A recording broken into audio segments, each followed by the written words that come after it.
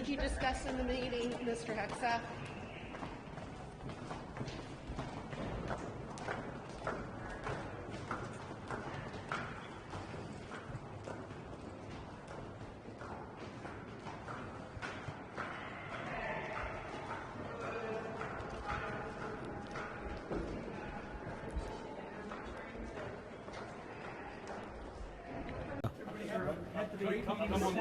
In the Senate today, had a chance to talk to Leader Thune. You know, our founders are brilliant in this process of advising consent. It's been edifying and a wonderful process to go through and meet with senators and talk to them, especially members of the Senate Armed Services Committee, whose passion is the Defense Department, and our warfighters, to hear what they want to do to make sure that department is properly oriented for the threats of the world and make sure that we're putting the warfighters first. That's what Donald Trump asked me to do. Your job is to bring a warfighting ethos back to the Pentagon. Your job is to make sure that it's lethality, lethality, lethality. Everything else is gone.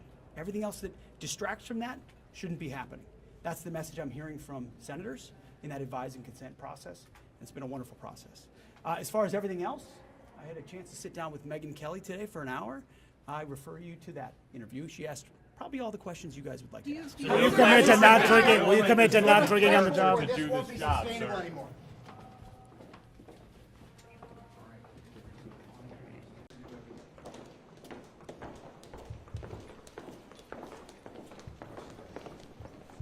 Thank you, sir.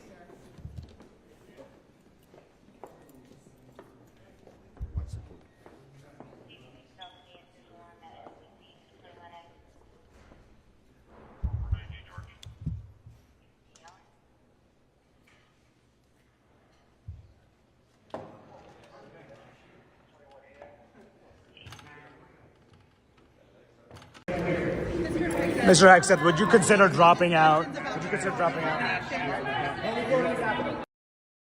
Will you be dropping out? No. No? Does Trump still have confidence in you? Yes. Have you talked to him recently? Yes. How was the meeting with Senator Thune? The meeting was great.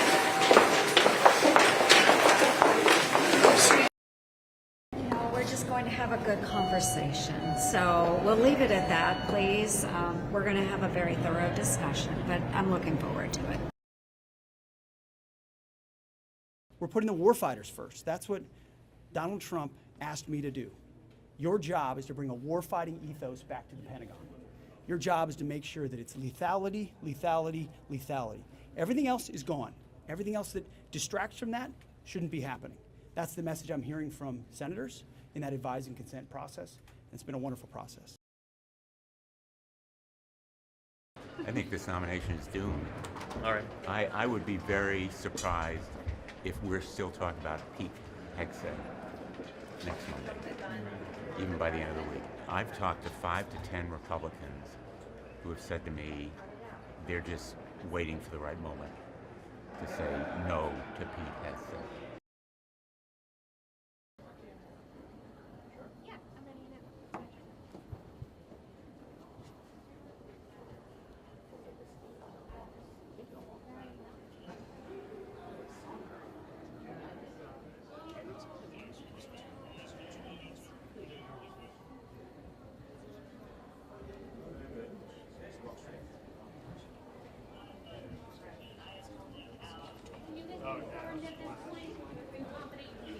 We're having great meetings across Are you the going to board. be here tomorrow? We will be here tomorrow, yes. Are you meeting with President-elect Trump tomorrow, sir? We're Not here. right now, but I'll meet him anytime he'd like. Absolutely. How you doing? Greetings, how you doing?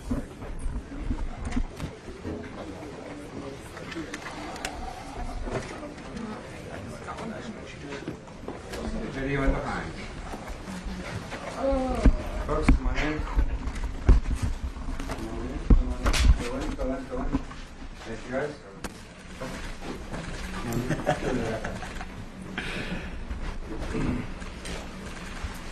Mr. Hegseth, how are you feeling about the process so far? How was your meeting with Senator Joni Ernst yesterday? Productive meeting. Excellent. What did President-elect Trump tell you, Mr. Hegseth? He's behind us all the way. Spoke to him this morning. Did you have the votes yet confirmed? That's why we're here to meet with the senators. It's been a wonderful process. There's an incredible amount of knowledge in the U.S. Senate, in the Senate Armed Services Committee. Men and women who have studied these issues, have invested their lives in it, and as someone who's hoping to earn their support as the nominee for Secretary of Defense, I welcome that knowledge. I welcome that advice, and that's why we're here in all these meetings. Okay, guys, thank you. Thank you. Okay, Bye. thank you. Thank you. Very carefully watch your moving forward. Thank you. Thank you, everybody.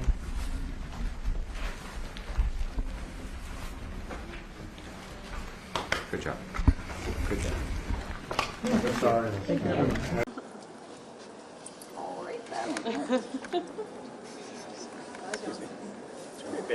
Trade places. Oh, sure. Okay.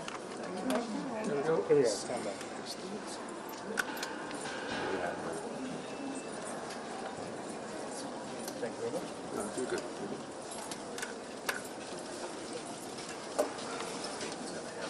Good. The mic on? Yeah. Check. Yep. Good afternoon, everybody. I just want to relay that it has been a great week. It's been a great day. Great day yesterday. On the Hill, meeting with senators, earning every vote. I have a great deal of respect for this process. Advice and counsel have gotten great advice. We don't take anything for granted. The conversations have been robust, candid at times, with great questions on policy, personality, everything. So we're going to earn those votes. We're fighting all the way through the tape. We're grateful to have the president's support because his vision for this Department of Defense is to bring it back to its core capacity of deterring our enemies and, if necessary, defeating those enemies. And that means ultimately putting war fighting at the middle of what the Pentagon does. No more social justice, politically correct approaches to how we fight and conduct wars. This is about lethality, meritocracy, readiness, war fighting, and accountability. And I'm grateful that President Trump has bestowed this opportunity on me. This process has been a very good one, despite all the noise on the outside. Had a great interview with Megyn Kelly yesterday, and will continue to answer questions specifically to senators, who are the ones that deserve answers to every question they have. And in every office we've stood in, we've welcomed that opportunity. It has been a great week. It's a process that's ongoing, and we look forward to finishing it. Will you support the release? Will you support the release of that whistleblower report for the concern? It's very Veterans of interesting what America? the press likes to dub a whistleblower report, which some others might clarify as a email from a disgruntled employee, one might say. So would you support the release Do of you that? think you can Senators convince have Joni pressed Ernst? you on the issue of alcohol. Oh, we've had great conversations about who I am and what I believe, and frankly, the man I am today, because of my faith in my Lord and Savior Jesus Christ and my incredible wife, Jenny, right here. I'm a different man than I was years ago, and that's a redemption story that I think a lot of Americans appreciate, and I know from fellow vets that I've spent time with, they resonate with that as well. You fight, you go do tough things in tough places on behalf of your country, and sometimes that changes you a little bit. And by the grace of God and my Lord and Savior, I had an opportunity to come on up out of it and do great things with great veterans organizations that fought for vets, that fought for reform at the VA and for war fighters, and at the Fox News Channel to advocate for those very same causes. And I'm proud of what I fought for. I'm not going to back down from them one bit. I will answer all of these senators' questions, but this will not be a process tried in the media. I don't answer to anyone in this group, none of you, not to that camera at all. I answer to President Trump, who received 76 million votes on behalf and a mandate for change. I answer to the 100 senators who are part of this process and those in the committee. And I answer to my Lord and Savior and my wife and my family. I'm proud to be here. And as long as Donald Trump wants me in this fight, I'm going to be standing right here in this fight, fighting to bring our Pentagon back to what it needs to be. What have your conversations on Fox? Thank you. Have a good weekend, guys. Thank you. Bye. Can you shed some light on your conversation with Joni Ernst? It was a very good meeting with the senator. The more you spend, I've known her for 10 years. The more we talk, the more we're reminded of, as two combat veterans, how dedicated we are to defense. And she has been dedicated to making the Pentagon work for warfighters for a long time. We've had great, extensive conversations about that. And I just appreciate her commitment to the process, and we look forward to working together. I am supporting him through this process, and I'll just refer you back to the statement. If you could change your mind? It was a very productive meeting, though. I think we're just moving through the process. But he does respect that I'm taking the time to spend. Back up. Did you talk about the Thanks, allegations Thank too? you, guys. Did you talk about the allegations as well, Senator? Thank you, guys. I'll refer back to my statement. Then move in. Good night, guys. Thank you. Perfect. 30 seconds, guys. 29, 28, 27.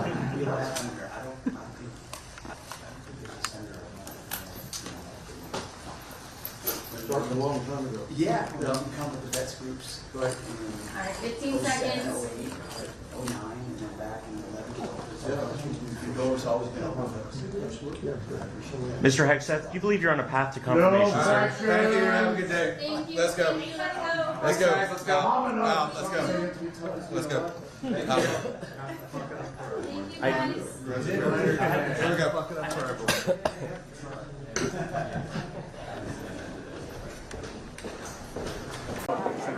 Walking preparing for this very combative hearing. What we've heard from members going in is that it's going to come down a lot along party lines. A lot of Republicans are defending him against accusations from the as well as Democrats saying that there are questions about his qualifications, whether he could have a job.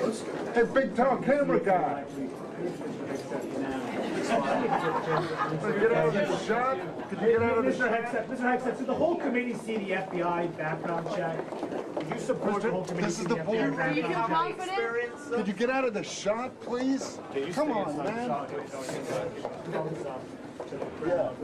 Questions.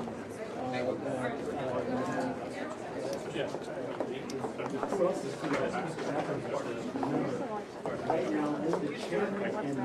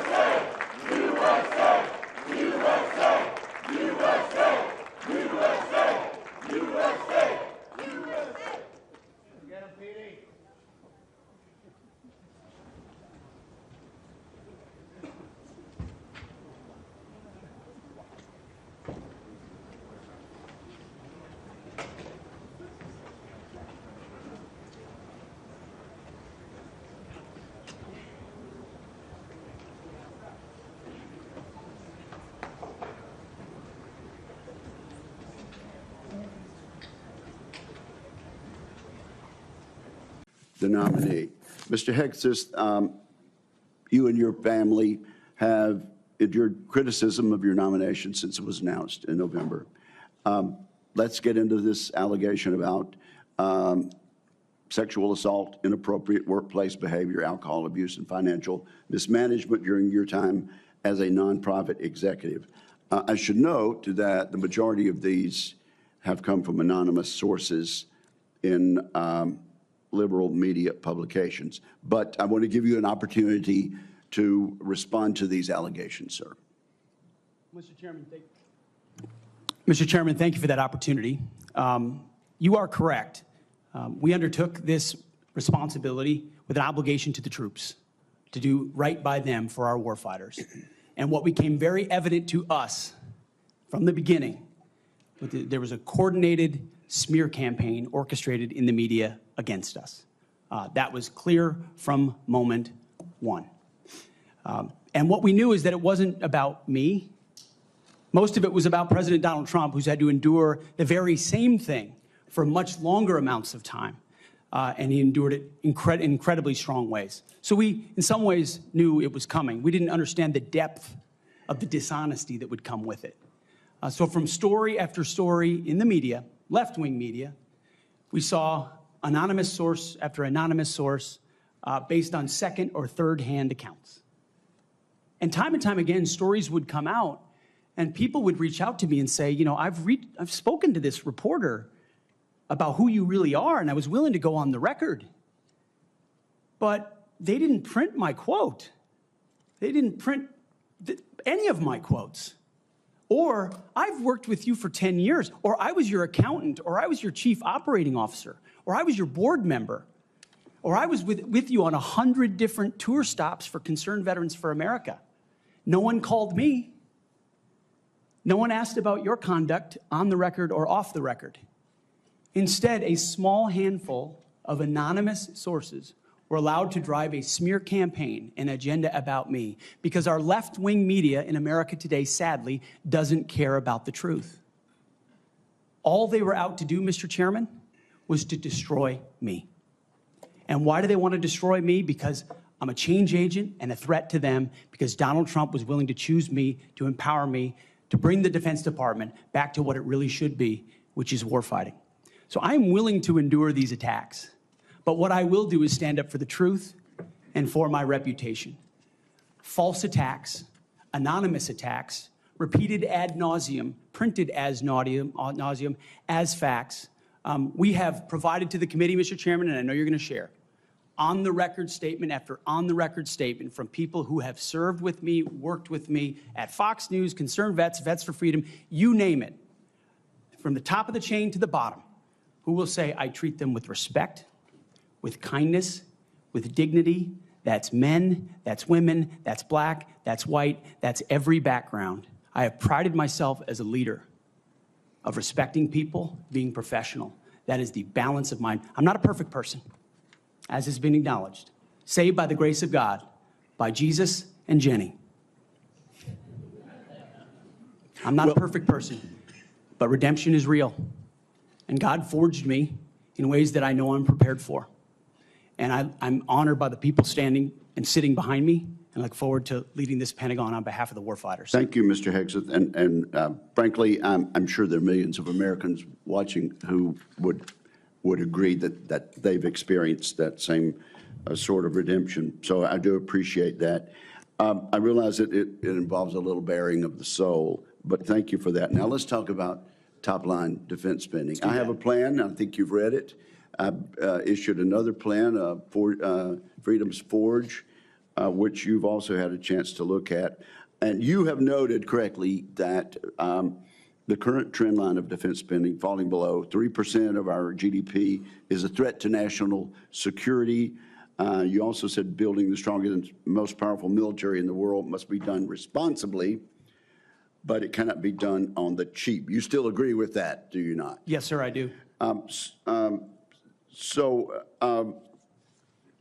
Tell us what you think about, particularly about my plan to make the Defense Department less bureaucratic, less top-heavy, cut out some of the bureaucracy and layers, make it more friendly to startups and to new ideas, contained in my 20 or so page white paper, Defending Freedom's Forge. Senator, I've had a chance to review the Forged Act, that paper. Those are precisely the kinds of ideas that need to be pursued. And I look forward to working with this committee to ensure we cut the red tape, we incentivize innovation, we rebuild the defense industrial base, cut out the bureaucracy, all the things that are preventing the platforms and the tools from getting rapidly from our great defense companies here that should, and those that want to compete, into the hands of warfighters. But past his prologue on this, sir, and I would just look at what President Trump did after the drawdowns of lead from behind under President Obama. President Trump rebuilt our military. He didn't start wars, he ended them, and he didn't allow wars to start on his watch. We've had the same kind of defense cuts under the Biden administration. And so, look, I would present to the committee the reputation of President Donald Trump and me coming alongside him to ensure we have peace through strength by rebuilding our military, investing as necessary. Going under 3%, Mr. Chairman, is very dangerous. Okay, we've got 45 seconds. Tell us, in that point, get us started at least talking about deterring China and the Indo-Pacific. It starts with priorities. The 2017 National Defense Strategy was the first step in reorienting away from simply entanglement in the Middle East, which our generation knows a lot about, and reorienting the behemoth that is the Pentagon toward new priorities, specifically the Indo-Pacific. So that strategy has started and was barely followed through on under the Biden administration. So we're going to start by ensuring the institution understands that as far as threats abroad, the CCP is front and center, also obviously defending our homeland as well. Thank you very much. Senator Reed, you're recognized. Well, thank you very much, Mr. Chairman. Before I begin my questioning,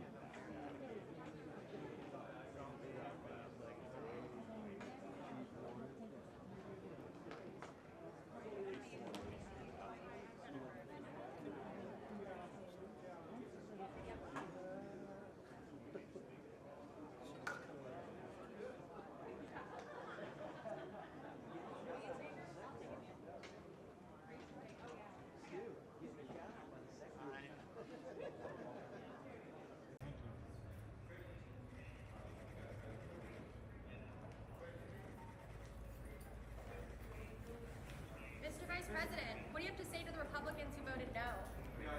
What's your message to Mitch McConnell? Are there any senators in the chamber who wish to vote or change a vote? If not, on this vote, the yeas are 50 and the nays are 50. The Senate being equally divided, the Vice President votes in the affirmative, and the nomination is confirmed.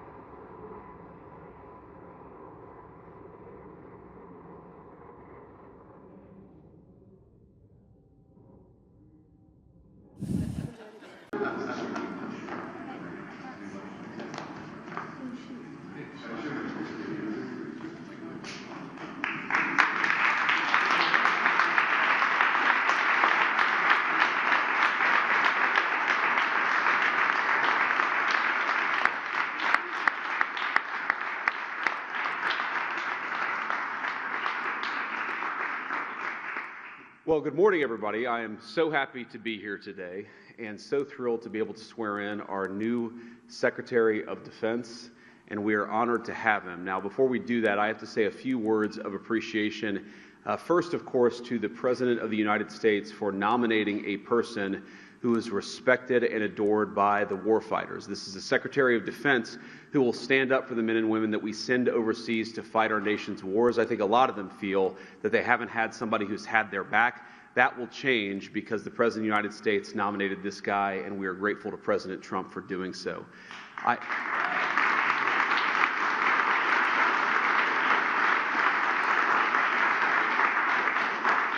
I also want to say thank you to my Senate colleagues. It turns out we couldn't spare one, and all of you did an incredible job.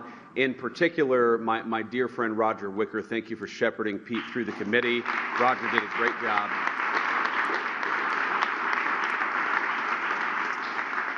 And in addition, all of the members of the Senate Armed Services Committee, who I know gave Pete the vetting and the hearing that he deserved, and I'm glad that we all ultimately decided that the President's nominee for Secretary of Defense ought to be our actual Secretary of Defense, and we're here today. I'm going to say one final thing. If you look at what has separated President Trump from so many of the people who came before him, it is the view that, number one, we should be sparing in how we deploy our most precious resource, which is the men and women who are willing to put on the uniform and put their life on the line for this country. We shouldn't send them everywhere, but two, when we do send them anywhere, we ought to empower them with the tools necessary to fight and win quickly and come home afterwards. And that is what sets this administration apart, and that's what Pete Hegseth represents.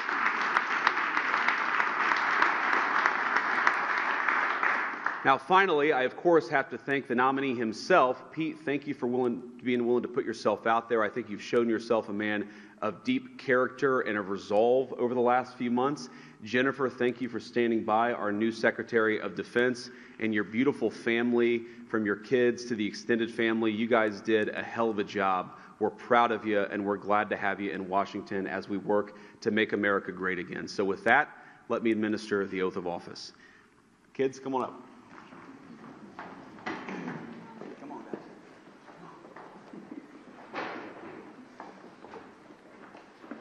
All right, put your hand on the Bible, raise your right hand, and repeat after me. I, Pete Hegseth. I, Pete Hegseth. Do solemnly swear. Do solemnly swear. That I will support and defend the Constitution of the United States. That I will support and defend the Constitution of the United States. Against all enemies, foreign and domestic. Against all enemies, foreign and domestic. That I will bear true faith and allegiance to the same. That I will bear true faith and allegiance to the same. That I take this obligation freely. That I take this obligation freely. Without any mental reservation or purpose of evasion. Without any mental reservation or purpose of evasion. And that I will well and faithfully discharge. And that I will well and faithfully discharge. The duties of the office on which I am about to enter. The duties of the office of which I am about to enter. So help you God? So help me God. Congratulations, Mr. Secretary.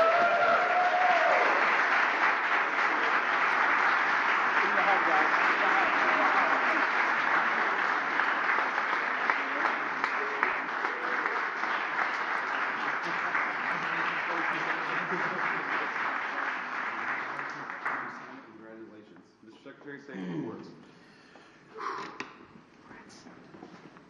All praise and glory to God. His will be done, and we're grateful to be here. And as I said in my hearing, it was Jesus and Jenny. I would not be here without you, sweetheart. Thank you so much. I want to thank the President of the United States, our Commander-in-Chief, Donald Trump. We could not have a better Commander-in-Chief than him. It is the honor of a lifetime, sir, to serve under you. We look forward to having the backs of our troops and having your back in executing peace through strength, in putting America first, and in rebuilding our military. Mr. Vice President, thank you for breaking the tie. It's not the last time, or not the first time the headline reads, Junior Enlisted Marine bails out Junior Army Officer. And, you know, some people were saying, well, 50-50, that's too tight. And Senator Mark Wayne Mullen was nice enough to take my kids up to the gallery to watch the actual moment that the Vice President sealed the deal. And they came running in. They said, Dad, instead of being sad about 50-50, 51-50, they said, Dad, you won in overtime. That's the perspective I like. So thank you throughout this process, Mr. Vice President, for being incredible. I also want to thank the chairman of the Senate Armed Services Committee. So many members of the Senate Armed Services Committee, we became fast friends in this process. The advice, the consent, the wisdom, the guidance. I look forward to working with all of you and other senators to ensure the Defense Department has what it needs, that our nation has what it needs, and that we're prepared to defend it in all moments. To my staff, amazing staff who were with us this entire process, I see so many of you through thick and thin. We used to look at the betting odds every once in a while on this. It was low at one point. Never do that. But we defied them. And there were so many folks on the inside and then allies on the outside who stood by us every single moment. And we are eternally grateful for that. And I want to thank the warfighters. I want to thank the men and women wearing the uniform. And I've said this before when I speak, and I mean it. Every time I stand at a podium and there's bright lights and cameras, the first thing that goes through my head are the guys that I served with on the battlefield. The men and the women who I lock shields with and put my life on the line with, who never get the spotlight, who never have the cameras, who people don't know what they did in dark and dangerous places. But I know. And at the Pentagon, we're going to remember and we're going to know. And we're going to think about those warriors with every single decision that we make. We will put America first. We will bring peace through strength. And the 3 principles I talked about are what we will bring to that Pentagon. Restore the warrior ethos in everything that we do. Rebuild our military and reestablish deterrence. We don't want to fight wars. We want to deter them, as you said. And we want to end them responsibly. But if we need to fight them, we're going to bring overwhelming and decisive force to close with and destroy the enemy and bring our boys home.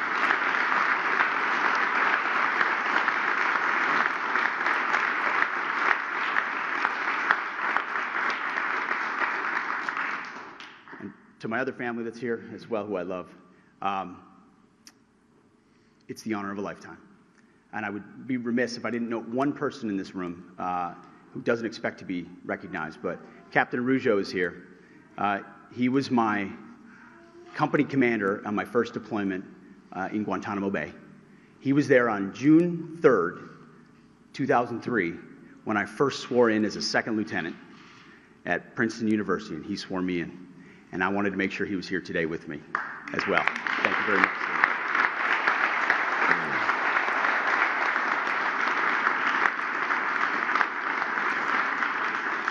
So, Mr. President, thank you very much to the American people. We have your back. We're going to get to work right away. God bless. Thank you.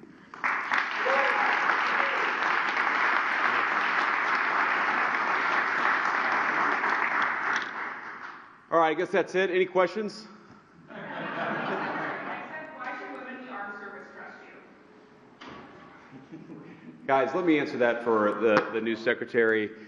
All people in our armed services should trust him because he looks out for them and he's going to fight for them. And he's going to make sure that we have the kind of military that we can all be proud in, that we can all be proud of, and that, again, when we send it to do a job, we do it well, we do it quickly, and then we get the hell out. And that's what Secretary Hegseth is going to bring to the Department of Defense. Anything else? Are you worried about any other nominees coming really close to the line as we saw with Hegseth last night? You know, as I learned with the Buckeyes just a week ago, when you win the championship, you don't give a damn what the score was. We won the championship on this one. We've got a great Secretary of Defense. We're proud of him, and he's going to do a great job. Thank you all. Take care.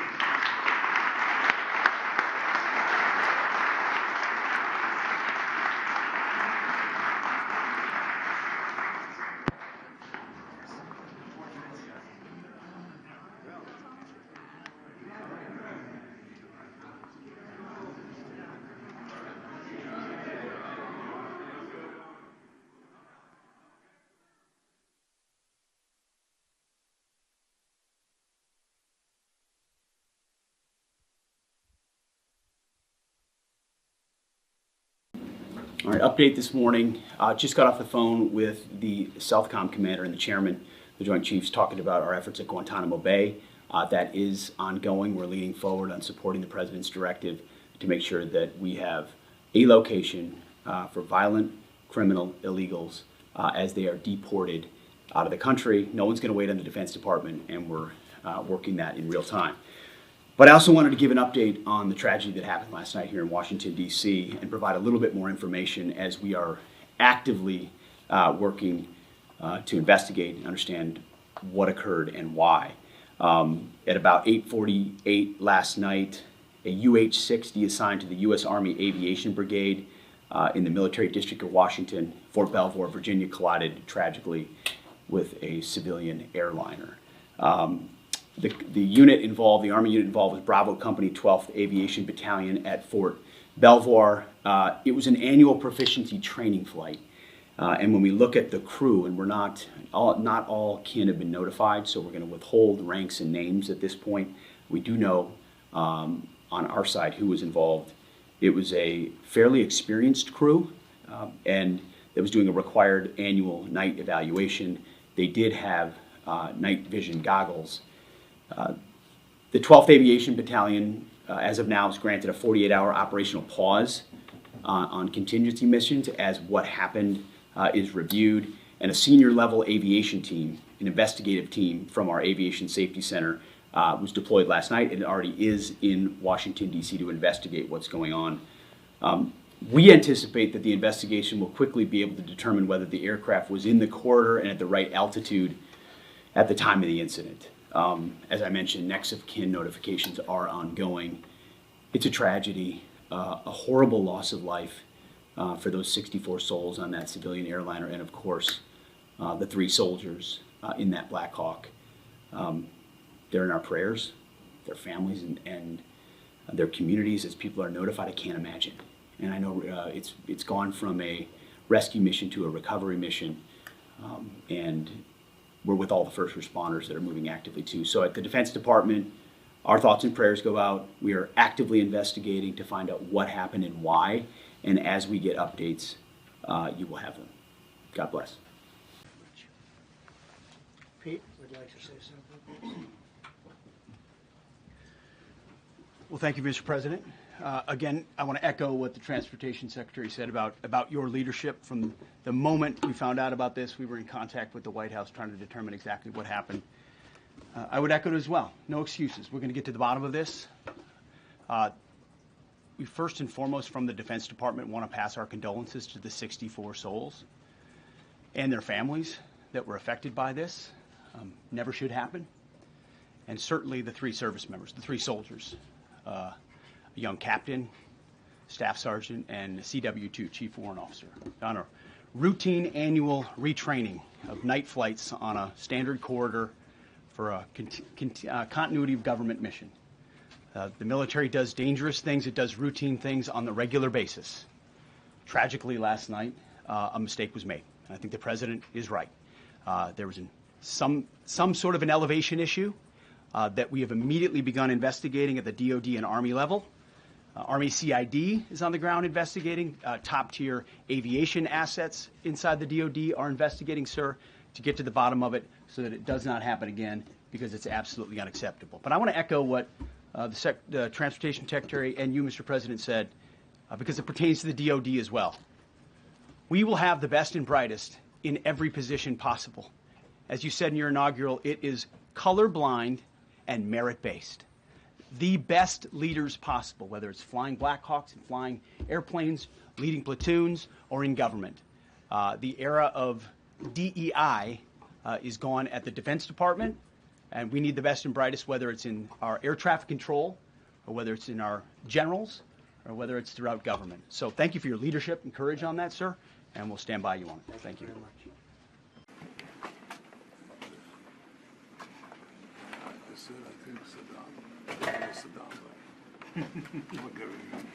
We'll do that later. But there's a larger thing out there. No doubt, no doubt. Well, Mr. Prime Minister, it's great to see you. It was a pleasure to see you last night in the White House as well.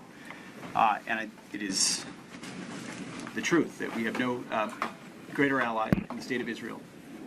We're honored to stand alongside you, stare down many of the same threats that you do. And under President Trump's leadership, just like you, we are totally committed to achieving peace through strength, through standing with Israel on our side, putting America first, and never backing down from anything. That it has been and will continue to be an unbreakable bond between our countries. As you know, I've had a chance to visit Israel 8 or 9 times, spent time with you at the Western Wall, watched the IDF in action, visited terror tunnels, understand the proximity, whether it's the Golan Heights or Hezbollah or the Gaza Strip, the threat that Israeli citizens have been under, and it always struck me the sense of purpose that permeates the state of Israel, living under an existential threat. And I've always had a great deal of respect for the response that country has had. And now destroying Hamas's capabilities in Gaza, Hezbollah's capabilities in the north, damaging the Houthi infrastructure in Yemen, and things that are of great importance to America. Those are all of great importance to us. But in September of 2024, killing the man responsible for the 1983 bombing of the Marine Corps compound in Beirut, killing 241 Americans. You have a long memory. We have a long memory. And may our relationship continue to endure. We're going to continue to grow our defense industrial base. We've supplied munitions that were previously not supplied, that are useful in eradicating radical enemies, and we are committed to continuing to do so. So I hope you've noticed here at the Defense Department under President Trump, we are laser focused on reviving the warrior ethos, on rebuilding America's military, and reestablishing deterrence, which is something you, Prime Minister, have done in your neighborhood in impressive, aggressive, and important ways. So it's an honor to welcome you to the Pentagon on behalf of the Department of Defense. Thank you for spending the afternoon with us, sir. Well, thank you, Mr. Secretary Pete. You've been a great and stalwart friend of Israel. And we see President Trump and the team that he's put together as extraordinary friends, extraordinary patriots of America, and therefore also champions of the American-Israel alliance. I truly believe Israel obviously has no greater friend than the United States, and I think the United States has no better friend than Israel.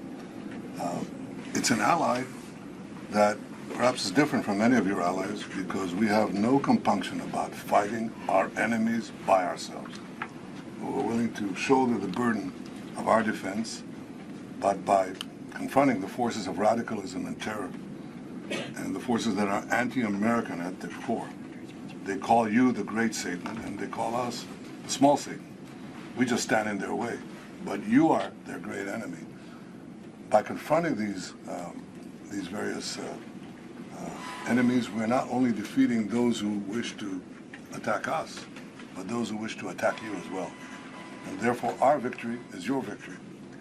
And we're well ahead and well advanced in the pursuit of our war goals that will give security and peace. And that's the only way you get it in our region and perhaps in many other regions. The only way you get peace and an enduring peace is by being very, very strong. And with our alliance, with your support, including the decision you just mentioned of supplying Israel the much-needed tools for our defense, we are a lot stronger than we've ever been. I thank you for this warm reception. It's good to see you again, and I look forward to our discussions away from the camera. Good to see you, sir. Welcome to the Pentagon. And we look forward to the discussions as well. We're feeling about American involvement in Gaza, considering your views and worldview.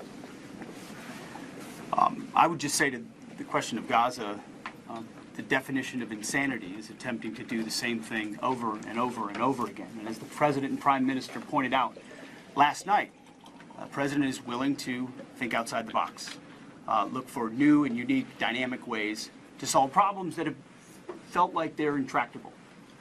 So we look forward to more conversations about that, creative solutions to that.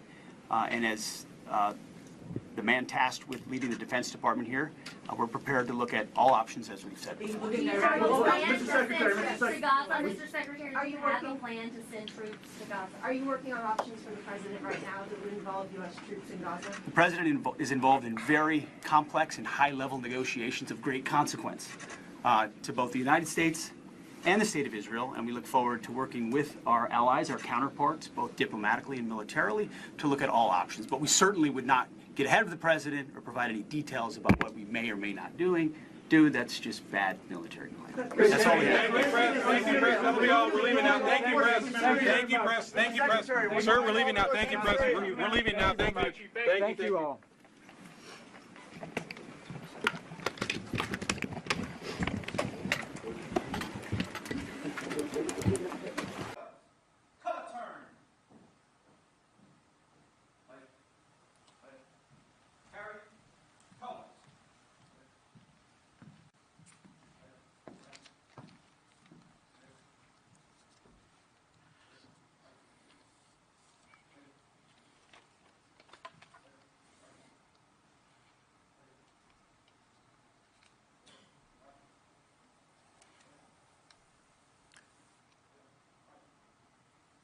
Let us pause for a word of prayer as we bow our heads and close our eyes. Dear God, we pause right now and ask that you bless today's town hall. Please guide our thoughts and actions and give our leaders discerning hearts, bold faith, and wise minds.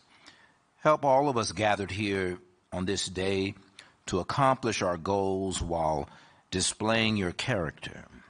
And give us the capacity to do not just what is good, but what is best.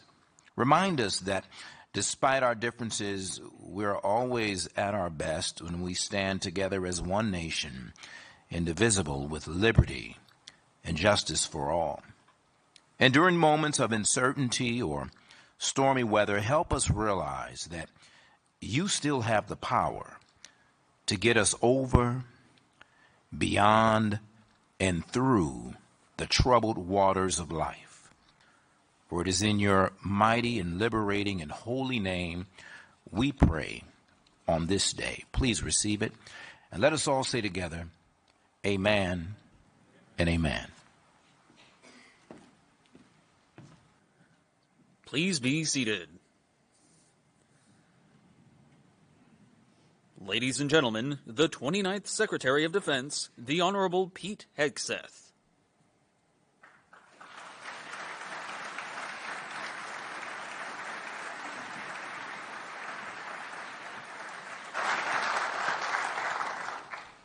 Well, good afternoon. Thank you very much for your time. I want to echo what the chaplain said. All glory to God. I wake up every morning praying for the wisdom to see what is right and good and true and the courage to do it. And I know many of you do the same.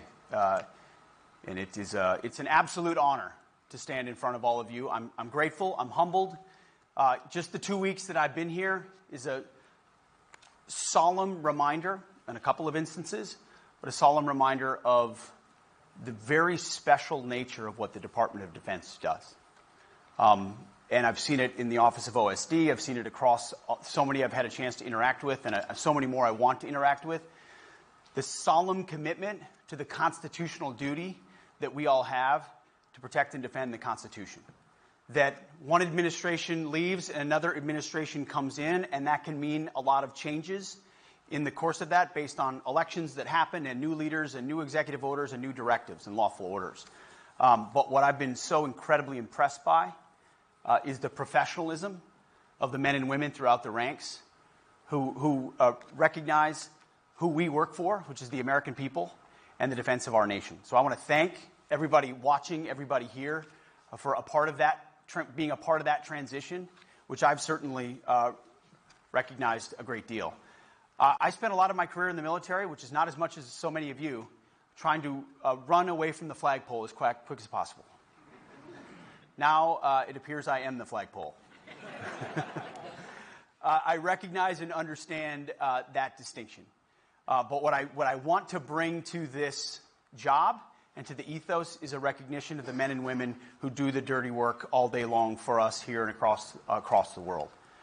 Every time I speak, or every time in my previous profession I was on television, and I got the bright lights and spotlight, and people are looking to me, I always step back for a second and think about the men and women that I served with. The folks that are never going to be introduced, never going to have a microphone, never going to be heard from, the men and women that you know that you've served with who are the best of the best in our country. That's who we serve. I was on the phone late into the night last night talking to families of 2 soldiers who had a rollover at Fort Stewart. I was on the phone with the families of the 3 that were lost in the UH-60 outside of the airport here in Washington, D.C. Like, the costs and the consequences are very real, and you know that. One of the things I wasn't prepared for is every couple of weeks we do an orders book at OSD where we literally approve the orders that go out. It sounds like a formality. But having been on the other end of those orders where those dates really mattered and what the mission was really mattered, I stare at my orders and say, where am I going and what does it mean and how long am I there? That struck me like a thud. Every one of those signatures affects a human being whose mission needs to be important and vital to the national interest and to our department before I sign that book. And that's very much my commitment to you. It's also my job to be, as President Trump asked me, to not maintain the status quo. We're going to take unconventional approaches. We're going to move fast, think outside the box, be disruptive on purpose, to create a sense of urgency that I want to make sure exists inside this department. And that's not to impugn anybody who's been here or anybody who's sitting here or anybody who's watching. I don't have to tell you all that we live in very dangerous times in a world with ascendant powers who, if they had their way, would love to be on the rise and reject the forces and capabilities and beliefs of the West. America is at the forefront of that. And wearing the uniform here at the department, it's our job to ensure we create the deterrent effect that maintains American dominance in the world. And there's a lot of folks, namely, and I've name-checked it in public as well, the Communist Chinese, who seek through their ascension a very different view of the world. And so we have to be urgent and we have to be ready about what that means. And we're going to do that. A part of how we're applying that is I've come in with 3 pillars that I've repeated before, but I want to say again, of how we're approaching this from my level. Number 1 is restore the warrior ethos. Make sure that we get back to basics. Our job is to deter conflict and, if necessary, defeat and completely destroy, demoralize, and defeat our enemies.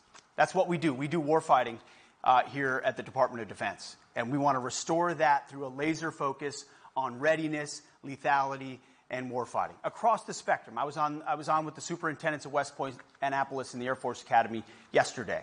Hey, what are we doing there to drive those core principles? What are we doing here to drive those core principles? From E1 to, I guess, is it 010? I don't never even said that. And I know this room is 06 and below, which I was told was junior. Where I come from, an 06 ain't junior. So this is a new role for me, too, in that perspective. And I went out to Fort Bliss, met with, intentionally said, hey, E7 and above and 03 and above, or 04 and above, move out. I want to hear from the folks out here on this border mission. How is it impacting you and your family? What is your mission? Are you being utilized? How does it affect, I actually think it adds to readiness and because you're doing a real world mission, but how does it affect all those aspects? Restoring the warrior ethos is critical. And I think we've seen that already in the recruiting numbers. I think we've seen an enthusiasm and excitement from young men and women who want to join the military actively because they are interested in being a part of the finest fighting force the world has to offer and not doing a lot of other things that serve oftentimes too often to divide or distract. It's about readiness. It's about staying focused. And I think you've seen that from a lot of the executive orders the president has issued that we have echoed. And there can be confusion about that. But from our perspective, why do you get rid of something like DEI? Because from our perspective, it's served a purpose of dividing the force as opposed to uniting the force. And this is something I've said quite publicly. And what I want to be is transparent with this building and everyone who serves here. Say the same thing in public that we say in private, which I hope you'll find from us. I think the single dumbest phrase in military history is our diversity is our strength. I think our strength is our unity. Our strength is our shared purpose, regardless of our background, regardless of how we grew up, regardless of our gender, regardless of our race. In this department, we will treat everyone equally. We will treat everyone with fairness. We will treat everyone with respect. And we will judge you as an individual by your merit and by your commitment to the team and the mission. That's how it has been. That's how it will be. Any inference otherwise is meant to divide or create complications that otherwise should not and do not exist. I've served across my career with amazing men and women from all backgrounds. They were at my congressional testimony. They've been in my office. They work with me and for me now. Their contributions are immense to this nation and are appreciated equally as with everybody else, and that's the approach we're going to take. So restore the warrior ethos. The second one is rebuild our military. Our defense industrial base, our acquisitions process, how we rapidly field new technologies, how we learn from conflicts around the globe, how we match what we fund to capabilities and effects. There's a lot of programs around here that we spend a lot of money on that when you actually war game it don't have the impact you want them to. One of the benefits I have is I don't have any special interests. I don't have a background invested in any systems or services. I'm agnostic to that. It means I'm going to take a lot of arrows, and I'm prepared to do so. That's fine. We need the best systems in the hands of warfighters where they need it, to the COCOMs, to deter, send the signals that when that fight comes, we're ready to win and win decisively. That includes a Pentagon audit, which, to the Marines out there, y'all got to figure it out. And we appreciate that. Lean and mean. We are going to focus heavily to ensure that at a bare minimum, by the end of 4 years, the Pentagon passes a clean audit. The American taxpayers deserve that. They deserve to know where their $850 billion go, how it's spent, and make sure it's spent wisely. It used to be that if you called for an audit, somehow you were undermining the department. I believe the exact opposite. I believe we are accountable for every dollar we spend, and every dollar of waste we find or redundancy is a dollar we can invest somewhere else, as President Trump has committed directly to rebuilding our nation's military. So rebuilding our military is key. And then third is reestablishing deterrence. Unfortunately, over the last couple of years, we've seen events that have occurred that have created the perception, reality or perception, but I would argue more perception of American weakness, whether it's what happened in Afghanistan, by the way, which we're going to have accountability for, deserve accountability for what occurred in Afghanistan, for what happened on October 7th, the war that was unleashed in Ukraine. Chaos happens when the perception of American strength is not complete. And so we aim to reestablish that deterrence. And it starts with our own southern border. It starts with the defense of our homeland. I think in some ways this department over time has felt like that's somebody else's mission. We've spent a lot of time, decades, my generation and yours, defending other people's borders across the world, yet we've seen an invasion of our own from people all around the world who I'm sure many of them want to seek a better life. I understand that. But we also don't know who millions of them are, what their intentions are, why they're here. That creates a very real national security threat to the country. Border security is national security. And as the president has told us, we're going to get 100% operational control of our southern border. And that needs to be and will be a focus of this department. I want to tip my hat to Northcom.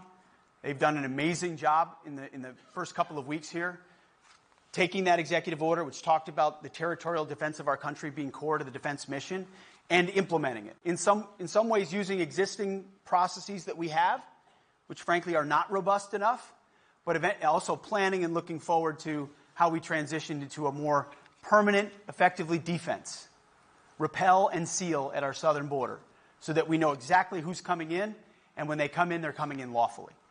And then also, around the world, prioritization. We have a lot of assets. We don't have unlimited assets. And so part of prioritizing is empowering our allies and partners. We need to lead the world. There's no doubt. And President Trump has been clear about that. America first means we're taking care of America first, but part of America first is empowering allies and partners to be combat multipliers, to add to the capabilities that we have. I mean, that's foreign military sales, that's exercises, that's defense partnerships, but it's also reminding certain countries and certain regions of the world that America can't be the guarantor of everything forever in a world where we have to prioritize shifting to larger threats in certain moments.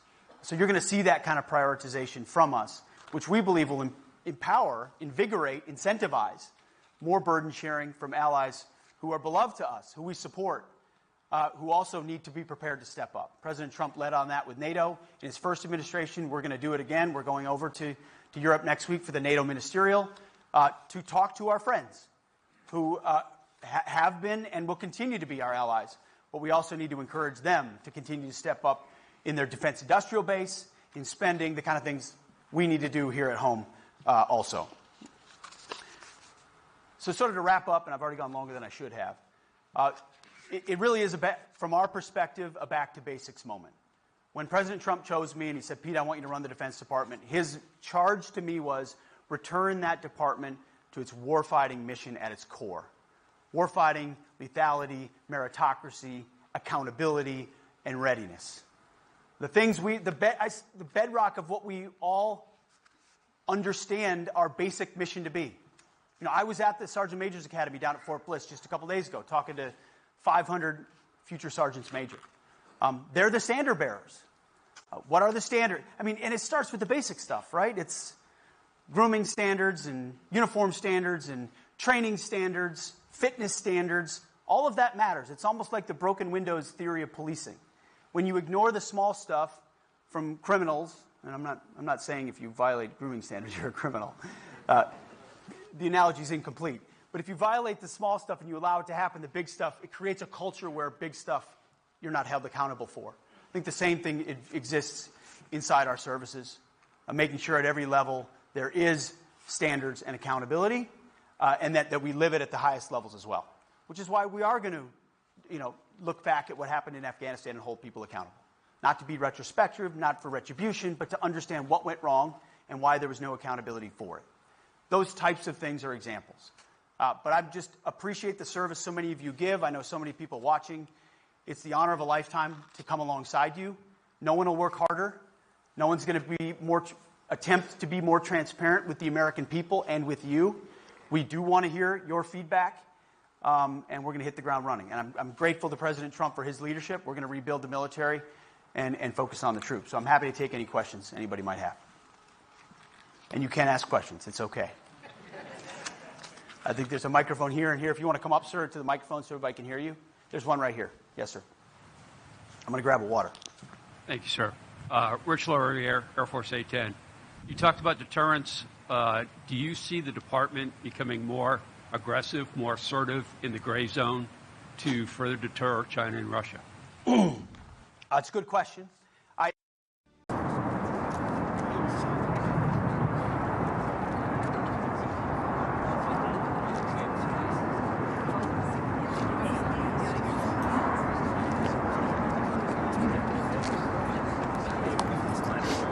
Honor, guard, colors. Literally a step on attention. Colors, right shoulder, forward.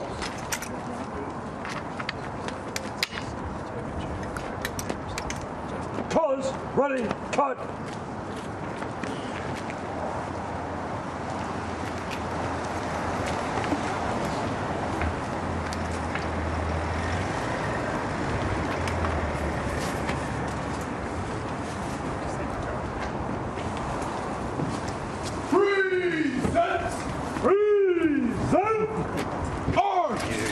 Really good to see you. Oh, it's a pleasure. It's a pleasure.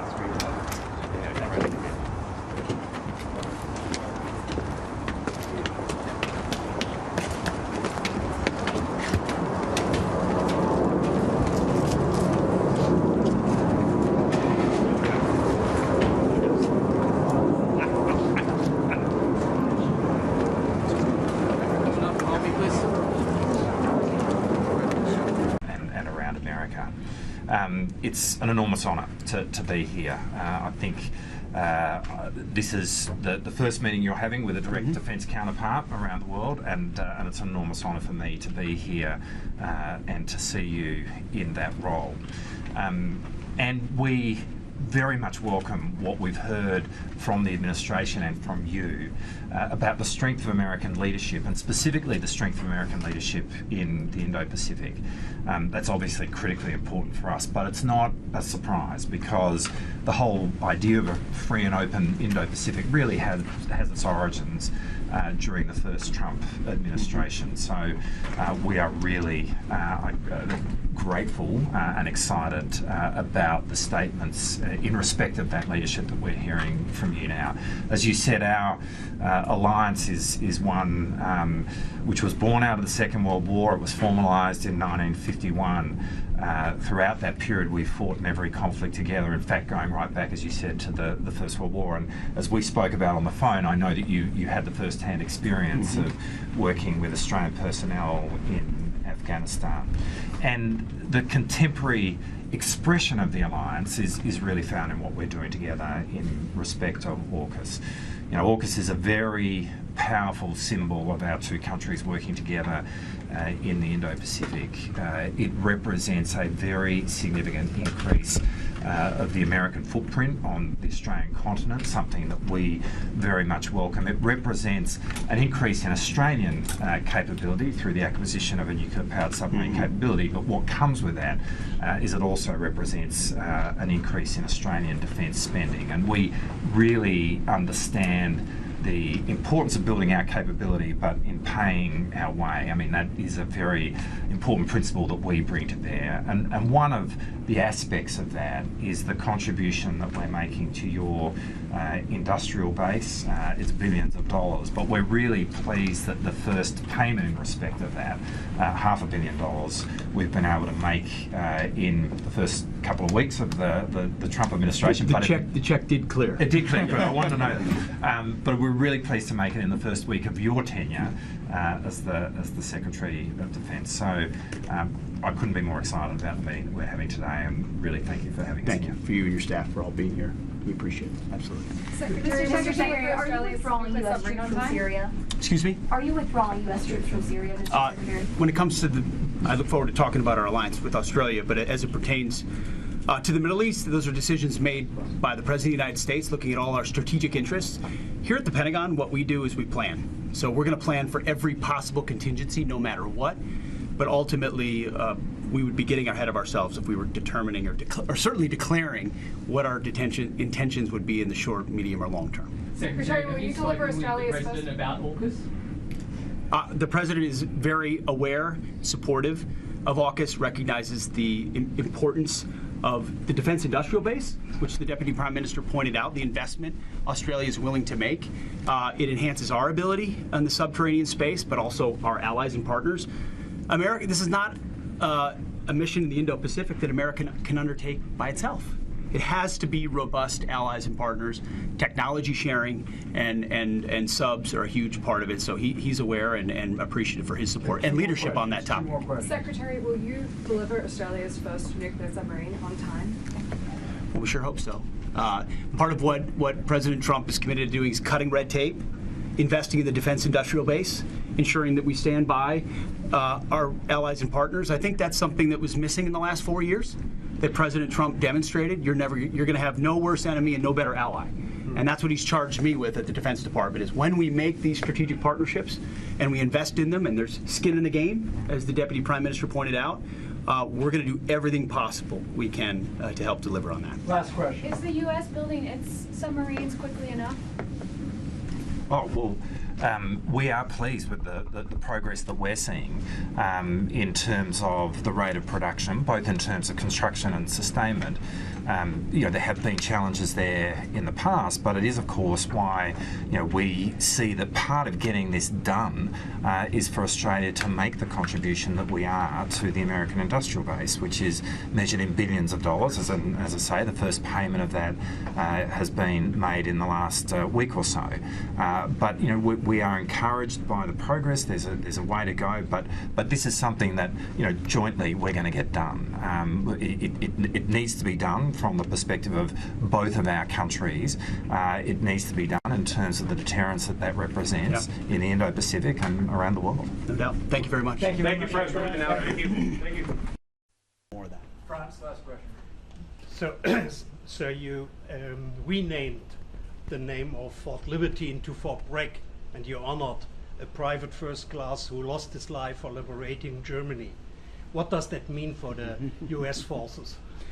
Well, first it means Bragg is back. It means the legacy of an institution that generations of Americans have mobilized through and served at is back. I mean, it's a shame what was done to vets, service members, their families, who were born there, deployed out of there, lived there, was with airborne troops here, some of which spent 25 years at Fort Bragg. I never called it Fort Liberty because it wasn't Fort Liberty, it's Fort Bragg. And so I was honored to be able to put my signature on that. By the way, with the support of the President of the United States, who set the tone on this and said, I want Fort Bragg back. And we're honored to support a private first class who received a Purple Heart and the Silver Star at the Battle of the Bulge. We're honoring a private first class, and I'm proud that we have a Marine Corporal as the Vice President of the United States too. Junior enlisted have never seen better days. But it's about that legacy. It's about the connection to the community, to those who've served.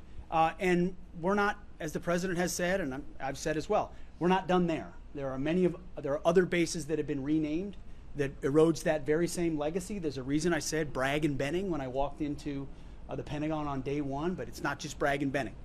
There are a lot of other service members that have connections, and we're going to do our best to restore it. It's an honor to do so. Thank you all for your time. Appreciate it. Thank you. Thank you. Thank you. We'll have more time later. Thank you. Appreciate it. All right.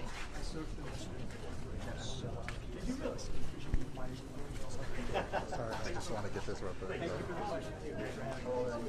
Biden vowed against sending U.S. troops into Ukraine. Would you be open to sending U.S. troops into Ukraine to track weapons shipments? We are not sending U.S. troops to Ukraine. You talked about wanting to welcome Elon Musk and Doge into the Pentagon potentially in the next few weeks. Do you expect him to start unilaterally cutting programs and contracts the way he's done at USAID and other agencies? And are there any limits or supervision you'd want to place on his team given his conflict of interest with the Pentagon? Well, we've been in touch with, I've been in touch with Elon Musk, who's a great patriot, interested in advancing the America First agenda, knows that President Trump got 77 million votes and a mandate from the American people, and part of that is bringing actual business-like efficiency to government, hence what Doge is doing. We've been talking to them in partnership with them, and as I said on social media, we welcome Doge to the Pentagon, and I hope to welcome Elon to the Pentagon very soon, and his team, working in collaboration with us. There are waste, redundancies, and headcounts in headquarters that need to be addressed. There's just no doubt. Look at a lot of the climate programs that have been pursued at the Defense Department. The Defense Department is not in the business of climate change, solving the global thermostat. We're in the business of deterring and winning wars. So things like that we want to look for to find efficiencies, and many others, the way we acquire weapon system, procurement. There's plenty of places where we want the keen eye of Doge, but we'll do it in coordination. We're not going to do things that are to the detriment of American operational or tactical capabilities. There's just, President Trump is committed to delivering the best possible military. The Defense Department is not USAID. USAID's got a lot of problems that I talked about with the troops, pursuing globalist agendas that don't have a connection to America first. That's not the Defense Department, but we're also not perfect either. So where we can find billions of dollars, and he's right to say billions, inside the Defense Department, every dollar we save there is a dollar that goes to warfighters, and that's good for the American people. Mr. Secretary, are you planning to cut the number of American forces in Europe, shift to the Pacific, and focus on China? There are no plans right now in the making to cut anything. There is a understanding that we're going to review force posture across the world, right? President Trump's planning assumptions are different in many ways, or at least strategic assumptions, than Joe Biden's were. We certainly don't want to plan on the back of the withdrawal from Afghanistan and what happened on October 7th and the war that was unleashed in Ukraine. You have to manage and mitigate those things by coming alongside your friends in Israel, ensuring their defense, and peacefully resolving the conflict in Ukraine. But those shouldn't define how we orient, and with hopefully a rapid peace deal in Ukraine, which the President is committed to delivering, we can then review force posture and encourage, as you're going to see tomorrow in Ukraine at the Ukraine Contact Group and the NATO Ministerial, we're going to have straight talk with our friends. This kind of urgency of this moment requires friends talking to friends about capabilities, about leadership, about stepping up, about burden sharing, and the incentives to say the European continent deserves to be free from any aggression, but it ought to be those in the neighborhood investing the most in that collective, individual and collective defense. That's common sense, as the President talks a lot about. Common sense is you defend your neighborhood, and the Americans will come alongside you in helping in that defense. If and when that happens, and I believe it will, because of President Trump, most NATO countries are already close to 2%. We believe that needs to be higher. The President has said 5%. I think he's right. That's a reflection of a need to invest on the continent. If and when that happens through investments in defense industrial base as well, then yes, America, as the leader of the free world, defending American interests, is going to need to make sure we're focused properly on the Communist Chinese and their ambitions in the Indo-Pacific and, as I mentioned before, around the world. So we would be remiss in not reviewing force posture everywhere, but it would be the wrong planning assumption to say, oh, America's abandoning something or America's leaving. No, America's smart to observe, plan, prioritize, and project power where we need to deter conflict. We don't want conflict with China. We don't want the president has ran on being a peace president, and he's delivered that. But being strong, peace through strength, is how you deter that. And we want to posture for that, just like we believe the Europeans, alongside our support, need to on the continent as well. Our kids, our grandkids live there. That's our responsibility. But it's also something that we can't do alone. And so it's our allies and partners across the globe have to step up along with us, and we have to be willing to invest in them, which is exactly what Africans do in the African continent, finding our allies and trying to empower them. Same goes to Europe, as it pertains to the fight in Ukraine and our NATO allies, and likewise in the South, in the Indo-Pacific. We have to look for those allies, those model allies, stand behind them and empower them. So it's back to basics. It's pretty simple principles. And it's, at the Pentagon so far, it was driving that culture change, which I know has led to a lot of change in a short period of time. And your command has seen that, so have a lot of others. And I have a great deal of respect for the manner in which our uniformed class have recognized, whether it's executive orders or new directives, and said, hey, we're going to salute and go execute. We also recognize in your formations, in your families, in your communities, it can lead to a lot of change or uncertainty.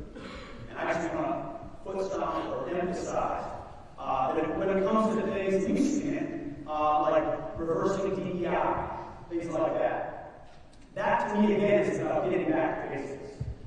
We're going to treat every single person, regardless of their background or their gender or where they came from or the color of their skin, the exact same, with respect, with dignity, fairness, and equality. There's a big difference between equity and equality. Equality has been a bedrock of our military for quite some time, the forerunner of racial integration in this country. We should be damn proud of that, and we should continue to live that way. That's the message that we want coming out of the changes that are made. Help me out. E pluribus unum. I need to drink of water. Out of many, one. E pluribus unum. Out of many, one. If there's one institution that represents that perspective, it's the United States military. We are all very different. We all come from very different places. But we have a shared common mission, and together that makes us a powerful fighting force. I want to emphasize those similarities and not emphasize our differences, which are glaring out in society where they're laid bare before us. So we're going to, in every way, come alongside you to make sure, as the President said in his inaugural address, merit-based and colorblind. Merit-based and colorblind. For the best and the brightest of this institution and others, we want to reward and promote, recognize and showcase up here. And if you're an underperformer, then there might be a different profession for you. But ultimately, it's about standards and maintaining them from junior enlisted to NCOs to officers. It doesn't matter.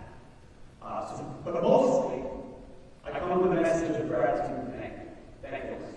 My wife's here, she's talking to military families, every family is affected as well. We recognize it, we see it, and I'll tell you, there's one bureaucratic aspect of this job that I did not anticipate affecting me. It's called an SDOT, it's an orders book. You guys remember? I was just waiting before I started.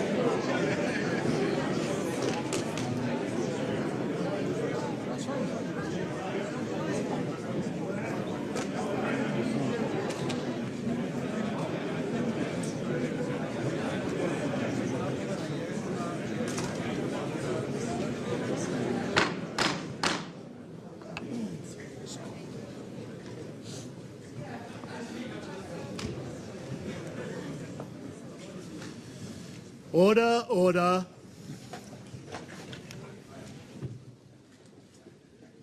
Good afternoon to you all. Let me welcome you all to the 26th meeting of the Ukraine Defence Contact Group. 46 nations and partners in the room this afternoon at 1 week's notice. Thank you for being here. Thank you for making yourself available. A coalition stretching from the Indo-Pacific to South America. And it's a pleasure to be joined by Secretary Hegseth, who confirmed to me this morning the US's continued commitment and involvement to the UDCG. Pete, we all wish you all success in your new job. Friends, we meet at a moment of great consequence. 2025 is the critical year for the war in Ukraine. Ukrainians continue to fight with huge courage, military and civilians alike. Their bravery, fused with our support, has proved a lethal combination. Putin believed he would win this war in 3 days, but now, nearly 3 years on, 850,000 Russians have been killed or wounded. But while Russia is weakened, it remains undeniably dangerous and is slowly taking ground. President Trump and President Zelensky have both spoken of their desire to achieve peace through strength. And it's the commitments here through this contact group that provide the strength to achieve that peace. And our job as defence ministers is to put into the hands of the Ukrainian war fighters what they need to fight and what they need to help force Putin to the negotiating table. At this crucial moment, we must step up further to strengthen Ukraine, to pressure Putin, to secure peace. And speaking as a European Defence Minister, we know our responsibilities. We are doing more of the heavy lifting, sharing more of the burden. Europe is stepping up with more defence spending and more support to Ukraine. For our part in the UK, we will spend £4.5 billion this year in military aid to support Ukraine, more than ever before. And by the end of March, both directly and working with our partners Latvia and other allies, we will have delivered over 10,000 drones in the last year alone. And today I've announced an extra £150 million in new firepower, tanks, artillery, air-to-air missiles, and new contracts for repairs to crucial kit in Ukraine. Ukraine's security matters to global security. This war was never just about the fate of one nation. China is watching. Iran and North Korea are watching.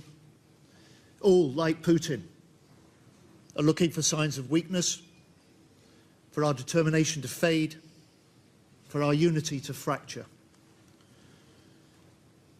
And when aggression goes unchecked on one continent, it emboldens regimes on other continents. When the border of one country is redrawn by force, it undermines the security of all nations. So let us recognise this danger. Let us confront it with conviction and unity and secure peace through strength together. Now it gives me great pleasure to introduce the new US Defense Secretary, Secretary Hegseth. Well, good afternoon, friends.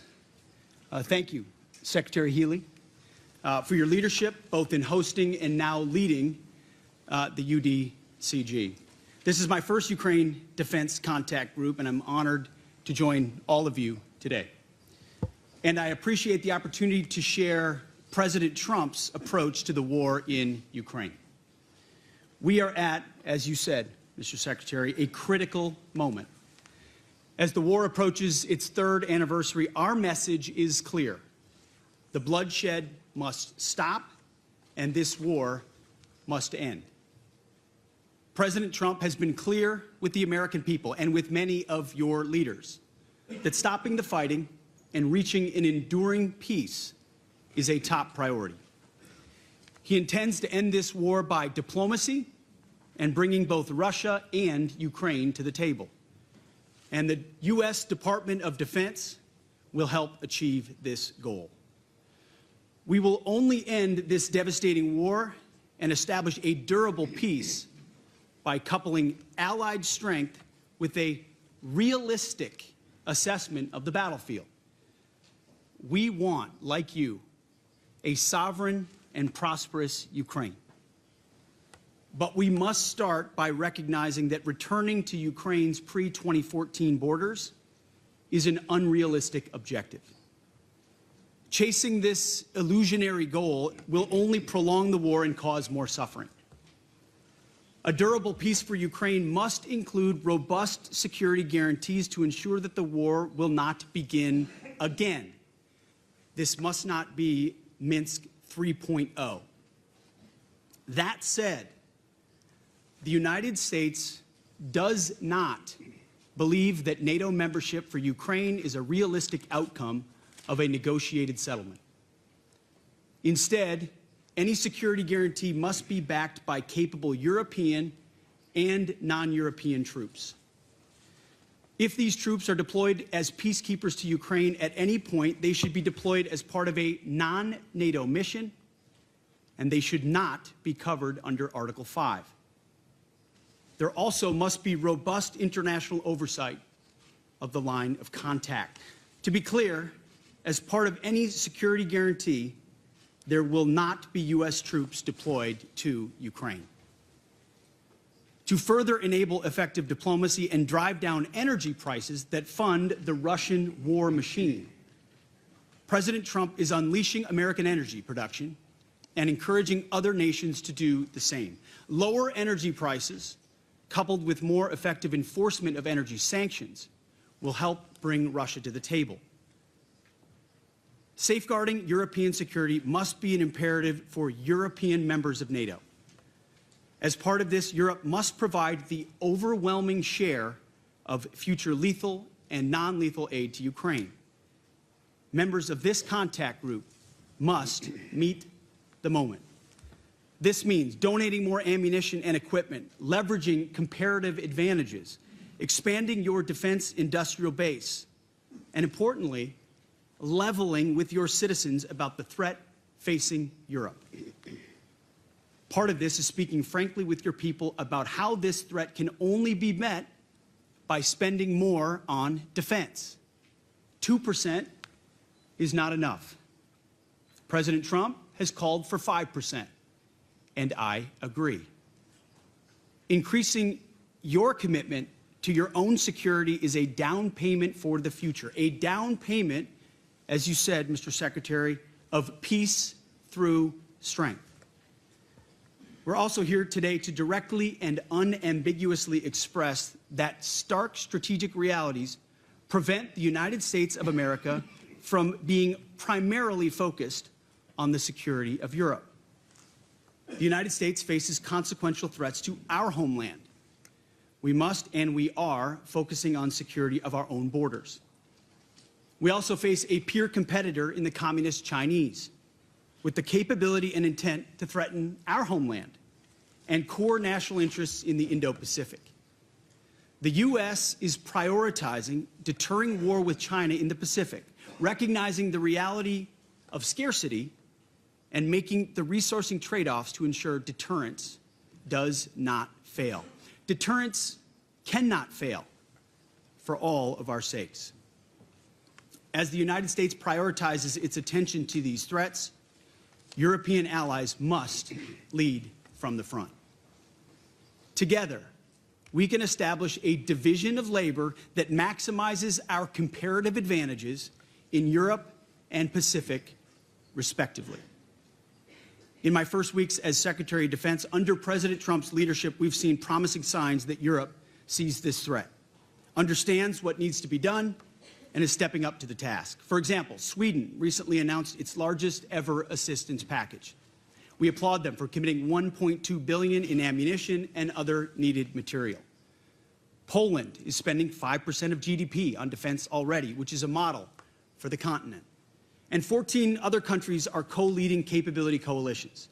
These groups are doing great work to coordinate Europe's contributions of legal assistance across 8 key capability areas. These are first steps. More must still be done. We ask each of your countries to step up on fulfilling the commitments that you have made. And we challenge your countries and your citizens to double down and recommit yourselves not only to Ukraine's immediate security needs, but to Europe's long-term defense and deterrence goals. Our transatlantic alliance has endured for decades, and we fully expect that it will be sustained for generations to come. But this won't just happen. It will require our European allies to step into the arena and take ownership of conventional security on the continent. The United States remains committed to the NATO alliance and to the defense partnership with Europe. Full stop. But the United States will no longer tolerate an imbalanced relationship which encourages dependency. Rather, our relationship will prioritize empowering Europe to own responsibility for its own security. Honesty will be our policy going forward, but only in the spirit of solidarity. President Trump looks forward to working together, to continuing this frank discussion amongst friends, and to achieve peace through strength together. Thank you. No questions, I'm afraid. Secretary Hegseth, we hear you. We hear your commitment to NATO, to Article 5, to a sovereign Ukraine, and to your defence partnership with Europe. We also hear your concerns. On stepping up for Ukraine, we are and we will. On stepping up for European security, we are and we will. And you've just spoken about peace through strength. We are 50 nations strong here, all determined to put an end to Putin's war, to do so together. Ladies and gentlemen, we have work to do. I will now ask the media to leave.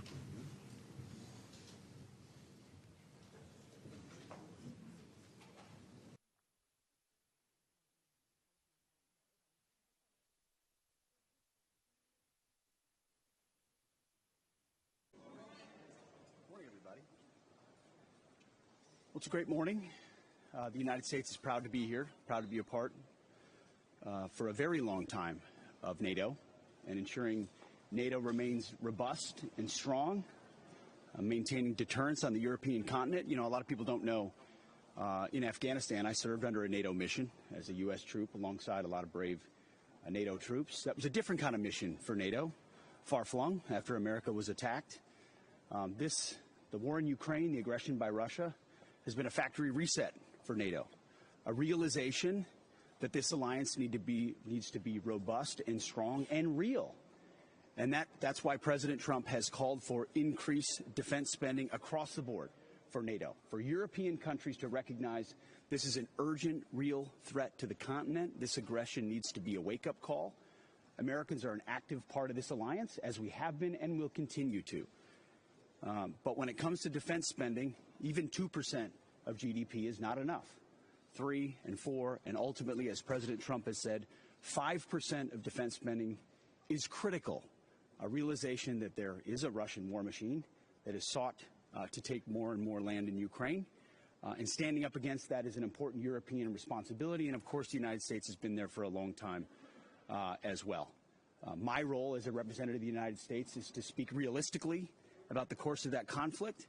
And I think you saw from President Trump yesterday, who himself is the best negotiator on the planet, bringing two sides together to find a negotiated peace, which is ultimately what everyone wants. So I look forward to the ministerial today with our NATO allies to have honest conversations about where we are, but to bring peace on the continent, ensure that Europe steps forward in leadership as far as security guarantees, and that America is right alongside our allies in NATO to ensure we remain strong and that this conflict comes to an end. I'll take one question. Yes, ma'am.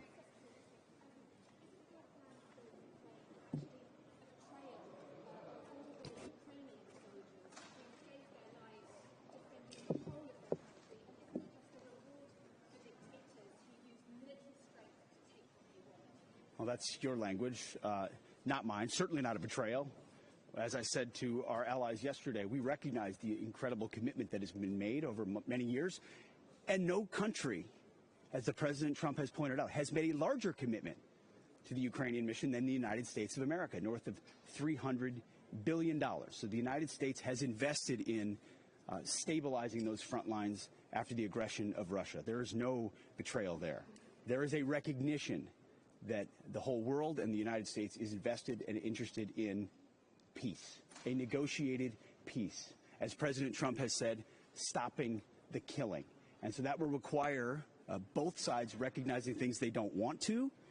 That's why I think the world is fortunate to have President Trump. Only he at this moment could convene the powers that be to bring peace, and that's a welcome sign. My job as the Defense Secretary, working alongside NATO, is to ensure that the defense capabilities of this alliance are as strong and robust as possible to deter any future aggression on the continent. That's our role, to be leaders in NATO, and that's what we'll continue to do. Thank you very much. Appreciate it. Thank you.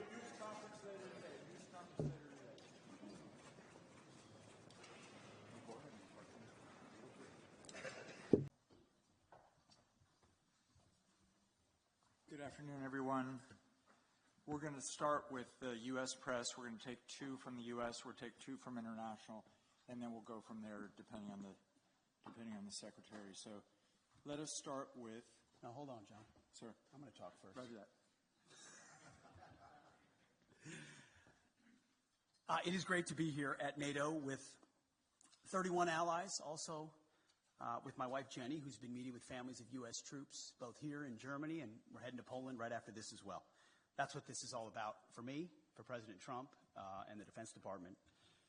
I also want to express a special thanks to the Secretary General, Secretary General Ruta, for your boldness, for your friendship, for your leadership, and most especially for your urgency of the matter at hand, which is great to see from the leader of NATO. Look forward to working very closely with him and his team. And before we're talking about what we've done at the ministerial, I want to reaffirm a few things from this podium. First, as we see it, NATO's strategic objectives are to prevent great power conflict in Europe, deter nuclear and non-nuclear aggression, and defeat threats to treaty allies should deterrence fail. Second, the U.S. is committed to building a stronger, more lethal NATO. However, we must ensure that European and Canadian commitment to Article 3 of this treaty is just as strong. Article 3 says that allies, and I quote, by means of continuous and effective self-help and mutual aid, will maintain and develop their individual and collective capacity to resist armed attack.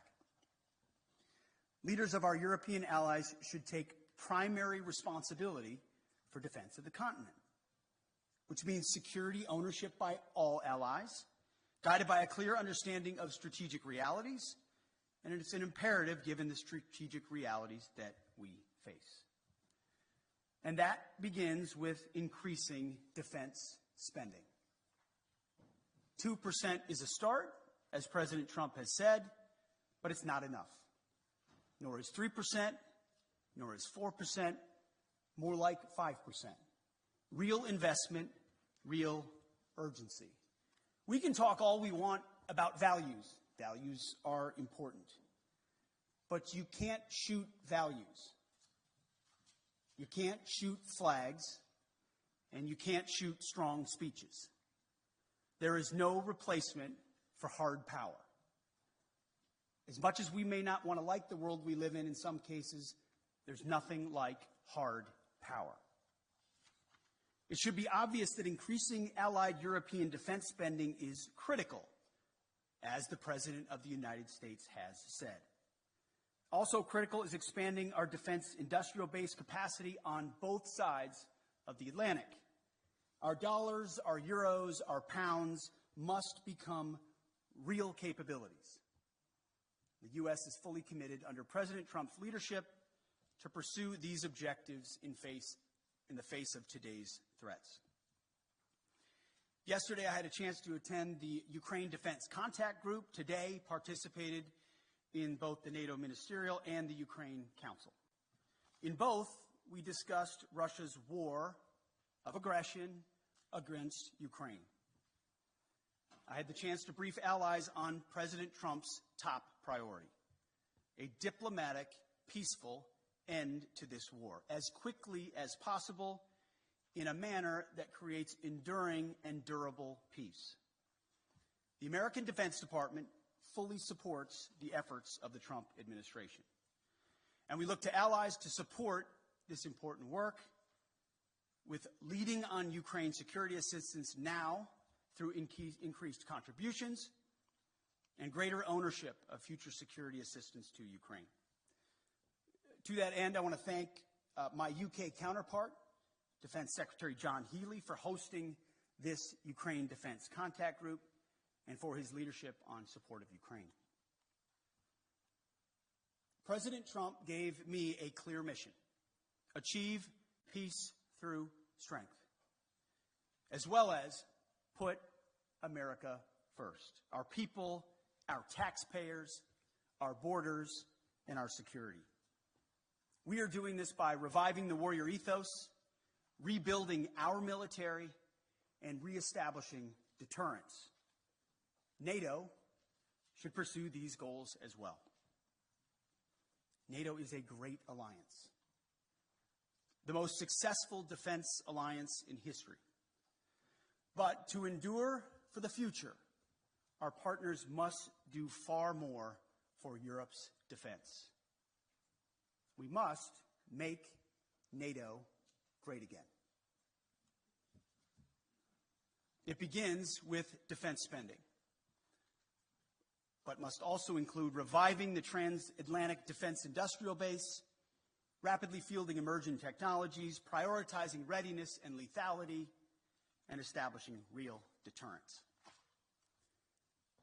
Finally, I want to close with this. After World War II, first General and then President Eisenhower was one of NATO's strongest supporters. He believed in a strong relationship with Europe. However, by the end of Eisenhower's presidency, even he was concerned that Europe was not shouldering enough of its own defense, nearly making, in Eisenhower's words, quote, a sucker out of Uncle Sam. Well, like President Eisenhower, this administration believes in alliances, deeply believes in alliances. But make no mistake, President Trump will not allow anyone to turn Uncle Sam into Uncle Sucker. Thank you, and we're glad to take some questions. Thanks very much. Let's start with the U.S. traveling TV pool with Liz Ferdinand.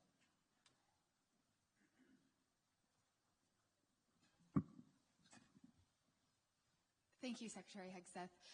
You have focused on what Ukraine is giving up. What concessions will Putin be asked to make? Well, I would start by saying the arguments that have been made that somehow coming to the table right now is making concessions to Vladimir Putin outright that we otherwise, or that the President of the United States shouldn't otherwise make. I just reject that at its face. There's a reason why negotiations are happening right now, just a few weeks after President Trump was sworn in as President of the United States. Vladimir Putin responds to strength. In 2014, he invaded Crimea, not during the presidency of Donald Trump. Over 4 years, there was no Russian aggression from 2016 to 2020. In 2022, Vladimir Putin took aggression on Ukraine. Once again, not while President Trump was President of the United States. So any suggestion that President Trump is doing anything other than negotiating from a position of strength is on its face ahistorical and false. So when you look at what he may have to give or take, what's in or what's out in those negotiations, we have the perfect deal maker at the table from a position of strength to deal with both Vladimir Putin and Zelensky. No one's going to get everything that they want, understanding who committed the aggression in the first place. But I challenge anyone else to think of a world leader at this moment who, with credibility and strength, could bring those two leaders to the table and forge a durable peace that ultimately serves the interests of Ukraine, stops the killing and the death, which Trump has been clear he wants to do, and hopefully ultimately is guaranteed by strength of Europeans who are there prepared to back it up.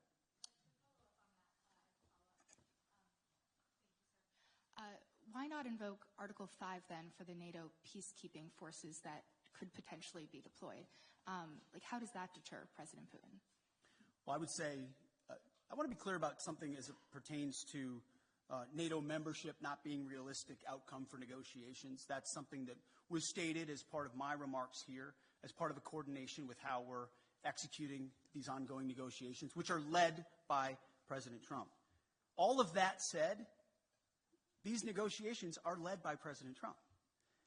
Everything is on the table in his conversations with Vladimir Putin and Zelensky. What he decides to allow or not allow is at the purview of the leader of the free world, of President Trump. So I'm not going to stand at this podium and declare what President Trump will do or won't do, what will be in or what will be out, what concessions will be made or what concessions are not made. I can look, as our team has, of what's realistic, likely on an outcome. I think realism is an important part of the conversation that hasn't existed enough inside conversations amongst friends. But simply pointing out realism, like the borders won't be rolled back to what everybody would like them to be in 2014, is not a concession to Vladimir Putin. It's a recognition of the hard power realities on the ground after a lot of investment and sacrifice, first by the Ukrainians and then by allies, and then a realization that a negotiated peace is going to be some sort of demarcation that neither side wants. But it's not my job as the Secretary of Defense to define the parameters of the President of the United States as he leads some of the most complex and consequential negotiations in the world. Sticking with the U.S. press, let us go with Axios' Zach Basu, right in the far right. Thank you, Mr. Secretary. Given the position you've now staked out, what leverage exactly is Ukraine being left with, especially if the U.S. also plans to wind down its military aid? And then quickly, if a NATO ally is attacked by Russia or any country, will the U.S. unequivocally uphold its obligations under Article 5, regardless of that country's Well, we've defense said spending? we're committed to the alliance, and that's part of the alliance, right? You point out Article 5, you point out Article 3. It's just a cheap, I'm not saying it's cheap coming from you, but it's just a cheap political point to say, oh, we've left all the negotiating cards off the table by recognizing some realities that exist on the ground. President Zelensky understands the realities on the ground, President Putin understands the realities on the ground, and President Trump, as a deal maker, as a negotiator, understands those dynamics as well. By no means is anything that I state here, even though we lead the most powerful military in the world, hemming in the commander-in-chief in his negotiations to ultimately decide where it goes or does not go. Well, he's got all the cards he would like.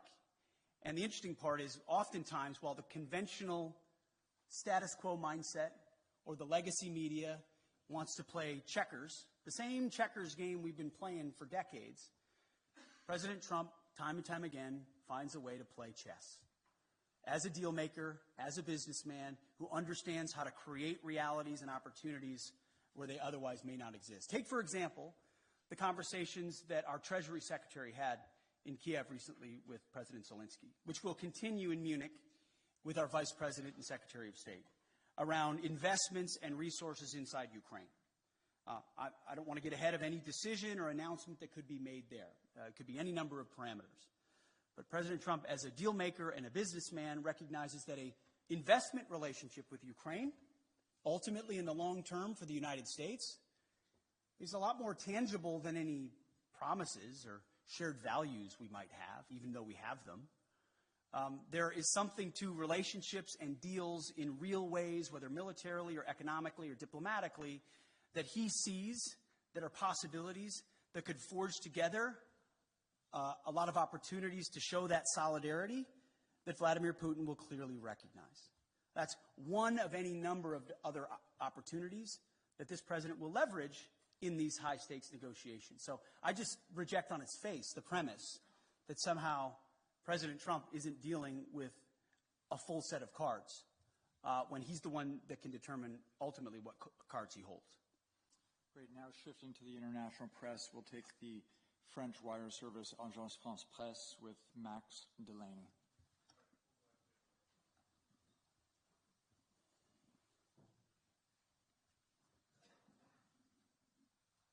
Thank you very much. Secretary of Defense, you've spoken about trying to force both Putin and Zelensky to the table. Can you give a guarantee that no deal will be forced on Ukraine that they do not want to accept, and also that you will include Europe in the negotiations about an issue that concerns European security? And can you tell us whether the US will continue to supply arms to Ukraine during any negotiations? Well, to the first part of your question, that's not ultimately my decision.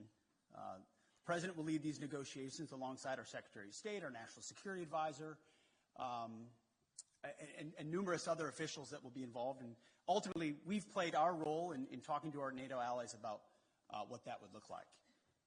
President Trump, I want to point out, I've got the truths right here that he posted, called both, in case we missed it, Vladimir Putin and President Zelensky. Called them both. Any negotiation that's had will be had with both. I also am very encouraged by what the Secretary General has said here. Clearly attuned to the realities of the moment, the need for peace, and that the NATO alliance and European members will play a role in that. Ultimately, President Trump speaking to those two countries is central to the deal being made, but it affects a lot of people, of course. So I'm not going to be involved in those intimate diplomatic negotiations. That's for the the pros atop the Trump administration who do diplomacy and negotiations. Ultimately, as security assistance, we have continued to provide what has been allocated. I think it would be fair to say that things like future funding, either less or more, could be on the table in negotiations as well. Whatever the president determines is the most robust carrot or stick on either side to induce a durable peace, understanding, obviously, the motivations that Vladimir Putin has had on Ukraine for quite some time. Thank you. We'll have a second international press outlet. We'll go with the German paper Frankfurter Allgemeine Zeitung with Dr. Thomas Kuczka. Thanks a lot, Thomas Kuczka, Frankfurter Allgemeine Zeitung. Good afternoon. Mr. Secretary, 2 questions, please. The first one regarding the new defense investment pledge. When you and President Trump speak about raising it to 5%, do you mean European allies only, or do you mean the US as well, which is currently at 3.4%, according to NATO statistics? And if the latter is true, when do you think the US could possibly reach the goal of spending 5% on defense? That's number one. Number two, you've said yesterday that Europeans need to take ownership of their own conventional security.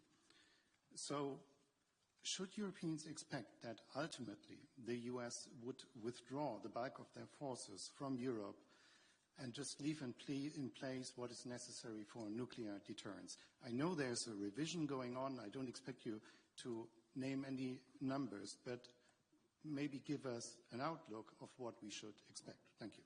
Thank you. I think nobody can or should contest the extent of America's willingness to invest in national security. We have a budget of $850 billion spent on defense. I'm in the business of ensuring that every dollar of that is used wisely, which is why we're pushing a Pentagon audit and making sure that we're cutting fat so that we've got more at the tip of the spear. 3.4% is a very robust investment, larger than most of our allies within NATO. Any defense minister or secretary of defense that tells you they wouldn't want more would be lying to you. I understand that. Ultimately, we have our own budgetary considerations to be had, but I don't think an unwillingness of NATO allies to invest in their own defense spending can be dismissed away by trying to point at the $900 billion that America has invested around the globe to include the NATO alliance and saying that's not enough. So ultimately, we are very much committed to the NATO alliance and to our allies, but without burden sharing, without creating the right set of incentives for European countries to invest, then we would be forced to attempt to be everywhere for everybody all the time, which in a world of fiscal restraints is, again, to get back to that word reality, just not reality. So, yes, we will continue to spend robustly. Our expectation of our friends, and we say this in solidarity, is you have to spend more on your defense, for your country, on that continent, understanding that the American military and the American people stand beside you as we have in NATO, but can't have the expectation of being the permanent guarantor, as I alluded to, from what even Eisenhower observed post-World War II. That shift has to happen. The peace dividend has to end. There are autocrats with ambitions around the globe, from Russia to the communist Chinese. Either the West awakens to that reality and creates combat multipliers with their allies and partners, to include NATO, or we will abdicate that responsibility to somebody else with all the wrong values. You mentioned Europe. We have not said in any way that we're abandoning our allies in Europe.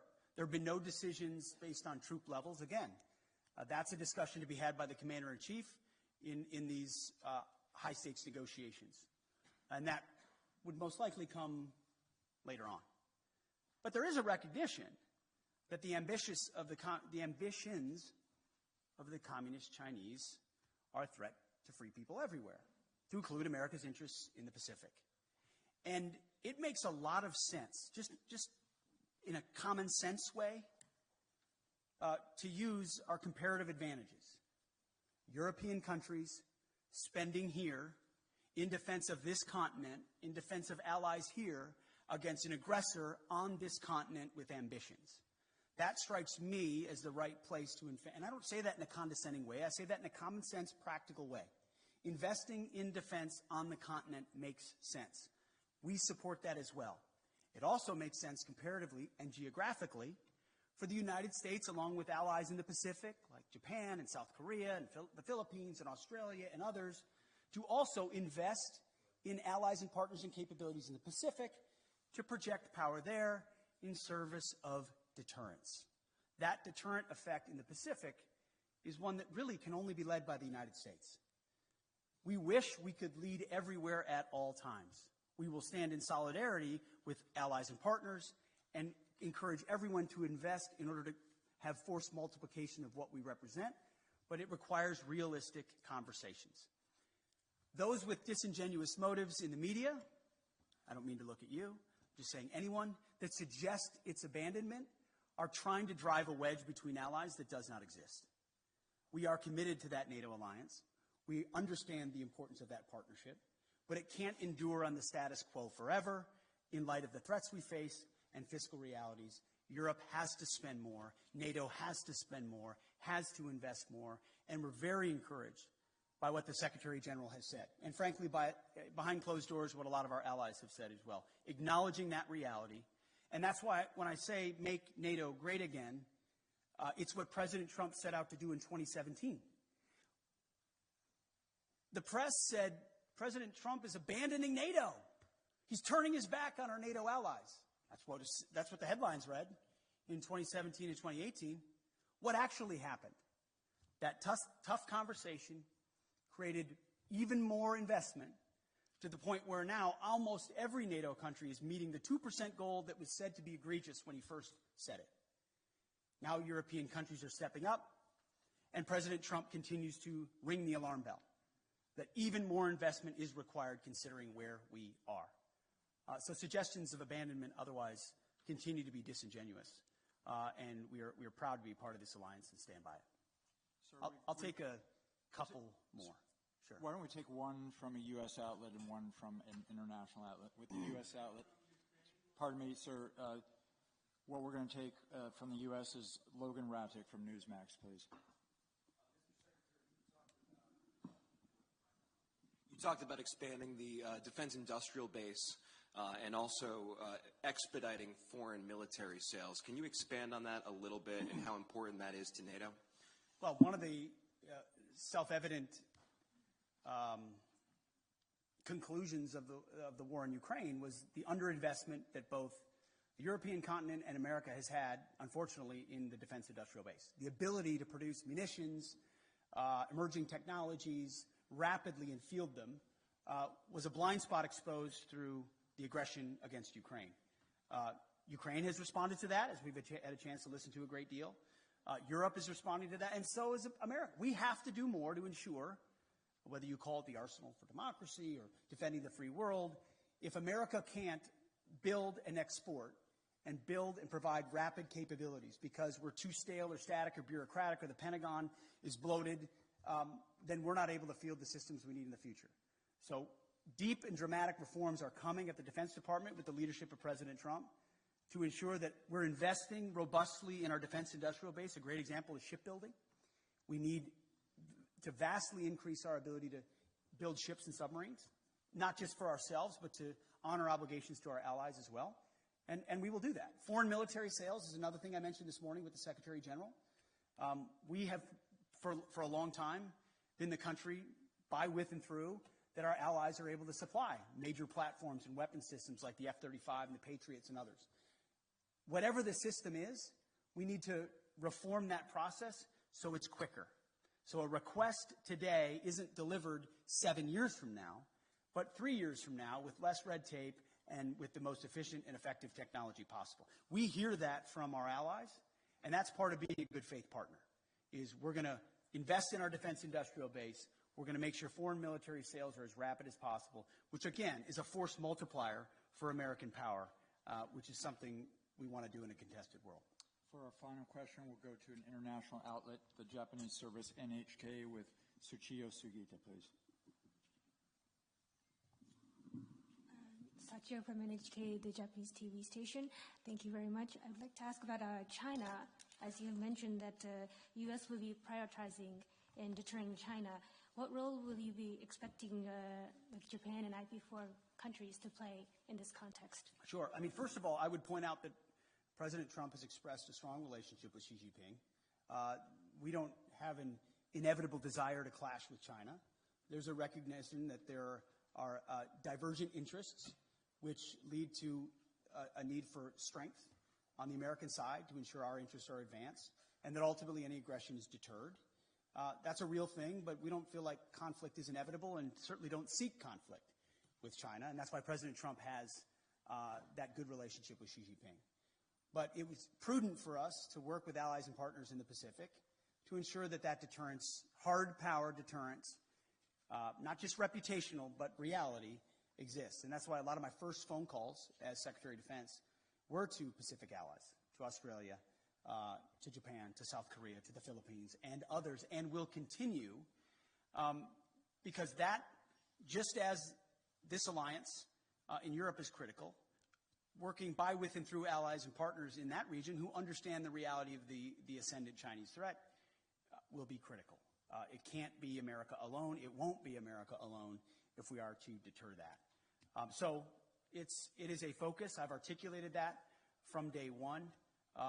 America achieves strength, whether it's in peace through the Ukrainian conflict or deterring it in the Pacific through strength. There's a reason why Donald Trump emphasizes peace through strength at every moment. My job alone as the Secretary of Defense is to ensure he has the strongest, most capable, most lethal military possible. Heaven forbid we have to use it. It's meant and built for deterrence. But if we have to, we can close with and destroy our enemies and bring our men and women home with success as quickly as possible. Thank you very much for being here. Thank you, everyone. A press conference in the Ministry of National Defense. We have here Deputy Prime Minister, Minister of National Defense Władysław Kosiniak-Kamysz, and Secretary of Defense of the United States, Mr. Pete Hegseth. Deputy Prime Minister, can you please take the floor? Good morning. Good morning, everyone. It is a great moment. It is a great moment for myself, for my wife, together with whom we are hosting Secretary of Defense of the United States, together with his wife. Welcome very cordially. Thank you for choosing Poland as the first venue of your first official bilateral visit, that you decided to come to Poland. It is a testimony to our partnership. It is also a testimony to our friendship and shared strategy of security for the United States, for Poland, Europe, and the whole world.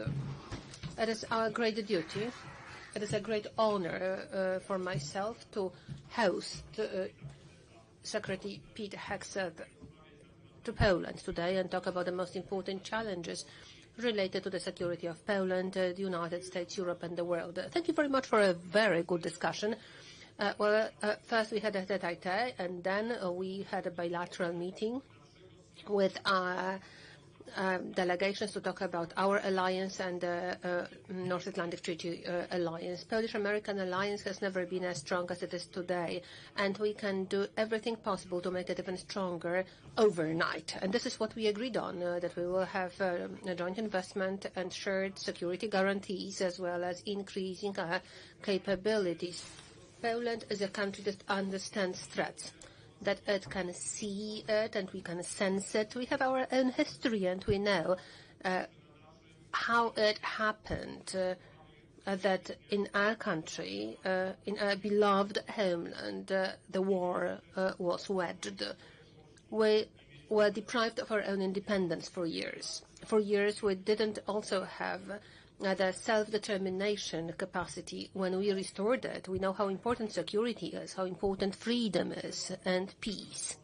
The values that bring us together need strength. Freedom needs strength. The peace also needs strength. Security takes a lot of strength.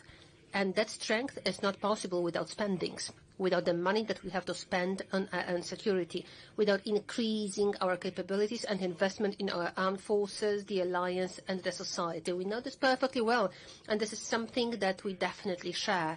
Thank you very much for that. Poland is an example of such a country, and the Secretary of Defense gave an example of Poland in public in Brussels, that Poland is actually an example how to care for our own security and the allied security, because whatever we do, the protection of our borders, 5% of defense spendings, modernization and transformation of the Polish armed forces, the acquisition of the state-of-the-art equipment from a strategic partner in the area of defense, which is the United States. And this is an absolute priority for our country. Everyone in Poland absolutely accepts that and agrees with that. We want to thank our taxpayers, thanks to whom we are able to execute that great plan of the transformation of the Polish armed forces. Without them, it would not be possible. We can do that thanks to them because they contribute to this. And they understand this. Poland is a country that understands that greater defense spendings are definitely a must. Europe must spend more. This is the message with which Secretary of Defense came to the meeting of defense ministers of the alliance. We must spend more to protect our territory better, and the United States wants to cooperate, and the United States will do everything possible to be together, for the alliance to be stronger and stronger, but Europe also must demonstrate its contribution. We understand this perfectly well, and we are true to our commitments. We are true to our allied obligations. We were together in Iraq, we were together in Afghanistan, we were in different anti-terror missions. After the terrorist attacks in the United States, we were the first country that was ready to support the U.S., and we continue to do so. We will support the United States. We are a steadfast and loyal ally, and thank you very much for the presence of the American troops in Poland.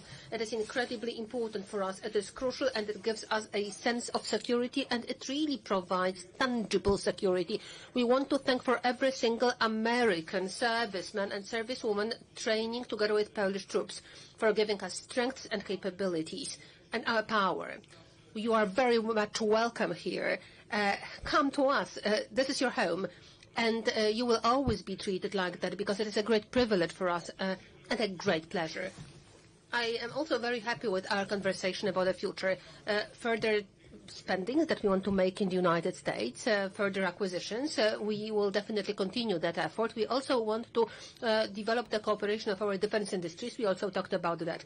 Investment, joint venture, Polish-American investment, to increase the capabilities for our production, especially the capacity to produce munitions and the capacity for armament production that is not sufficient in Europe.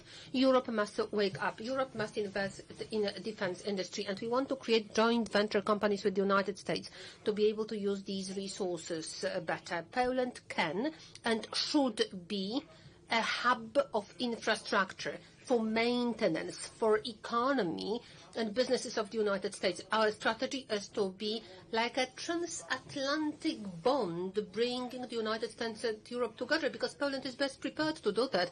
And Poland understands best all the actions that are undertaken by the United States today. And I think that, well, Poland has very good awareness of the situation. After this conversation, I am absolutely convinced that it is the case. We want it to be a service hub that will be used for the American equipment used by our allies along the eastern border of NATO. We also talked about illegal migration that we stop at the Polish-Belarusian border. We talked about the challenges the United States is also facing to this extent. And very good information that I want to share with you. You know that there is the review of different spendings in the United States. There are different executive orders that were issued by President Trump, and the objective is to review the justification of the spendings. But there is something as foreign military financing. This is the fund that is used to modernize, for example, the Polish armed forces, and we use it, billions of dollars. And that executive order of President Trump about freezing the funding of different programs to support modernization and transformation, they do not apply to Poland. Thank you very much, Secretary of Defense, for the decisions about that, for a very clear presentation of the case. It is a great example, and we are ironclad partners. We are friends for better and for worse, for good times and worse times. We are together with each other, Poland and the United States. The United States and Poland are true and loyal friends, and our cooperation will be even at a higher level. Thank you. Now, Pete Hegseth, the Secretary of Defense of the United States. Well, thank you. Mr. Deputy Prime Minister, thank you for your incredibly strong words, which I echo and concur completely. Our friendship, our bond is ironclad, and we came here specifically to reinforce that. I also want to thank your wife for being a part of this as well today, and your entire delegation. The warmth of the Polish people is very, very clear.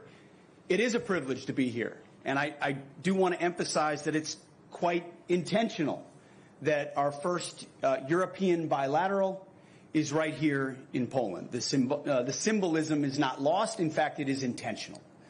We see Poland as the model ally on the continent, willing to invest not just in their defense, but in our shared defense and in the defense of the continent. Our relationship is strong and growing stronger every day. Poland, a strategic frontline partner on NATO's eastern flank. Poland, a staunch U.S. ally. Poland, as I said, model ally. Not only in words are cheap, but in deed and in actions.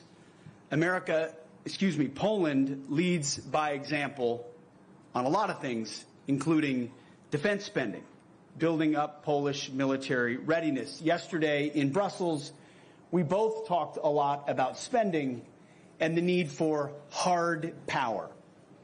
Diplomacy is important. Talk is important. Negotiations are important.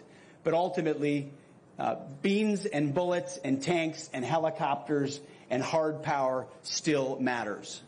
Poland understands that, and so do we.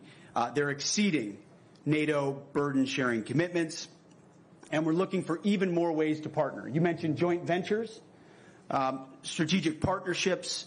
We are open and look forward to further solidifying how we can work together on as it pertains to our defense industrial bases. We want to achieve peace through strength together. Deterrence, that defense industrial base, that's Apaches, F-35s, HIMARS, Patriots, you name it. The more you have, the stronger we are. The more we can cooperate with those systems, the more interoperable our capabilities are, the better. I also want to thank you and the Polish people for the outstanding support of our forces that are deployed here. We have over 8,000 American troops in Poland. I had a chance to spend the morning with some of those U.S. troops. We ran the streets of Warsaw this morning in the snow. I'm from Minnesota, so I was used to it. It was about 25 to 30 U.S. soldiers and Marines. Had a chance to talk to them while we ran and did push-ups.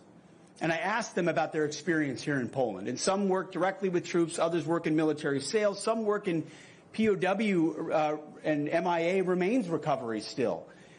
Each one of them had nothing but gushing compliments for the Polish people, for the Polish military, for the amount of support that they receive, for the true partnership, for the eagerness with which Polish troops work alongside American troops. We've seen plenty of examples across the globe as the United States of America, or where you work with allies who sometimes you wish wanted it just as much as we did. That's not a problem we have with Polish troops or here in Poland, and we thank you. And we thank your military for the immense amount of support they provide to ours. We also, investments by Poland makes it easier for us to be here as well. Generous contributions from the Polish Treasury for infrastructure and logistics support for our troops to be here reduces the U.S. taxpayer burden. I know that's something that President Trump worked with Poland on his first 4 years in office. We will continue to do that together as well. The level of partnership, just to underscore here, is unmatched in Europe. The common bond between our forces is unlike others in Europe. We have a shared warrior ethos, which we talked about, something I'm emphasizing, we're emphasizing at Donald Trump's Department of Defense. We're ready, we're lethal, we're capable, and we want to reinvest the warrior spirit. We want to rebuild our military and reestablish deterrence. I heard the exact same things from you and from your leadership in our bilateral meeting, which is incredibly encouraging. No truer friend, no tougher foe than the Polish soldier. As I mentioned, we saw it in Iraq, we saw it in Afghanistan, and it goes all the way back to World War II in Market Garden. The Polish military has stood alongside America, and we stand alongside you. So thank you again for that robust partnership, for being a friend around the table of nations. Yes, at NATO, we are all friends, but sometimes you look out and see those that say we are with you when there are tough conversations to be had. And you were, and I know you will be. We look forward to leading those conversations and ensuring our deeds match our words. And your friendship is incredibly valued on behalf of the American people. Thank you for welcoming us. It's an honor to be here, sir. Thank you. Bardzo dziękuję. Proszę Państwa, mamy czas na 4 króciutkie pytania ze względu na napięcie. Now we have time for 4 short questions. The first question, Jan Piotrowski, TVN24. Hegseth, sir, just recently you've ruled out the possibility of restoring Ukrainian pre-2014 borders, but do you believe that there is a possibility to restore the border as it was before the full-scale invasion back in February 2022? Thank you. Thank you for the question, sir. I think anything is possible. I, as the Secretary of Defense, have a specific lane of the portfolio of what America is representing inside these negotiations. So my job today and in Brussels was to introduce realism to the conversation. The reality that returning to 2014 as borders as part of a negotiated settlement is unlikely. The reality of U.S. troops in Ukraine is unlikely. The reality of Ukraine membership in NATO as a part of a negotiated settlement, unlikely. And I stand by the comments that I made on that first day in the Ukraine contact group.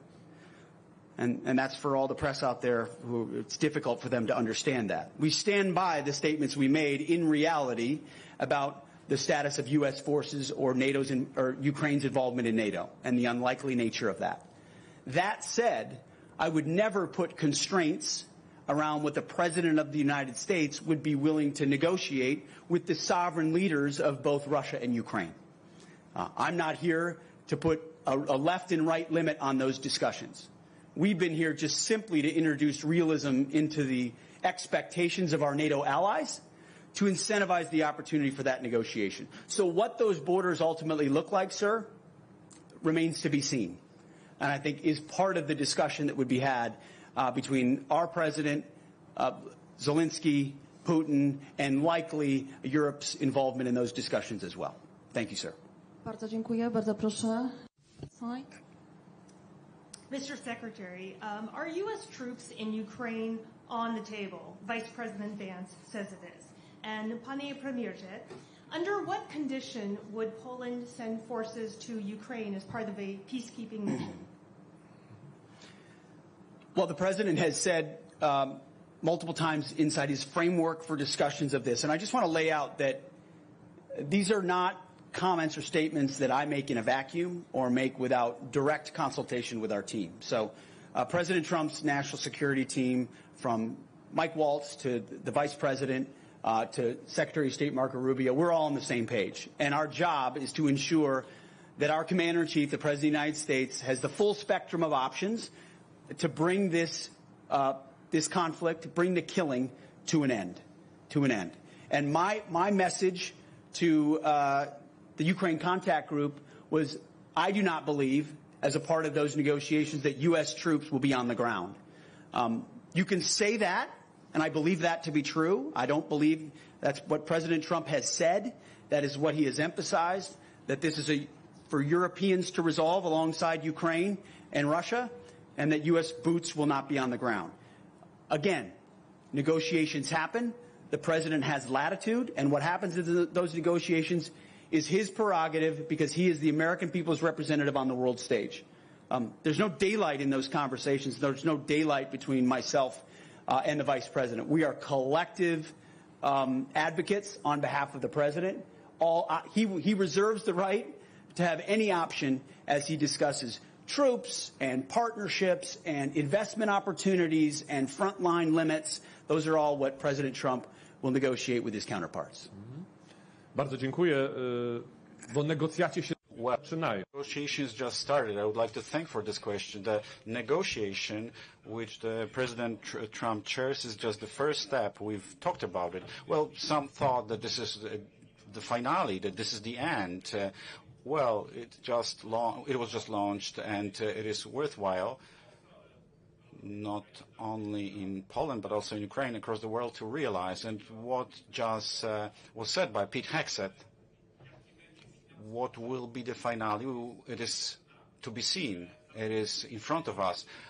What is for sure, we need to be strong and united as allies, and this is what we have between Poland and the United States. Poland has been doing a lot to support Ukraine. We've been doing that from the first day. Without the Polish participation, we could not be able to send assistance to Ukraine. 95% of hardware, humanitarian assistance goes through logistical hub in Poland, and this has been happening for 3 years. We've been securing this. We've involved our forces, which are protecting this process. We would like to thank our allies from the U.S., other countries, that they are supporting this transfer process and protection process of the donations which have been transferred to Ukraine. And this is the role for Poland of the logistical support in many issues.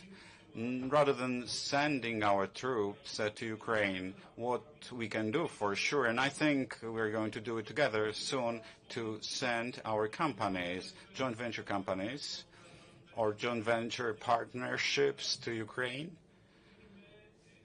The companies investing in the defense industry, also using various capabilities to elevate the level of security of Ukraine and the eastern flank of NATO, developing these possibilities. If we invest in Ukraine, the United States, Europe and Poland, this is a great guarantee of security. I think it is also in the strategy that the United States is presenting broadly, and this is also going to be a subject of the discussion. So our role as a logistical support that we've been doing, it is very important. Without that, we could not support fighting Ukraine and the peace in Ukraine. Thank you very much. Next question. There will be 2 more questions. Mr. Secretary, would the U.S. consider lowering troops number in Eastern Europe as a part of deal with Russia, or would it consider giving up its permanent military presence in Poland? Well, I will state definitively, as I did in Brussels, that America is committed to the NATO alliance. Our message has been, and as we discussed, we believe heard loud and clear, that member countries in NATO need to spend more, need to invest more, need to have more skin in the game for their collective defense. That is not just a suggestion from the United States of America. That is a direct request, which we will follow up on as a reflection of their desire and commitment to actually defend their own backyard. That's a serious aspect of NATO becoming a serious alliance in the future. As I mentioned, you can have as many flags as you want, but if you don't have hard power, you're not an actual alliance. And unfortunately, our adversaries look at that and they judge accordingly. Right now, on the continent, the American presence is robust, and it has been, and that partnership is real and important. And the troops that we have here in Poland is an investment in that, is a recognition of that. And frankly, the invitation we receive here, if anything, would make me want to welcome more troops to Poland as the Secretary of Defense. That's not a policy statement. That's just how I feel. The welcome is warm. At the same time, our president is in the middle of negotiations, but he has recognized, as have I, that American presence on the continent is important to deter Vladimir Putin and send that signal of solidarity. But I think it's really important what the Deputy Prime Minister said. This is the beginning of negotiations. Nothing should be I'm not here to set the terms of how my President of the United States will debate this. I'm here to give him my best military advice alongside him of what may or may not be most useful to reach the peaceful end state that we want. From my perspective, the American troop levels on the continent are important. What happens 5 or 10 or 15 years from now is part of a larger discussion that reflects the threat level, America's posture, our needs around the globe, but most significantly, the capability of European countries to step up. And that's why our message is so stark to our European allies. Now is the time to invest, because you can't make an assumption that America's presence will last forever. America has to stare down a lot of threats, to include, as I've mentioned, the communist Chinese. And if that's the case, then countries like Poland and others will continue to step up. But as of today, we are very proud of our partnership in Europe. Thank you. Ostatnie pytanie, Fox News, bardzo proszę. Tomlinson, Fox News. These questions are for both you gentlemen. Do you believe the warnings from NATO allies that allowing Putin to keep Ukrainian territory will one day embolden him to launch future attacks, or perhaps even invade the eastern flank of the NATO alliance? Is this Yalta 2.0 or perhaps even Munich 2.0? Do you trust Vladimir Putin to live up to any potential agreement? And finally, in light of the Russian drone attack on Chernobyl last night, should there be a ceasefire during these negotiations? Thank you. Do you want to go? Go ahead. Well, what I believe is the strength which protects us from evil. Only strong we are able to defend ourselves from Putin.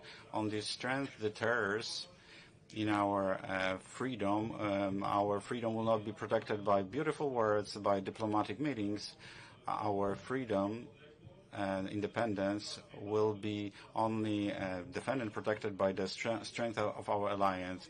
This is the only thing that can protect us, nothing else, and we'll never have a calm day. There are no calm days across the world. There are only those who have slept the last 30 years, because they thought that they lived in the calm world. The world will never be calm. The world will also always require from us activity. We always need to invest. That we have to remember that Putin or other dictator may come which can threaten our security. It never ends. This is what history teaches us, and I think it was a bit too good for us. For some it was too good. Maybe they didn't have the experiences that we've had in Poland, that they just slept over this time, and right now it's time to wake them up. And the voice which came from Brussels, from Pete Hegseth, more spending, was finally heard. We've been talking about it, we've been showing that, and we need it. Not to replace the American troops in Europe, because without them the world and Europe will not be safe, but to maintain them, to keep them. Europe must show that they want it, not in the words but in the deeds, and many European countries is already doing that, but many more needs to do it, and we want to do it. So there's no other security guarantee than your strength. Well, I appreciate those words, and I agree. First, your second question on a ceasefire, I think the President has stated that could be part of a good faith aspect of the beginning of negotiations, which the President's goal is to stop the killing, end the violence and the death. Part of doing that could be a ceasefire, and that could be a welcome development. As far as Vladimir Putin being emboldened, he's going to declare victory no matter what. You can expect that no matter what the outcome is. Thankfully, the bravery of the Ukrainians and allies that came alongside them, especially early in the war, deterred and defeated Vladimir Putin from achieving what he wanted, which was all of Ukraine. So now you have a more defined front line, and whether he declares victory or not will be up to him. Whether he's emboldened speaks exactly to what the Deputy Prime Minister talked about, and NATO's willingness to step up. If NATO's response to this situation is to truly increase capabilities, truly increase inputs and spending, to think more like Poland, to think more like the Baltics, who are closer to the threat and recognize the reality of the threat, then I don't think Vladimir Putin will be emboldened by this outcome. It'll be a recognition that the collective ability of the West to deter him was something that actually happened. Is there trust there? No, I mean, you don't have to operate under a position of trust in order to negotiate a deal. But again, I'm the Secretary of Defense. It's not my job to read the mind of Vladimir Putin. President Trump will be the one at the table with Zelensky and Putin. You don't have to trust somebody in order to negotiate with them. But as Ronald Reagan said, if you don't trust, you need to verify. And so there will be a follow-up in ensuring that whatever peace is negotiated is a lasting and enduring peace. Thank you, gentlemen. Dziękujemy, panie premierze. Thank you, Bardzo dziękuję. Prime Minister and Secretary. We good? Oh, my goodness.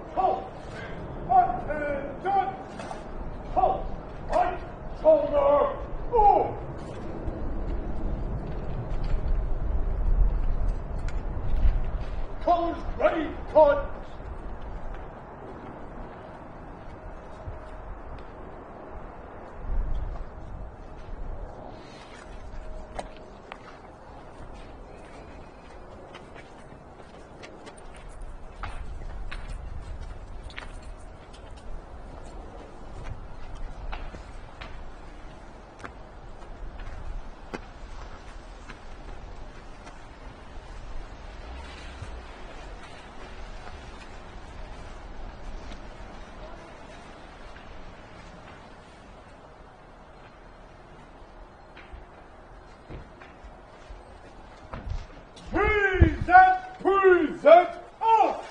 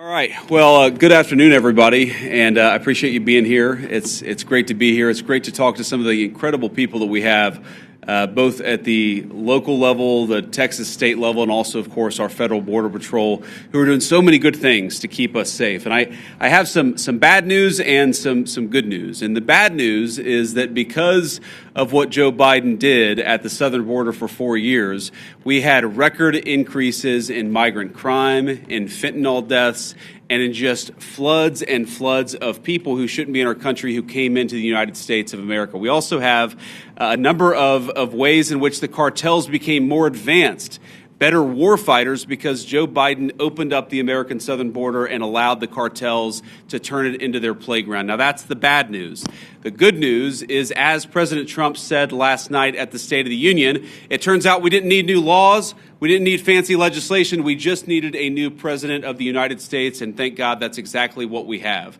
And I will say that the most heartening message that I take away from my visit here at the Texas border is the number of Border Patrol agents who have come up to me and said thank you, or said because of this, we've cut the number of border crossings from 1,500 a day to 30 a day. Or the people who have come up and said we've seen a reduction, an 85% of the number of people who are dying at the American southern border. And every single day that we continue to keep this border safe, that means less migrant crime, that means less fentanyl coming into our communities, that means more safety and security for the people of the United States of America. And of course, we know the border problem, the border crisis under Biden's administration was a national crisis, but it acutely affected the communities right here. And I've already heard heartbreaking stories of people who are still picking up the pieces, local mayors who are still dealing with the budgetary consequences of what the Joe Biden administration allowed to happen at the American southern border. And that, too, is something that President Trump is going to help address, help fix, and help solve. Now, I wanted to bring Secretary Hegseth and Director Gabbard at DEI down here because, one, I obviously enjoy their company, and it's good to have them down here with me looking around today. But unfortunately, we know that because of what's happened, the border crisis has become a matter of national intelligence, and it's also become something that requires the Department of Defense to engage with. I was talking with Paul Perez earlier. The drone technology that the cartels are using requires, unfortunately, a military response and military support. So it was important for Secretary Hegseth to see what's going on, because we know that the millions and millions of people who were let in over the last 4 years, many of them are connected to foreign terrorists. It's important for our leader of national intelligence to get a sense of what's here on the ground. So before we take questions from the press, and all of us are willing to take questions, I want to give Secretary Hegseth and then Director Gabbard an opportunity to say a few words themselves. Mr. Secretary. Well, Mr. Vice President, thank you very much for inviting us. It's great to be here with you, with the director, with our fellow friends in civilian clothes and in other shades of green. This is a demonstration of a true partnership on the southern border. As President Trump has made clear on the campaign trail and from day one and last night, border security is national security. And from the Defense Department, we've watched for a couple of decades other people's borders being secured while ours was open for an invasion of drugs and of violence and of chaos for American communities. That stops under President Trump. And the Defense Department has assets that we can bring to bear, not just troops, not just surveillance, not just equipment, but actual planning and capabilities that enhance what Border Patrol is already doing, which is why it's been incredible to hear from our partners about what we've been able to allow them to do, facilitate them, and we've seen it in the numbers. 98% drop in crossings on the southern border. We're not yet at 100% operational control, but we are on our way because that is the mandate that the president has given us. So more resources are coming to this border. We are dedicated to securing it. That's the reason for our trip and our partnership. And I want to thank all the men and women who've been doing it recently in uniform, who have been doing it a long time right here, have dedicated their lives to securing the American people. And at the Defense Department, we are committed to continuing to being a big part of it. So, Mr. Vice President, thanks for having us. Absolutely, man. Appreciate Thank you. Great. Now, Director of National Intelligence, Tulsi Gabbard. Tulsi. Thank you, Mr. Vice President, for your leadership in bringing the country's attention to what has been happening here at the border and the significant change that has already occurred under the short time that President Trump has been in office. Really, what you're seeing here today and what you'll continue to see is a unified effort across President Trump's national security team, the Department of Homeland Security, towards our mission, which is to ensure a safe, free, and prosperous society for Americans. As Director of National Intelligence, there are a number of areas where we are focused. The President talked about in his speech, over 21 million people have come across our borders illegally under Joe Biden's administration. There are many of them that we don't know who they are. They have not been vetted. We don't know where they are. I'll give you one quick example of one of the problems that we are getting after. From Central Asia, there were over 4,000 people who came across our borders using an ISIS-affiliated network. Our National Counterterrorism Center went through and identified those individuals. There were hundreds of them who were either known terrorists or associated with known terrorists. That information was provided to the Biden administration. You may remember in some of the news, a little over 100 of those people were arrested in 2024. Of those who were arrested, only 8 were either deported or remained in custody. Only 8. The rest of them were released back into our country. Where are they? What are they doing? What may they be plotting? This is just the beginning. There are many, many areas that we need to stay very focused on, working with the Department of Homeland Security, working with the FBI to ensure that we're keeping the American people safe. Our Counterterrorism Center is working on making sure that we have that single source for vetting so that we can figure out who is actually in our country and identify those who pose a threat and get them removed. The President's designation of the cartels as foreign terrorist organizations falls directly into this, especially as we're seeing some of the tactics that these cartels are using reflect some of the tactics that we've seen used by Islamist terrorists in countries that many of us have served in overseas. Our mission is very clear. Our objective is to keep the American people safe. I'm grateful to be a part of this team that President Trump has assembled to accomplish that mission. Thank you. Great. So before I take questions, let me just say 2 final things. First of all, the reason why we've seen, as Pete said, a 98% reduction of border crossings, the reason why this particular site has gone from over 1,500 crossings per day to 30 crossings per day is because President Trump has empowered and, in fact, demanded that his whole government take the task of border control seriously. And that's exactly what we're doing. And of course, and this leads to my final point before we take questions, it is impossible to do without the men and women on the ground who are actually doing the hard work. They just want to be empowered to do their jobs. President Trump has made that possible. So from the bottom of my heart and for a grateful nation, to every person I've met here today, thank you for working hard on the American people's business. It's been an honor to be with you. It's been an honor to see what you do, and we're going to keep on supporting you over the next 4 years. Congressman Gonzalez, thank you for being here, and thank you for your leadership. And now we'll take some questions from reporters. Sir. So, as you guys have been exemplifying for today, that border crossings are down. A lot of attention has been turned to the interior, since obviously there's been a lot of illegal immigrants. What is, in your opinion, the biggest obstacle to actually carrying out President Trump's mass deportations? Even though, yes, like apprehensions and arrests and deportations have gone up in his first month, but a lot of people are expecting a bigger capacity for deportation. So what's the biggest hurdle? So let me say a few things about that. So first of all, Rome wasn't built in a day. And we have seen pretty significant increases in deportations and apprehensions and arrests.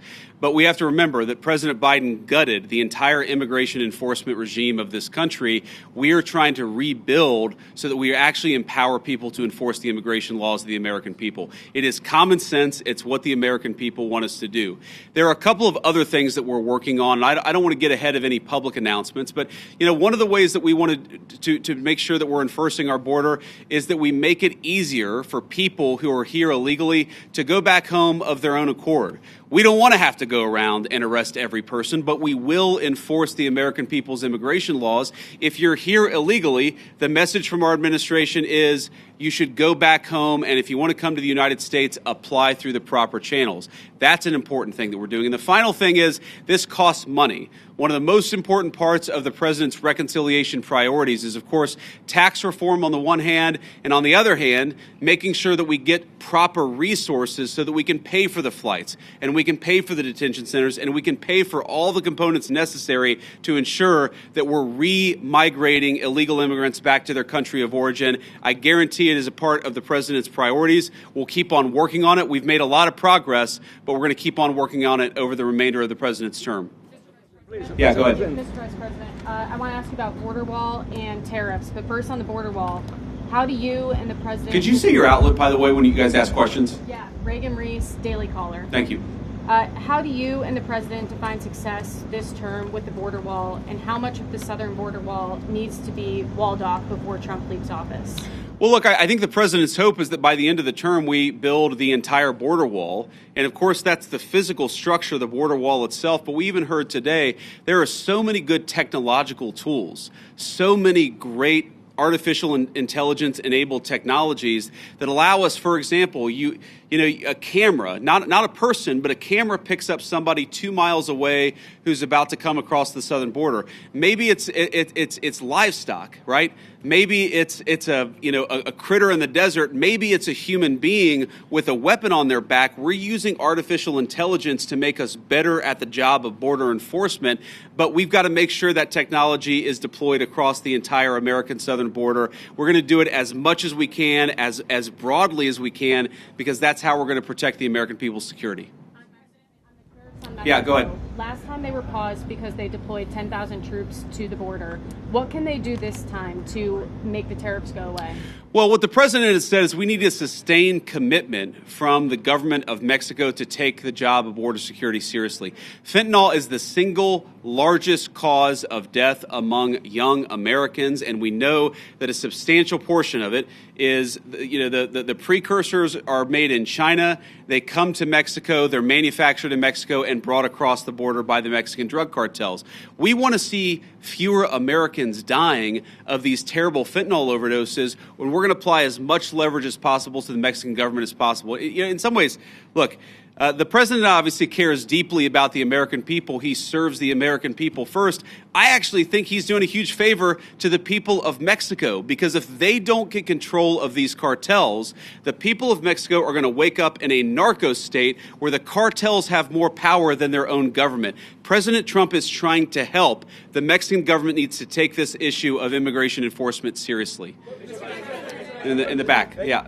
Mr. Vice President, Ali Bradley, News Nation. So since the designation of the cartels as terrorists, does that give the United States the green light to go into Mexico and to strike them there? I mean, right now, obviously, they've struck in the Houthis in Yemen. So why not, when we've seen cross-border violence, go after them in Mexico? And then my second question is about a designation. I'll follow up on these.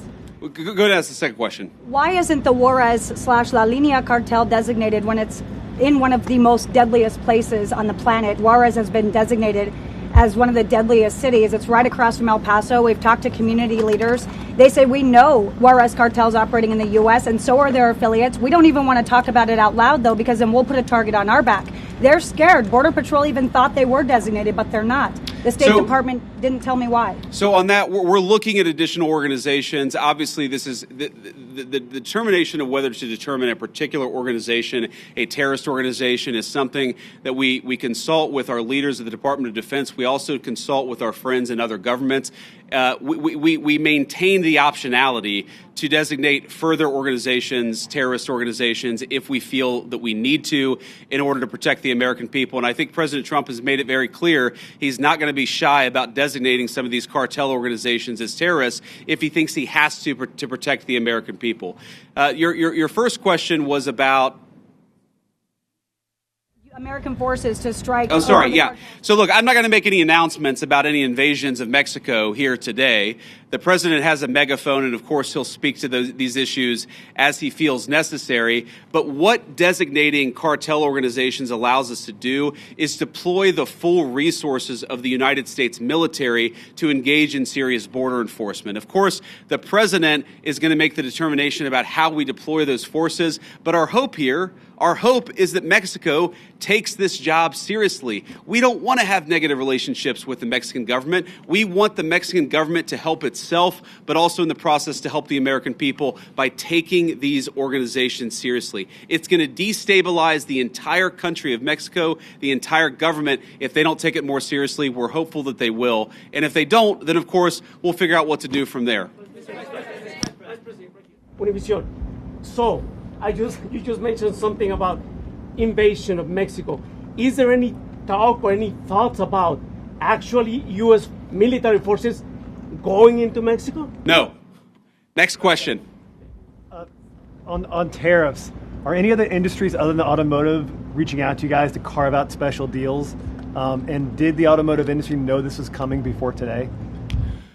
Well, a number of industries have reached out to us to ask us for exceptions to the tariffs, but I think the president's been very clear here that he wants the tariffs to apply broadly. He doesn't want to have 500 different industries getting 500 different carve-outs, and the way to avoid application of the tariffs is to have your factory and have your facility in the United States of America. That is the way. Invest in America. That is how you will avoid being penalized by these tariffs. Sir. Vice President, KSAT 12, John Paul Barajas. You've been talking about the improvements that your administration has done here with the crossings. Can you talk about the decline prior to President Trump taking office under the Biden administration? Well, I think like so many Americans, apparently members of the Mexican drug cartel figured out in November and December after the election that Joe Biden was asleep at the wheel and they had to be dealing with the then president-elect and now president. If you look at what drove the declines before the inauguration, people will tell you they knew that Donald Trump was coming back into office. They knew he was going to take border enforcement seriously. And so they were already getting ahead of actually cutting down those illegal crossing numbers. We saw that from the Mexican government, of course, because we were threatening some economic sanctions against them. But we also saw it from the cartels themselves. And even today, because, of course, it doesn't, it takes a little time to get from the deepest parts of Central America to the American southern border. What we often find is that there are massive numbers of illegal immigrants who have already started to make the trek and have decided, you know what, because Donald Trump's president, we're going to go back home. We heard today about a Honduran group of migrants who decided they're just going to go back home because they recognize that under Donald Trump's leadership, we take border enforcement seriously. Thank you all. Take care.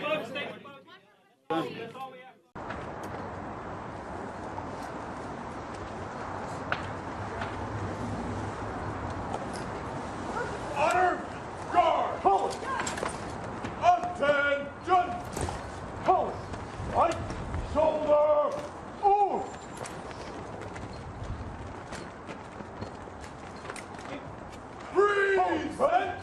Present arms!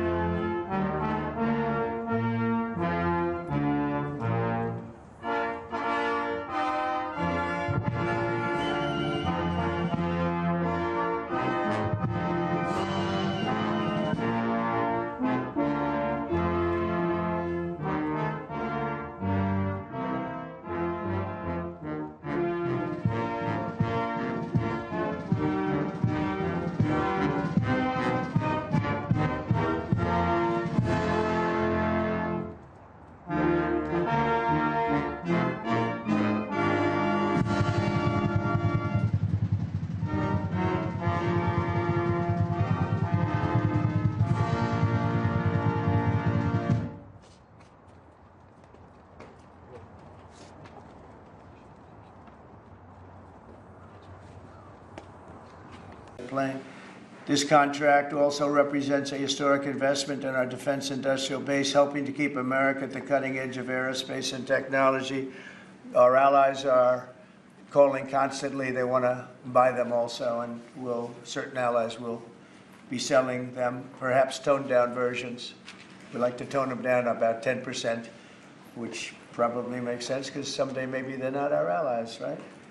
But I would like to ask Secretary Hegseth, who's doing a fantastic job. He's really been very inspiring in so many ways. And I must say that before he speaks, we have had record people wanting to join our military in the last 2.5 months, literally since this, I think probably since the election, November 5th, but especially since we came to office and since I announced Pete.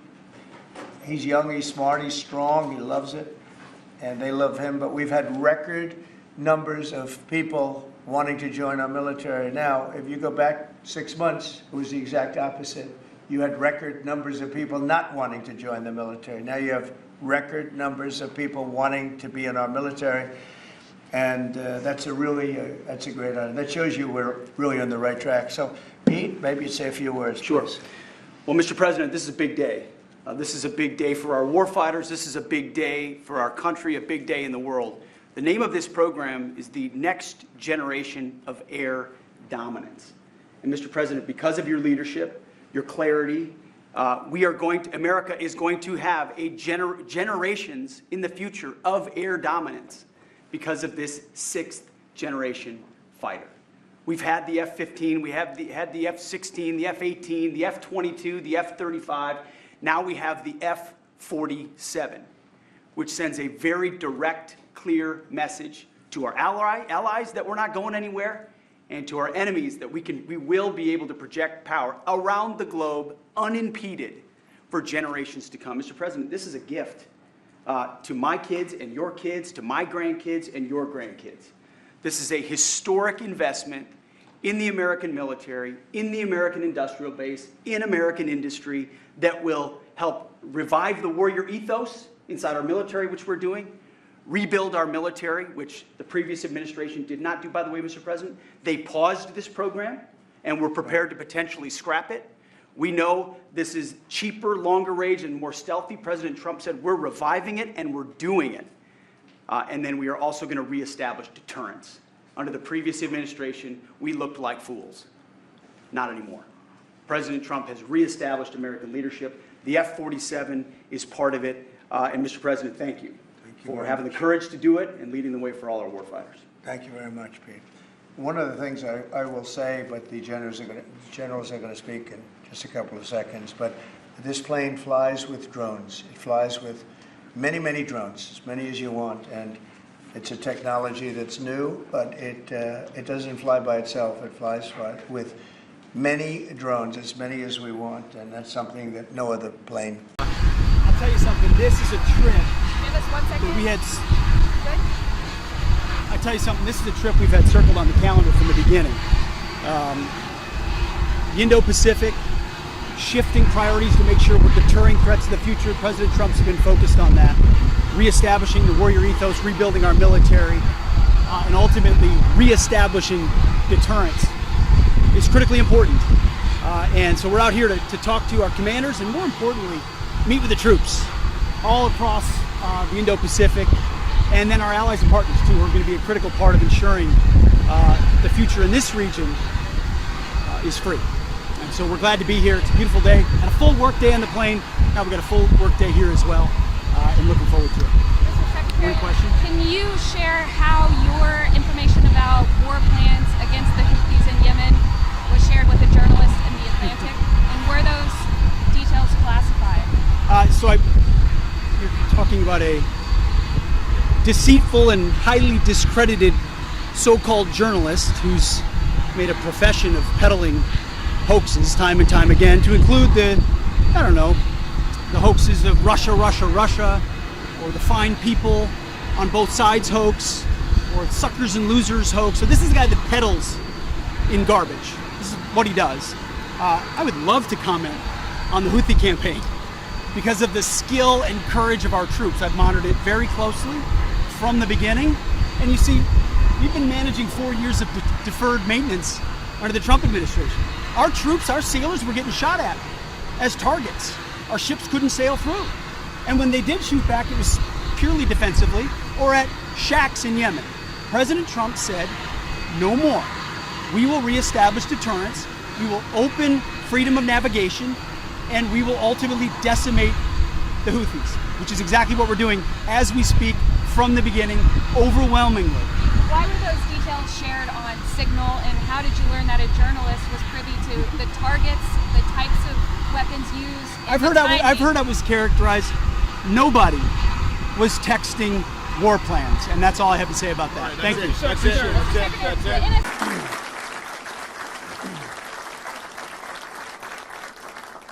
Well, Admiral, thank you so much. It is great to be here in Hawaii. We started the morning with some Navy SEALs doing PT. You know, we made the decision that we were gonna, everywhere we go, we're gonna do PT with the troops, because I remember kind of doing that back when I was a soldier. It is not, it started as PT with the troops. It has become smoke the SecDef. Green Berets did it to me out in Germany, and the SEALs did it to me this morning. So we got a great start. A beautiful Hawaii morning. I'm glad to be able to speak with the APCSS Alumni Network here in Waikiki and across the Indo-Pacific, and as was mentioned, around the world. It was also very intentional that this was our first stop to the region as part of this very important messaging. But first of all, thank you so much, Susie, for your leadership. 30 years is quite an accomplishment, and for hosting us on this beautiful morning. And again, thank you to Admiral Paparo for his reputation. His leadership precedes him.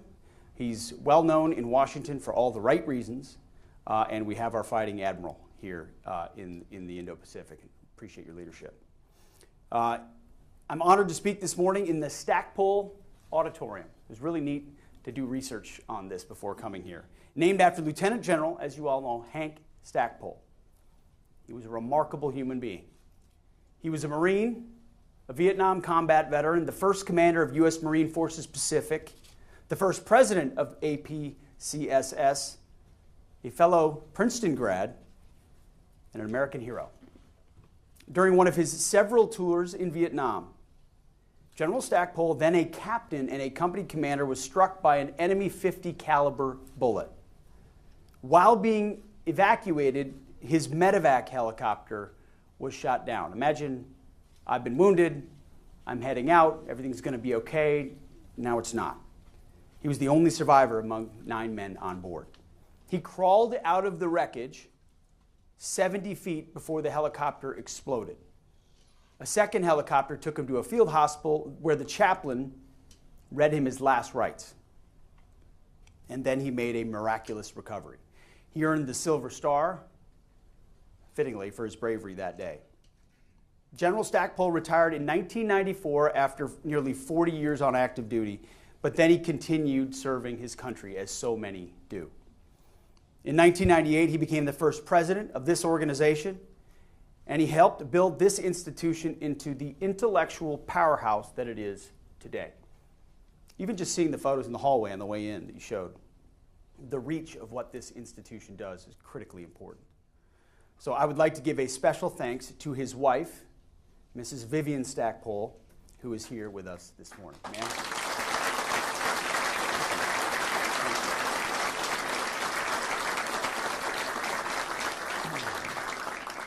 Thank you to you and your husband for your decades of serving together, particularly here in the Indo-Pacific. As every military family knows, no warrior serves alone. There's always a family alongside who oftentimes, sometimes have an even more difficult job because you don't really know what your loved one is doing, and yet you support them all the way, as you did. And thank you to the audience around the world for the opportunity to speak with you about how the Department of Defense views this region. This is my first time addressing military and civilian leaders in the Indo-Pacific as the Secretary of Defense. Many of you graduated from our premier forum for studying the Indo-Pacific and for building ties among national security leaders who are engaged in this region. Our relationships and our teamwork form the foundation of achieving peace through strength. President Donald Trump has made it clear that we will achieve peace through strength through an America First approach.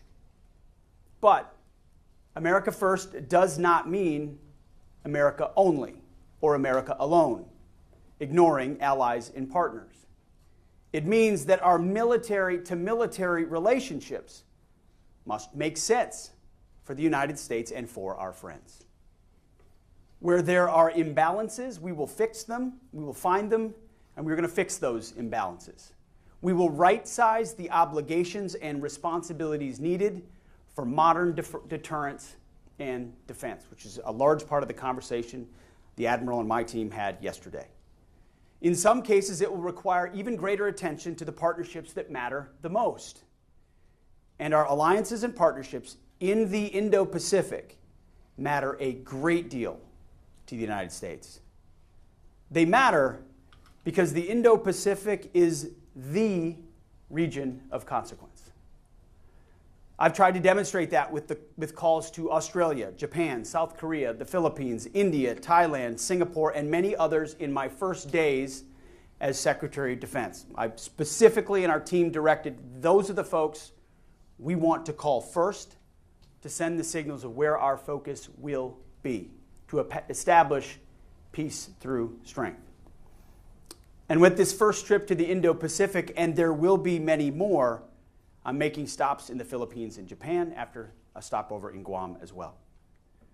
But to reiterate, I'm here today because the President has given me, and the American people gave him the mandate to achieve peace through strength. And we're going to do that in three ways, as the Admiral mentioned. Restoring the warrior ethos, rebuilding our military, and reestablishing deterrence. By restoring the warrior ethos, U.S. forces assigned to the Indo-Pacific will be the best trained and best equipped in the world. We've seen great signals in the Pentagon as well, with recruiting numbers at historic levels across the forces as America's young men and women are responding to the leadership of President Trump and want to serve in record numbers in uniform. And we know our opponents are taking notice. Number two, we're going to rebuild our military by optimizing the Department of Defense and the U.S. defense industrial base to rapidly and responsibly deliver the right tools to our warfighters in real time. And we will also deliver those tools rapidly and responsively to our allies and to our partners. There are many opportunities for our defense industries to collaborate. And I'm going to press hard to expand capacity and accelerate deliveries. I can tell you every Minister of Defense, and others that I speak to brings up foreign military sales and our ability to deliver those capabilities front and center in those conversations. I was recently with the Commander-in-Chief who reiterated that as a priority of his from the White House. FMF, FMS, the opportunity to get systems in the hands of our allies and partners is a priority of this administration that we're focusing on at this moment. I know this center has also been focused on supply chain security for our weapon systems. When you look at the charts and you understand where too many things are sourced from, you understand the complications that come with that reality. You've also been studying how we can co-produce and co-sustain our platforms and munitions with partners who choose to work with us. So, Susie, please keep up the great work. We need it. It is more important than ever. And finally, as we reestablish deterrence, our charge is simple. We will work with our allies and our partners to deter the communist Chinese and their aggression in the Indo-Pacific. Full stop. By standing shoulder to shoulder with you, our allies and partners, we will put our enemies, our adversaries, those who stand against us, on notice. Each ally, each partner, each friend contributes their own unique capabilities to regional deterrence. A renewed focus on deterrence creates advantages for ourselves, our partners, and our allies. And it also does this while creating dilemmas, which is a lot of what we talk about, dilemmas for our adversaries. Our mission is to deter war. But if necessary, we will, together, defeat and destroy our enemies. None of this is new. This is the business that we are in. President Trump's vision for a free and open Indo-Pacific is as true today as it was when he first laid it out in Vietnam in 2017. It's a vision in which all countries prosper side by side as sovereign, independent states.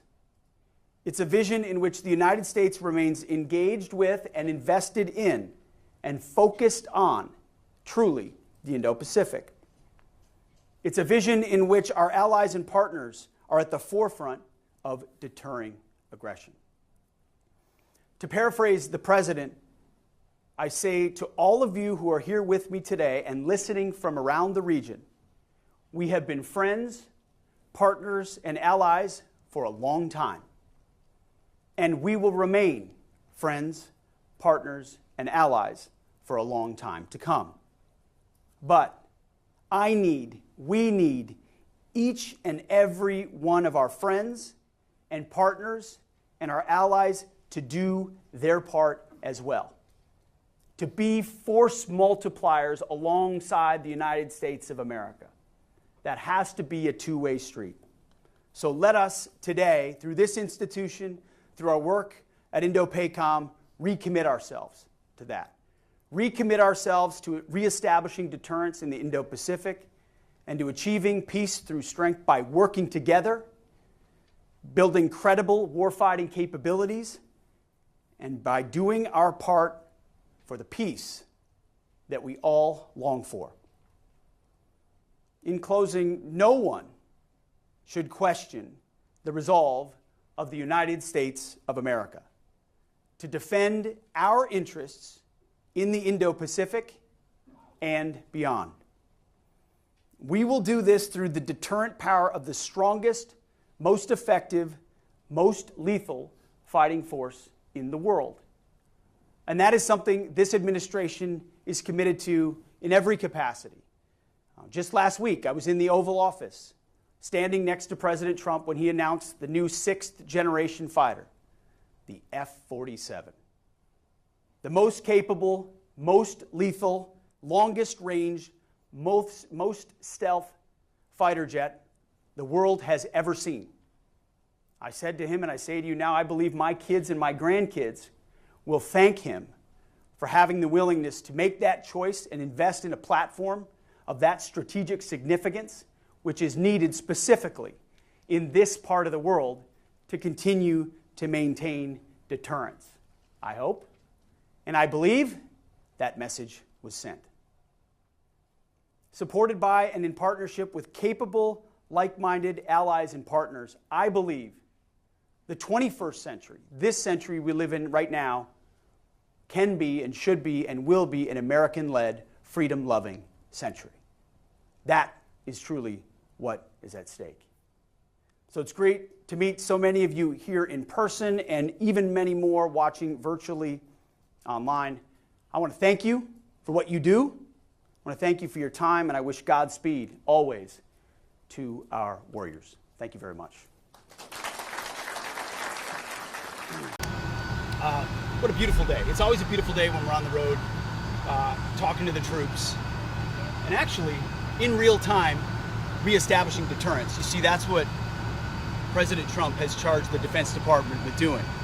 Reviving the warrior ethos, rebuilding the military, which we're doing in real time, and reestablishing deterrence. And that's why we're heading out into the Indo-Pacific to talk to our allies and partners and meet with the troops. And anybody that knows me for years and knows President Trump knows how much we love the warriors.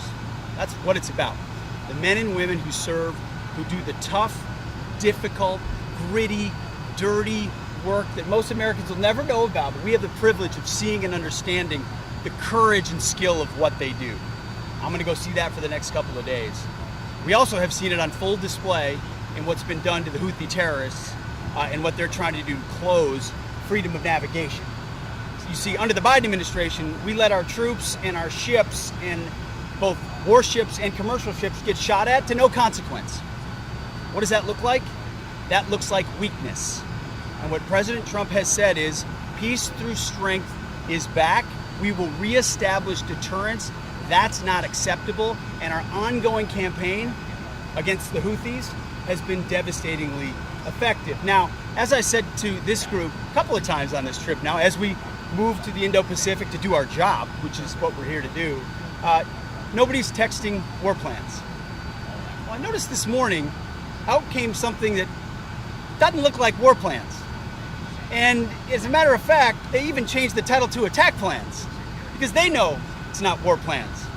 There's no units, no locations, no routes, no flight paths, no sources, no methods, no classified information. You know who sees war plans? I see them every single day. I looked at them this morning. I looked at attack plans this morning. You know who does attack plans and war plans? Men like that admiral right there, Paparo, for the Indo-Pacific, or Eric Kurilla, our general in CENTCOM. They do attack plans and war plans. And thank God we have those leaders who do it and do it well, and our enemies know it. My job, as it said atop of that, everybody's seen it now, team update, is to provide updates in real time. General updates in real time, keep everybody informed. That's what I did. That's my job. The war fighters will take the fight to the enemy, and I love what they do. And with President Trump's leadership, our enemies are on notice. We will have peace through strength, and we'll keep putting our troops first. Thank you very much. We're heading off strike plans before they launched. Now have statements from our principals to be given first by Secretary Pete Hegseth, to be followed by Secretary Gilberto Chitoro Jr. Secretary Hegseth, sir. Thank you very much. Well, good afternoon. Mr. Secretary, thank you for an incredibly productive afternoon. We're really glad to be here in Manila with Secretary Teodoro on my first trip as the Secretary of Defense in the Indo-Pacific. You know this, the audience knows this, the United States has been fighting shoulder to shoulder with the Philippines since World War II. Our partnership not only continues today, but we are doubling down on that partnership.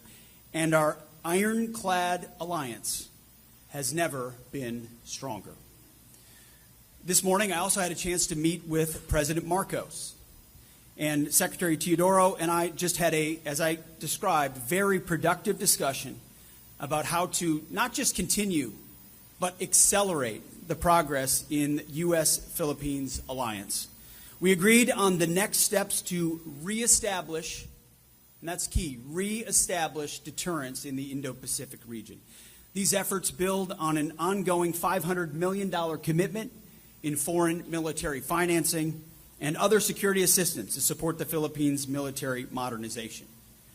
First, we agreed that the United States will deploy additional advanced capabilities to the Philippines. This includes using the Nemesis anti-ship missile system and highly capable unmanned surface vehicles in exercise Balikatan this April. These systems will enable U.S. forces and the armed forces of the Philippines to train together on using advanced capabilities to defend the Philippines' sovereignty. Second, to enhance interoperability for high-end operations, we agreed to conduct bilateral Special Operation Forces training in the Batanes Islands. Did I get that right? Batanes, Islands.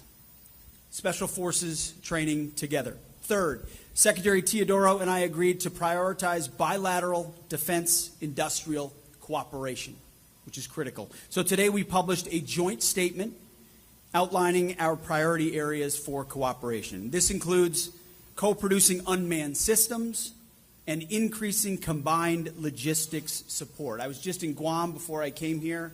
We can talk about big systems and advanced technologies, But if you don't have logistics support, I see the folks who run militaries and run formations, you need logistics support to actually operate and advance forward. These initiatives will help us share burdens and promote a more comprehensive partnership. We intend for these efforts to boost both of our economies and strengthen supply chain resilience. And finally, we agreed to launch a bilateral cyber campaign. We're going to work together to reduce cyber vulnerabilities across our alliance, and increasing cybersecurity will allow even more advanced operational cooperation. The challenges we face require that kind of team effort. But I'll tell you this, those aspects are just the beginning. We had our meeting this morning, we had a meeting with the president, we had a meeting in here, we had private meetings as well. I can assure you, and I can assure all those watching, this is just the beginning of what will continue to be an incredibly fruitful alliance. So together we'll encourage our other partners and allies in the region to step up their efforts and their cooperation to increase defense capabilities and strengthen deterrence. We have already set a robust agenda for the next few years. Our staff and both of us are going to remain actively engaged. It reflects the strength, as I said, of our ironclad alliance, particularly in the face of communist China's aggression in the region. And our partnership demonstrates our commitment to peace and security in the Indo-Pacific. As our president, who sends his greetings, President Donald Trump talks about often and demonstrates, we will achieve peace through strength. We do not seek war, we seek peace. But those who long for peace must prepare for war. And we stand united shoulder to shoulder. So, Guibo, if I may, you can call me Pete anytime you want. Thank you for hosting us today and for making great progress alongside us. I look forward to working closely with you to solidify that peace through strength. Thank you very much, sir. Thank you very much, Secretary Hegseth, sir. We now invite Secretary Teodoro to give his statement. We thank the Honorable Secretary Pete Hegseth, the Secretary of Defense of the United States, for his momentous visit to the Philippines. It is an honor for the Philippines to host Secretary Hegseth's first visit to Asia during his first trip to the Indo-Pacific. This signifies how important our bilateral alliance with our only treaty partner, the United States, is, and we are gratified by the importance placed on the stability and enhancement of this relationship as a linchpin of securing peace and stability in the Indo-Pacific. We are grateful for the enduring support of the United States, including the State Department's issuance of a waiver, in part, in no small way, through the efforts of Secretary Hegseth and the rest of the team, for a waiver of foreign military financing for the Philippines. We believe these engagements are crucial and need to be enhanced in order for there, as Secretary Hegseth put it, to be a re-establishment of effective deterrence against unwanted and malign influences that affect the stability not only of the Indo-Pacific, but of the whole world. And as Secretary Hegseth said, we are going to work very closely, not only with our treaty ally, but with other like-minded partners in re-establishing deterrence. This will mean increased interoperational activities, joint exercises, realistic training in a myriad of scenarios to mirror what may be possible in the future, God forbid. However, we must be prepared to answer and to meet and even to deter any possibility in the future for our mutual defense and the defense of freedom and international law. During our discussions, we discussed the enhancement of the quality of Philippine investments in strategic basing, in capability upgrades, in the skill sets of our fighting men, women, and our civilian personnel to complement the comprehensive archipelagic defense concept, which has in its underpinnings not only the Philippine Constitution, but international law. The deployment of the Nemesis and other unmanned surface vehicles will hasten the introduction of these technologies into the vista of the Philippine Armed Forces and will train our troops to train for higher technological capabilities that we need for effective deterrence in the future. The Philippines is prepared and is in fact taking a more active role in rallying our other allies and like-minded nations to resist any attempt to change international law by acquiescence or a fait accompli in the South China Sea. The number of status of visiting forces agreements that we are entering into is for the rules-based international order is proof of this. Because of the increased interoperational activities, we expect increased rotational presence of like-minded and allied troops in the Philippines. With our strategic basing initiative, we will also expect a heightened tempo of the Philippine Armed Force for external and territorial defense to put in our share of deterrence. And we will also expect a hastening of our capability upgrades and our logistical support facilities to support deterrence. And deterrence comes also with synergy with humanitarian assistance and disaster response, because natural calamities hit us the hardest at this time, particularly in the Philippines, which is one of the most vulnerable countries in the world. We will enhance our current EDCA locations, and we will make improvements. Mind you, these are Philippine bases of which we have to invest in. We will enhance them for logistical support.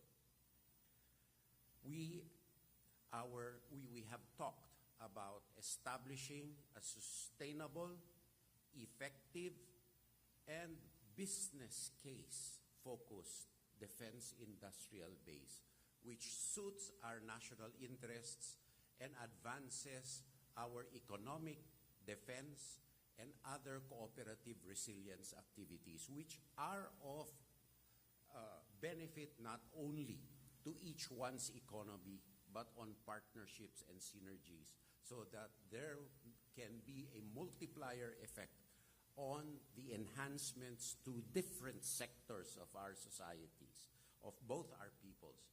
As we know, the relationship between the Philippines and the United States is not unipolar. It is multipolar. And the most important thing are people-to-people exchanges, but also commerce, defense, education, language, and the NBA. This initiative will support the self-reliance defense program of the Philippines and other initiatives of the United States government. On cybersecurity cooperation, as rightly said by Secretary Hegseth, we need to work hand in hand to develop resilience and security of our cybersecurity networks. When we work in partnerships, we need to keep those flows of information secure. We need to keep our own operations secure. And we need to tap each other's expertise, best practices, and hardware in order to secure our cyber systems. And this is not a one-stop deal. It goes on and on as threats evolve. So therefore, we are firming up our shop for IT and for cyber to work hand in hand with our treaty partner for mutual resilience and enhancements. In closing, I would like to categorically state that what is at stake in our unilateral and bilateral activities is not merely the security of either the United States or of the Philippines. We are facing a common threat, which now is the overreach of the Communist Party of China. So the Indo-Pacific, the rule of international law, freedom of navigation, and individual personal freedoms are what are at stake here. Therefore, as President Marcos has stated, U.S. leadership is essential to the continuing peace and stability of the Indo-Pacific. We look forward to the outcomes on the working levels of what we have agreed to and discussed here during our meeting, especially as we mark this year the 80th anniversary next year of Philippine-U.S. ties in 2026. Once again, we are very thankful for the visit of Secretary Pete, who has not only built rapport with the Department of National Defense, but with the PT session with our troops, he has truly made his mark. Thank you for your visit, Secretary Pete. Thank you very much, Secretary Teodoro, sir. We will now begin our question and answer portion. I now invite our co-moderator this afternoon, Mr. Sean Parnell, DOD spokesperson, to call the name of the first journalist. Well, thank you. Bill from the Washington Times. Hi. Bill Gertz with the Washington Times. China is waging aggressive gray zone warfare in the South China Sea. Will the Trump administration order the Navy's 7th Fleet to provide a greater enduring naval presence in the South China Sea, considering the Biden administration failed to provide visible support there to a key U.S. ally, the Philippines? Well, Bill, it's a great question. You're right. What we're dealing with right now is many years of deferred maintenance, of weakness, that we need to reestablish strength and deterrence in multiple places around the globe, but pertinently today for this region. There was a lot of talk about shifting, a lot of talk about emphasis on the Indo-Pacific, a lot of talk about allies. What the Trump administration will do is deliver, is truly prioritize and shift to this region of the world in a way that is unprecedented to match the threats of the future, with a recognition that for the 21st century to be a free century, America needs to stand alongside our allies and partners, shoulder to shoulder. Today it's the Philippines, tomorrow it's Japan, it will be Australia and South Korea and other nations in this part of the world, where together, by, with, and through, we will establish the deterrence necessary to prevent war. You mentioned the 7th Fleet. It's not my job to determine where the 7th Fleet goes. I defer to Admiral Paparo and his war plans, real war plans. Admiral Paparo understands the situation, understands the geographic significance, understands the urgency, and is prepared to work with those in the region to ensure we are leaning forward in our posture, not waiting for events to develop, not retrograding to places further from the front, but deploying capabilities forward, posturing and creating dynamics and strategic dilemmas for the Communist Chinese that help them reconsider whether or not violence or action is something they want to undertake. Again, President Trump is a peacemaker. President Trump seeks peace.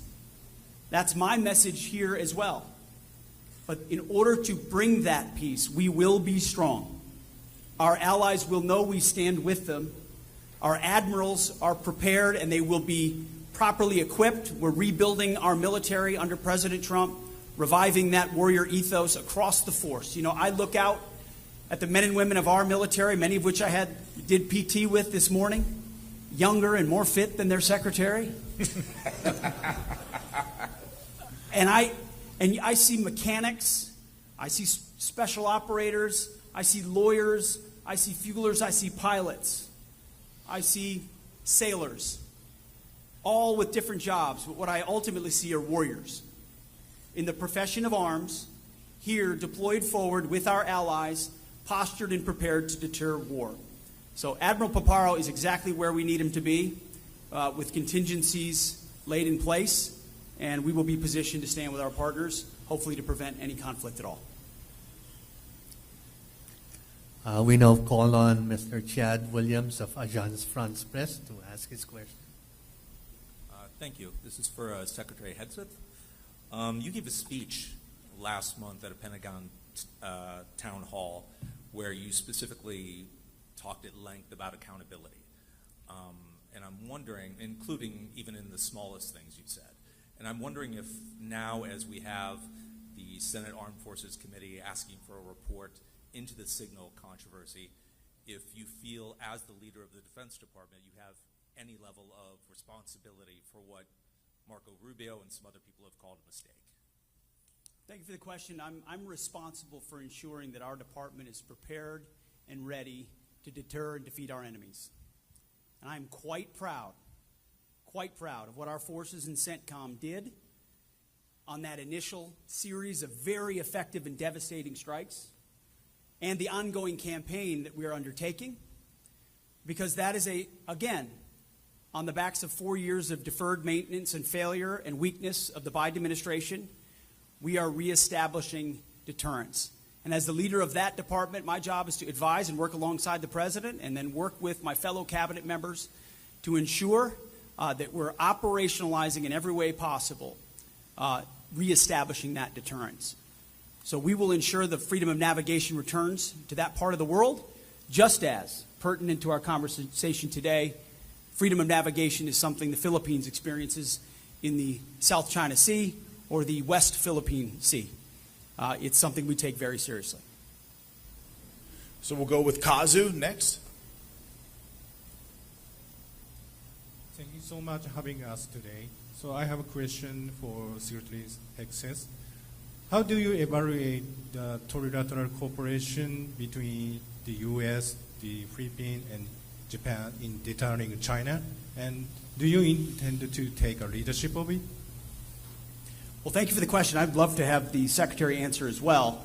As he mentioned, this is not just country-to-country bilateral cooperation. This is trilateral. It's multilateral.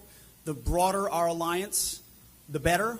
The more security cooperation, the better. The more interoperability, the better. The more contingencies, the better. Again, the more strategic dilemmas for our adversaries, the better. And so we're here in the Philippines to strengthen that partnership. We'll be in Japan to do the same. I believe as we speak, all three countries are sailing together right now in the region.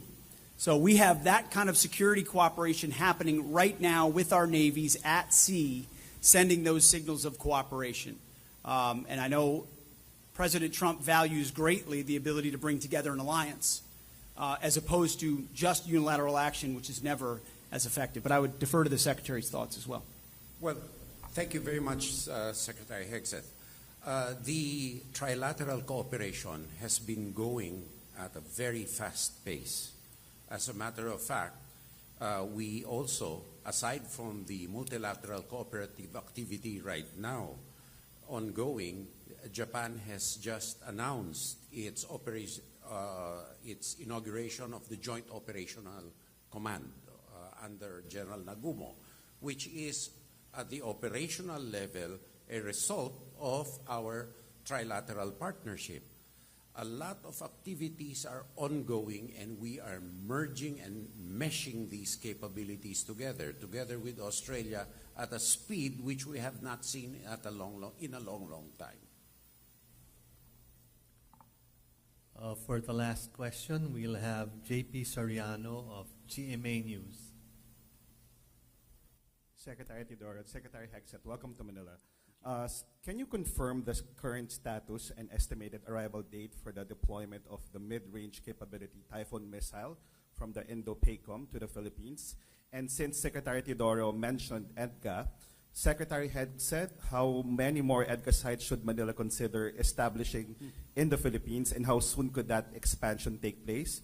Additionally, and last question, how do you respond to China's warning regarding military cooperation with Manila, particularly their assertion to the Philippine government that, and I quote Chinese MOFA, nothing good could come from the opening the door or from opening the door to a predator? Thank you.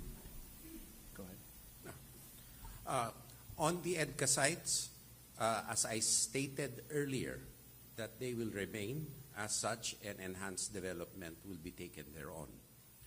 On the medium-range capabilities, we will neither confirm nor deny any deployments. We will train as we see fit, and the Philippine Armed Forces will equip as it sees fit. And lastly, let the facts speak for themselves. I mean, where did the quote come from on the predator thing? Chinese MOFA.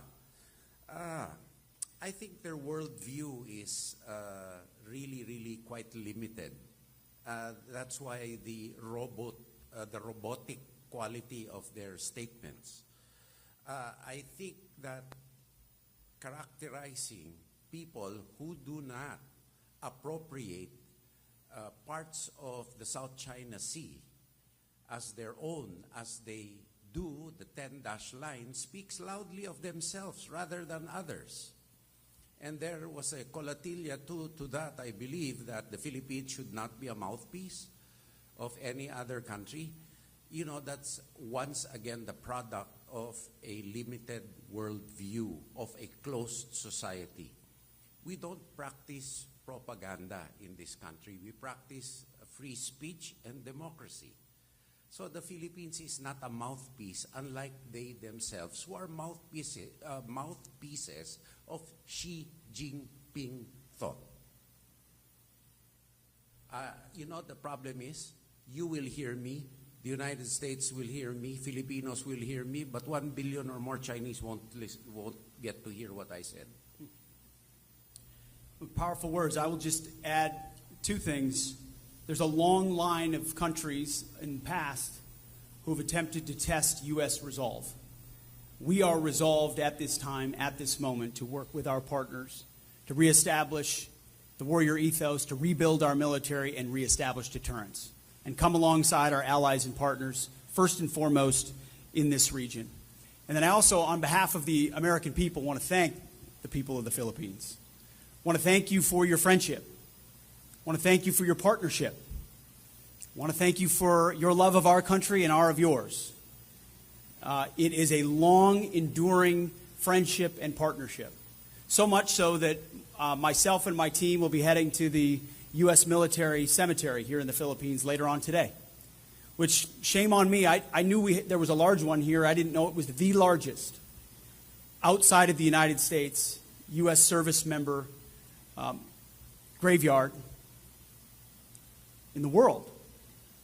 What a demonstration of the sacrifice America has been willing to make over decades, the resolve that generations of Americans have been willing to show for the cause of freedom. We don't seek intervention. President Trump has made it clear we don't seek war. We don't seek to nation build. We don't seek to use chess pieces and move them around the board. All we seek is peace. All we seek is freedom and cooperation and mutual benefit. And we find that in friends like our friends in the Philippines. But do not mistake our friendship. Do not mistake our belief in peace and our desire for peace for a lack of resolve. Too many have. And America still stands strong today and will continue into the future. So I want to thank you all. Thank you very much, sirs. That ends our press conference. I now invite our two secretaries to stand together in front of the podium for our final video and photo opportunity.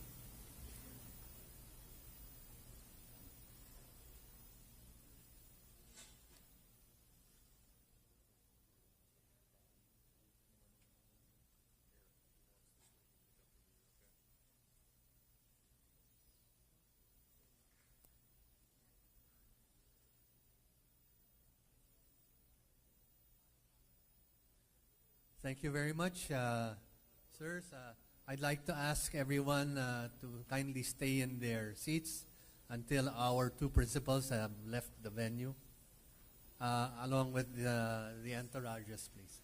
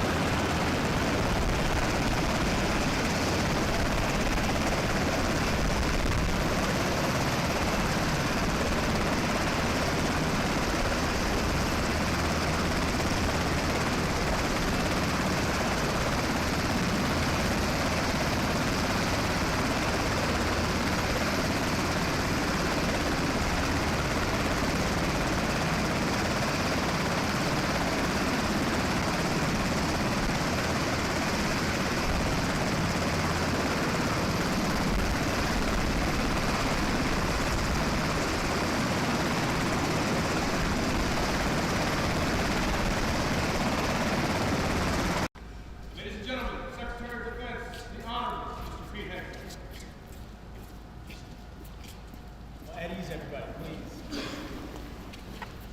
Why don't we bring it in? Is that cool? I think I can give it over. Good to see you guys being here. It's the best part of our day. Didn't even let me get to it. I see some Coast Guard back there, too. Appreciate it. We got everybody represented here. Truly a joint fight. When I say something like peace through strength, or President Trump says peace through strength, I'm looking at peace through strength right here. I'm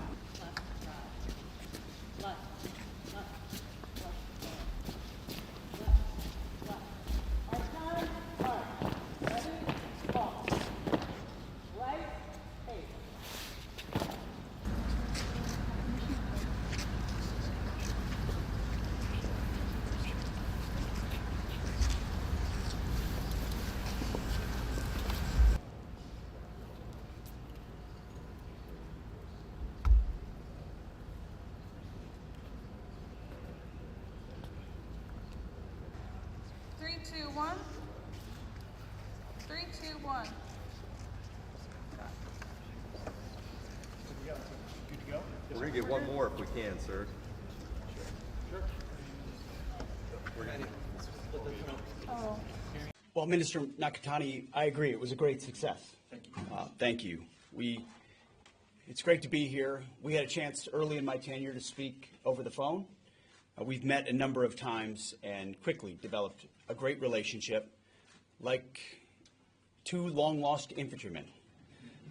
It doesn't surprise me. We speak the same language. Understand, we don't speak the same language, but we speak the same language. And we understand what threats look like, what camaraderie means, what brotherhood means, and standing shoulder to shoulder. So thank you again for hosting us in Tokyo. Thank you. 大臣ありがとうございます。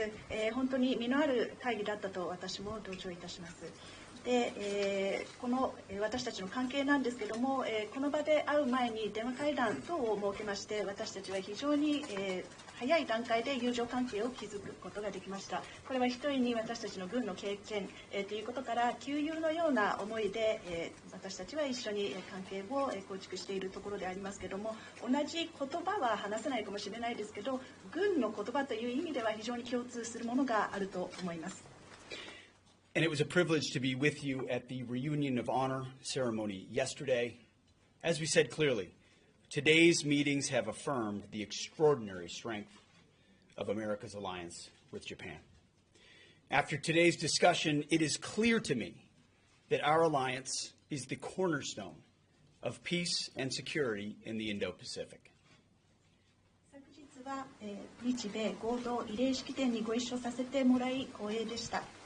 本日の会議を通し、並外れた力を持つ米国と日本の同盟を再確認することができ、議論の後、私が明確に理解したこと、それは日米同盟がインド太平洋の平和と安定の礎だということです。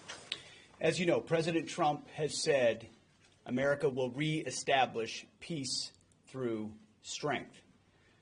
President Trump has also made it very clear, and we reiterate, we are going to put America first. But America first does not mean America alone. America's warriors stand shoulder to shoulder every day with their Japan Self-Defense Force counterparts.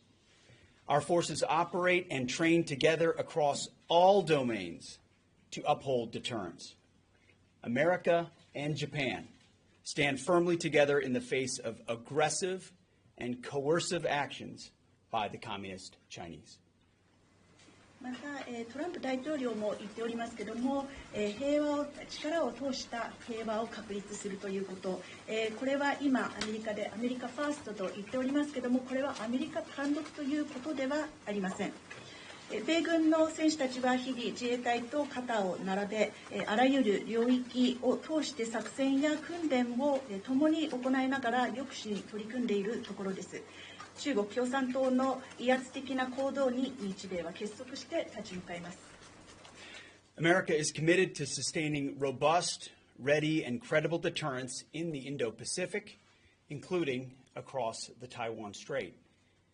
Japan would be on the front lines of any contingency we might face in the Western Pacific, and we stand together in support of each other. That's why today, Minister Nakatani and I talked about the severe and urgent security environment around Japan, and we discussed what we're going to do about it. また、米国は台湾海峡を含めインド太平洋において盤石で万全の体制にある信頼を受ける抑止力を維持します。西太平洋で有事に直面した場合においては、日本は前線に立つことになります。そのような状況になった場合、日米で互いを支え合う状況になります。なので、今日、中谷大臣と日本を取り巻く非常に厳しい安全保障環境について一緒に議論をし、それに対し何ができるかを話しました。We have a robust alliance agenda that will strengthen our deterrence posture, keep the enemy guessing, creating dilemmas for them, and ensure that we achieve peace through strength, as I mentioned. This means ensuring that we have the right posture in Japan and the right capabilities forward deployed here, whether permanent or temporary. It also means expanding access to key terrain here in the first island chain, such as Japan's Southwest Islands. And certainly it means exercising together at those critical locations. 強固な日米同盟が取り組むべき課題として本日抑止力の強化、敵を不安にさせるつまりジレンマを与えるような状況を作ること、そして力による平和の達成が挙げられています。すなわち日本での適切な部隊体制や一時的もしくは常設的に適した能力を前方展開する必要があるということです。これは例として南西諸島を含む第一列島線でのアクセスを拡大し、重要エリアで共に演練することが含まれます。And with that, I want to announce that the Defense Department has started phase 1 of upgrading U.S. Forces Japan to a joint force headquarters. This upgrade will improve our ability to coordinate operations with Japan's own Joint Operations Command, or JJOC. And we certainly welcome JJOC's establishment this past week. It's more urgency. It's more cooperation in real time. It also increases our readiness to respond to contingency or crisis, support U.S. operations, and help Japan and U.S. forces defend this territory. これらを踏まえた上で、本日国防総省として発表したい内容があります。それは在日米軍統合軍司令部への移行、これに伴うフェーズ1を開始したということを発表させていただきます。この機能強化により、米国と日本の統合作戦司令部、JJOC と呼ばれてますが、その間での作戦調整が向上します。そういったことが可能になることで、昨日発足創設された JJOC というもの、これに対して私も歓迎いたします。喫緊的な問題に対して迅速に対応できる、調整できる環境が整うことになります。同時にこの機能強化はその日米共同能力の底上にもつながります。私たちが有事や危機により迅速に対応し、米軍作戦支援も調整することで、日本の防衛のみならず、在日米軍の防衛にも助力します。Soon we will add additional personnel in Tokyo and at U.S. Forces Japan headquarters to conduct activities that will strengthen our bilateral bonds and deepen our operational cooperation. This also means reorganizing U.S. Forces Japan into a warfighting headquarters, increasing its staff and giving its commander the authorities needed to accomplish new missions. As I mentioned in our meeting, America and Japan, we seek peace. But as my first platoon motto says, those who long for peace must prepare for war. We must be prepared. We look forward to working closely together as we improve our warfighting capabilities, our lethality, and our readiness. 近々、東京在日米軍司令部の人員増を図り、これら活動を実行することで、日米の絆と作戦協力を増進させていきます。加えてこれは在日米軍を戦う司令部として再編することを示し、人員増のほか司令官が必要とする権限を付与し、新たなミッションを実現していきます。日米は平和を求めています。私が小隊長によく部隊に言っていたこと、それは平和を求めているのであれば戦争の準備をする必要があるということです。ですので緊密に協力をしていきながら、戦闘力、殺傷力、即応力をともに高めていけることを大きく期待しています。ありがとうございます。Mr. President, you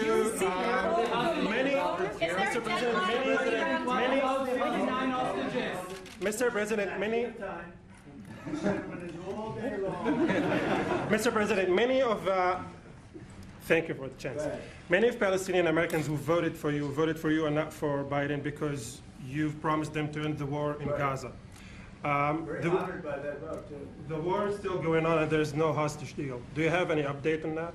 Well, I'd like to see the war stop, and I think the war will stop at some point that won't be in the too distant future. Right now we have a problem with hostages. We're trying to get the hostages out. We got quite a few of them out, but it's a long process. It shouldn't be that long. We have a big problem that we've done. I think I'll ask Pete to maybe talk about it for a second, because a lot of people are asking. The Houthis, we've been very tough and very successful militarily. We've really damaged them badly. These were people shooting down ships and other things, by the way, flying objects like airplanes. And we've put a major hurt on the Houthis, which nobody's been able to do. We've really hit them hard, and they know it, and they don't know what to do. And it's every night, night after night. And we've gotten many of their leaders and their experts. They're experts on missiles. I mean, they actually make missiles. Nobody thought that. But they make missiles. They're highly sophisticated, and they're very tough. But they've been very badly damaged. Nobody else was able to do that but us. Pete, you want to discuss that, please? Yes, sir. It's been a bad 3 weeks for the Houthis, and it's about to get worse. It's been a devastating campaign, whether it's underground facilities, weapons manufacturing, bunkers, troops in the open, air defense assets. We are not going to relent, and it's only to get more unrelenting until the Houthis declare they will stop shooting at our ships. And we've been very clear at the Iranians as well. They should not continue to provide support to the Houthis, and that message has been made very clear. So we have a lot more options and a lot more pressure to apply, and we know, because we see the reports, how devastating this campaign has been in them, and we will not relent. We have a great military. There's no military like our military. And despite Biden having given a lot, but nevertheless a pretty small piece, but it was a lot of our military away in Afghanistan, and one of the dumbest situations, I think, and maybe the most embarrassing situation we've ever been involved in, that that short period of time in Afghanistan. What a disgrace that was, but left a lot of our military behind. Left.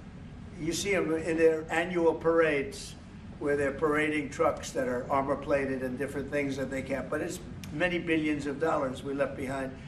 But despite that, we have a tremendous military. That was a very small portion because we rebuilt the military during my first term, and we have great things happening with our military. We also essentially approved a budget, which is in the facility, you'll like to hear this, of $1 trillion, $1 trillion. And nobody's seen anything like it. We have to build our military, and we're very cost conscious, but the military is something that we have to build, and we have to be strong because you got a lot of bad forces out there now. So we're going to be approving a budget, and I'm proud to say, actually, the biggest one we've ever done for the military. We're cutting other things that were under DOGE, but under a lot of other.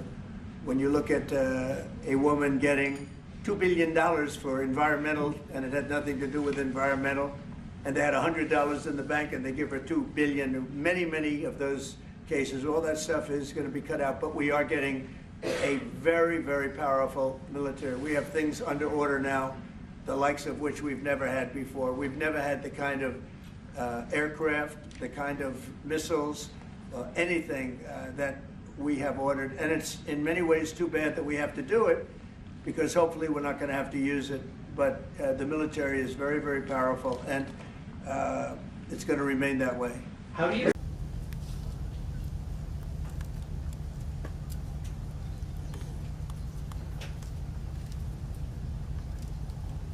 Well, thank you very much, Minister Abrego, for being here today and for a very warm welcome. Admiral Halsey, Commander Southcom, thank you for your great work, your partnership. Phenomenal job, you and all the troops down here and throughout the hemisphere. And Father, thank you for the blessing of this pier. What a reminder that Almighty God is truly the commander of all affairs, including today and all the important work we're undertaking. It is great to be here at Vasco Núñez de Balboa Naval Base. Our shared roots here run deep. Once known as Rodman Naval Station, this place has long played a vital role in protecting the canal. The security of the Panama Canal remains a key national interest of both the United States and Panama. In 1914, after the first ship sailed through the canal, the U.S. Secretary of War wrote, "The dream of the centuries has become a reality. This dream, once realized, drove prosperity in our hemisphere. And to preserve this dream for centuries to come, we must never lose sight of the canal's security." And today, the Panama Canal faces ongoing threats. The United States of America will not allow communist China or any other country to threaten the canal's operation or integrity. To this end, the United States and Panama have done more in recent weeks to strengthen our defense and security cooperation than we have in decades. That includes our meeting today and announcements to come. As we speak, U.S.-based military units are involved in joint exercises, planning, and other forms of cooperation with our Panamanian partners on both the Atlantic and Pacific sides of the canal. And together, we will take bold first steps to revive our defense and security ties between our countries. Right now, a U.S. Coast Guard cutter will transit the canal coming up this week to conduct counter-narcotic operations in the Eastern Pacific. U.S. Coast Guard cutter Kimball is moored in Panama City to conduct a subject matter expert exchange with personnel from the National Aeronaval Service of Panama, or SANAN. The USS Chosen, where I'll be tomorrow, is a guided missile cruiser. It's also docked in Panama City for a port visit as part of CENTSEC 25, the ongoing conference. And USS Normandy, another guided missile cruiser, is patrolling off Panama's Caribbean coast. While there, they are training an embarked team of officers and NCOs from SANAN. Panamanians, again, our partners. Several aircraft from the U.S. Marine Corps and Navy are visiting Panama to enhance our air and maritime security cooperation. We have stood up the Joint Security Cooperation Group, Panama, here in Panama City to coordinate U.S. military activities with our Panamanian partners. We will also continue to deepen cooperation in the long run. This includes increased training, exercises, and information sharing between U.S. and Panama security forces. And in 2026, Panama will host the multilateral Panamax exercise. This training will focus on ensuring the free flow of commerce through the Panama Canal. And finally, this pier, Pier 3, tangibly represents America and Panama's shared commitment to the canal's security. Thanks to over $5 million in support from the U.S. Army Corps of Engineers, we have refurbished this pier behind us. These needed infrastructure improvements revitalize this historic facility and strengthen maritime security both in the canal and into the Pacific Ocean. Our relationship with Panama, especially our security relationship, will continue to grow in the months and years ahead. Our relationship is growing in part to meet Communist China's rising challenge. China-based companies continue to control critical infrastructure in the canal area. That gives China the potential to conduct surveillance activities across Panama. This makes Panama and the United States less secure, less prosperous, and less sovereign. And as President Donald Trump has pointed out, that situation is not acceptable. We are grateful to President Molino, Minister Abrego, and your teams, along with the Panama Canal Authority, for responding to these threats and safeguarding the canal. President Molino's decision to withdraw from the Belt and Road Initiative reflects his government's clear understanding of China and the threat it poses. I want to be very clear. China did not build this canal. China does not operate this canal. And China will not weaponize this canal. Together with Panama in the lead, we will keep the canal secure and available for all nations through the deterrent power of the strongest, most effective, and most lethal fighting force in the world. We will do this in partnership with Panama. Together, we will take back the Panama Canal from China's influence. And we will do this along with other capable, like-minded allies and partners. This is what peace through strength looks like. You see, the first time a sitting American president set foot outside of the United States, the first time, was to see the construction of the Panama Canal. President Teddy Roosevelt spent 3 days here in November of 1906. He was here both to inspect the project and to emphasize how important it was to our security and our prosperity. After his visit, Roosevelt described the canal as one of the great and giant feats of the ages. Nearly 120 years later, this canal remains a wonder of the world. And like President Roosevelt, President Trump today recognizes the canal's rightful place as the center of our shared hemisphere. It connects 2 continents and 2 oceans, transporting over $250 billion in goods per year and 40% of U.S. shipping. 70% of the ships that pass through this canal are going to or from U.S. ports. It saves nearly 8,000 miles for shipping traveling between our coasts. Almost 100 U.S. military vessels each year transit the canal. This miraculous canal shows what our 2 nations can achieve together. We worked together to build this canal. Workers from both our countries gave their lives during its construction. We are proud of our shared history and excited for our shared future. Returning Pier 3 to service today shows how we will continue to work together to secure and preserve that legacy. God bless. Thank you very much. And good timing with the mayor. Privilege. As you know, the security of the hemisphere that we share is a top priority for President Trump and for the United States Department of Defense. The security threats that we face right now are real and they are present.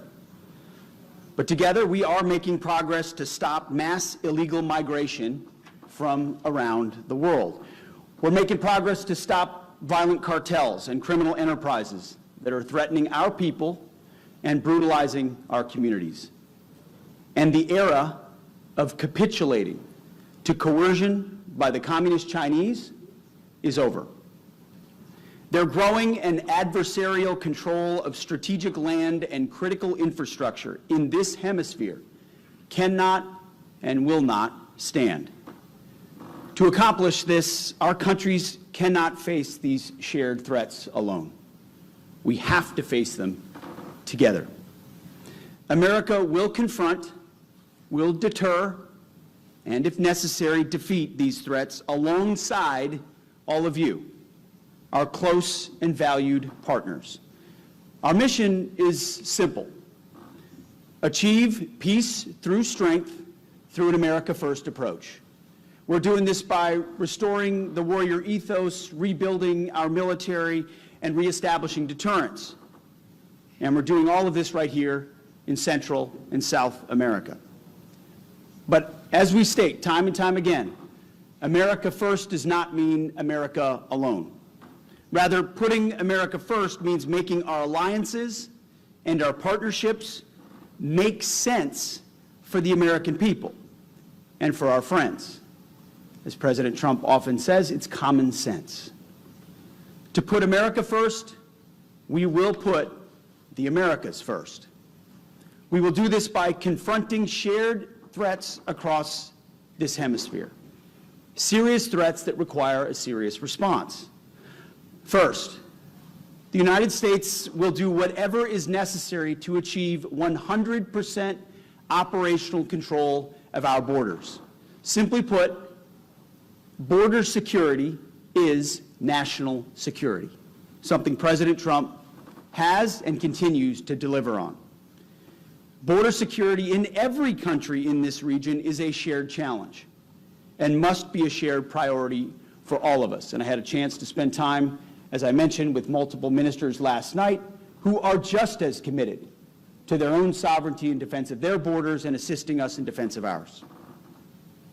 Second, the Trump administration understands that transnational cartels and gangs enable and profit from chaos.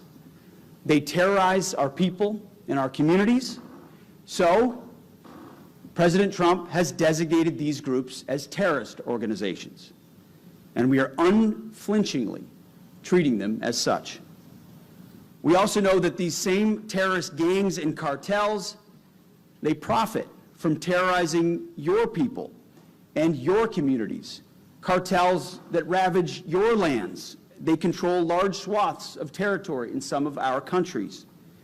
And their existence threatens yours and our sovereignty. Together, each for our own country, we will target and we will destroy those networks.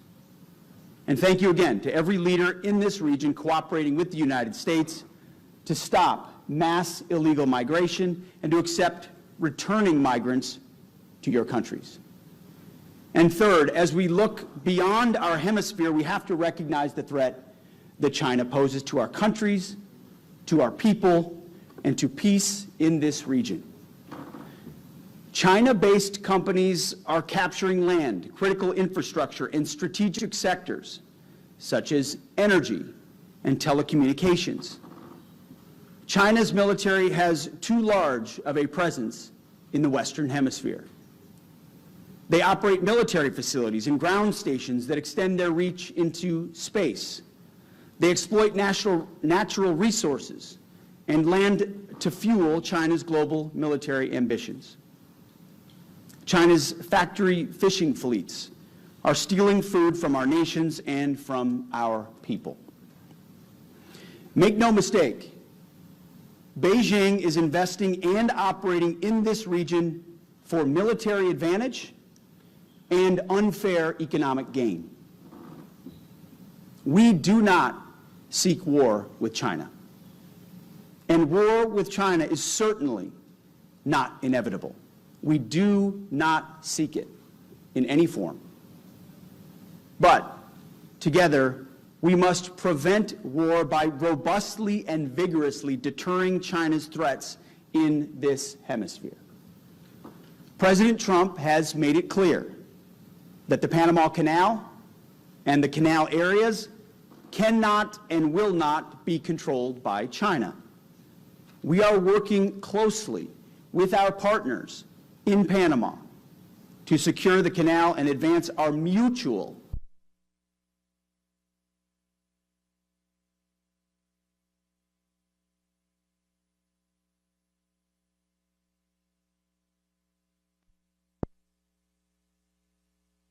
directing the United States naval ship Comfort, it's a hospital ship, to deploy to Panama and to several countries in the region later this year. We're also expanding training, military training, increased military education and exchanges, and conducting more robust joint exercises. We're going to increase cooperation to deter threats, to seize opportunities, to bolster our shared defense. That's what CENTSEC Panama 2025 is all about. Friends standing shoulder to shoulder with friends.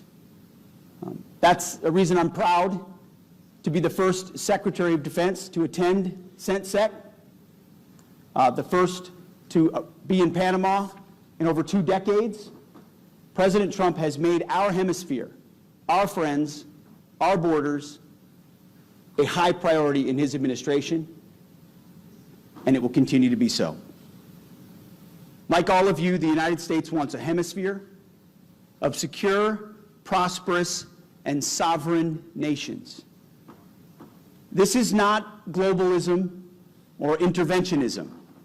Instead, this is a golden age of shared national interests. We want this to be a golden age for our countries and for this hemisphere.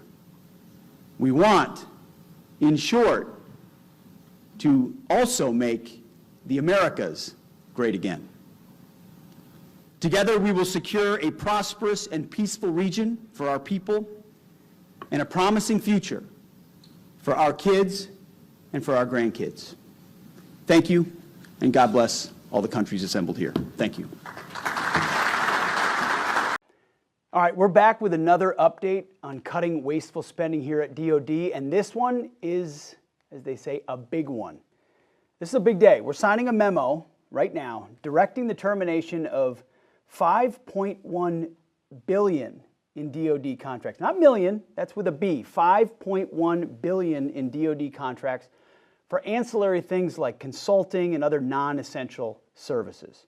So here's a few examples. DHA contracts for consulting services from Accenture, Deloitte, Booz Allen, and other firms. They're going to save the department $1.8 billion. How about a software reseller contract for enterprise cloud IT services, saving the department $1.4 billion. A $500 million Navy contract for business process consulting. Again, process, lots of consultant.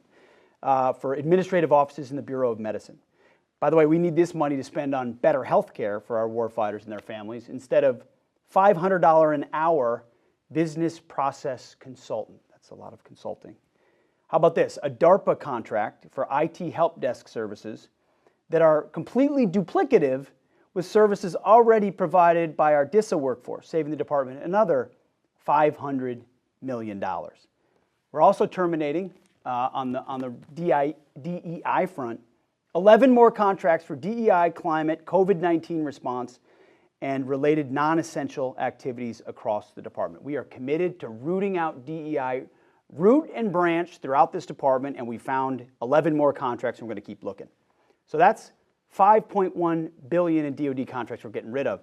On top of that, in support of the President's priorities to stop federal funding for academic institutions that tolerate anti-Semitism and support divisive DEI programs, this week DoD is also pausing over $500 million in funding to Northwestern University and Cornell University, and that's on top of the $70 million in funding we've already paused at Columbia, Penn, Brown, and Princeton over the last few weeks, as if any of these institutions need more government money at all. So for you're keeping score at home, today's cuts bring our running total to nearly $6 billion in wasteful spending over the first 6 weeks of the DoD DOGE effort here at the Defense Department. Their job is to go out and find the stuff that we can get rid of and then drive back into warfighting capabilities here at the Defense Department. So we want to thank our friends at DOGE. We want to thank all the folks here that have helped us unpack this, reveal it, and we're excited to make these cuts on behalf of you, the taxpayer, and the warfighters here at the department. Thanks.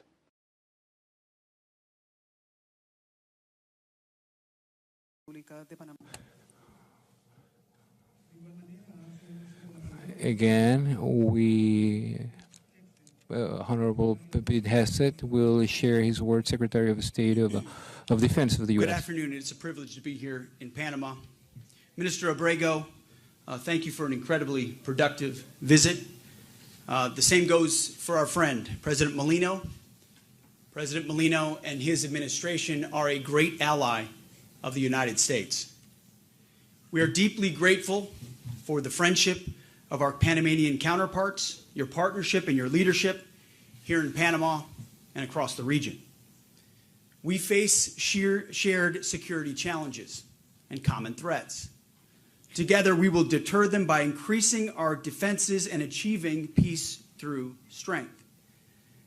Since President Trump was elected, our two nations have done more to strengthen cooperation in a few months than we have in decades. And President Molino, who we met with earlier, we have you to thank in large part for that as well. We're partnering closely in 3 areas. First, securing our borders and stopping mass illegal migration. What Panama has done in the Darien Gap is incredible.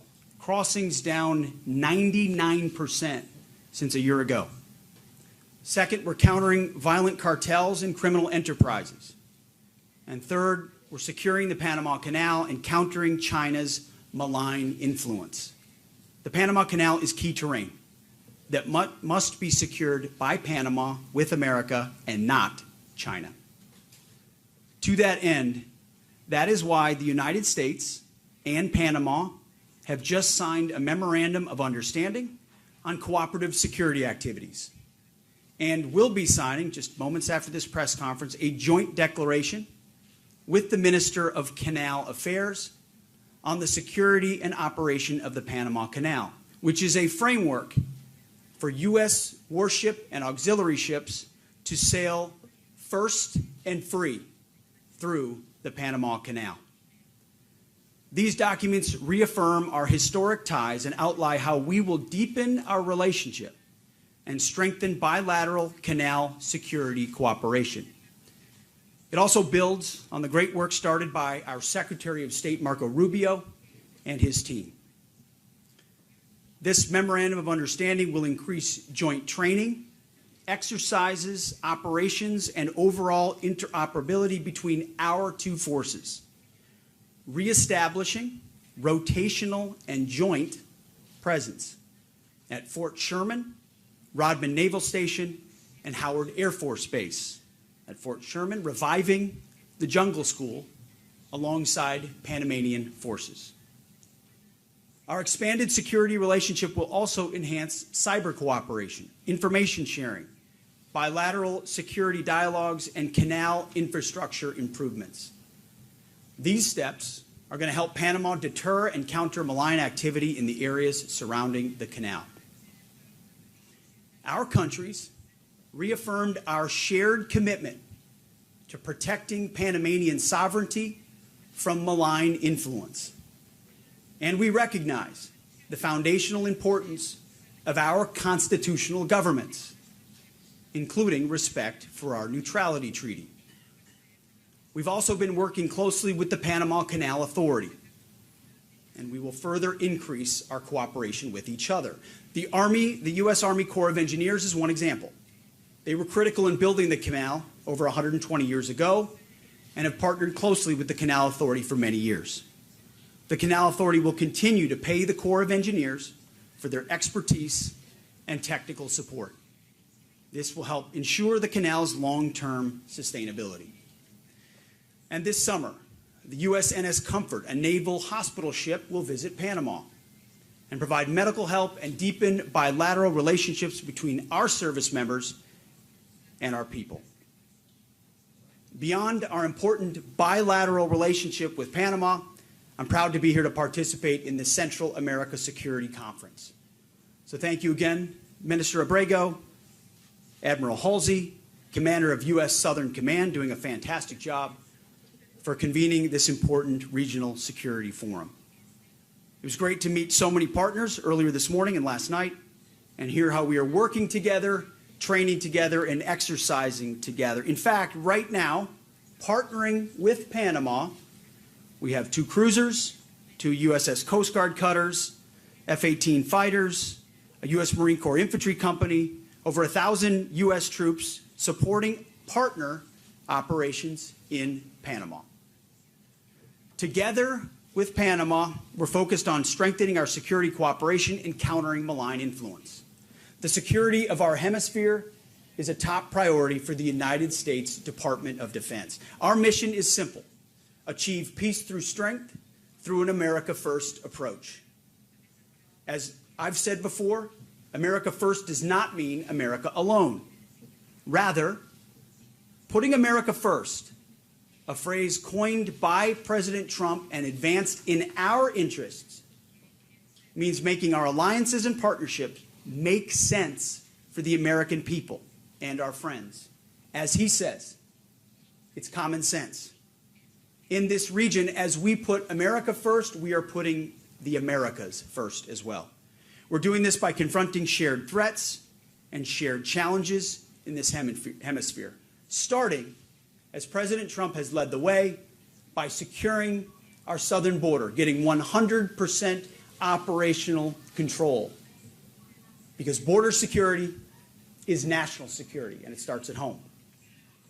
We're doing this by stopping illegal migration, destroying transnational cartels and gangs, and ending the era of capitulation to coercion to the communist Chinese. As I said yesterday, we are helping to take back the Panama Canal from communist Chinese influence. Like our partners across Central America and South America, the United States wants a hemisphere that is secure, prosperous, and full of sovereign nations. This is not about globalism or foreign adventurism.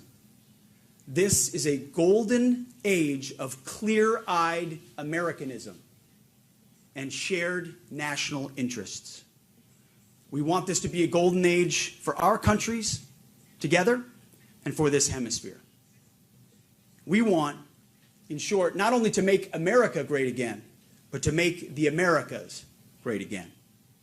And we will achieve these goals together, standing shoulder to shoulder with our allies and partners, with President Trump leading the way. So again, I want to thank President Molino, Minister Abrego, for being valued partners and for hosting us in your beautiful country. And with that, we look forward to your questions.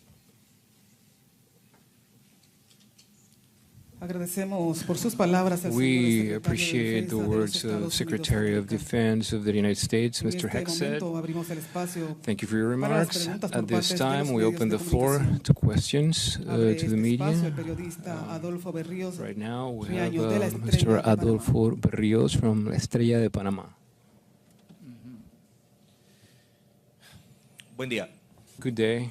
Señor Secretario de Defensa, Mr. Secretary of Defense, you mentioned the U.S. troops that are helping the Panamanian forces, and the memorandum talks about increasing bilateral activities.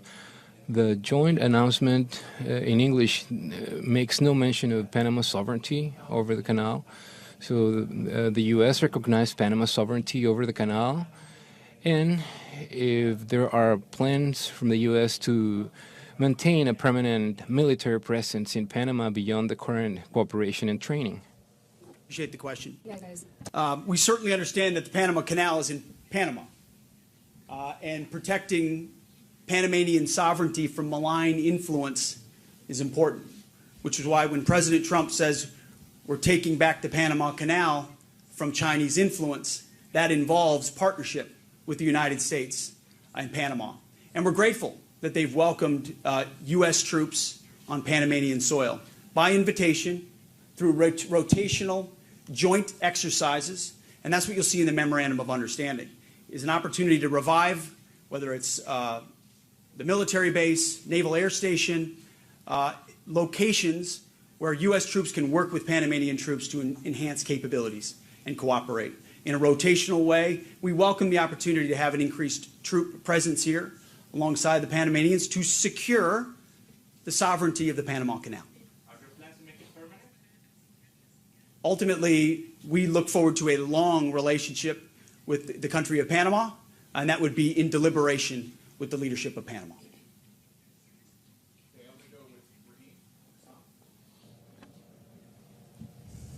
Well, thank you, Secretary. Thank you, Mr. Minister.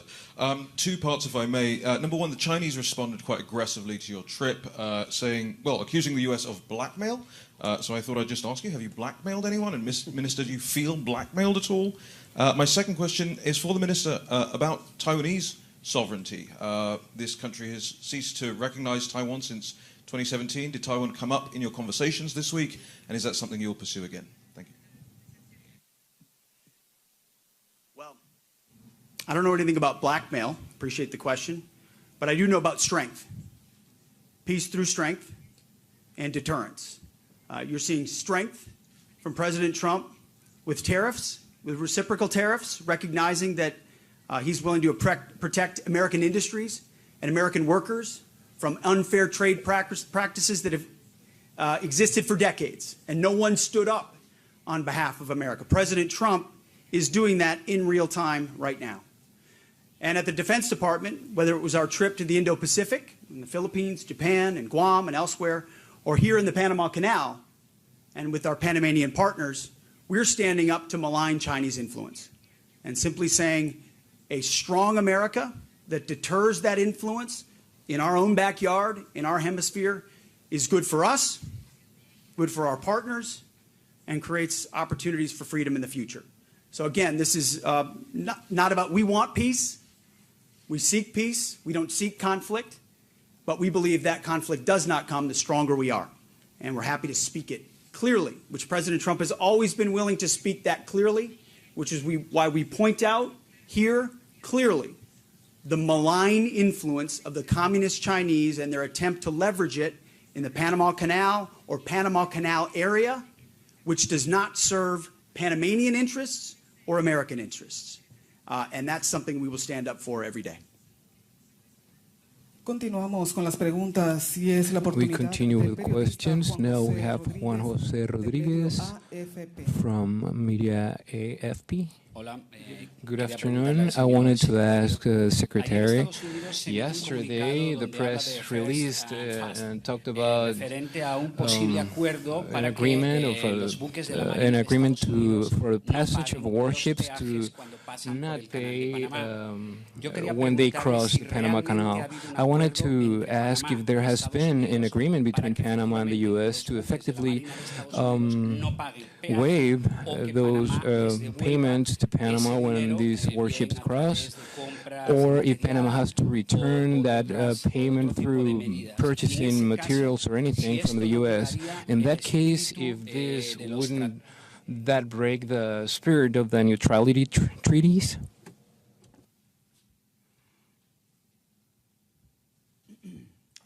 Appreciate the question. We're calling it, and we said in our statement yesterday, first and free. First and free for U.S. and Panamanian vessels, military and auxiliary vessels. In partnership, that's why after this we're signing with the Minister of Canal Affairs, but it is in keeping with the understanding of the Panama Constitution, with the authorities of the Panama Canal. So we've worked directly with Panamanian leadership, with the Canal Authority, to make sure it's arranged in such a way that it is first and free and is in keeping with their understanding. And that we'll be signing that framework, which is what it is today, a framework right after this press conference with the Minister of Canal Affairs. But it was important to us that in moments of contingency, our troops can travel first and free. We're grateful that our Panamanian partners are working with us on that. Absolutely. Thank you.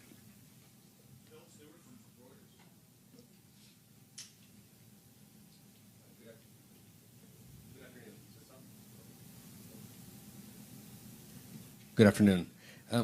Secretary Hegseth, did you provide assurances that the United States would not intervene militarily to take over the Panama Canal, or is that contingent on what happens with Chinese presence here in Panama?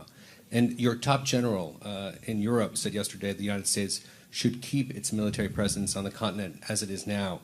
Do you agree? And are you considering relinquishing the SACEUR post to a non-American? And to Minister Abrego, would Panama accept a permanent deployment of U.S. troops or the establishment of a permanent U.S. military base on Panamanian soil? And if not, why not? Thanks. I would just start by saying the only person that will make a determination about force structure of U.S. troops in Europe will be President Trump, the Commander-in-Chief. And we will continue to have ongoing discussions, including inside the context of Ukraine-Russia negotiations, of what our force posture should be on the continent. That best addresses American interests and ensures burden sharing in Europe as well.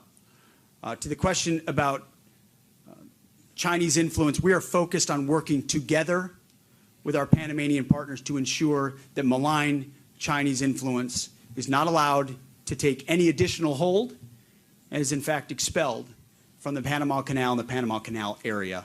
And they've been very fruitful conversations. I don't know if the minister has.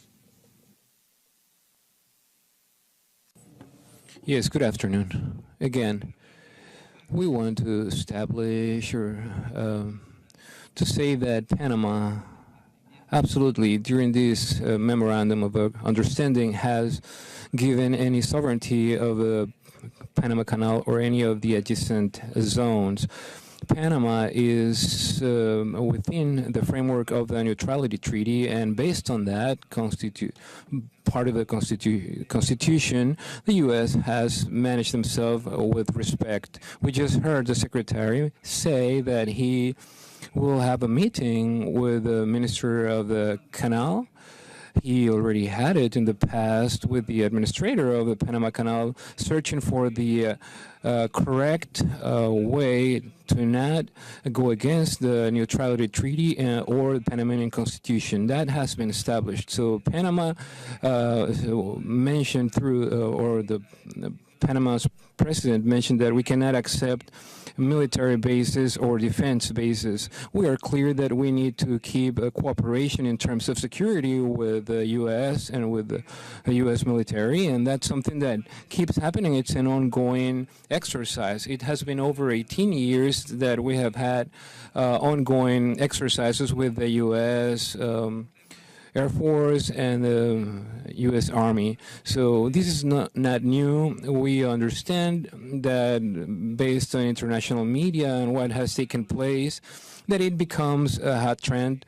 But maybe we want, and also we want to know a little bit more. But in this sense, our President Mulino established yesterday in his press communication and with Mr. Secretary Hegseth in that private meeting they had, he acknowledged the sovereignty of Panama over the Panama Canal, and he acknowledged that the neutrality treaty has to be respected in our Constitution as well, just as we respect the Constitution of the U.S. and their laws when we address any type of negotiation. All this has been written down in documents that will become public.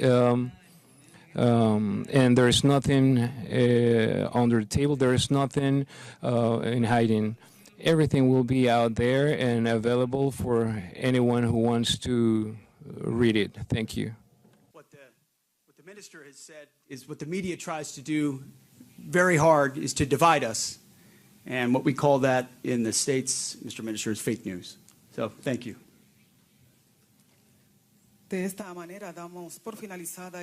We wrap up this press conference. Thanks to everyone for joining us and have an awesome afternoon.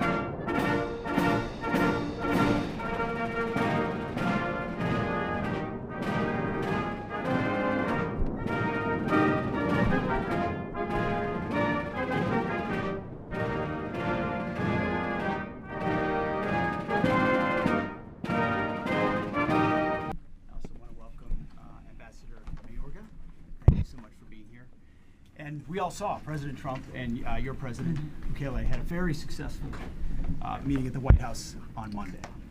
I also had a chance to meet your chief of defense in Panama as well. He's an excellent gentleman. And what's clear to us on this side of the table, and I think to the cameras and to the world, is that our relationship with El Salvador is stronger than ever. And it's only just beginning. Our presidents have set the tone, worked together very closely, and we look forward to developing that even more with you as well. What El Salvador has done in the last few years is nothing short of a miracle. Your country's victories over violent cartels and criminal enterprises, groups that terrorize your people and communities, is a model for all in our hemisphere. President Trump and I appreciate allies like El Salvador who punch above your weight, and we are grateful for your partnership. Pentagon, I also want to welcome Ambassador Mayorga. Thank you so much for being here. And we all saw President Trump and your president, Bukele, had a very successful meeting at the White House on Monday. I also had a chance to meet your chief of defense in Panama as well. He's an excellent gentleman. And what's clear to us on this side of the table, and I think to the cameras and to the world, is that our relationship with El Salvador is stronger than ever. And it's only just beginning. Our presidents have set the tone, worked together very closely, and we look forward to developing that even more with you as well. What El Salvador has done in the last few years is nothing short of a miracle. Your country's victories over violent cartels and criminal enterprises, groups that terrorize your people and communities, is a model for all in our hemisphere. President Trump and I appreciate allies like El Salvador who punch above your weight, and we are grateful for your partnership. We're also very impressed with your country's remarkable naval interdiction capabilities. I know you appreciate that especially. And we also want to extend our thanks for detaining dangerous members of foreign terrorist organizations at the Terrorism Confinement Center in El Salvador. El Salvador has set a great example for strong bilateral cooperation, mutually beneficial cooperation with the United States, especially on that topic and many others. We want to stand strong with allies who stand with us and help deliver peace through strength, especially in our hemisphere. I also want to recognize the many ways in which El Salvador has stood with America over the years, to include your own service in Iraq. Yes. As a company commander. Yeah. I served there, and a number of folks here at the table did as well in different capacities, so thank you for being a part of that effort very directly. Also, he also spent some time at Fort Benning, so he's an experienced individual. Like you, the United States wants our hemisphere to be secure, prosperous, and sovereign. So we look forward to our discussion today, and we want to thank you, all of you, for joining us. We'll look forward to a great conversation. Over to you. Thank you, sir, and thank you all of your staff. For me and my delegation, an honor to be here. as you said, we have a strong relationship right now, and everything that you mentioned is because we have a good relationship, and we want to improve that relationship. That's why I'm here, in order to share some experience with you and get some experience coming from you also. So it's an honor, and I'm here for trying to get a better job along with you. I know you can cooperate with us in some areas like training or other like that, and hope that this period will be better for our countries. We'll very much look forward to that and appreciate it. Thank you all very much. Thank you, members of the press. Thank you, members of the press. Thank you, members of the press. Thank you, members of the press. Thank you, press. Thank you, Secretary. We're leaving now. Thank you, press. We continue to ask you another question with regards to El Salvador and the deal to the American prisoners. Thank you, members. Support. Thank you, members of the press. We're sending people out to the United States. Thank you, members. Thank you, members of the press. Thank you.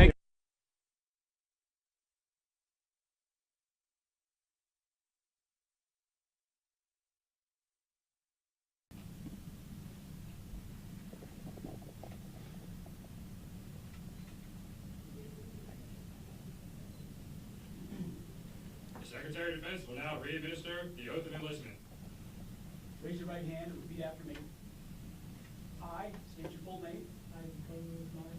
Do solemnly swear. That I will support and defend the Constitution of the United States. Against all enemies, foreign and domestic. That I will bear true faith and allegiance to the same. And that I will obey the orders of the President of the United States. And the orders of the officers appointed over me.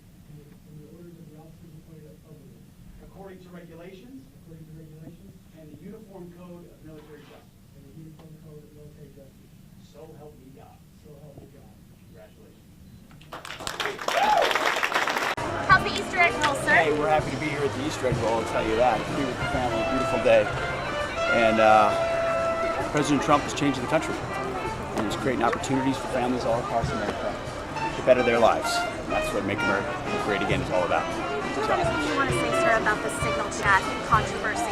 You know, what a big surprise that a few leakers get fired and suddenly a bunch of hit pieces come out from the same media that peddled the Russia hoax. Won't give back their Pulitzers. They got Pulitzers for a bunch of lies. Pulitzers for a bunch of lies. And on hoaxes, time and time and time again. And as they peddle those lies, no one ever calls them on it.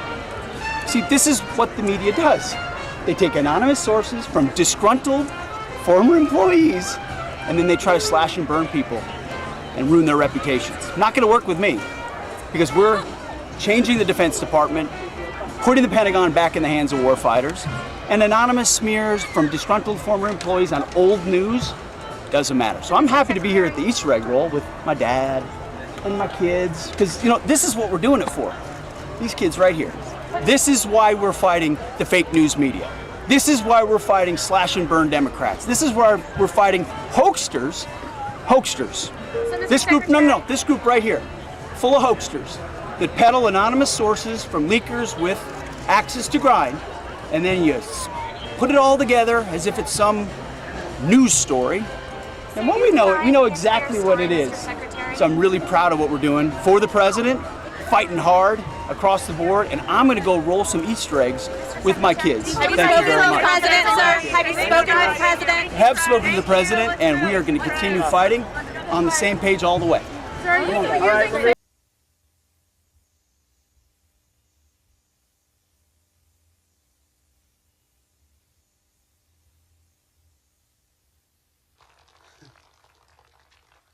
Who dialed up Thunderstruck?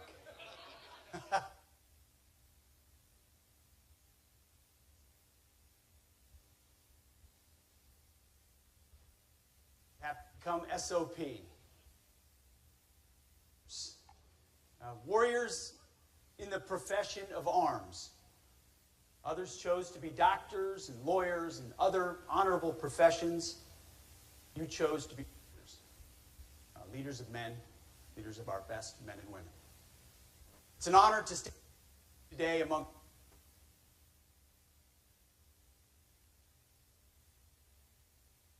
as well. Thank you for being here, sir. This is your district also.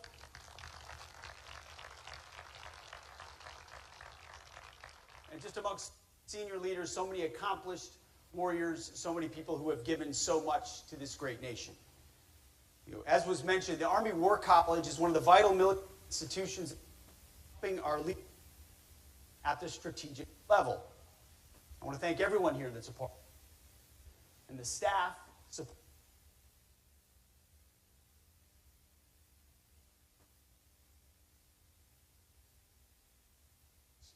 Carlisle without all of you are soon looking out to your next assignments. Congratulations. I'm here today to mark the first and share what we have accomplished so far at Trump called me to take this job. He told me two things. The first was, Pete, you're going to have to be tough as shit. Boy, he was not kidding on that one. This job requires a steel spine, and that's fine. We're doing the work of the American people and the American warfighter. But second, the president said to me, I want you to restore the warrior ethos of our military, full stop. And so that is exactly what I have set about to do all 100 days. Fighting for you is the privilege of a lifetime, a deployment of a lifetime. And from day one, and each 100 of those days, our overriding objectives have been clear. Restoring the warrior ethos, rebuilding our military, and reestablishing deterrence. Restoring the warrior ethos is the most fundamental of those three. Everything starts and ends with warriors in training and on the battlefield. We are leaving wokeness and weakness behind and refocusing on lethality, meritocracy, accountability, standards, and readiness. One of the early actions we did was to commission a review of military standards, training standards, physical standards, gender-neutral standards for combat roles. To be the world's most lethal and effective fighting force, you have to set and maintain high standards for our men and women in uniform. High, equal, and unwavering. To be lethal, you have to trust that the warrior alongside you in battle, or the troops fighting in the unit that many of you will lead, are capable, truly physically capable of doing what is necessary under fire. They need to be fit, not fat. Sharp, not shabby. Especially our leaders. And that's why we're reviewing how the department has maintained standards in the past, especially the last 4 years, and whether those standards have dropped, formally or informally. We're also welcoming back former service members who were wrongly forced to leave the military. More than 8,700 service members were involuntarily separated for not taking an experimental COVID-19 vaccine. Others were more informally pushed out or decided to get out. We are welcoming actively back those warriors of conscience. We've sent letters out. We're seeking them out. We want them back. They never should have been forced to come back quickly. Personnel and Readiness Department is working in real time to make that process more and more efficient, more and more direct every single day. And as we welcome those warriors back, we've said goodbye to the harmful effects, culture, and inclusion programs. We're DEI content, eliminating quotas, and promotions are based on performance not immutable characteristics. DEI at DOD. Based culture. Individual initiative, excellence, and hard work. We're also working hard to protect command climate. We're going to be reviewing IG and EO processes that too often are weaponized against commanders in formations. I can't tell you how many men and women I hear from about to take battalion or brigade leadership or wing leadership, you name it, who feel like they're walking eggshells because were put in place that undermine a commander's ability to lead. We are reviewing that all. We're also optimizing the civilian workforce, ensuring that we have the right employees in the right roles at the right time to support our warfighters.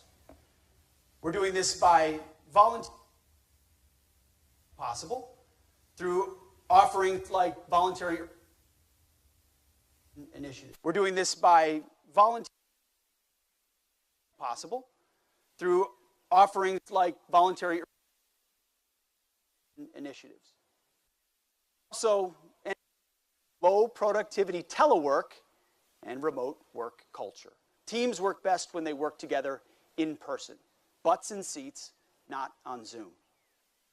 We're making accountability and high performance the watchwords for the department. At all levels, we expect employees to deliver results and respond to leadership needs.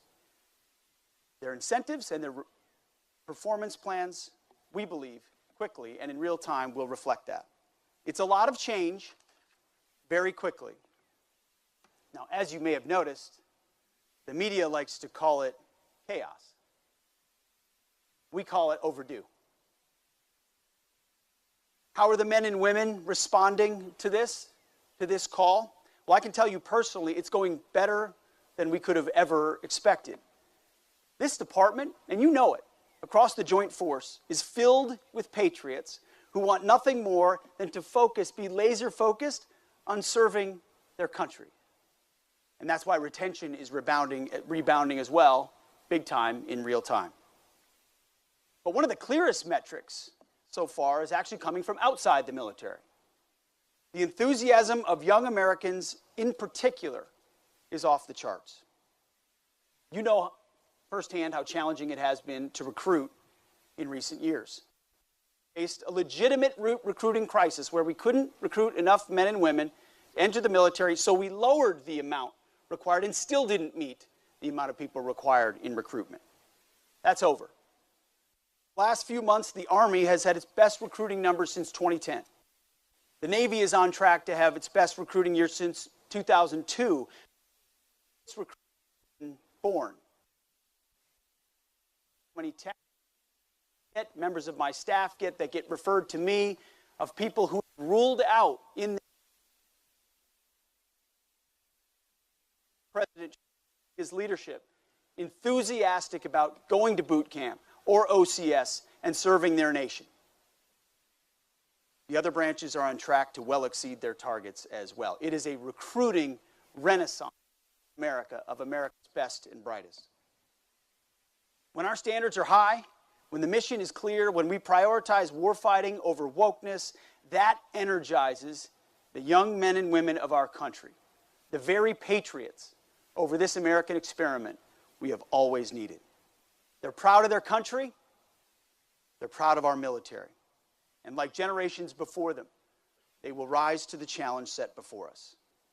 As leaders, all of us, all we have to do is keep raising the bar and putting the mission and our people first. That's reviving the warrior ethos.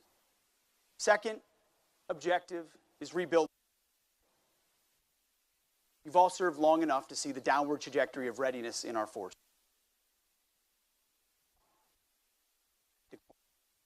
And that well underway just 100 days in. He has declared and delivered on building our military.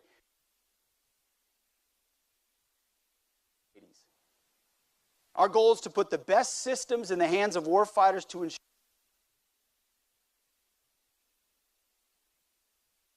lethality. You should never be in a fair fight. That's our job. First, we are rapidly moving on one of President's promises, which is a golden dome for wide to protect Americans from the threat of nuclear, hypersonic, and conventional weapons here in our homeland. Another incredibly exciting program is the newly announced and further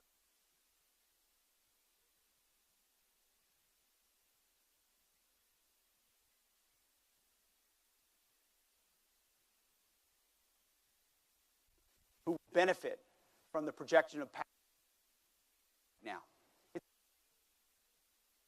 Allies, we're not going anywhere. And to our enemies, able to project power around the globe for decades to come. These investments are not just in Golden Dome and F-47. Historic investments in the border, hypersonics, in long-range drones, in shipbuilding, in modernization, you name it.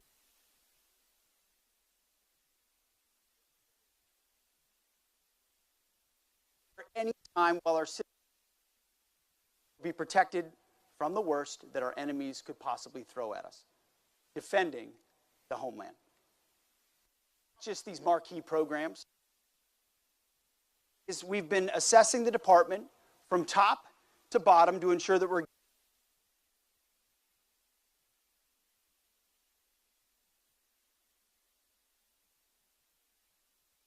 sounds wonky, but it's very important. Forcing the software acquisition pathway as our preferred model. We have and when we need it. And just this week, we major President Trump outlined in his executive order on defense acquisition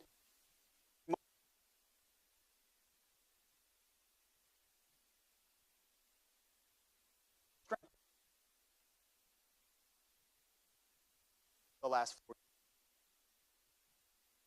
years. Munitions war room and expand critical mineral production, including rare earth elements, heavy rare earth elements, light rare earth elements, all the things we need that need to be made at home or by our allies and partners.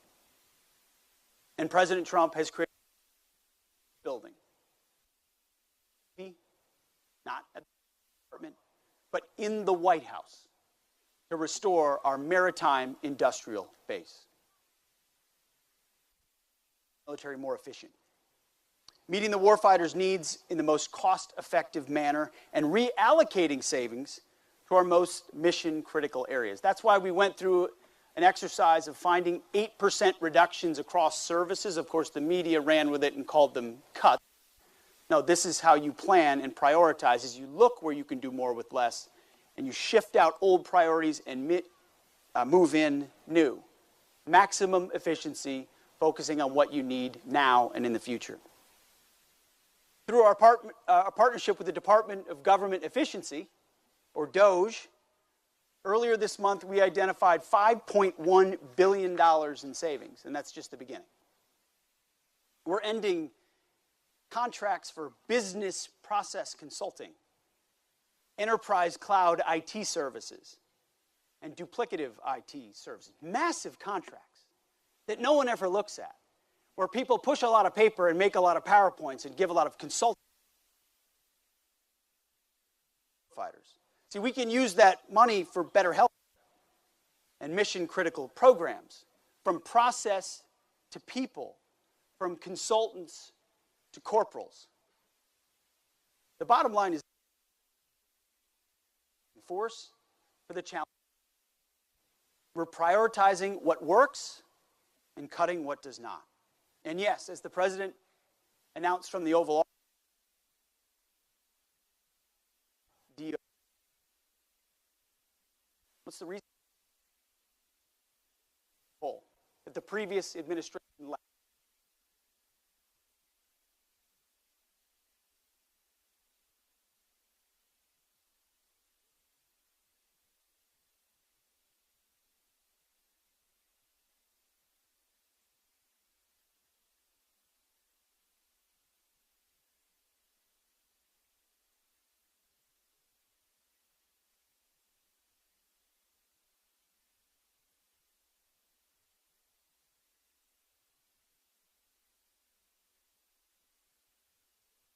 COCOM commanders at the tip of the spear to understand and delivering it.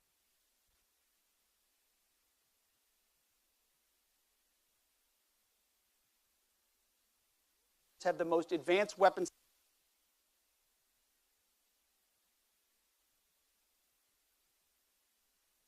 point,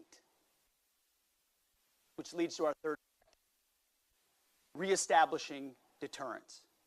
After 4 years of deferred maintenance under the Biden, most importantly, and you saw it from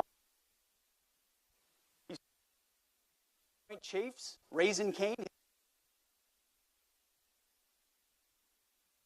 our borders first.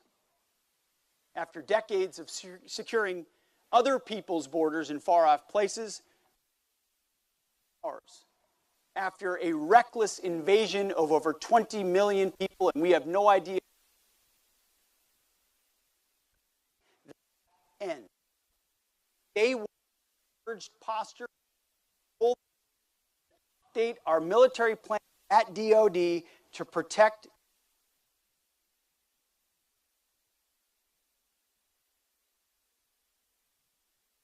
cartels, drugs, violence, death. Under the Trump administration, it ends. Under this Defense Department, we get 100% operational control of our. We started one, we'll continue through.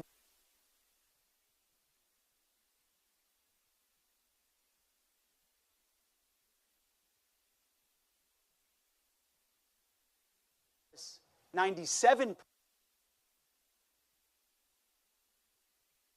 border crossings compared to the same period in 2024.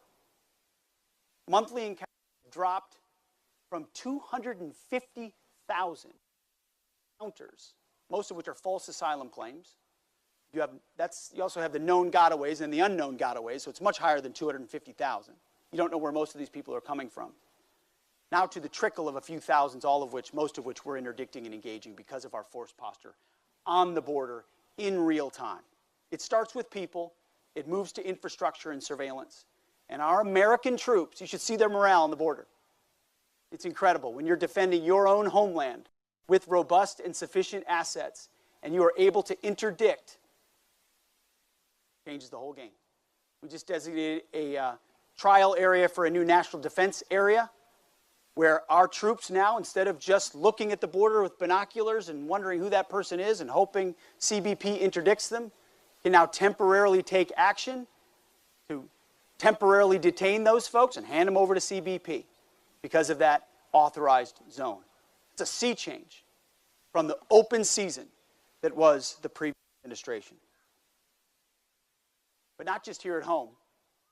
In 3 of the most strategically important regions in the world, we are increasing allied burden sharing while we increase deterrence.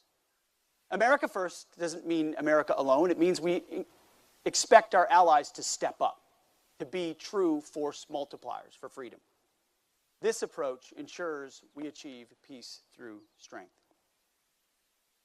First, in Europe, our allies are finally, thanks to President Trump in the first administration, and again in these first 100 days, following America's call for European leadership and ownership of continental security.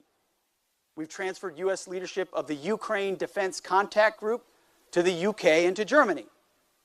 We've obtained commitments from Poland, one of many model allies, the Baltics, to spend 5% of their GDP on defense.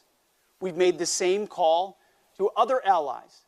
2% is not enough considering the threats you face. 3%, 4%, 5%.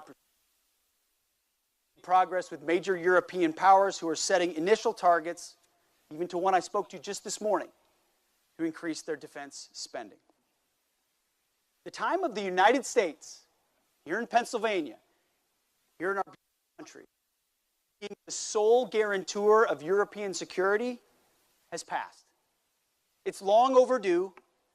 Europe has to step up, military, and lead. NATO.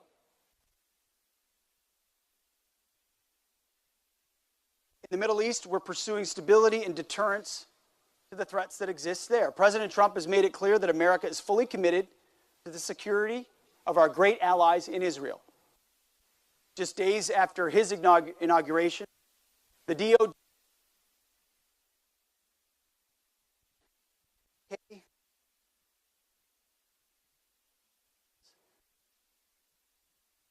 blocked the defense.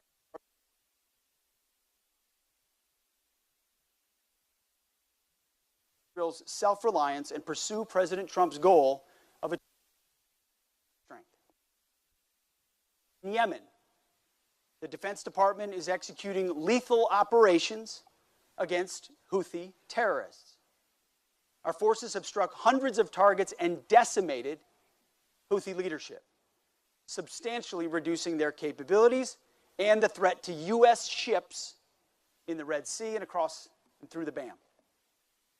We have demonstrated America's commitment to defending our interests and restoring freedom of navigation, which we will do and are doing. This is a clear, limited mission executed with ruthlessness. Full stop. We will run our ships through that BAM. And our message to the Houthis has been clear from the beginning. Allow us to sail our and we'll stop shooting at you. Until then, you're going to feel the pain. And I'll tell you, the Houthis are feeling the pain. We have demonstrated any aggression against Americans will be met with decisive action, unlike what that region saw under the Biden administration. But this is not nation building. This is not land wars. This is not endless wars. This is not regime change. This is clear-eyed American national interests, decisively and overwhelmingly. Third, and most importantly, we are deterring communist China in the Indo-Pacific and around the world. To deliver peace in this region, we're delivering a more forward regional force posture. We're supporting allies and partners. Allies and partners are our force multipliers as they strengthen their own capabilities, including in Taiwan. We're also connecting U.S. allies and partners to and more resilient. And there will be a lot more of it. In fact, in March, I took my first trip to the Indo-Pacific as secretary. The first trip to Guam in 20 years from a defense secretary. I traveled to the Philippines to meet with President Marcos and his Secretary of National Defense. We reaffirmed the long-standing strength of the U.S.-Philippines alliance, a key piece in our strategy to deter and counter the communist Chinese. We also traveled to Japan on that same trip, and later on a trip that a few of you may have seen to Panama. At each stop, we announced new bilateral exercises, increased cooperation, foreign military sales deals, commitment to President Trump's vision of peace through strength. In the Philippines, we are deploying more advanced capabilities, including Nemesis anti-ship missiles. In Japan, we announced Phase 1 of upgrading U.S. Forces Japan into a full-blown Joint Forces headquarters. In Panama, we secured a framework for first of Panama Canal passage for U.S. military vessels and auxiliary vessels, as well as the additional presence of U.S. troops stationed through both sides of the Panama Canal. As I said then, and I will reaffirm today, the President pledged to take back the Panama Canal from Chinese influence. And with our partners, we're doing just that, right in our own backyard. At every step, we are carrying out our strategy to increase against before. In these places, when you meet with leaders who want to be with America, who believe in what America can do, have watched us when we're strong, they're making, in many cases and in many places, a binary choice. It is either by, with, and through the Americans or with the communist Chinese. In the Indo-Pacific, around the world, but specifically in the Indo-Pacific and in our hemisphere, you can see it. You can see it in the eyes of allies and partners. You can see it in the influence underneath the surface. They want to be with us, but they need to see strength, and they need to see leadership. And that's what President Trump has provided in spades, not just in words, but in deeds, in action, and so as Europe shoulders more of the burden in continental security, that frees up resources for us to focus on countering the malign influence of the Communist Chinese where it matters most.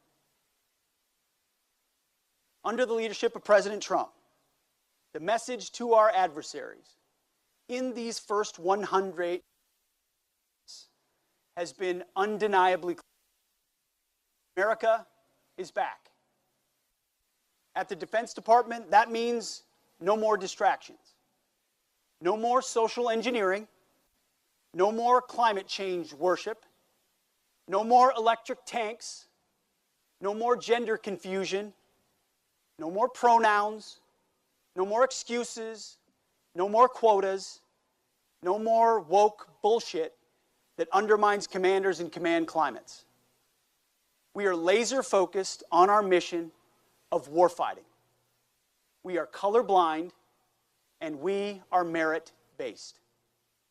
We're restoring the warrior ethos, rebuilding the military, and reestablishing deterrence. End, full stop. Enemy aggression will be met swiftly and harshly. We're beginning a new golden age of America and a golden age of national defense. We have a bumper crop of new recruits, new planes, new missile defense systems on the way, allies increasing their defense spending, and adversaries on their heels. Today, on this beautiful day, we have a brand new class, soon to be, Army War College students about to graduate. You, all of you, are the future of our military. You will lead these new recruits, eager, optimistic, young, ready, and soon to be trained. They will look to you. You will lead the brigades, the ships, the groups. You will execute our tactical, operational, and strategic objectives all around the globe. You will set the standard. We're counting on you. And I know that you will deliver at each and every step with distinction. God bless you. Godspeed to all of our warriors, and thank you for having me today. Appreciate it. Thank you.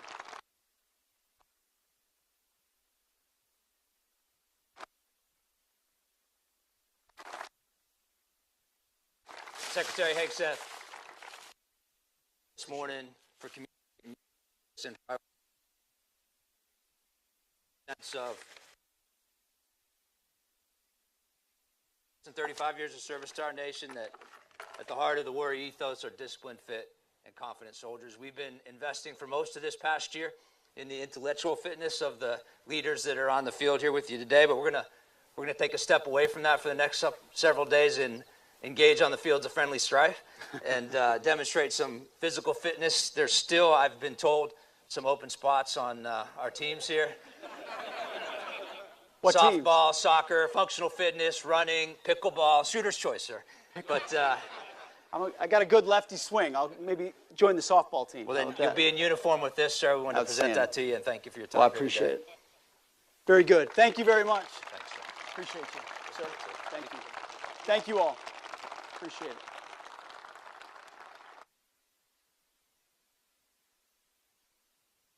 We're back with more DoD reforms. This one is General and Flag Officer Reductions. That's the official title. My title is Less Generals, More GIs. It's a historic one, and it's in keeping with President Trump's commitment to achieving peace through strength. We're going to shift resources from bloated headquarters elements to our warfighters. Let's take a bit of a trip down memory lane. In history, when we were fighting across the globe during World War II, we had a force that was 12 million strong.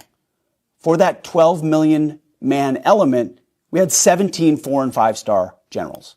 Today, we have 2.1 million service members with 44 4-star and flag officers. So it used to be a ratio of 1 general to 6,000 troops. Today, it's 1 general to 1,400. More generals and admirals does not equal more success. Now, this is not a slash and burn exercise meant to punish high-ranking officers. Nothing could be further from the truth.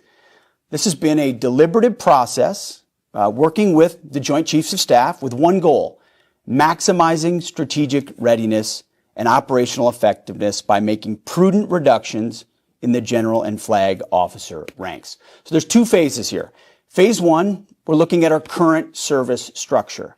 And in phase two, it's a strategic review of the Unified Command Plan. Now, this is going to be, we think, the most comprehensive review since the Goldwater-Nichols Defense Reorganization Act of 1986.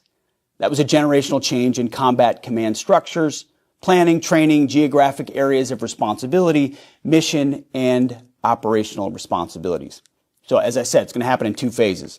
The result of phase one is a minimum of 20% reduction of 4-star and flag officers for active duty elements, and a minimum of 20% reduction of general and flag officers in the National Guard Bureau. Phase two will produce a minimum of an additional 10% reduction of overall general and flag officers throughout the DoD, in conjunction with a realignment of the Unified Command Plan. It's going to be done carefully, but it's going to be done expeditiously. We confront a complex and evolving threat environment. We cannot afford to wait. We got to be lean and mean, and in this case, it means general officer reductions.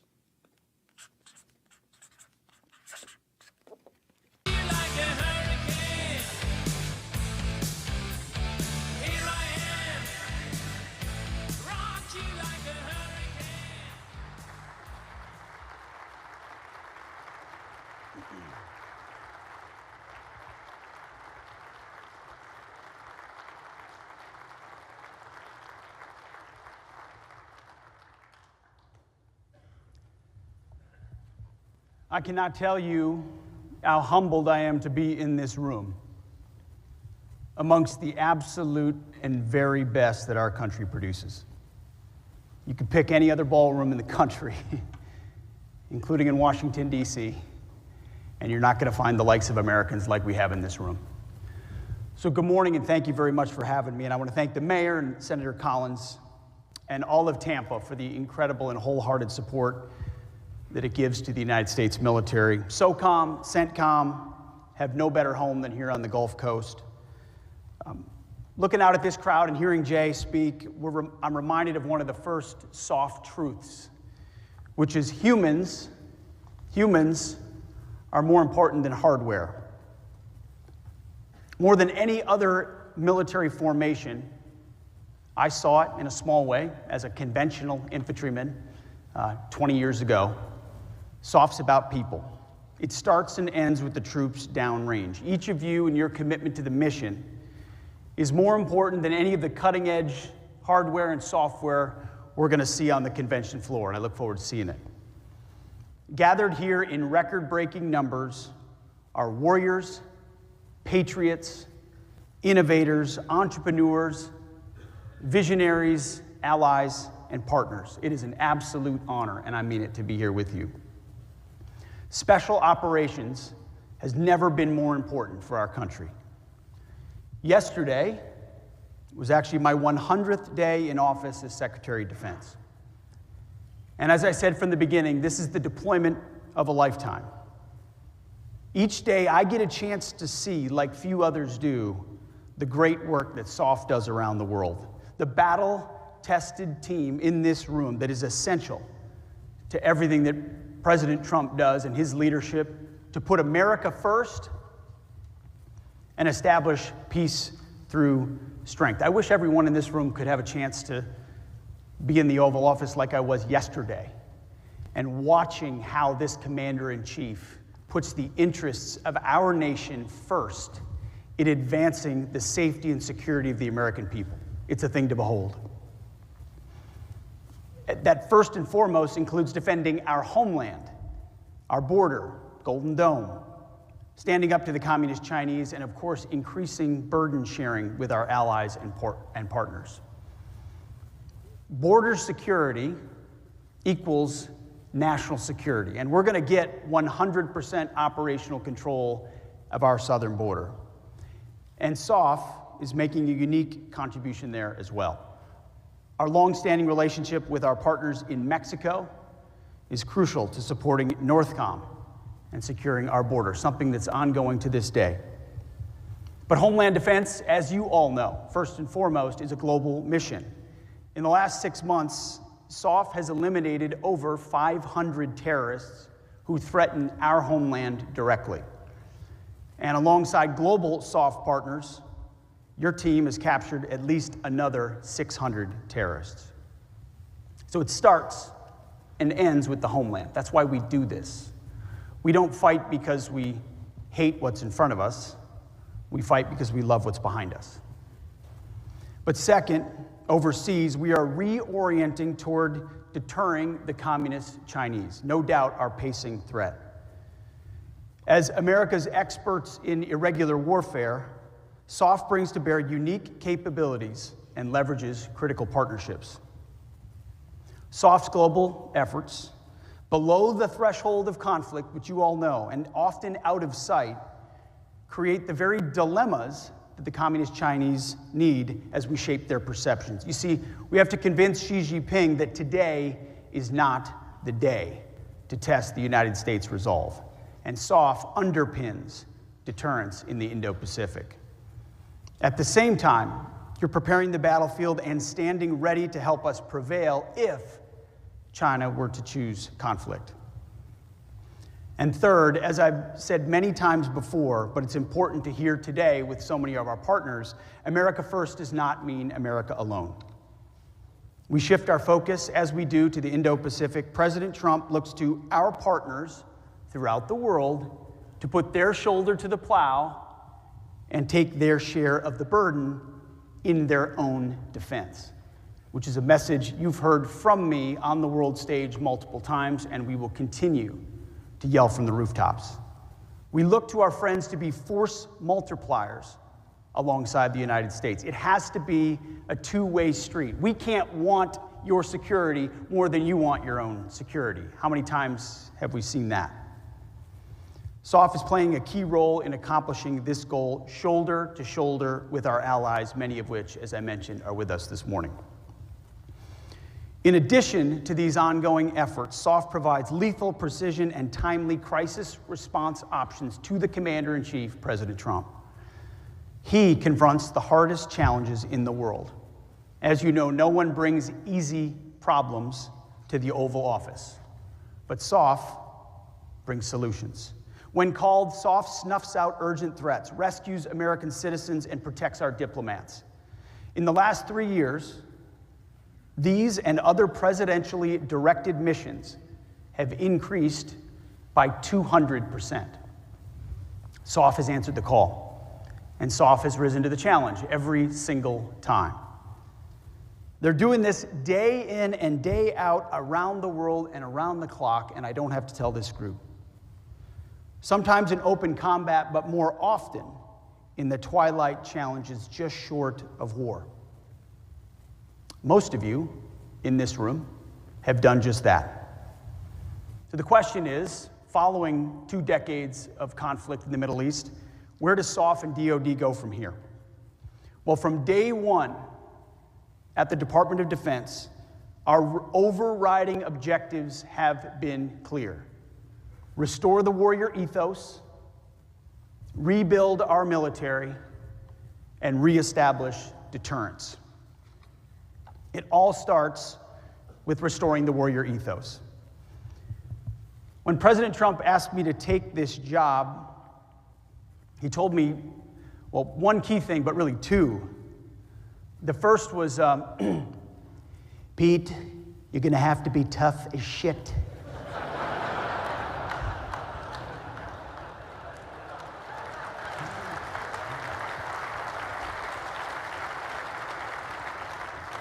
They're gonna come after you. Boy, he was not kidding about that one. This job requires a steel spine, and that's fine. My job's easy compared to what you do. We're doing the work on behalf of the American people and the American warfighter.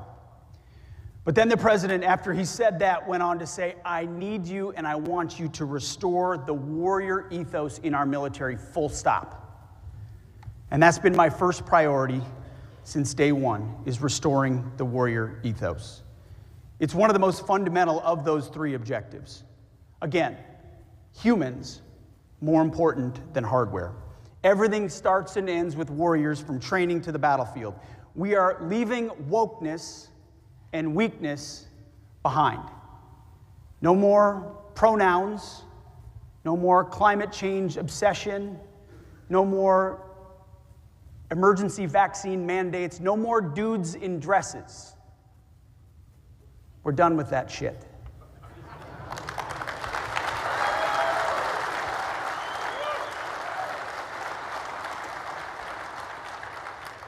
We're focused on lethality, meritocracy, accountability, standards, and readiness. That's why since Election Day, since President Trump was elected, recruitment and retention numbers are up historically. Attracting military service is something Americans have long been attracted to, but more so when they see leadership they want to follow. They want to be in disciplined formations that value them not for immutable differences, not for the color of our skin or gender, but because of honor and integrity and grit and patriotism. They want a meritocracy where they can work hard, make themselves better, kick ass, and rise up. They're looking for adventure, camaraderie, risk, danger. They want to push themselves and test themselves against others. They want to flourish in an environment that embraces hard work, discipline, and the warrior ethos. Special operators know a thing or two about all of those. I've experienced it firsthand across the world. I have had a chance to get up and do PT with the troops oftentimes when we're traveling. And some people think it's a novelty. It's not. It's always been a basic part of military service. You get up early, you get up, and you work out because we're going to be fit and we're not going to be fat. And even if the SecDef has a little bit of time to do it, every troop has an opportunity to do it. The problem is, it went from let's do PT with the troops to every special operations group in the world trying to smoke the SecDef. I find myself almost blacking out by the end of the workout and then having to hand out coins and try to stay right ways up.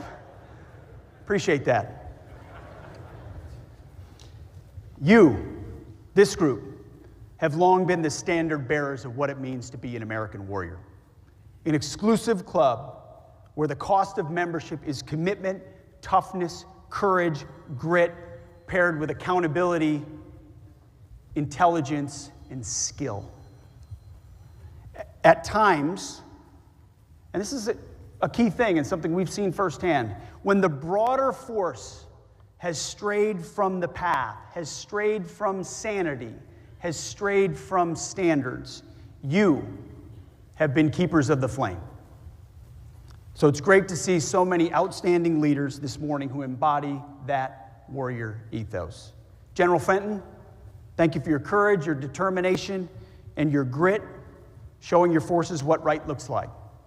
And of course, Command Sergeant Major Shorter, the real boss of SOCOM.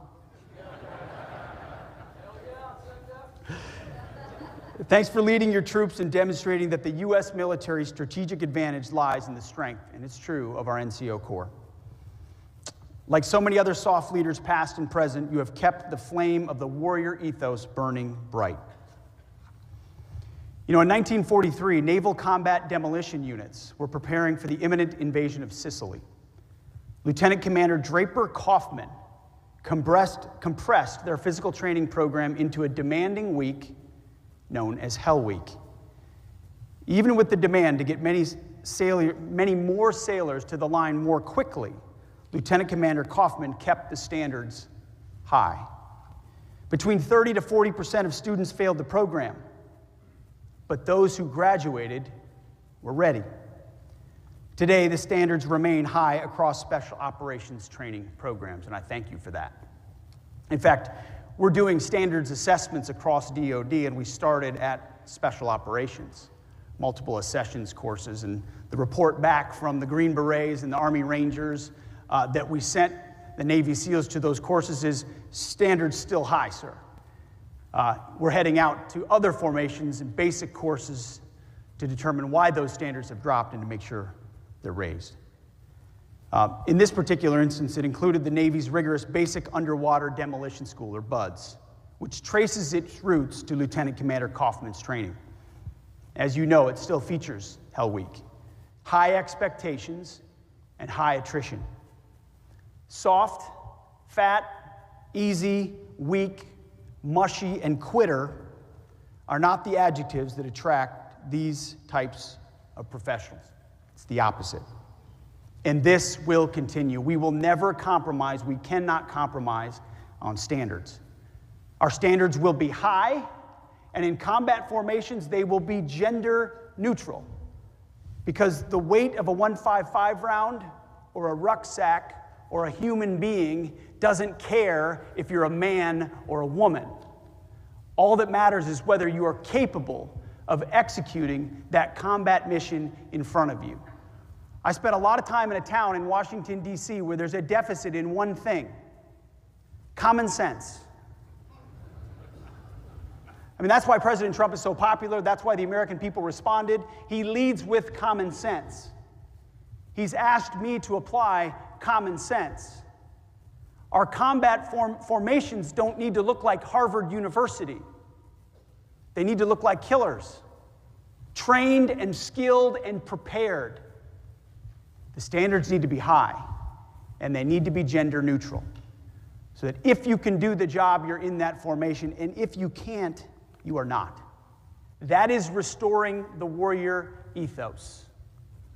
And it's something we've seen across our formation that the troops are responding to.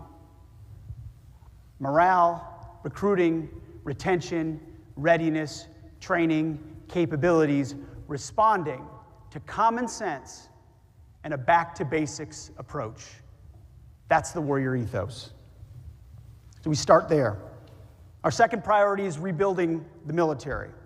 And President Trump has declared and delivered on a generational investment, rebuilding our military, much like Ronald Reagan did in the 1980s. Our goal is to put the best systems in the hands of our warfighters, because you, our warfighters, should never be in a fair fight. We're doing this by reviving our defense industrial base, reforming our acquisitions process, and rapidly fielding emerging technologies. Sure, Golden Dome for America is a part of that. The new 6th generation fighter, NGAD, F-47 is a part of that. B-21s are a part of that.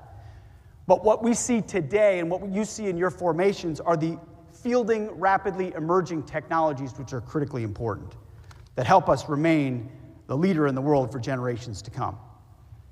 Everyone here today, from SOLIC to the SOF Secretariat to SOCOM and every Special Operations Network, has a role to play in rebuilding our military. Special Operations Forces have long operated like a tech startup. You're agile and nimble, lean and lethal. You leverage innovation to get more capability, and you push the limits of technology and human performance in ways that conventional formations just cannot. You adopt advanced technologies early, you make them better, and then you help them spread to the rest of the joint force. You are willing to experiment and fail while learning from each failure and each success. We need you to keep doing that. I get a chance to see it with my own eyes when I travel. I see it in the reports that are sent up from General Fenton and others. That rapid fielding, that rapid iteration, that feedback loop is critical across the joint force. And this tradition of rapidly introducing trailblazing technology can be traced, to, of course, to soft World War II roots in the Office of Strategic Services. They developed briefcase radios, modified small arms, and more, which met wartime needs. Today, that means loitering munitions, AI-enabled targeting platforms, and new counter-UAS systems. I want to recognize and thank a few DoD pathfinders in these critical efforts. SOF AT&L and their expert team of teams led by Melissa Johnson, call sign Mojo, and the Irregular Warfare Technical Support Directorate, led by Gabe Ramos, with their rapid prototyping and innovative partnerships. These teams and others like them are moving out with a sense of urgency. While some in Washington talk about acquisition reform, and I'll tell you, there's plenty of white papers out there that'll tell you about acquisition reform.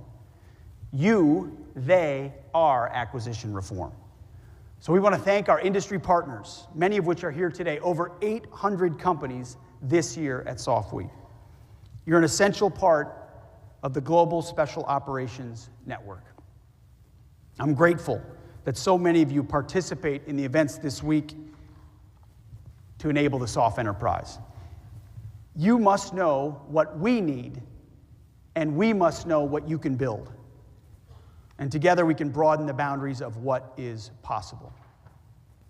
Because as we rebuild the military, we have to unlock the creativity of our companies for our arsenal of democracy. Even though we're not a democracy, we're a republic, and we need to start teaching that in our schools again. Small comment.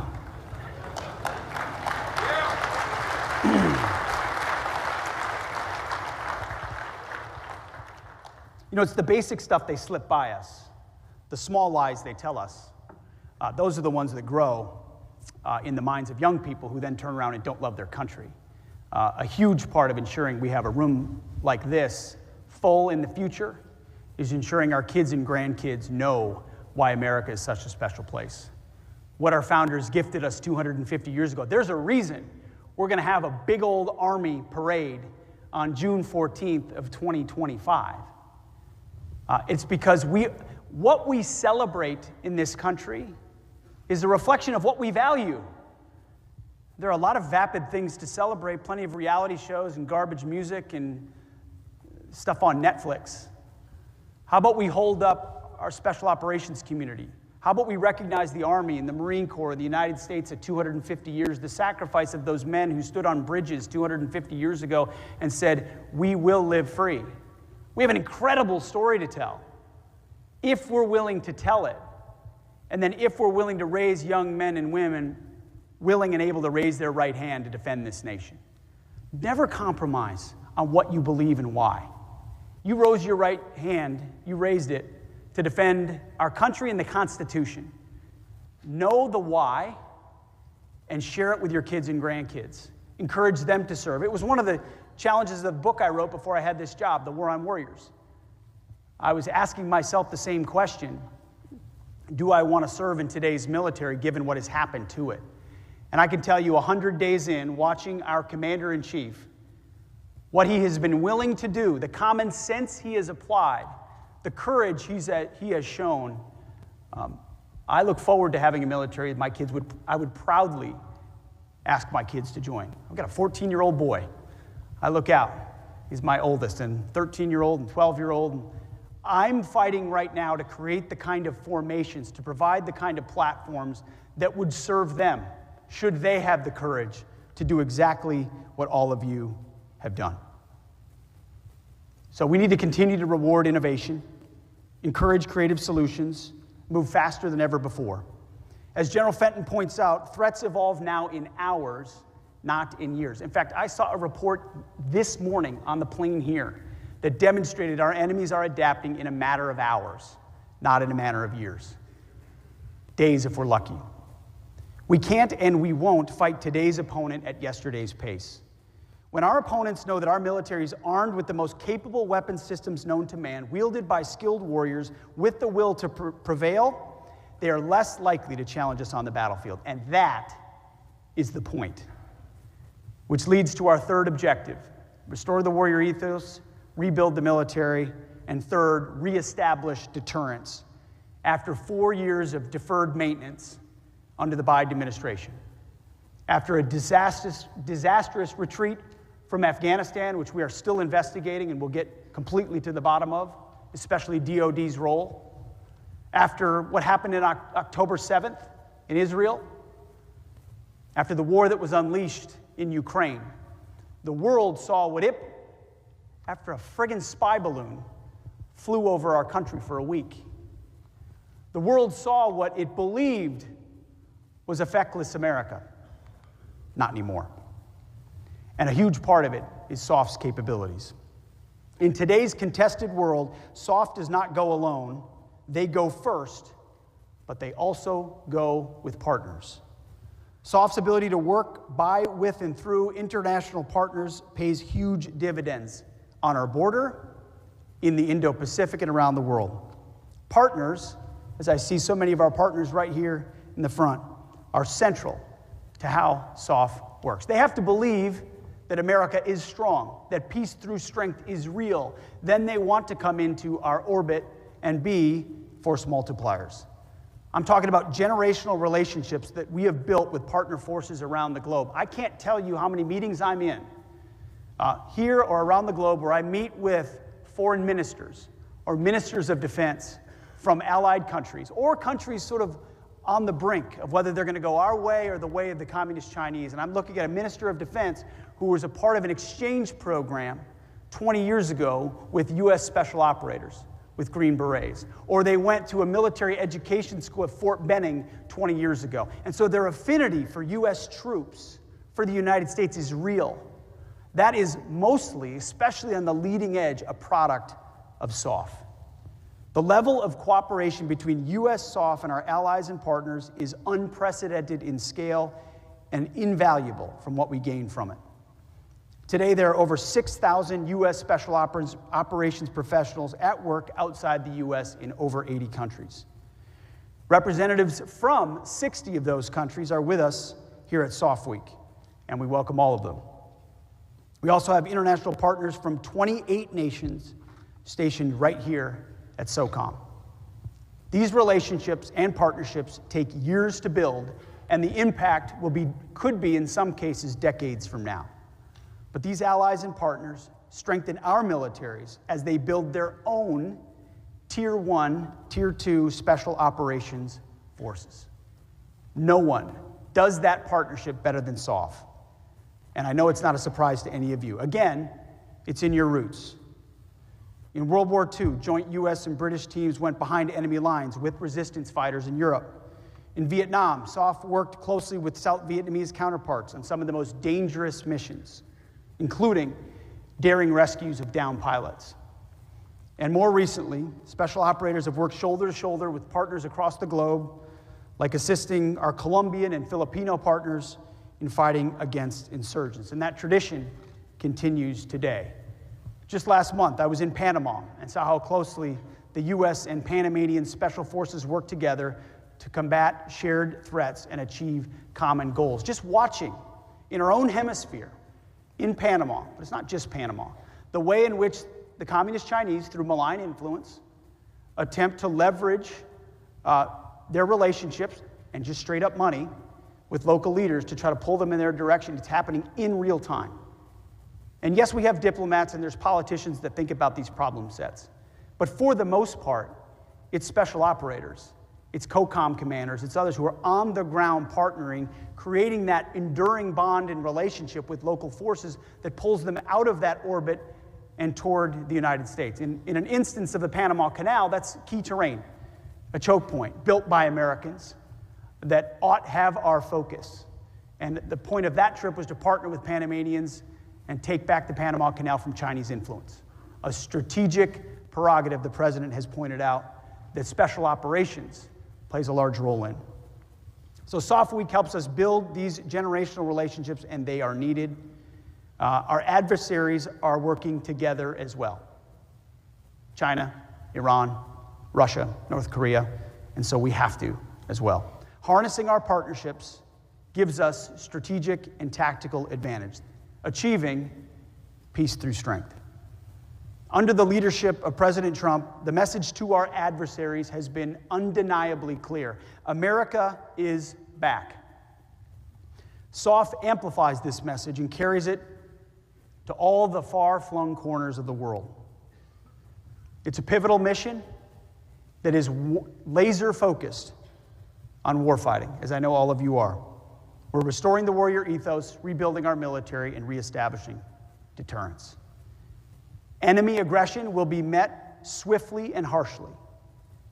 And we're beginning a new golden age of America and a golden age of national defense. But there is no time to waste.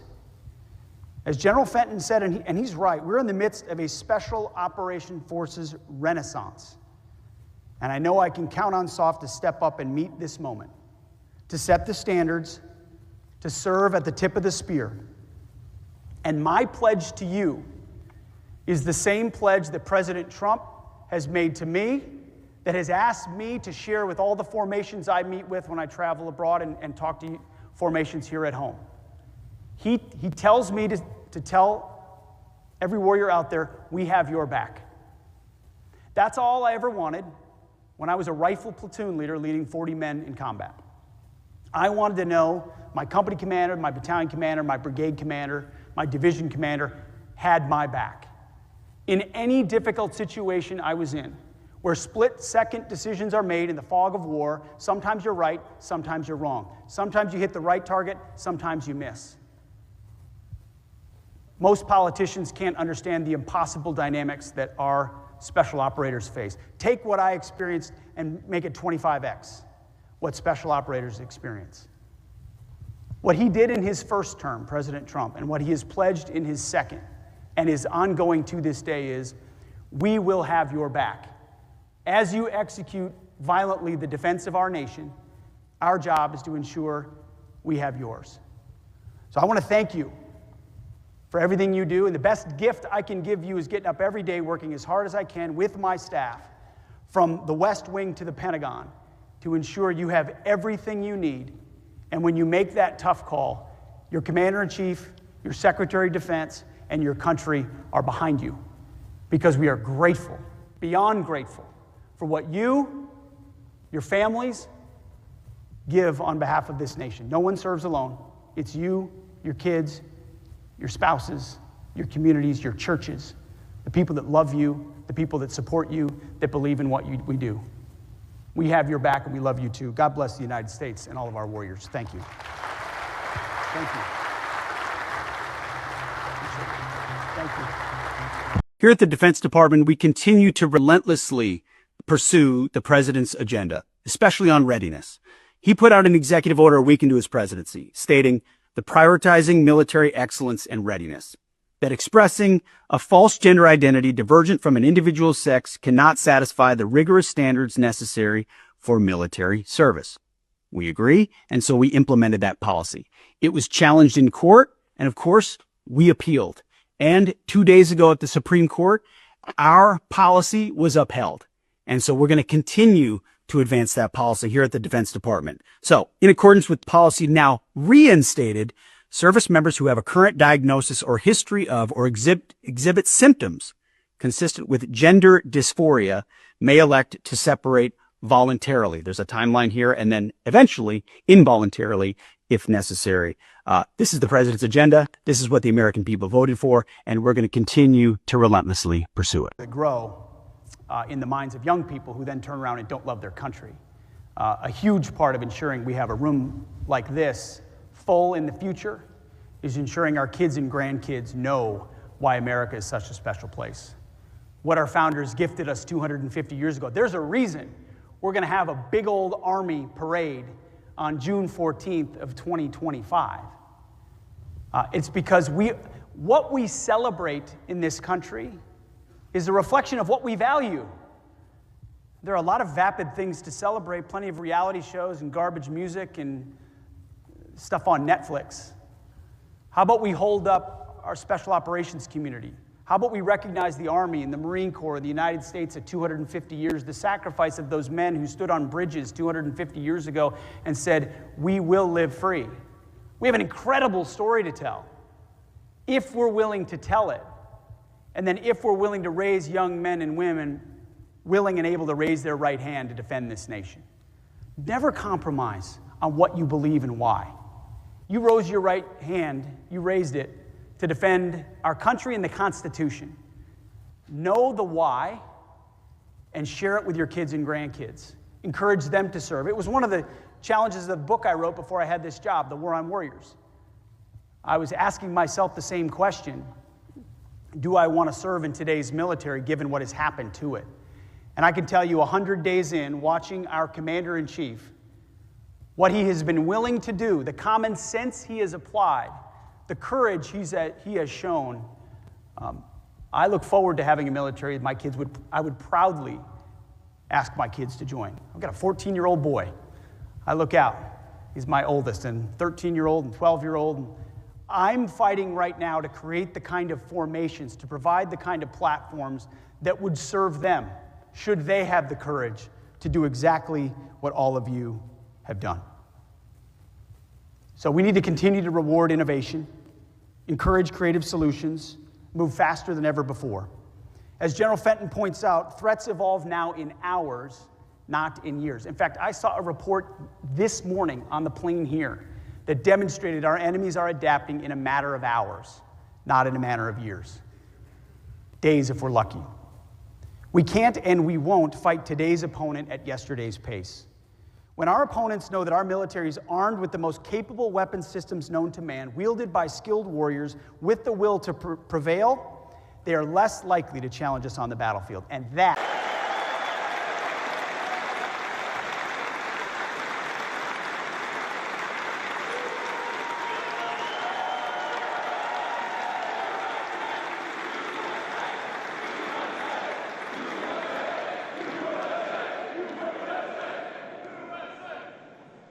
How we doing, American warriors?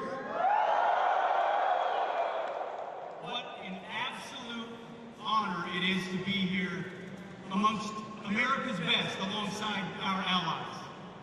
I look out into this audience and I truly see the eyes of American strength, the eyes of American deterrence, the eyes of Americans who put America first. So on behalf of a grateful nation, I want to thank you for your willingness to take the prime of your life to raise your right hand to defend our Constitution and our great nation. We salute you, we thank you and your families these 6,000 or 7,000 miles away. You know, I have the distinct privilege every day of watching President Donald Trump put America first. From the Oval Office to foreign trips, every single moment he has the best interests of our warfighters in mind. He wants to ensure in every situation, in every scenario, in every conflict, we have your back. And that's his message to me. He says, Pete, we better have their back as warfighters every time. We have three things at the Department of Defense that we're doing to ensure we achieve peace through strength and put America first. Number one, we're restoring the warrior ethos. No more political correctness, gender pronouns, DEI, CRT, or climate change. We're in the business of warfighting. Accountabilities, standards, warriors, and lethality. And the American people have responded. The young people of America have signed up in historic numbers, which is why you've seen recruiting skyrocket across the country in historic ways, responding to their commander-in-chief, Donald Trump. You've also seen retention in our ranks at historic numbers as well. We're restoring the warrior ethos. We're also rebuilding our military. President Trump has committed $1 trillion defense budget, a historic budget unlike any before, a generational rebuilding of our capabilities. We will have the best ships, the best subs, the best planes, the best fighters, the best drones, missiles, air defense, space defense, border security, Golden Dome, you name it. America will be stronger than ever before under our Commander-in-Chief, Donald Trump. He is committed to that. And number three, we are reestablishing deterrence. Sadly, over the last 4 years, we saw a collapse in Afghanistan, what happened on October 7th, the war in Ukraine, violence unleashed by wokeness and weakness. But under President Trump, we're seeing a renaissance of peace through strength. Our enemies know that we mean business, and our allies like Qatar here know that we will stand beside them. That projection of strength, that recognition of American leadership is what unleashes peace. See, my first motto as a platoon leader was those for my platoon, Charlie Company Sector 113, was those who long for peace must prepare for war. We are warfighters, standing behind this Commander-in-Chief, prepared to deliver peace and security for the American people. And we have the greatest Commander-in-Chief possible in the Oval Office and here with us today. It's always my message to the troops, this man has your back. And that is why it is a distinct honor to introduce to you the 45th and 47th President of the United States, our Commander-in-Chief, Donald J. Trump. Mr. President, add this to the long and growing list of promises made and promises kept. Ultimately, this right here, the Golden Dome for America, is game changer. It's a generational investment in the security of America and Americans. Mr. President, you said we're going to secure our southern border and get 100% operational control after the previous administration allowed an invasion of people into our country. President Reagan 40 years ago cast the vision for it. The technology wasn't there. Now it is, and you're following through to say we will protect the homeland from cruise missiles, ballistic missiles, hypersonic missiles, drones, whether they're conventional or nuclear. It's not lost on me, sir, also that you had the vision to start the Space Force. And here we are, when others said we didn't need it, here we are in the Oval Office with one of the leaders of the Space Force in General Gutlein, leading the charge on putting in place a game-changing Golden Dome for America. So, sir, it's an honor to be a part of this bold initiative. We're going to get to work on it. We have been since you signed that executive order on January 27th. We've been fast forward on this. We're here on this day, and this is just one stop in delivering this defense of the homeland, which is something you've charged us with doing, and we'll keep going until it is complete, sir. Thank you, Pete. Time, we wish to celebrate our very own best of the best and highlight key victories and achievements by our very own paratroopers. Ladies and gentlemen, we present to you the 82nd Airborne Division NCO of the Year, Staff Sergeant Christopher Snowberger. He is followed by the 82nd Airborne Division Soldier of the Year, Sergeant Tyler Duranda. The Division Jump Master of the Year, Staff Sergeant Ryan Clark. Our Division Best Squad was selected as the Best 5 Trooper Team in the Division and consists of Staff Sergeant Kevin Saga, Sergeant Carlos Sampson, Specialist Wyatt McGraw, Specialist Liam Peacock, and Specialist Dylan Lanning. Finally, we wish to highlight our 4 finalists that have completed the grueling U.S. Army Best Ranger competition against 52 other teams across the Army. Team 23 in 9th place, First Lieutenant Zachary Simon and Sergeant First Class Christopher Nagel. And Team 22 in 15th place, Sergeant Zachary Irvine and Sergeant Keegan Ford, who is unable to attend today. Please join me for a round of applause in recognizing these exceptional paratroopers.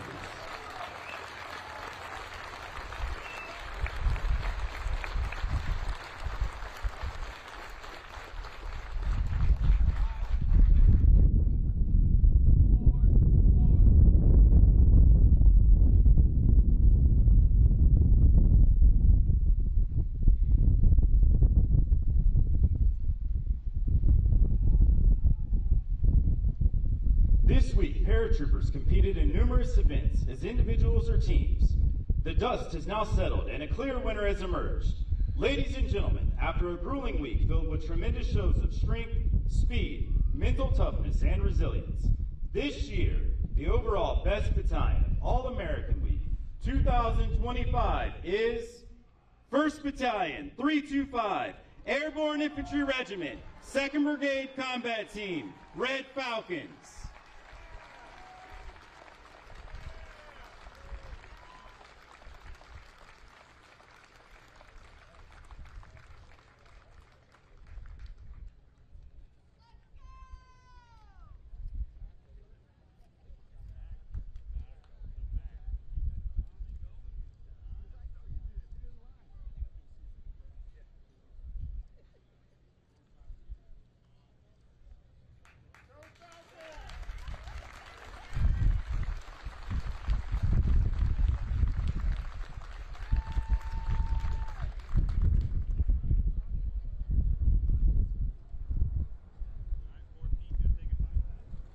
Ladies and gentlemen, at this time, please welcome the commander of the 82nd Airborne Division, Major General Pat Work.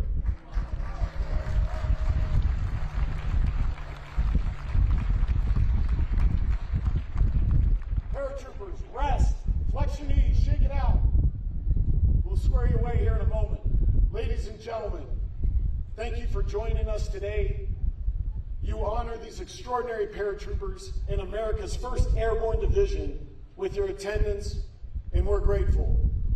All right, paratroopers, square yourselves away.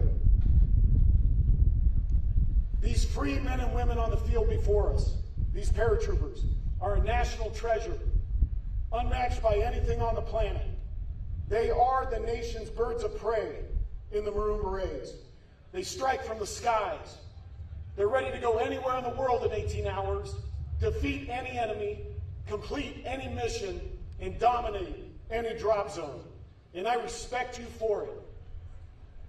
For Command Sergeant Major Della Pena and I, it's an extraordinary privilege to stand in the airborne phalanx with you. And it's also a tremendous privilege for us to welcome our distinguished guest and the reviewing official today, our 29th Secretary of Defense. So Secretary Hegseth, sir, welcome to the 82nd, welcome to All-American Week, and welcome to Fort Bragg, what many of us refer to as the center of the universe. We look forward to your remarks. Airborne, sir.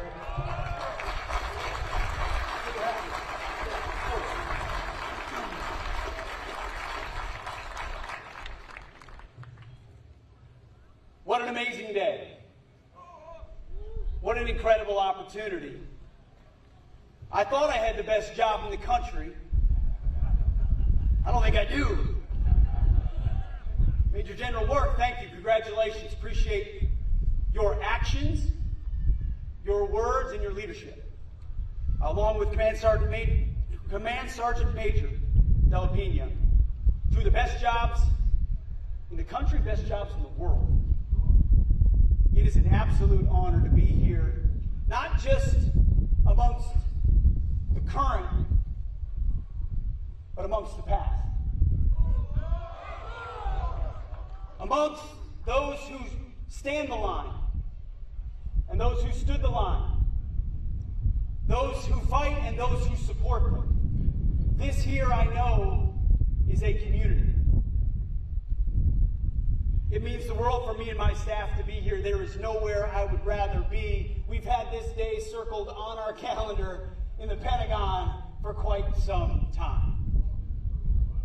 It is great to be here at Fort Bragg. It is Fort Bragg again.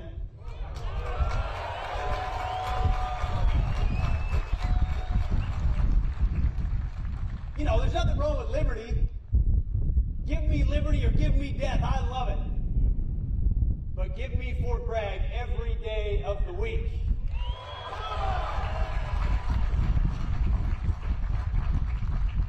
And to this formation out here, this beautiful formation, as I look, a message from our Commander-in-Chief, from your Commander-in-Chief, from President Donald J. Trump. We know that all of you, America's 911, that you have our back. The message for the Commander-in-Chief straight from 1600 Pennsylvania Avenue is he has your back.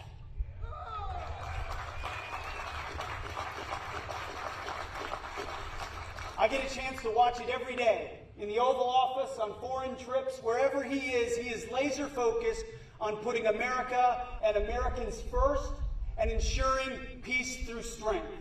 So as you train, as you prepare, as you are the tip of the spear, know that you are serving under a Commander-in-Chief who has your interests in mind with every decision that he makes.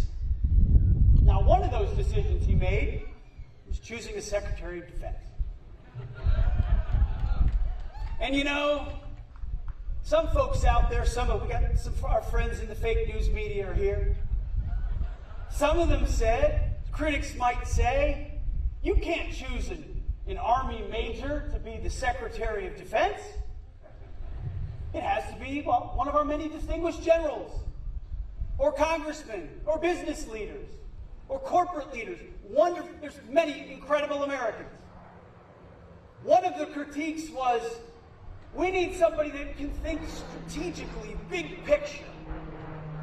We can't have a guy who thinks like the troops.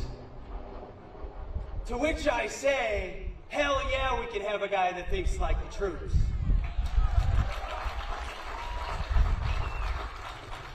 You see, my job is to think strategically, operationally, but also understand the tactical. I have stood, not that long ago, in a formation like this one. And if you didn't hear it, please rest. Double rest. If that's a command from the Secretary of Defense.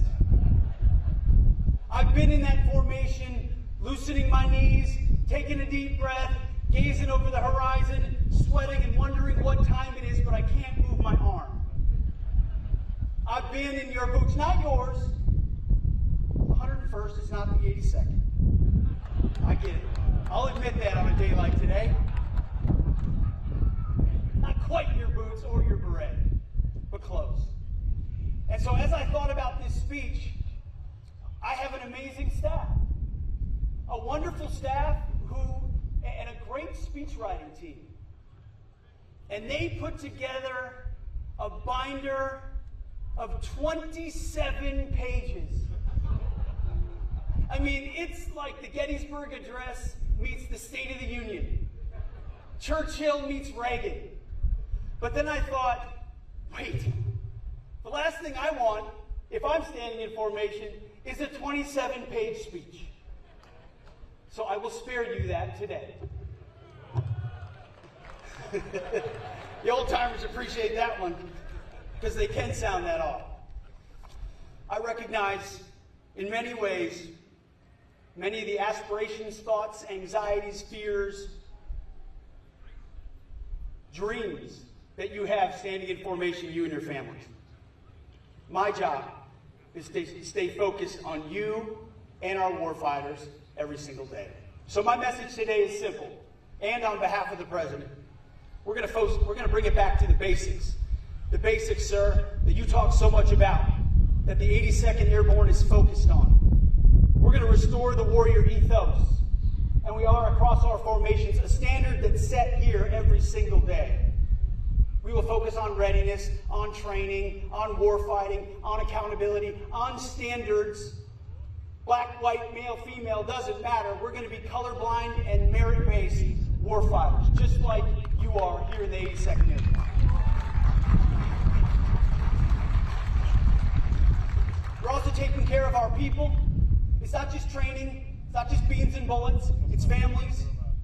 It's historic investment in barracks, in housing, in health care, and yes, in pay. There's a big increase coming for E1 to E4. Also, I've got a bit of an announcement today that might be of interest to this community. For the first time in 25 years, here at the Secretary of Defense, through the Secretary of the Army, we are increasing jump pay.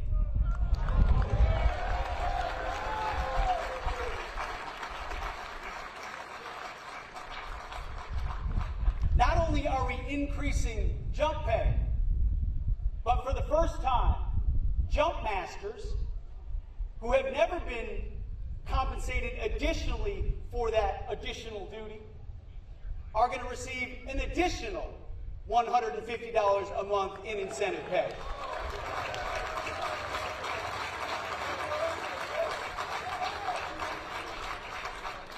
So here's to our paratroopers, our jump masters, who do the difficult things in difficult places that most Americans can never imagine. But I want you to know, inside the corridors of the Pentagon, you are on our mind. With the decisions that we make in budgets, in planning, in deployments, in orders, in reorganizations, we have you and your families in mind. We're also going to rebuild our military. President Trump is committed to historic investments inside our formations. Our promise to you is that when the 82nd Airborne is deployed, if we have to call 911 for America's response force, you will be equipped better than any other fighting force in the world. You should never enter and will never enter under President Trump's watch a fair fight. That's my promise to you we will rebuild this military.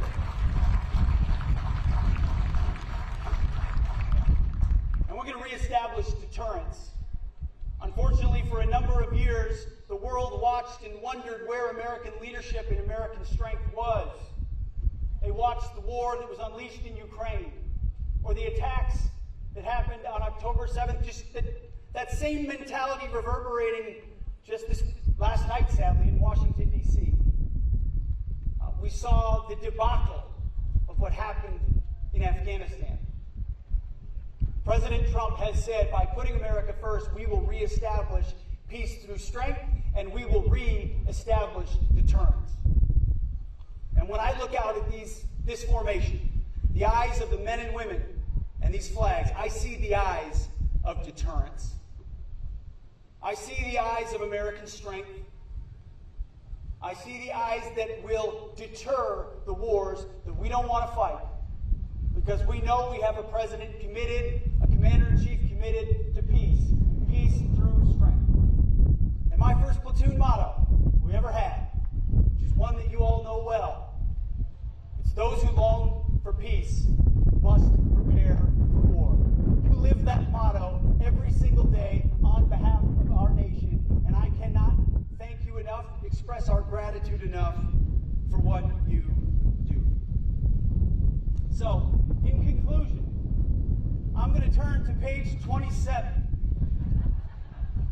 and end with some well-written words deserved of a fantastic formation like this one. I'm grateful to be assembled here amongst America's Guard of Honor, the warriors of the 82nd Airborne Division, your families, and so many stout-hearted veterans. Like those who came before you, you keep showing the world the stuff you're made of, because we know you are ready for the important work that lies ahead. On behalf of the President of the United States, on behalf of the Office of the Secretary of Defense, on behalf of a grateful nation, Godspeed to all of you.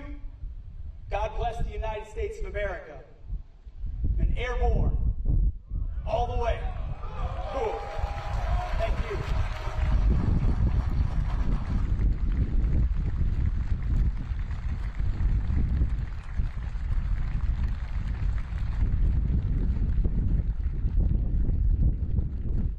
Sound attention.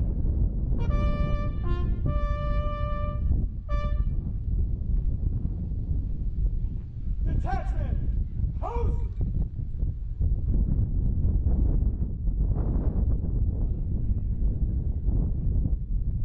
March.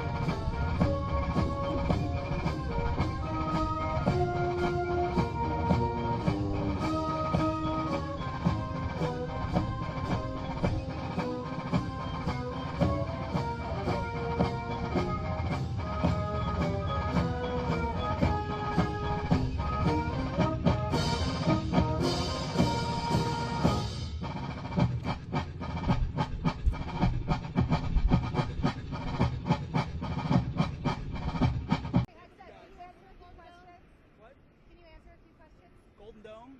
Yeah, Thrilled about Golden Dome. China has accused the U.S. of trying to turn space into a war zone with Golden Dome, said it had a strong offensive nature. All we care about is protecting the homeland. President Trump has said for a long time, defense of the homeland is critical. America first. America and Americans.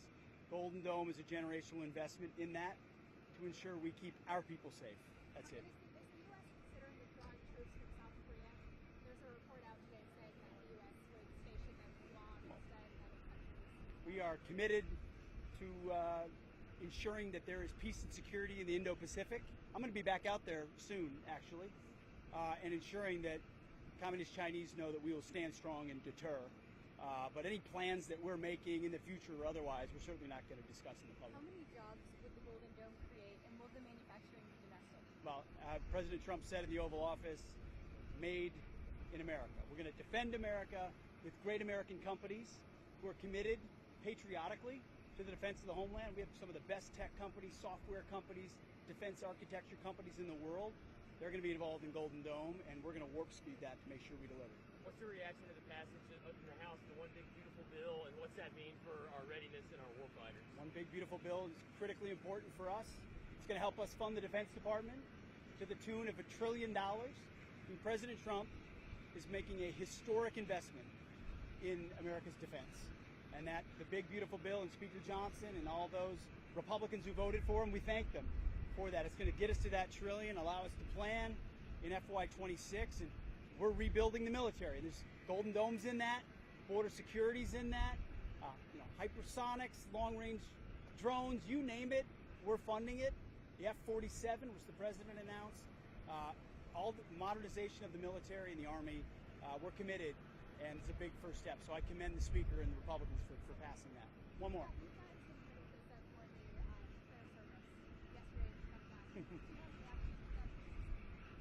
It's interesting. The question is, I've gotten some criticism for hosting a Christian prayer service at the Pentagon yesterday. We said it very publicly. We said it very proudly. Appealing to heaven, to God, is a long-standing tradition in our military. I'm very proud that we're starting a monthly voluntary service at the Pentagon. George Washington was on bended knee with the troops, praying for God's providence and protection in that moment. Chaplains and ministers and Christians and people of faith across generations have prayed because of the business that we're in. I mean, the business of the 82nd Airborne, and you watch that 911 button for the country, is a dangerous one on behalf of all of us. And we appeal to God.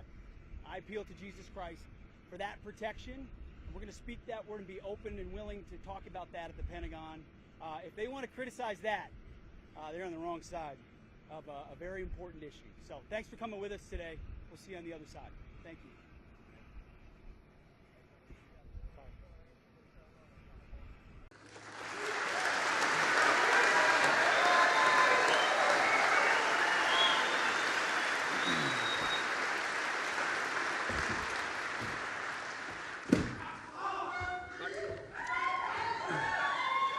Roxanne, President Trump, Vice President Vance, Chairman Kaine, Gold Star families. Ladies and gentlemen, thank you for joining us today to remember our fallen warriors. We gather here to honor our very best, gone in their youth. To properly do so, we understand who they are and what they fought for. It is our simple duty to them. You know, throughout time, civilizations have honored the powerful, the well-connected, and the well-born. Emperors and kings have built magnificent shrines to their own royal greatness. Yet in America, with our great experiment in self-government, it is fitting that the most honored and closely guarded tomb in the land is that of an anonymous soldier of an unknown rank. When the first unknown soldier was selected for burial in 1921, he laid in state at the Capitol Rotunda. Throngs of Americans paid their respects. When the tomb was dedicated on November 11th, Veterans Day, the unknown received the Medal of Honor.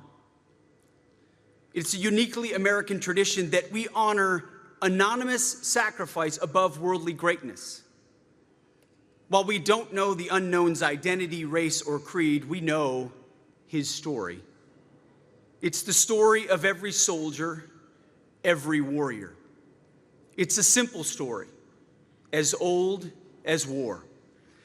A young man with hopes and dreams and loves who's called by his country leaves behind his hometown, his parents, his siblings, his sweetheart, all that he knows, to go fight a war that he may or may not understand.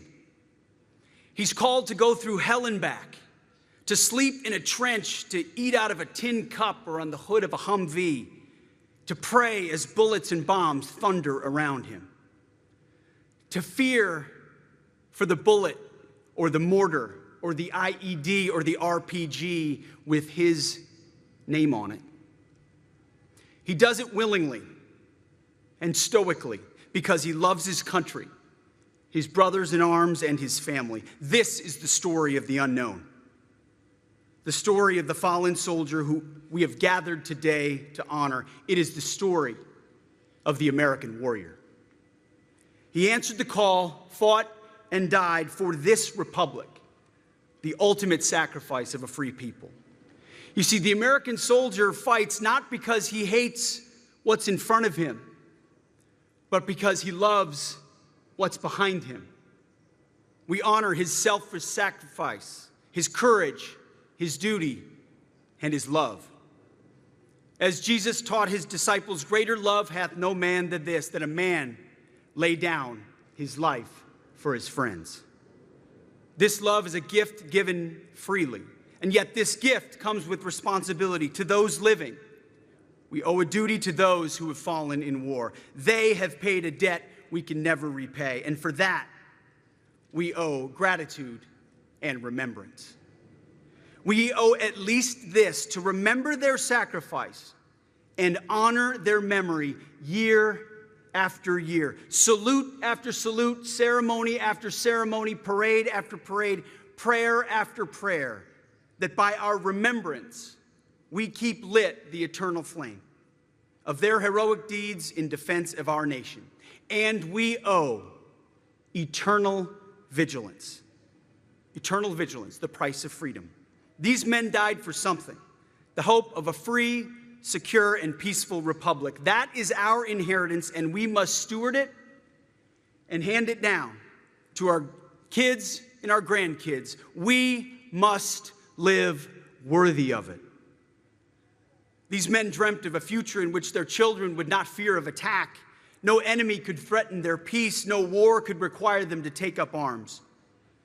The duty we owe these men is peace, which only can be achieved through strength. And because we strive for peace, we must prepare for war. That's the job of the chairman and I and so many others at the Defense Department. Each and every day, we will never, on behalf of those who've given so much, we will never be complacent. We owe these men nothing less. Our lives, our fortunes, and our sacred honor. So on this Memorial Day, in honor of the unknown soldiers and the known, let us rededicate ourselves to God and country. To our great republic 249 years on, we stand on the shoulders of great men and on the shoulders of those great men in those graves, and may we live worthy of it. Thank you. God bless our warriors, and may God bless our fallen. And amen. Amen.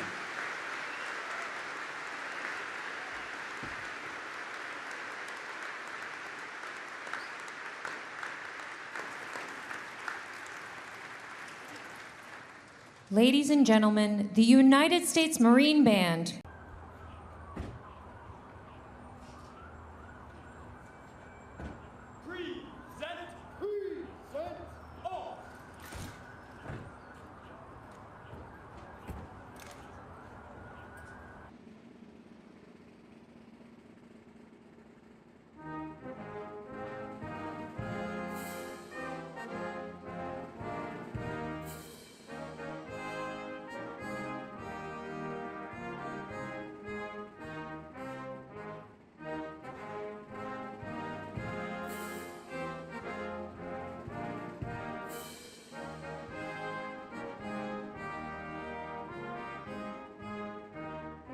Overseas trip as Secretary of Defense was to Poland.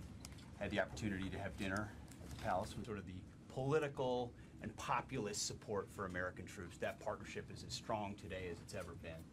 And so from the leadership of the United States, from President Trump, from the Defense Department, thank you for that support. Our close partnership We're as close now as we've ever been, and we look forward to getting closer.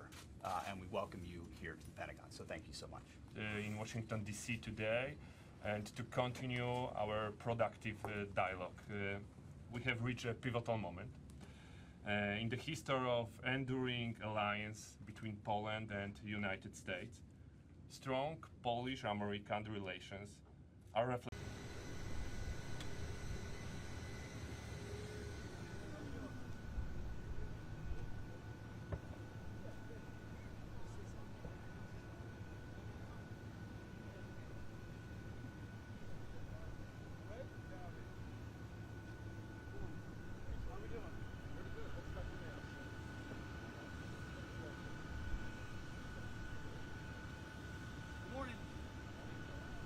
Coming with us on this quick little trip, right? 20 hours, we're flying over to the Indo-Pacific. I'll just provide a little context. You know, the previous administration talked somewhat about pivots, but all the Biden administration ever showed the world was weakness, capitulation, whether it was the war that was unleashed in Ukraine, whether it was what happened on October 7th, the debacle in Afghanistan. Our enemies, our adversaries challenged us as a result. The ambitions of the Communist Chinese grew as a result. Under this administration, we will achieve peace and deterrence through strength. And that's by working by, with, and through allies and partners, specifically in the Indo-Pacific. So that's why it's been a focus of ours from the beginning. It will continue to be. We're going out to Singapore to hold a series of meetings to ensure that region understands America will be strong. We seek no conflict with anybody, including the Communist Chinese, but we will deter that. We will stand strong for our interests, and that's a big part of what this trip is all about. Look forward to seeing you there. Thank you for being here. Appreciate it.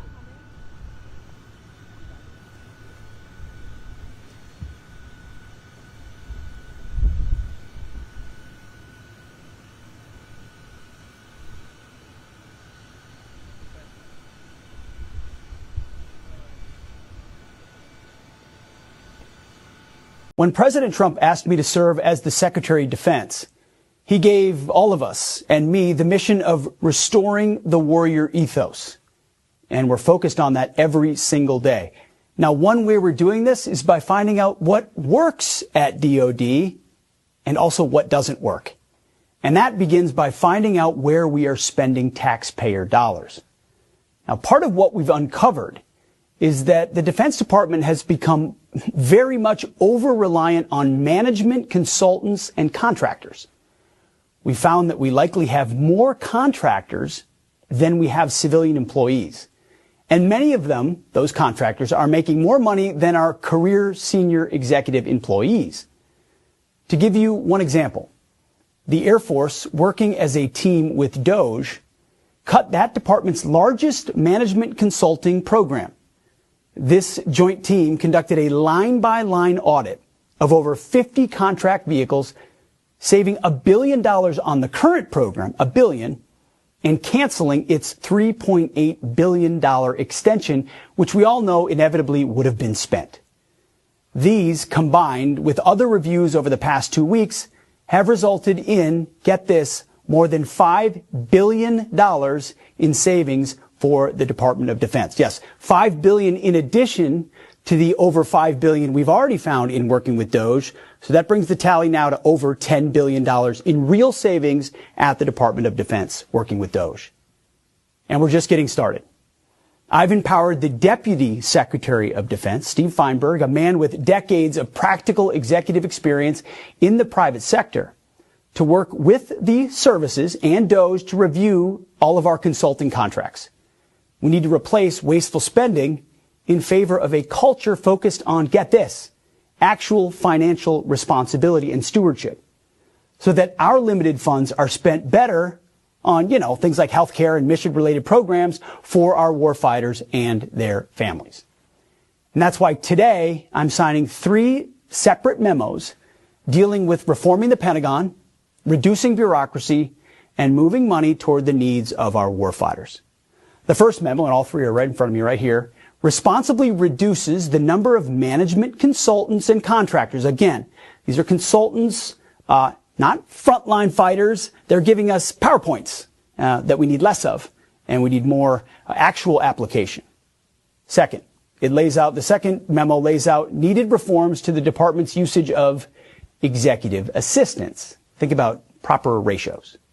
And the third restructures the department's operational and test evaluation office, which will make testing and fielding weapons more efficient so that warfighters get what they need faster. Again, we worked with the services. These are changes, especially that last one, that they really want in order to go faster with the capabilities that they need. So we're committed to reducing bloated bureaucracy and wasteful spending in favor of increased lethality. That's a trade-off I will take every single day. Converting consultants into combat power. That's what we're doing here at the Defense Department.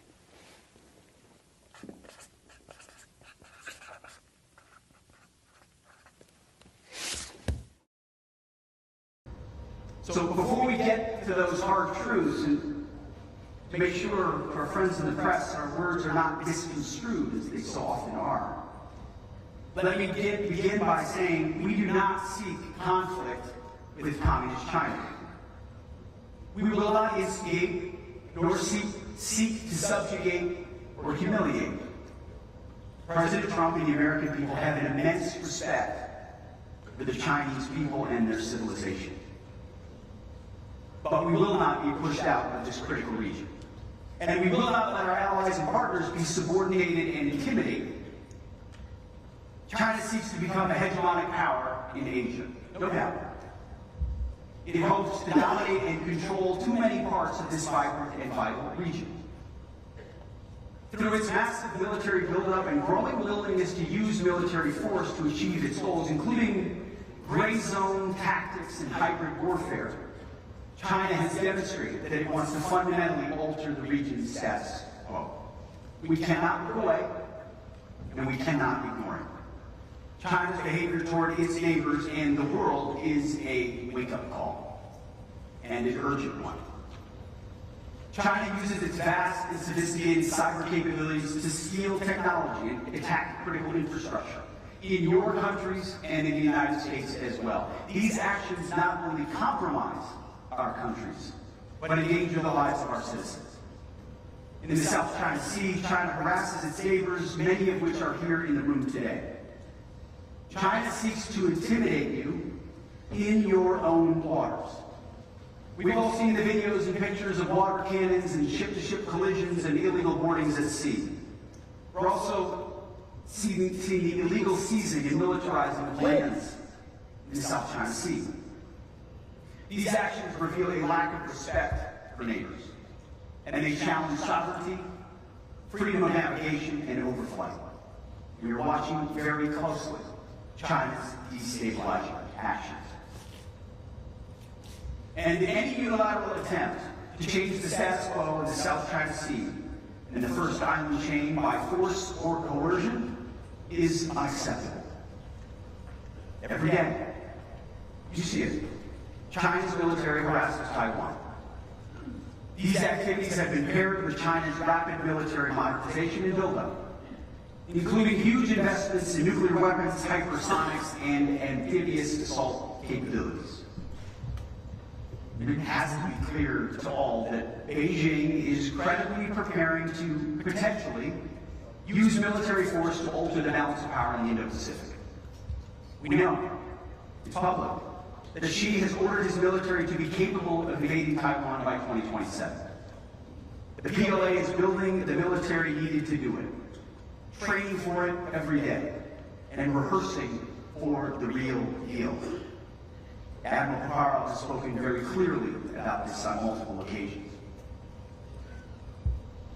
Again, to be clear, any attempt by Communist China to conquer Taiwan by force would result in devastating consequences for the Indo-Pacific and the world. There's no reason to sugarcoat it. The threat China poses is real, and it could be imminent. We hope not, but it certainly could be. Facing these threats, we know that many countries are tempted by the idea of seeking both economic cooperation with China and defense cooperation with the United States. Now, that is a geographic necessity for many. But where the leverage that the CCP seeks with that entanglement? Economic dependence on China only deepens their malign influence and complicates our defense decision space during times of tension. Nobody knows what China will ultimately do, but they are preparing. And therefore, we must be ready as well. Urgency and vigilance is our only option at the Department of Defense with our allies. Because the United States, especially under President Trump, does not seek war. We do not seek to dominate or strangle China, to encircle or provoke. We do not seek regime change, nor will we instigate or disrespect a proud and historic culture. We will be ready, but we will not be reckless. Instead, we seek peace. But we must ensure that China cannot dominate us or our allies and partners. Maintaining the status quo requires strength. That's just a rational, common sense goal that we should all be able to live with. President Trump has also said that Communist China will not invade Taiwan on his watch. So our goal is to prevent war, to make the cost too high, and peace the only option. And we will do this with a strong shield of deterrence forged together with you, America's great allies and defense partners. Together we will show what it means to execute peace through strength. In many ways, seen and unseen, overt and covert. But if deterrence fails, and if called upon by my Commander-in-Chief, we are prepared to do what the Department of Defense does best, to fight and win decisively.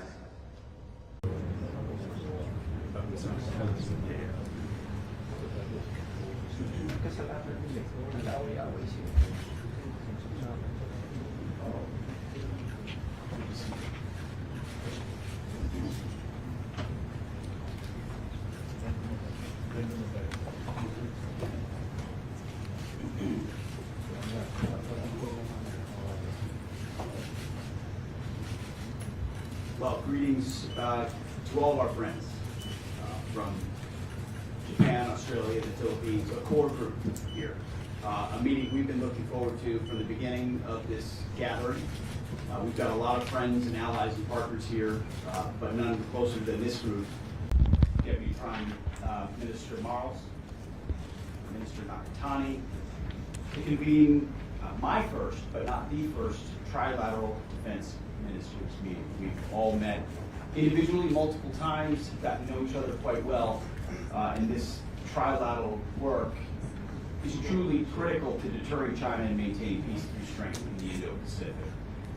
America's alliances with Japan and Australia are built on common values, common shared interests, and common sense. They enable us to train together and be ready to defend our shared interests throughout the region. And today we are expanding substantially our trilateral work to address security threats to our countries.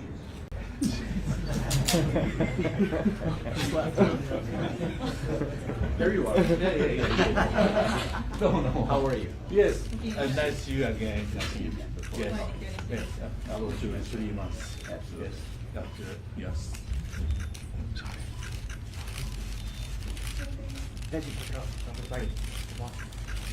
Your speech is very good. Yes.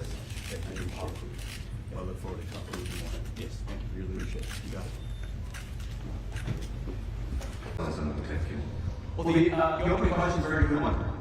It's a fair one on when an incoming administration comes into the world the way that it is, existing set of threats. I mentioned deferred maintenance, and as a result, we're never would and have not turned our back on existing relationships, existing responsibilities, existing threats. So when it comes to the very tailored operation we had against the Houthis, which easily could have expanded into something else if we did not maintain focus on what the end state was. Freedom of navigation was our goal from the beginning. We used unrelenting military force to execute that, provided capabilities in order to protect our troops and forces in the region in the process, which requires some trade-offs, but intentionally kept the scope narrow so that it didn't spiral into something bigger, and we could ensure we maintain combat power or other potentialities. We stand prepared to ensure that Iran does not get a nuclear bomb. We're committed to peace. We believe that's the most fruitful process, and there have been great signs. But it would be irresponsible for the Department of Defense not to posture to protect our forces and our allies and our bases in the region. That requires trade-offs in the short term. But that's our job. That's our working with the Chairman of the Joint Chiefs and others to ensure globally we're looking at the entire picture and allocating resources at certain times in certain places with a specific end state, with an understanding that eventually we need to make choices that shift to our priority location. I'll note that the border, from our perspective, our border is not a deviation from that at all. President Trump has made that key from the beginning, securing our skies, our southern border. When you have 21 million people whose intentions you don't know what they are, enter your country, we call that an invasion. That's unacceptable, and that's why we focus on that from day one, and we will use all resources necessary to secure that southern border. Another question was about cyber.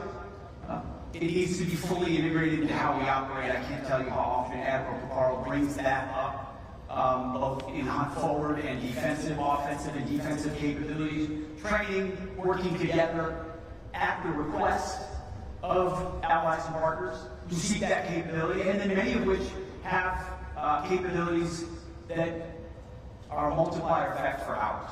So it is central to how we look at the world. It has to be in a world of asymmetric threats, in the world of space, in the world of cyber. Those domains are the front lines, especially in the gray zone asymmetric hybrid warfare scenarios that I discussed and touched on briefly. I think the other question was about how do we operationalize that pivot. You do it by going there, by investing there, by exercising there, by training there, by pouring resources there, by looking at your force posture around the world, which we're reviewing, and a force posture that needs to meet the threats of today and going forward. That's my job. I understand there are a lot of reasons why U.S. troops may be in a certain place. And those are good reasons. Reasons grounded in threats, relationships, alliances, all of which need to be taken into consideration. But if you're looking at it through the lens of America first, not America alone, and peace through strength, practically, we need to be able to review those postures and pivot accordingly. And we try to be open and transparent with our allies and partners in the process. Certainly our friends in Congress as well. Foreign military sales, I believe that was the fourth question, was touched on capabilities, making sure that the Indo-Pacific does not become a testing ground. That's certainly not our goal. However, we've learned, as so many of you have, from the conflict in Ukraine, that warfare is changing rapidly. It's iterating in real time. So this idea that we can conduct defense procurement the way we have in the past, waiting months and months and years for the perfect system that delivers 5 years down the road, over time and over budget, it's not possible. So we're working with our partners, not just in the Indo-Pacific, but around the world to rapidly field emerging technologies, which we think makes us more likely to deter adversaries.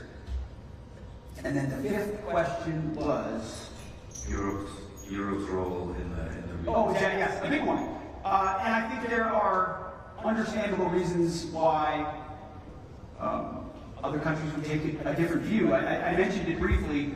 I think Europe's comparative advantage, powers in Eastern and Western Europe, is the defense of that continent. I think investing in those capabilities has a very real deterrent effect on the continent.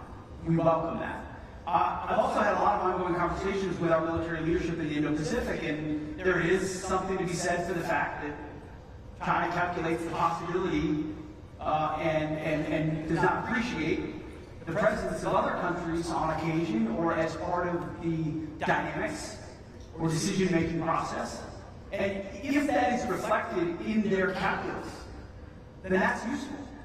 But we would much prefer that the overwhelming balance of European investment be on that continent 80 years on.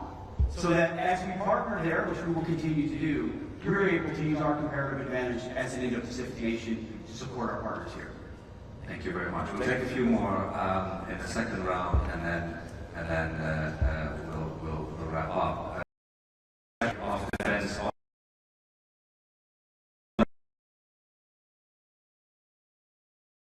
has traveled to the region in March, and it's great that he is back for the Shangri-La Dialogue to speak about U.S. ambitions and priorities for the Indo-Pacific. Mr. Secretary, we're truly honored to have you here at the 22nd ISS Shangri-La Dialogue. The podium is yours.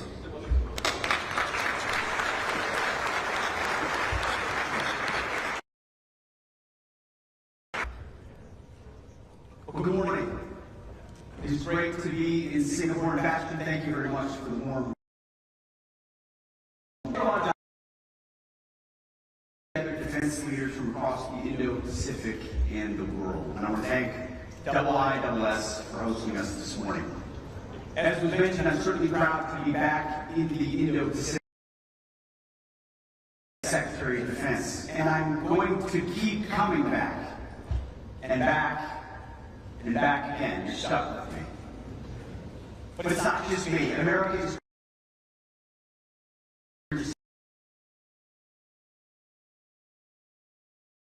have been since the earliest days of our republic. We will continue to be in Indo-Pacific for generations to come.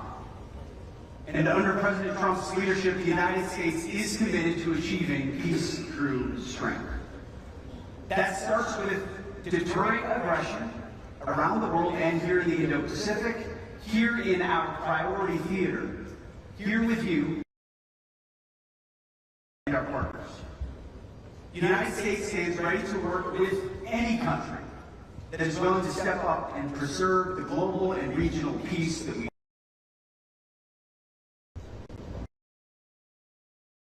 about our shared purpose, our shared commitment to peace, our shared dedication to a free and open Indo-Pacific. So this morning, I'd like to share for the Indo-Pacific. You see, my job is to create and maintain decision space for President Trump, not to purport to make decisions on his behalf. Great military leaders from the United States military that our chairman of the Kane understands how to take a global look, globally integrate American interests and American power regionally and internationally. And of course, we're joined by our Indo-Pacific Commander Admiral Sam Paparo, America's fighting general in the Pacific. It is our job, the three of us in the entire Defense Department, to keep our military strong and create options. President Trump was elected to apply America First on the world stage. You know, getting a chance to watch him firsthand in the Oval Office and around the world is incredibly fortunate to have an American president with the combination of being a peace seeker and a strong leader. President Trump has the unique ability to make possible things that seem impossible, moving the Overton window. He's the ultimate deal maker. President Trump gave me a peace through strength. To accomplish this mission, our overriding objectives have been equally clear. Rebuild our military and reestablish deterrence. And it starts with a warrior ethos. All of us in this profession of arms understand that humans are far more important than hardware. So we're focused on lethality, meritocracy, accountability, standards, readiness, and warfighting. We respect human nature, hard training, and the lessons of history. Our combat formations will be trained and skilled. Our standards will be high and unwavering. If you can do the job, you'll be in our formation. If you can't, you are not. Colorblind gender-neutral, merit-based. It's as simple as that. That is restoring the warrior ethos, and our troops in America are responding to it. Morale, recruiting, retention, readiness, training capabilities, all rapidly increasing thanks to President Trump's back-to-basics approach. Because we strive for peace, we must prepare for war and hopefully deter it. We must ensure that our children and our grandchildren know what these men did, that they understand. History is not over. Evil has not been eradicated from the globe. Good men are still needed to stand up. America will require such men. The world will require such men. And therefore, we must teach our kids and grandkids to understand. Of your remarks. Secretary, you recognize. Well, Chairman Calvert, Ranking Member McCollum, distinguished members of the committee, thank you for the opportunity to testify in support of President Trump's proposed fiscal year 2026 budget for the Department of Defense. I'm honored to testify today alongside General Dan Kane, Chairman of the Joint Chiefs of Staff, and Bryn McDonnell, who is performing the duties of DoD's Comptroller and Chief Financial Officer. I'm also proud to represent and serve our warriors and their families. Today, as they do every day, they are keeping America safe. They're defending the homeland, they're standing up and deterring communist China, and we're working hand in glove with allies and partners to achieve peace through strength. I'd actually like to start by thanking this committee and Congress for your bipartisan leadership to give our troops a big pay raise in 2025. This included an additional 10.5% raise for our junior enlisted service members, E1 to E4. Thank you also for supporting other initiatives that will improve quality of life for our warriors and their families. With a focus on our troops and their loved ones, I've directed additional actions that will further improve their quality of life. These include making historic investments in improving the living conditions in barracks and base housing, reforming the PCS process to reduce the cost and stress of moving, and improving the quality of care provided by the defense healthcare system. Now, the best part of my job is meeting and interacting with troops and their families. I hear their concerns. I know how it feels to face those challenges. I've been there recently. Each of these initiatives responds to feedback that I've received from the force, and I'll keep listening and looking for ways to improve their quality of life. Under President Trump's leadership, this budget puts America first and gives our warriors what they need. The $961.6 billion budget request, over $1 trillion for national security, will end 4 years of chronic underinvestment in our military.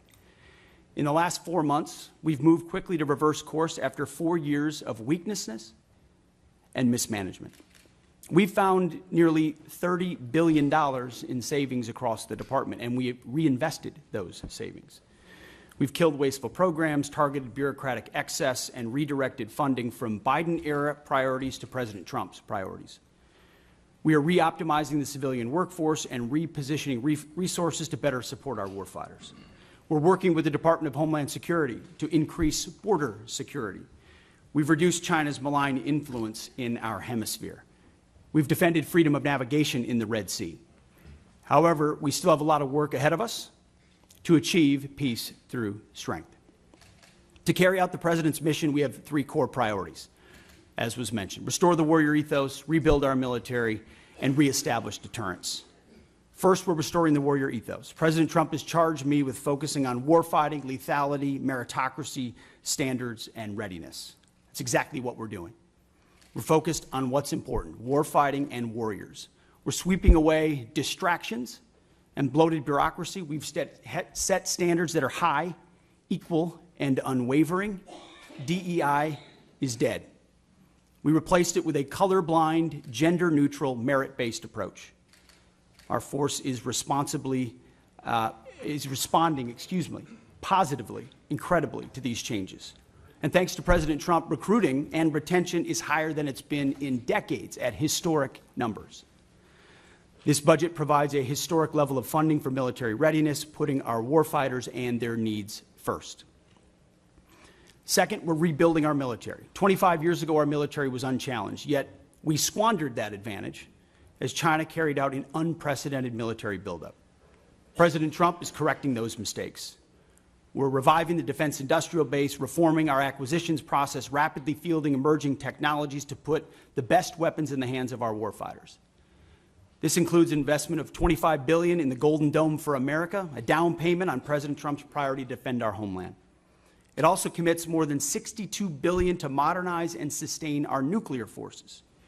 The budget allocates $3.5 billion for the F-47, the world's first sixth-generation air superiority fighter. This budget will revitalize our shipbuilding industrial base with $6 billion in funding in FY26, $47 billion in shipbuilding total. The budget increases significantly funding for autonomous systems, long-range fires, drones, and hypersonics. We will put these capabilities in the hands of our warfighters. Third, we're reestablishing deterrence. When our opponent sees our well-equipped, tough-as-nails warriors, they will decide that today is not the day to test American resolve. Credible deterrence starts at home, and it starts with securing our borders. We will achieve 100% operational control of the southern border, with crossings already dropped 99.9%.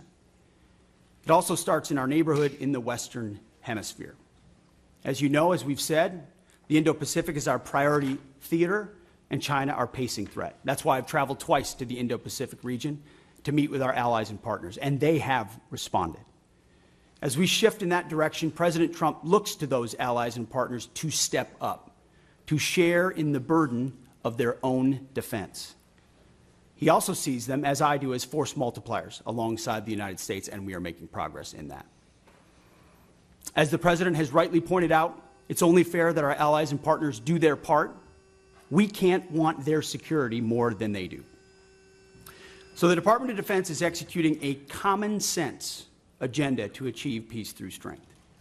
The threats we face are serious, and so must our investments be.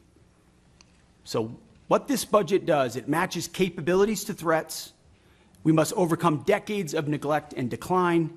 We must fortify our position as the world's most lethal fighting force, and we must act fast. This committee is our critical partner in everything we do, and your leadership and oversight is essential. So we look forward to accomplishing these goals, to achieving peace through strength, to supporting our warriors, protecting our citizens and taxpayers together with you. May God grant us the wisdom to see what is right and the courage to do it. Thank you. Thank you, Mr. Secretary. General Kane, you're now recognized for your remarks. Thank you. Thank the gentleman. Mr. Aguilar. Thank you, Chairman General Calvert. That's right. Thanks to the witnesses for being here. That's okay, Private. Go ahead. The clock's still moving, Mr. Secretary, I want to express my severe concern with the deployment of the National Guard in Los Angeles without consultation of the state of California. There have been photographs that have shown these troops sleeping on the floor and have not been provided fuel, food, or water by DoD. How long will this deployment last, and why were we unprepared to provide them basic necessities such as food and water? The commanders and troops on the field are very well prepared, sir. They responded incredibly rapidly to a deteriorating situation with equipment and capabilities. We have made sure from the top down, as a Secretary of Defense who's been in a unit holding riot shields outside the White House during the chaos of the summer of 2020. I know what it's like to be immediately deployed into a situation like that. There are moments where you make do as best you can temporarily, but we are ensuring they're housed, fed, water capabilities in real time from my office, because I care that much about the California Guard and the Marines and the men and women who are supporting our ICE agents on the ground. You should check It's with your true office. every day, and that's a disingenuous attack that misrepresents how much we care about our troops and what they're doing to defend ICE agents. I'm not going to take the fact that we don't care about the troops. Nobody cares more about the troops at the top than this Secretary and the Chairman and our How long will department. the deployment last? We stated very publicly that it's 60 days. because we want to ensure that those rioters, looters, and thugs on the other side assaulting our police officers know that we're not going anywhere. We're here to maintain the peace on behalf of law enforcement officers in Los Angeles, which Gavin Newsom won't do. What is the estimated cost of the deployment for the Guard and the Marines to LA, and where's this funding coming from? Will it be coming from quality of life programs that affect our service members or our families? If you want to wait till I finish. Before I hand it to Brian, such as updates, housing and barracks. Before I hand it to Bryn, the insinuation that we're pulling money from housing and barracks in order to fund this is disingenuous and incorrect. I'm just asking. Bryn can give you the numbers, absolutely. So the current estimated cost is $134 million, which is largely just TDY costs, travel, housing, food, etc. Where's it coming from? That's the cost, but where's it coming from? Out of their O&M accounts. With the most recent deployment of the Marines, Mr. Secretary, what's the justification for using the military for civilian law enforcement purposes in LA? Why are you sending war fighters to cities to interact with civilians? Every American citizen deserves to live in a community that's safe, and ICE agents need to be able to do their job. They're being attacked for doing their job, which is deporting illegal criminals. That should happen in any city, Minneapolis or Los Angeles. And if they're attacked, that's lawless, and President Trump believes in law and order. So he has every authority, and he has done mobilizing National Guard or active duty troops under U.S. code to protect federal agents in their job, which is exactly what we're doing, and we're proud to do it. We're proud to do it. 10 U.S.C. of the U.S. Code 12406 as a legal basis that the President used cites 3 examples and circumstances for the Guard: invasion by a foreign nation, rebellion or dangerous rebellion against the authority of the government of the United States, or the President is unable with regular forces to execute the laws of the United States. Which authority is triggered here to justify the use? I don't know. You just read it yourself, and people can listen themselves, but it sounds like all 3 to me. If you've got millions of illegals and you don't know where they're coming from, they're waving flags from foreign countries and assaulting police officers and law enforcement officers, that's the problem. The laws of the United States?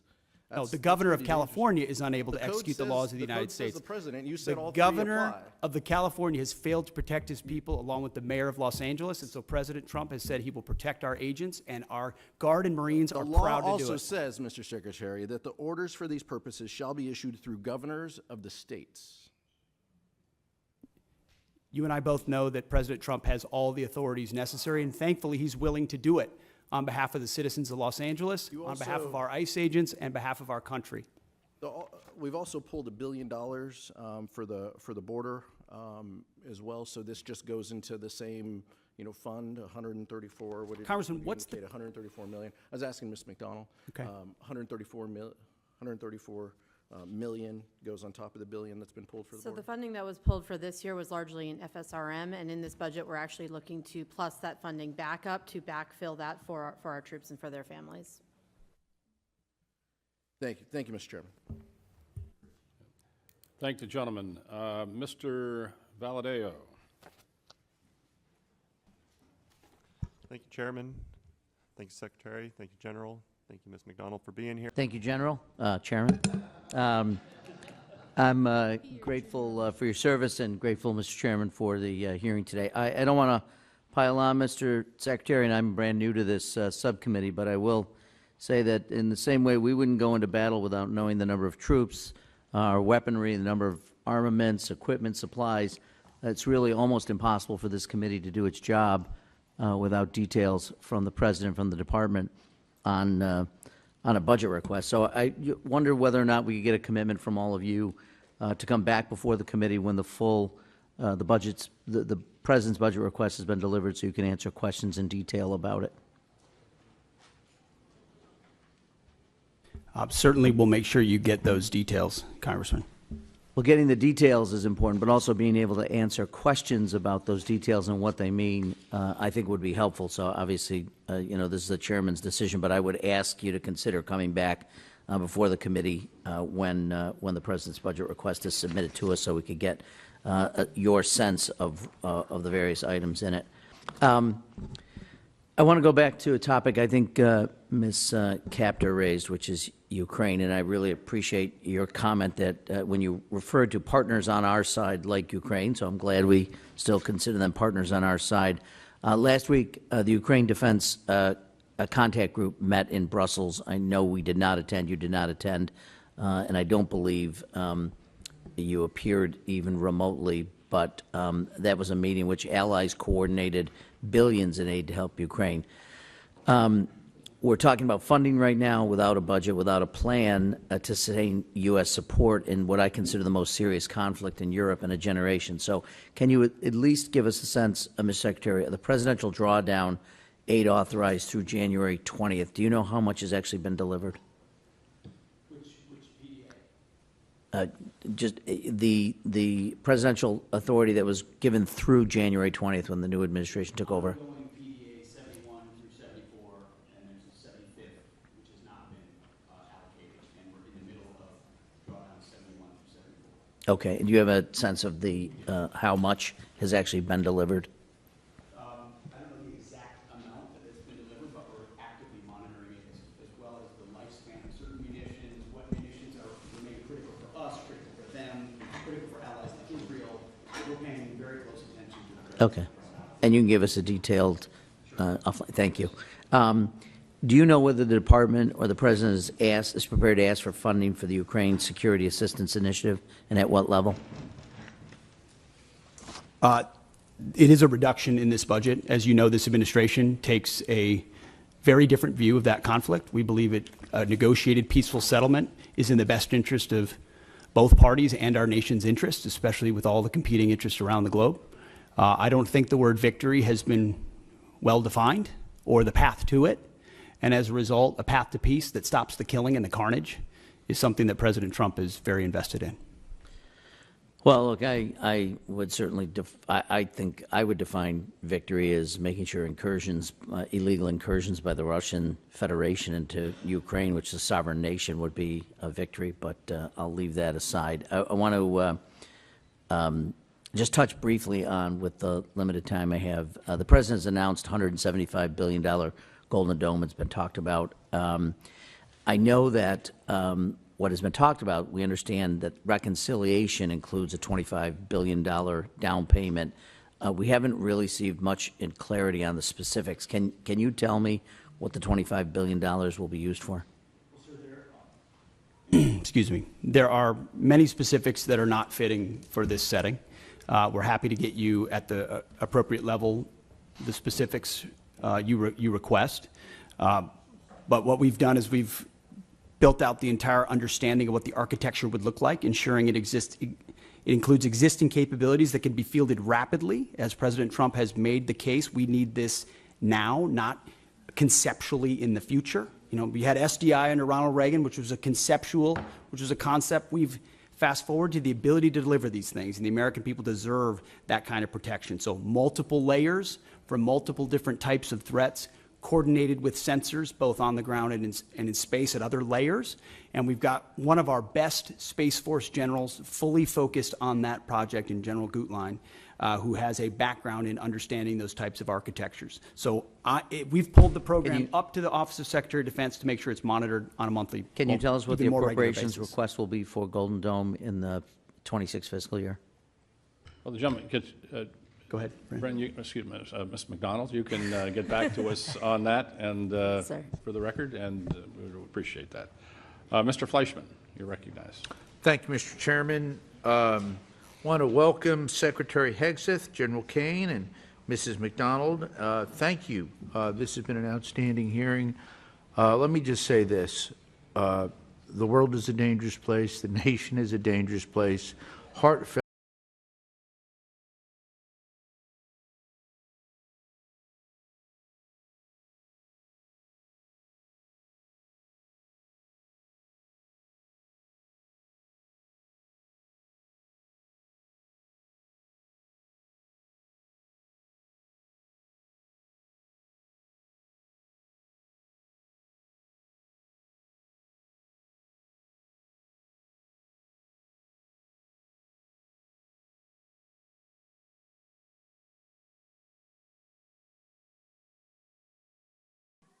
Fort Bragg. It is Fort Bragg, isn't it? Let me tell you what a privilege it was to be just a few miles away from here, watching a sheer demonstration of military power from the All-Americans.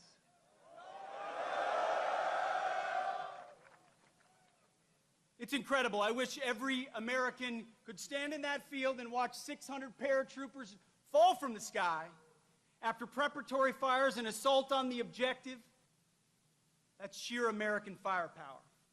But you know what I wish Americans could also see? What I get a chance to see every day, what other members of the cabinet get to see every day, which is our Commander-in-Chief, President Donald Trump, putting America first.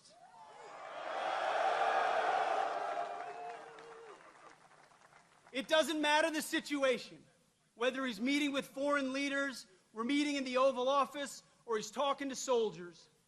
He's the same leader we know and love. He's laser focused on America first, on peace through strength, and on supporting our American warfighters and vets.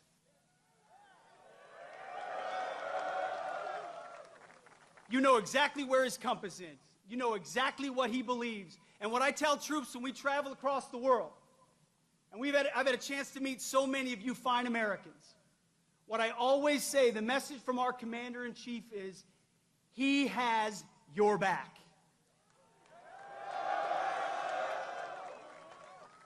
That matters. Let me tell you, I've been, not that long ago, in shoes and boots similar to yours. And when I was going on a mission, or I was about to take part in something that was uncertain, involved complications, the fog of war, all I wanted to know was that my company commander, battalion commander, brigade commander, division commander, and my commander-in-chief had my back when I had to do difficult things on behalf of the nation, where politicians in air-conditioned offices don't understand, and they want to second-guess. President Donald J. Trump has your back.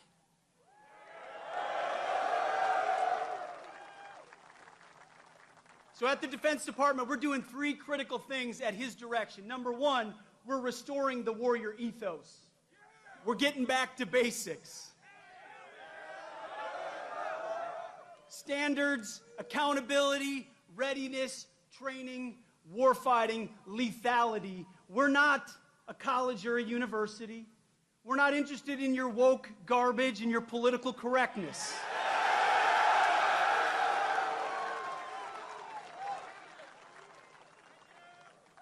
We're warfighters who close with and destroy the enemy on behalf of our nation when we come home to those we love, because we don't fight because we hate what's in front of us. We fight because we love what's behind us. That's what makes the American soldier different. So we're restoring the warrior ethos back to basics. We're also rebuilding our military. We'll have the first $1 trillion budget. You will have the best equipment in your hands to stare down the enemy. From multi-billion-dollar platforms to the best rifles, to the best equipment, to hypersonics and drones and fighters and jets, ships and carriers. Everything you need, President Trump will make sure you have. We're rebuilding the military after 4 years of deferred maintenance.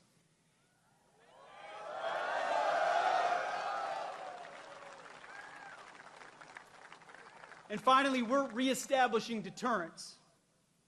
Our allies know that we stand with them, and our adversaries know what we are capable of doing to them, so that we can maintain peace through strength. President Trump seeks peace. He wants peace. So do I. So do you.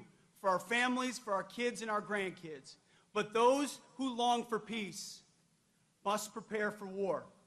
And that's something the 82nd Airborne, America's 911, does every single day. So it's an absolute honor to be your 29th Secretary of Defense. You have my pledge that every single day our focus is on you and your mission and having your back. And you're about 1 minute away from hearing from your Commander-in-Chief, President Donald Trump. God bless you and God bless our nation. on a couple of lines of questioning. Just specifically, Mr. Secretary, what is the authority that the administration is using to deploy active duty Marines to California neighborhoods? What authority? Senator, the president has constitutional authority in order to support. Cite the provision of the Constitution. I'd have to pull up the specific provision, but our Office of General Counsel, alongside our leadership, has reviewed and ensured in the order that we set out that it's completely constitutional for the president to use federal troops to defend federal law enforcement. Look, I'd like to know the specific constitutional statutory authority. The president made it clear that he relied on Section 12406 of Title 10 with regard to the National Guard troops. I need to know the authority that he is relying upon in terms of active duty Marines being deployed to California neighborhoods. Senator, so you'll follow up with me? Yes, Senator, but there's Thank plenty you. of precedent of active duty troops being used to support law enforcement. Historical precedent. I'm not disputing that. I am just asking you to cite the authority under which the active duty Marines are being deployed to California It's in the order, ma'am, neighborhoods. but we'll make sure we get it to you as well. Thank you. I want to dovetail on a couple of other comments also with regard to the lack of specific detail in the budget request for the Department of Defense. I take great pride in Wisconsin's contributions to our national defense, and that includes many Wisconsinites who are hard at work building the Constellation-class frigate. There is no mention of frigate procurement, just like Senator Collins noted that there's no mention of destroyer procurement in the budget materials that you provided to this committee. My state makes the frigate. I'd also note that there's no mention of the destroyers, as I said. So really, we are looking at a very incomplete budget request when we are just 4 months out from the beginning of the next fiscal year. Mr. Secretary, this committee takes the appropriations process seriously. I take the hard work of Wisconsin's shipbuilders seriously, and I'd like your commitment to provide this material to the committee expeditiously so we can do our work. Senator, we'll make sure you get all the information, but what I would say is this is a historic investment in shipbuilding, both the defense industrial base and ships. In Wisconsin, and particularly related to the frigate, it's been a program with a lot of problems and a lot of delays and a lot of modifications that have led to serious Navy challenges. has called for many modifications to the plan. I'm not saying it's all the fault of the shipyard. There are many ways in which modifications were made that changed an existing design so extensively that it led to a ship that was not even capable of the original mission it was supposed to execute. So our job is to make tough choices on some platforms like that may not be funded the way they were in the past, because we have to make some of those tough choices. Well, we don't have any of the detail right now of what your plans are with regard to the frigate or the destroyer, and we need that information to do our jobs. Can you get it to me? We have that information, Senator. We have worked in real time in 4 months to reverse a lot of priorities from the previous administration. We have those details and that information, and we will get it to you. But the committee needs those details. So this committee has also worked hard alongside the department to improve recruitment and meet retention goals. The department is planning to separate several thousand service members due to your partisan beliefs about troops who are transgender. Mr. Secretary, I've seen your speeches and social media posts, but what I'm interested in is the sound policy analysis that we would expect from the Secretary of Defense on how this misguided decision will impact military readiness. My colleagues and I have requested this information from you, and we are still waiting to receive it. And so I will ask you now, what assessment did the Department of Defense conduct prior to implementation to evaluate the impact that this policy would have on our national security? Moreover, what is the cost to recruit and train thousands of individuals of comparable experience and skill? Thankfully, recruiting is not an issue. It's at historically high levels, and we're proud of the cross-section of Americans that What are joining. analysis did you do? We did extensive analysis, Senator, and we agree with the assessment of the executive order that was issued by the White House that there are mental health issues associated with gender dysphoria that complicate military service and readiness, and as a result, we made the decision. I have asked for that analysis. Please provide it to me and the committee. We will provide it. And then, Mr. Secretary, I think we can all agree that we are at a critical point in our history with respect to global threats that need to counter adversaries like China and Iran. You've gotten a number of questions along those lines. And I'm disappointed that you are instead focusing on a class of ships named for civil rights leaders. You chose Pride Month to direct the Navy to rename a ship named for Navy veteran Harvey Milk. This committee will continue to pursue serious work in the interests of American national security, and I ask you to choose to join us in that endeavor. Senator, we're not interested in naming ships after activists. That's the stance we're taking. All right, where we are, due to the... What you're trying to do is hire people based on merit, right? Yes, sir. You could care less if they're libertarian, vegetarian, Democrat, Republican, as long as they can do the job? Yes, sir. Okay, all right. More people are joining the military now than any time in recent memory, right? Yes, sir.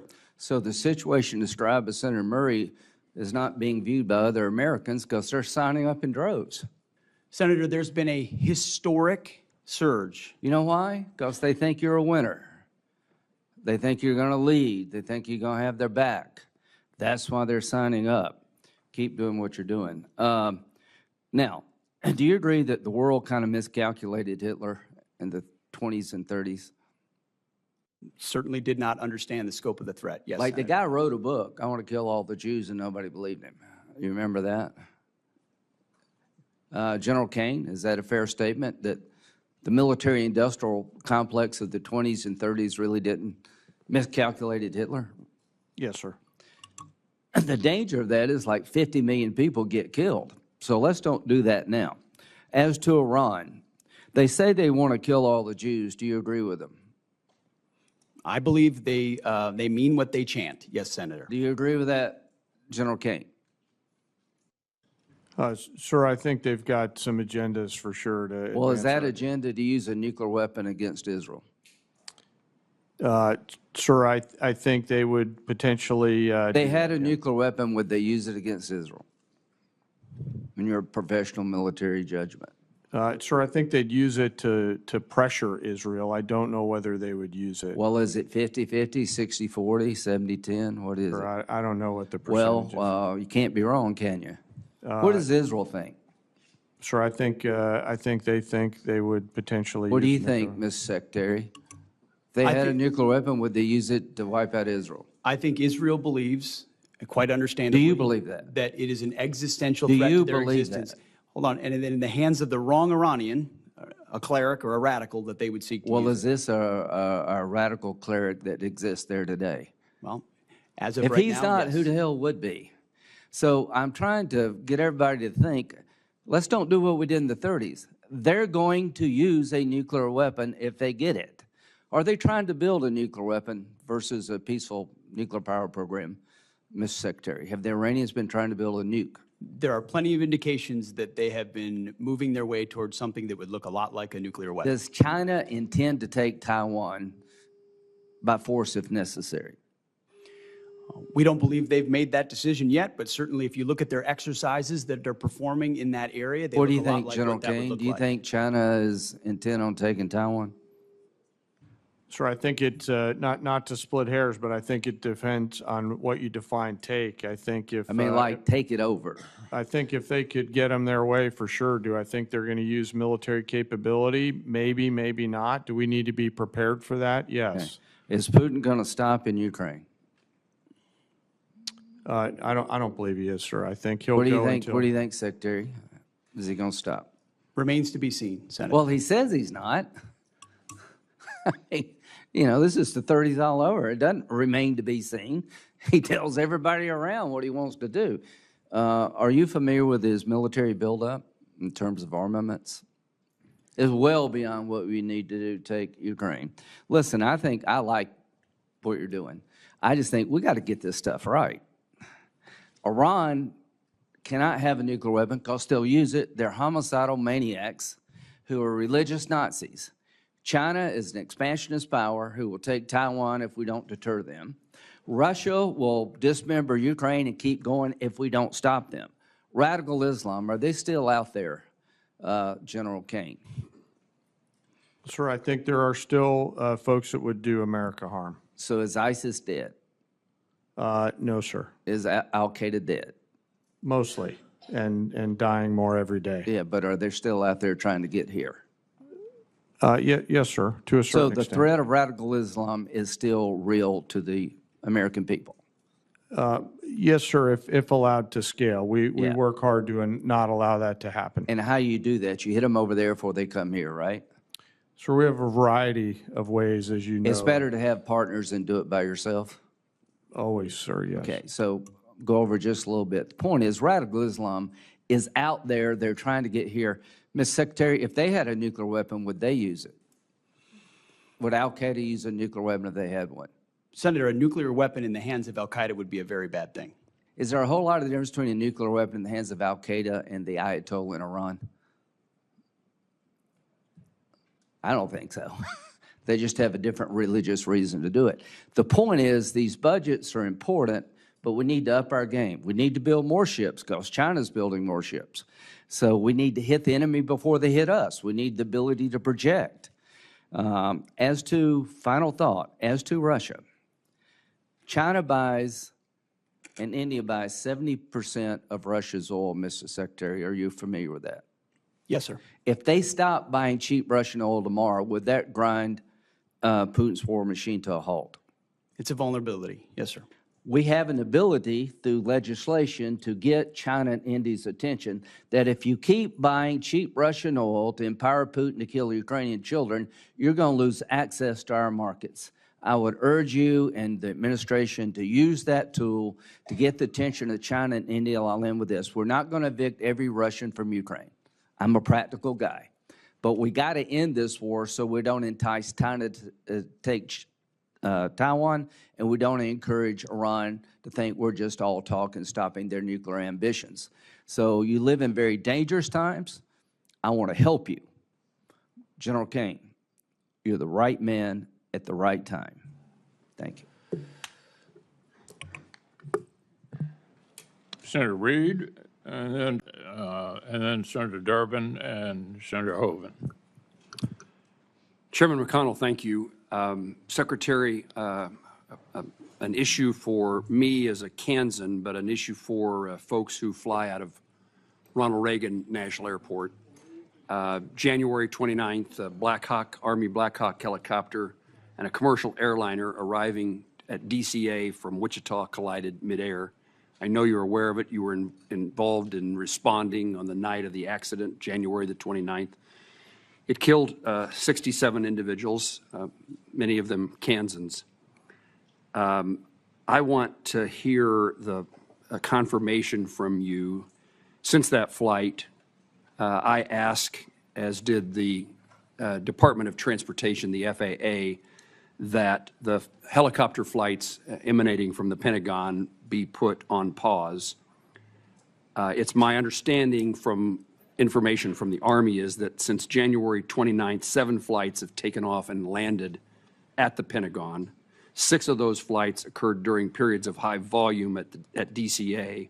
One of those aircraft caused 2 different commercial flights to abort landing on May the 1st. And since this latest incident, I understand that all flights have been halted. My question is, will you commit to maintaining that restriction on all non-essential rotary flights, including VIP transport from the Pentagon until the Department of Transportation, the FAA, determines the safe way in which that can be done, if there is a safe way. Senator, that was a very tragic incident, which can never happen again. We initiated an investigation immediately, worked directly with the Department of Transportation immediately. They've taken the lead on it. In real time at that moment, we even stood over maps and looked at routes to make sure we were ensuring that routes of Blackhawks were away from the flight path so that it didn't happen again. There are essential reasons why you may need to move along a corridor similar to that, but there is no authorization for VIP or convenience flights along that route. That is not the case and will not remain the case. You have our assurance that I'm working with Secretary Duffy very closely to make sure that the only flights that would be even in a modified path would be those that are necessary and authorized. And that ban, except for that ban on non-essential flights, including VIP transportation, remains in effect until Secretary Duffy reaches a conclusion if it's possible to fly safely. We are in direct coordination with Secretary Duffy, and we take his recommendations very seriously and work together. And only where there's a dynamic and ongoing need for the Defense Department would we push back and try to figure out a middle ground. Thank you, and I compliment you on your response and engagement on January the 29th. I appreciate that very much, including the conversation you and I had that evening.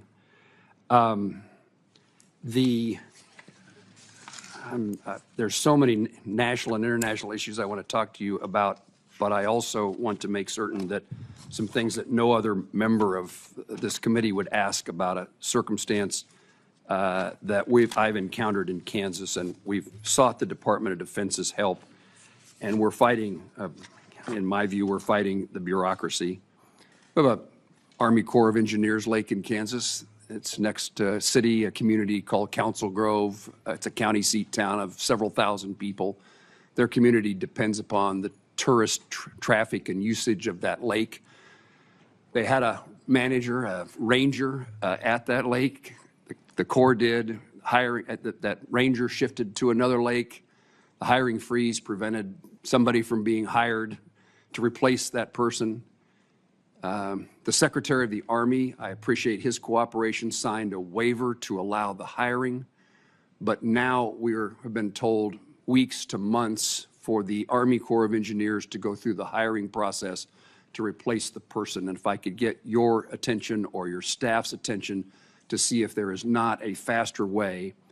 This community says that the people who come to stay and visit the lake, so at the moment the marina is threatened to be closed, there's no one to clean the latrines, no one can check the permits, so the lake is unusable, and summer is the season in which this community thrives based upon visitors to the lake. And I was told by the Army Corps of Engineers they had the person they wanted to hire.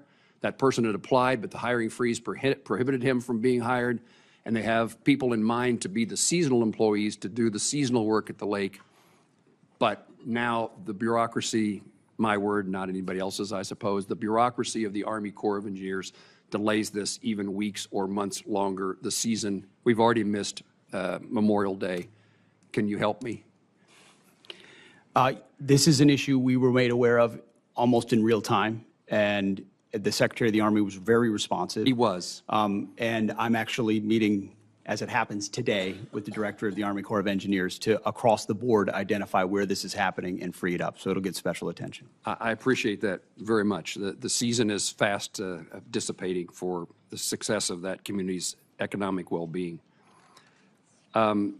It was reported that the Pentagon is or has diverted anti-drone technology intended for Ukraine to the U.S. Air Force in the Middle East.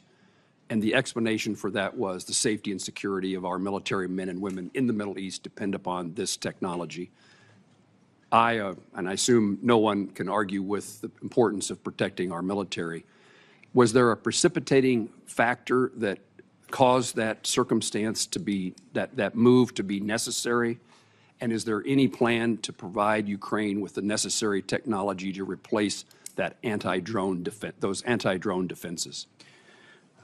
Senator, as you know, the Middle East is and remains a very dynamic theater. In the interest of putting America and Americans first, we're going to surge counter-UAS systems to our troops and our bases and our places first if we think there's a potential for a threat. And considering the environment there right now, that has been and will continue to be a priority for us. What about the capability of resupplying or reinserting that technology into other places, including Ukraine? Is the capacity just not sufficient to do that? We would have to review the capacity, but it's one of the challenges of all the munitions that we've given to Ukraine over these last 3 years. Is it's created some challenges in other places. I can imagine that many things are frustrating to you as they are to me, and one is our inability to have a supply chain sufficient to meet the global demands of the United States military in our country. And it is a focus that I heard you say in your testimony is one of yours. And our safety is dependent upon a private sector supply chain necessary to meet all needs, in my view, including those of supporting Ukraine. I'm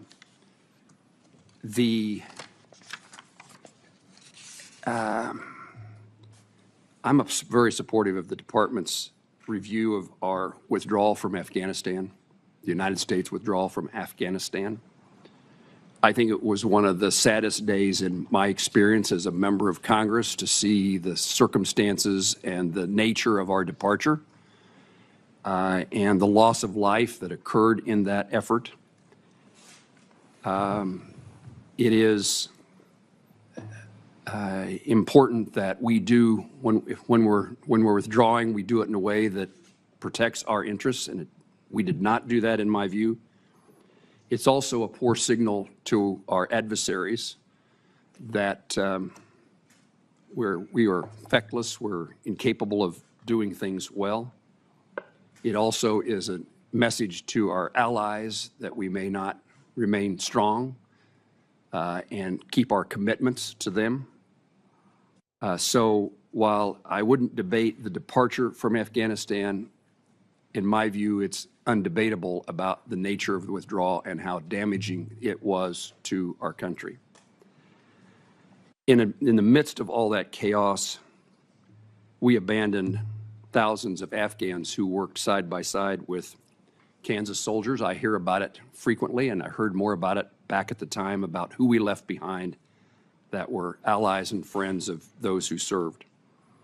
Can you help fix the problem of those who are in limbo, who were our Afghan allies, and their status either here in the United States or their status waiting to come to the United States? What should be our policy? Senator, our doors have been open and Could I unprecedented. just take a minute to encourage everybody to stay within the 5 minutes, because we have a number of senators here for response. Senator Murkowski. Thank you, Mr. Chairman. Gentlemen, Mr. Secretary, General Kane, welcome, welcome. And I also want to recognize, General, your trip north to Alaska last week or 2 weeks ago. We appreciate that. We all know, everyone in this room knows the strategic role that Alaska plays when it comes to being on the front lines, whether it is the threat from China, Russia, Iran, North Korea. We're sitting up there. We host the backbone of our nation's missile defense there at Fort Greely, advanced fifth-generation fighters at Eielson and at JBER, critical long-range radar and surveillance systems throughout the state. We've got key airborne forces at JBER, Fort Wainwright. I mean, it's good. It's solid. We appreciate it, and we think that we're in a pretty critical place, and we think that you recognize and acknowledge that we're in a pretty critical place. And yet the FY25 Defense Budget Overview document that was released under the last administration stated that the goal of the budget request in terms of the Arctic was to, quote, develop a monitor and respond approach. I thought that that was a pretty passive approach in a highly critical region. We don't need to go into how many icebreakers we have versus Russia. The good news is that with this reconciliation bill that we're talking about, we move to make a difference in an aggressive way that is really, really important. But I will share with you that I'm a little bit frustrated where we've got stated support for the role in the Arctic region, and I'm assuming that means the U.S. Arctic region. There's a seeming fixation on Greenland that I think sends, I don't know whether it's a troubling signal or a mixed signal, that we're looking past the significance of the U.S. Arctic and the area that is already part of the United States, and happily so. But I like to remind people, everything that the administration wants in Greenland, when it comes to strategic location, when it comes to resources and minerals, we've got it on the U.S. side. So I think any serious Arctic policy has to start with a serious investment in Alaska. We've built it. We need to do more. I would just ask both you, Mr. Secretary, and General Kane, your view of the strategic importance of Alaska and more importantly, the broader Arctic, because this is really, when we're talking about DoD posturing, to make sure that we're deterring adversaries in the region. I just came from a relatively uncomfortable exchange with the Army Corps of Engineers. We don't have a deep water Arctic port in the United States. Everybody says it's important, and the signal of importance that we got was a $3 million placeholder in the budget. To me, that doesn't signify significance. I'm going to stop talking to listen to both of you. Thank you. Thank you, ma'am. I agree with you. It's difficult to understate the strategic significance of Alaska, whether you're looking in Indo-PACOM, whether you're looking at Russia, whether you're looking at the Arctic, whether you're looking at space-based capabilities, whether you're looking at energy, you name it. It's both a defensive posture, but also a power projection posture that is centrally a central focus of how we plan. Senator, first, thanks for letting me visit up there. I got a full range of academics from your colleague about Billy Mitchell and air power history. How many times did you hear that? Ma'am, only a few. Okay. But, as the Secretary said, the northern flank is critical, and it's in the right place on the globe for us to be able to do a lot of things from that power projection platform. And so as the department considers through the Secretary force a rail, I know it'll be high on our radar. Well, I appreciate that, and appreciate the continued focus. There's a lot of focus on the Indo-PACOM, should be, but just remember, we sit right on top of it. We're connected, we're part of that. Yes, ma'am. I'm running out of time. I have been concerned. We have E3 capability up north, of course, but we were all counting on the E7 wedge tail coming our way. We're kind of limping along up north right now, which is unfortunate. And the budget proposes terminating the program. Again, the E3 fleet barely operational now, and I understand the intent to shift towards the space-based, you call it the air-moving target indicators. But my concern is that you've got a situation where you're not going to be able to use more duct tape to hold things together until you put this system in place. And so how we maintain that level of operational readiness and coverage, I'm not sure how you make it. General Kane? Well, ma'am, thank you for the question. The E3 and the E3 community have been really important to us for a long, long time. And I'll defer to the comptroller, but the department has a bridging strategy through investing in some additional airborne platforms in order to gap fill while the space-based capabilities come online. Yes, sir. Thank you. Ma'am, we do have in the budget $150 million in FY26 for a joint expeditionary E2D unit with 5 dedicated E2Ds, and the budget also funds for additional E2Ds to fill the near-term gap at $1.4 billion. And can you tell me how that will will that have implications for what we're seeing up north in Alaska? I would defer to the Secretary and the Chairman on that question, ma'am. The answer is yes. I would file this entire discussion under difficult choices that we have to make. But you know, the E7 in particular was sort of late, more expensive and gold-plated, and so filling the gap and then shifting to space-based ISR is a portion of how we think we can do it best, considering all the challenges. Well, I appreciate the indulgence of the chair. My time is well over. If I can get, if your teams can come back with us to just give us a little bit of a walkthrough in terms of what we can be expecting in this space, I would appreciate it. Yeah. Thank you both. We will. Thank you all. Thank you, Senator Murkowski. Members of the subcommittee will have a week to get questions in for the record, and we'd request witnesses to respond within. Thank you. Gentleman yields back. Chair now recognizes a gentlelady from California, Ms. Jacobs. Thank you, Mr. Chairman, and thank you to all of our witnesses for being here. Secretary Hegseth, as you probably know, today is National Women's Veterans Day, and in your confirmation hearing and in subsequent conversations, you've said, and I'm quoting you now, women in our military have and continue to make amazing contributions across all aspects of our battlefield, and that women were some of the best soldiers you served with. Do you still stand by those statements? Yes. Great. Thank you.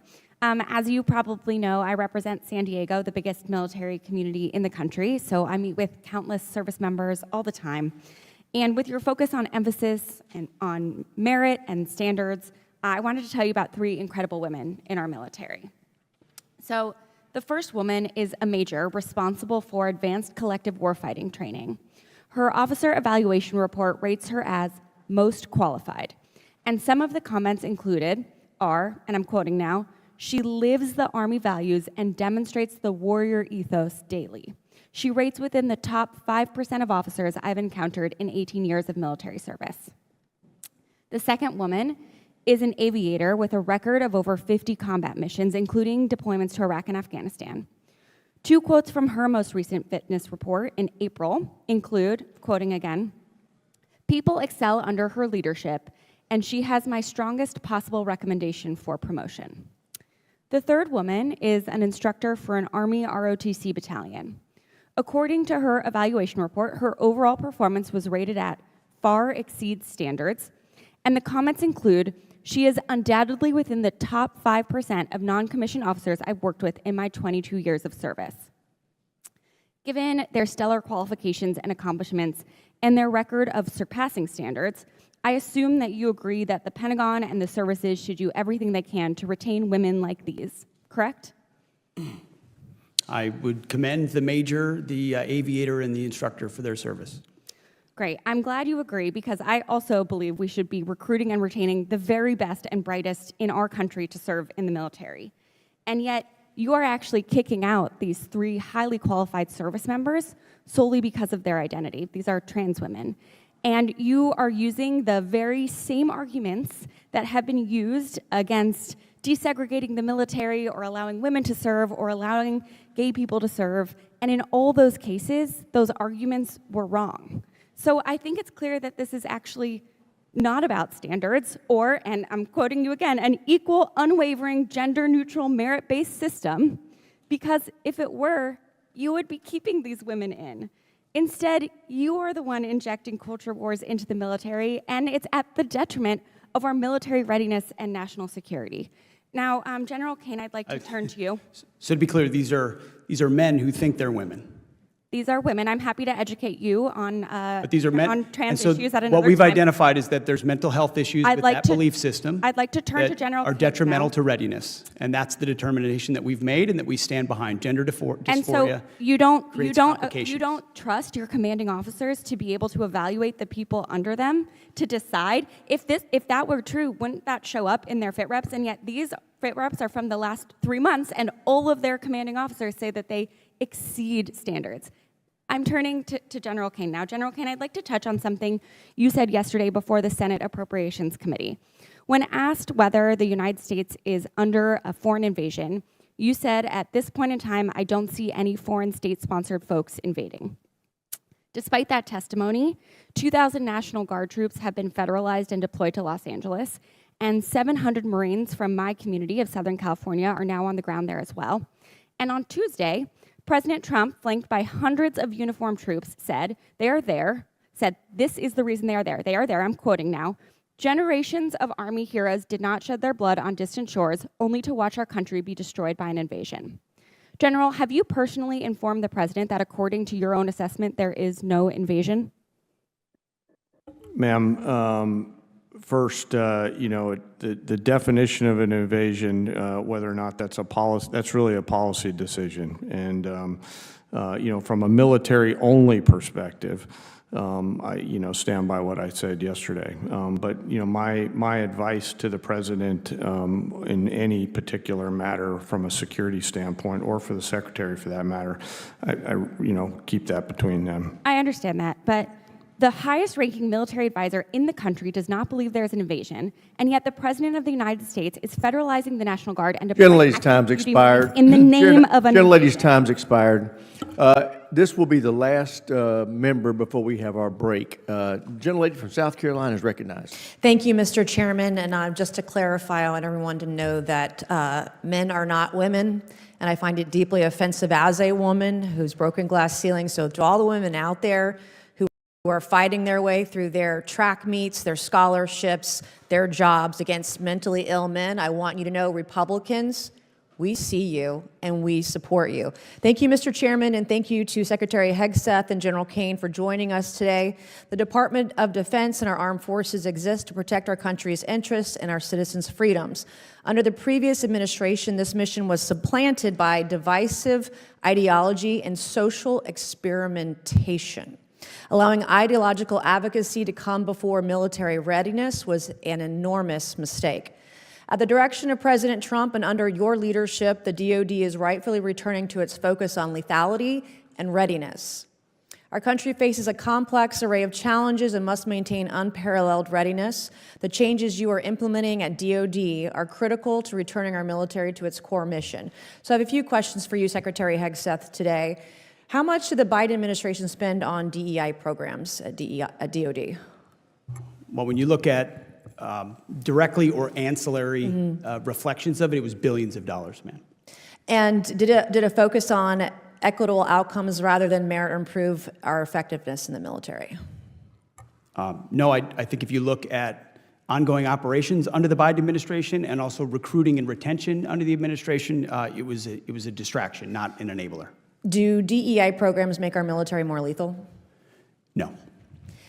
Secretary Hegseth, how much money did the Biden administration spend on the chemical and surgical mutilation of our service members under the guise of gender-affirming care?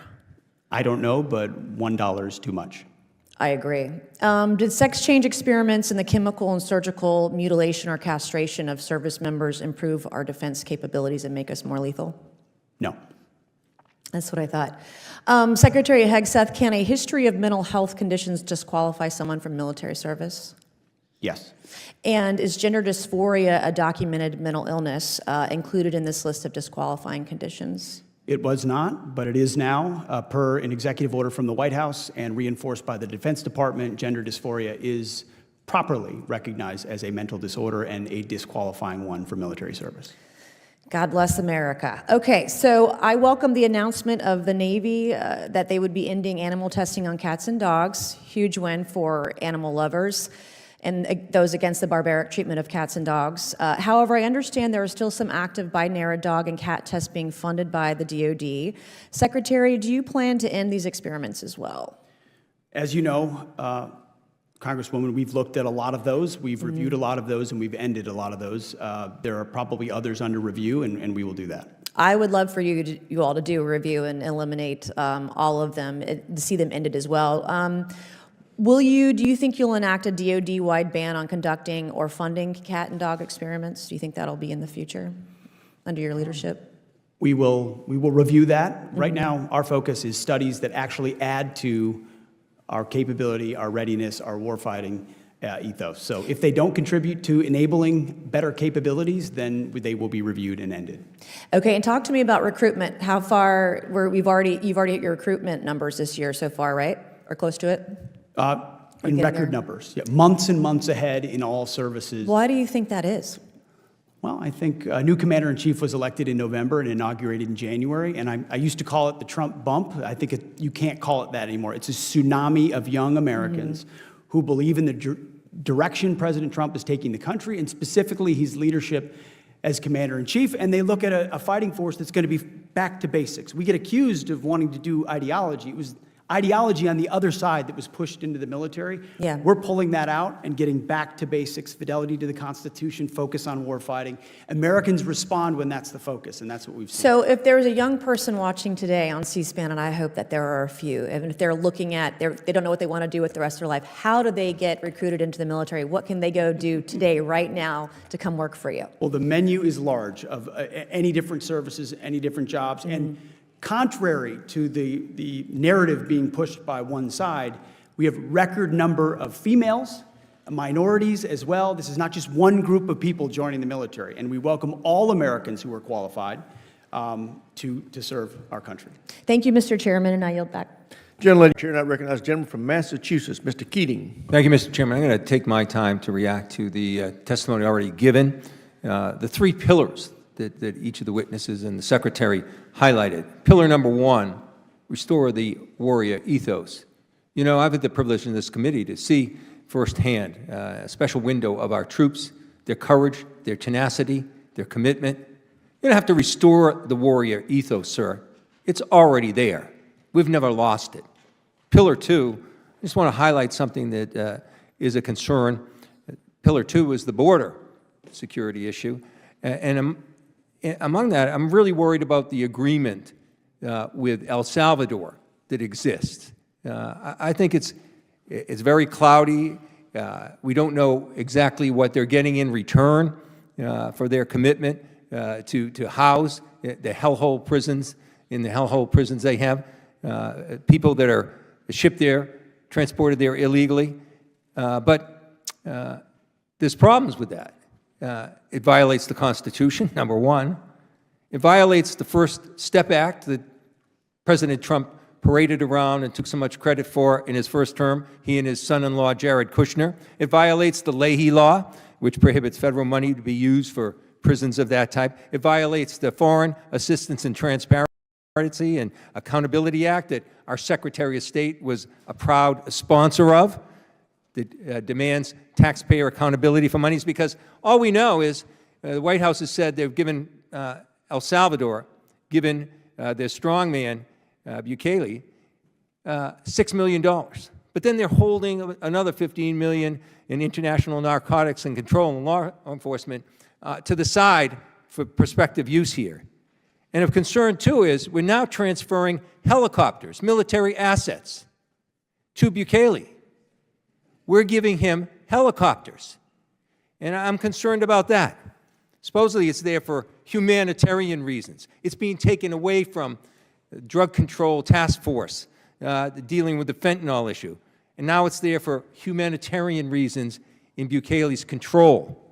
And I'm just worried about going down the road here. I think there should be strict oversight of what they're getting from the U.S. If that's not there, and there's dark money and dark assets being passed, we could have the makings of another Iran-Contra. Thirdly, the third pillar, deterrence. And I look to what every expert militarily, from a security standpoint, said is the greatest deterrent that we have with China and Russia, and our greatest weakness if we lose it. And that's the war in Ukraine. If we fail to support Ukraine, and Ukraine loses, that's a green light for China. That's just not my opinion. That's virtually every security expert. We have something China and Russia don't have. We have a coalition of 50 countries, 50, dealing together. They don't have anything near that. Yet, you've attacked that alliance. You said they're pathetic. You called them freeloaders. They have paid, and we want more money, and they're giving more money for their own defense, but they've given $199 billion towards Ukraine, more than the U.S., by the way. And they're not freeloaders when they came to our assistance at 9/11. They suffered thousands of casualties, several hundred deaths. They're young men and women, sacrificed, to defend Article 5, the only time it was exercised for the United States. They're not freeloaders. They're dealing with that. And yet today, you attacked one of them saying that now you've confirmed that the U.S. has plans in place to invade the territory of a founding member of NATO, Denmark. That's not being strong. That's not being strong. It's also chaotic. This is the chaos cabinet when it comes to Ukraine. Secretary of the Treasury, Putin is a war criminal. Trump's chief negotiator, Putin is trustworthy. He's not a bad guy. Secretary of State, Putin was a war criminal, I guess, but now he's not. He doesn't know. Trump says Ukraine was the aggressor. The Secretary of State says Russia was the aggressor. You, sir, the Secretary of Defense, said Russia was the aggressor. The chair of Joint Chiefs said yesterday that Putin would even stop at Ukraine. The Trump ambassador resigned because of this policy, and I think Vice President Vance said it best. He said he doesn't care what happens to Ukraine one way or the other. That is not strength. That is not using our coalition. That is not deterrence. You're wrong on all your pillars. I yield back. Gentleman yields from Texas, Mr. Fallon. Mr. Secretary, we'll have a little bit of time to talk about all that. General Kane, is it true or not true that in 1988 you were at Plattsburgh Air Force Base as an ROTC cadet? Yes, sir.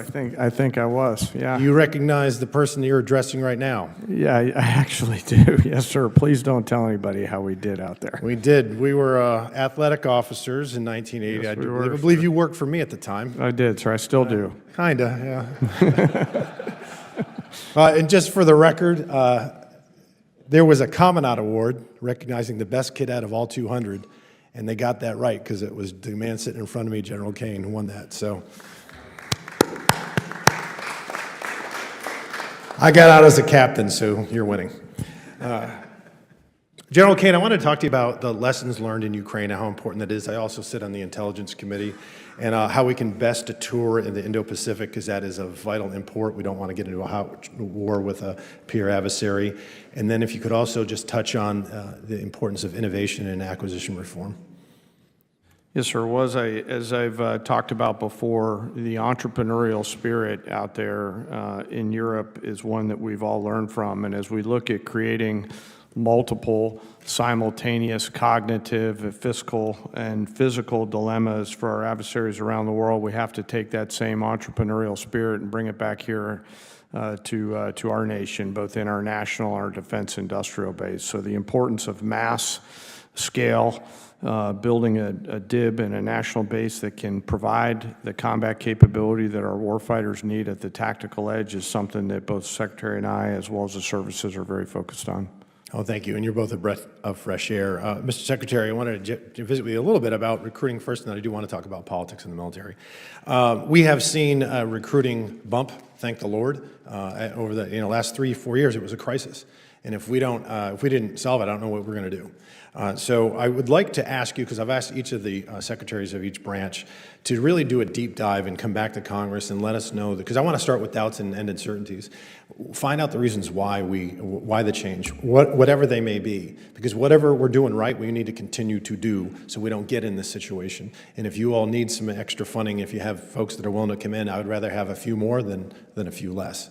And also want to talk about the fact that I think you are a breath of fresh air, not only the general, but yourself, because the first thing that you said to us was you are going to reintroduce war fighting and lethality and force projection into our military, and you specifically said that you did not want to see politics infest, because we had people up here in the last few years that were clearly like a Democratic general. I never want to see that again. I don't want to see a Republican general. I want to see American generals, and American generals only ever address us.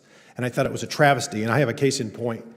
We have here, this individual was, I believe, a major in the Army, was exalted and venerated above all 2 million active and reservists by the DOD, the former DOD. Why? Was there any excellence that was done? Was there a life saved? Was there a computer program written by cyber? No, it was because this person was transsexual and they had a political flag in uniform and they were waving it.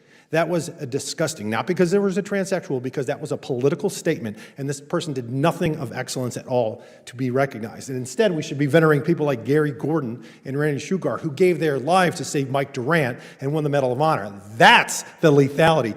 That's what will deter the Chinese, and that's what will deter our enemies. And I'd like to give you a minute and 13 seconds to expound on that and maybe answer Mr. Ryan. Thank you. Well, amen, and you're exactly right. That's precisely what we want to return to and restore. And every accusation and insinuation that that is politicizing is blatantly false, and they know it. Ultimately, there were ideologies and particular political perspectives being injected into our forces. Call it political correctness, call it DEI, call it CRT, call it what you want. They were being injected in.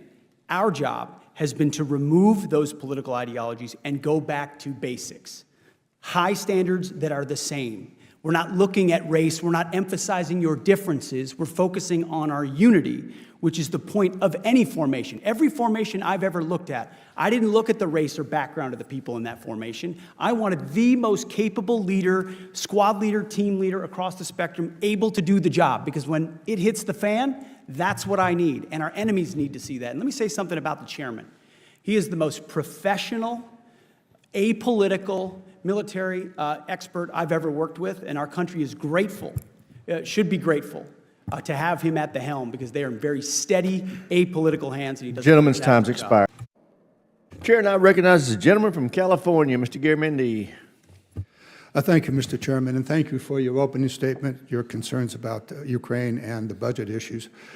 Mr. Secretary, in your opening statement, you spoke to the issue of cutting waste and abuse at the Pentagon. I assume you intend to do that. Is that correct? Yes? No? No, we have done that, sir. All right. And therefore, it must be your responsibility. I want to bring to your attention a statement that the President made in early February. He said there is no reason for us to be building brand new nuclear weapons. We already have so many. You could destroy the world 50 times over, 100 times over. And here we are building new nuclear weapons. And they're building new nuclear weapons. We're all spending a lot of money that we could spend on other things that are actually, hopefully, much more productive. So I'd like to focus for a few moments on one of the most expensive programs at the Department of Defense, the Sentinel ICBM, which is to replace the Minuteman III. The cost of this program has exploded from $78 billion to over $141 billion, not including a new nuclear bomb for the Sentinel and the command and control systems, which would add somewhere $20 to $40 billion. All the while, we have a Minuteman III that can continue to provide the ground leg of the triad for at least 10 to 15 more years. Should we cut the Sentinel program? Well, President Trump is correct to point out that proliferation is very dangerous. But he has also, in his budget, ensured we fully fund the nuclear triad, every aspect of it, in a historic way. The Sentinel, as one leg of it, and that modernization is critically important. As you know, it faces a Nunn-McCurdy breach for being behind, and as a result, it has to be reviewed. But it's incredibly important. And so our budget does look at ensuring to... Excuse me, sir. So you have made a decision to continue even though the review is incomplete? The review is ongoing. The investments we've made allow us to continue should the review come out the way we hope it does. You continue the Sentinel program even though the Nunn-McCurdy review is incomplete. I'd like now to move over to Ukraine. The chairman of this committee spoke very strongly about the Ukraine situation and the necessity of the United States being strong in support of Ukraine. It's very, very clear that a review of what Mr. Putin has said over the last 2 decades, that he is determined to reestablish the Soviet empire, and Ukraine is the current step to achieve that. Ukraine's security is our security, my view, and what is dangerous for Ukraine will be dangerous for NATO and therefore dangerous to the United States.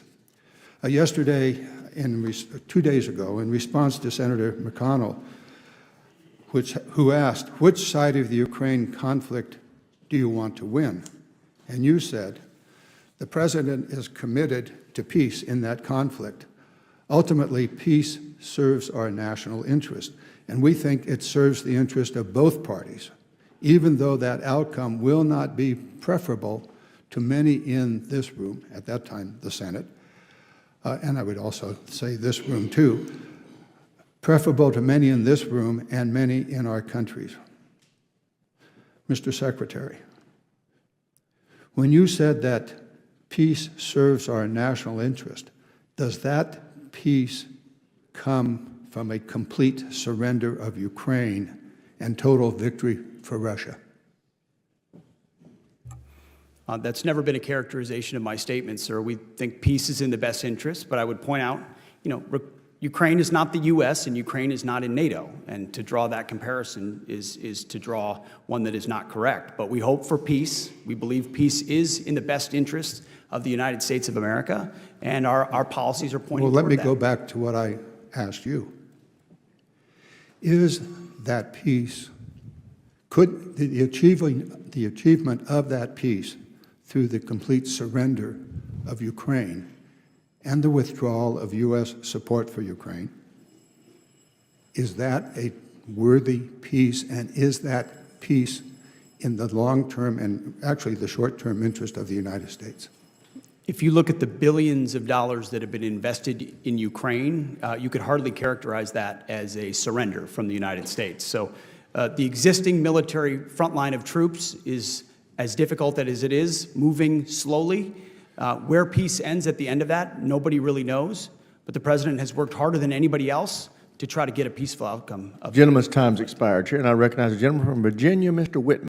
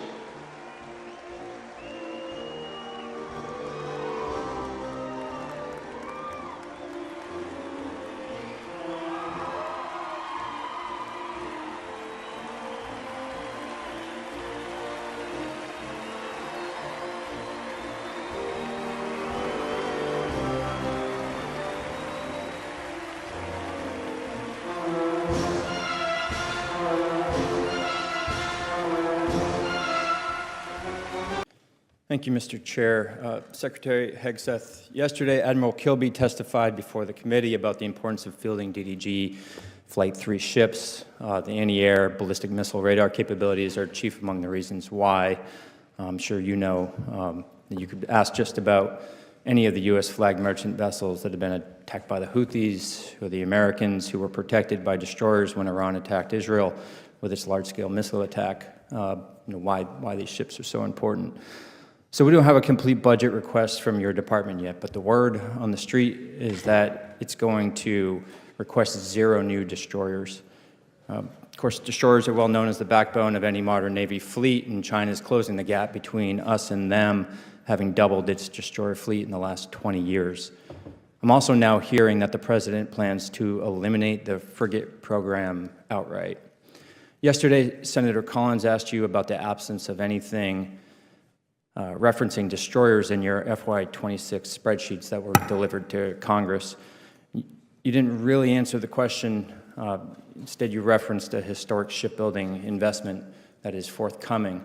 So just focusing on destroyers, there's really nothing historic about the 2 destroyers in the reconciliation bill.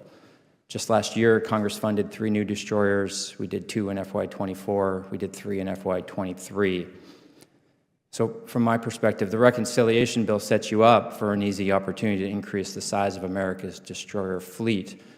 So I want to give you an opportunity to tell us what this committee could expect in the FY26 request pertaining to destroyers. I know you've been talking a lot about trade-offs, and in the short term, I would agree that maybe there's no immediate negative trade-offs there or negative effects of not requesting any destroyers, but in the midterm and long term, I think surely any gap in production of destroyers may come back to bite us. So I wanted to hear what your thinking is here.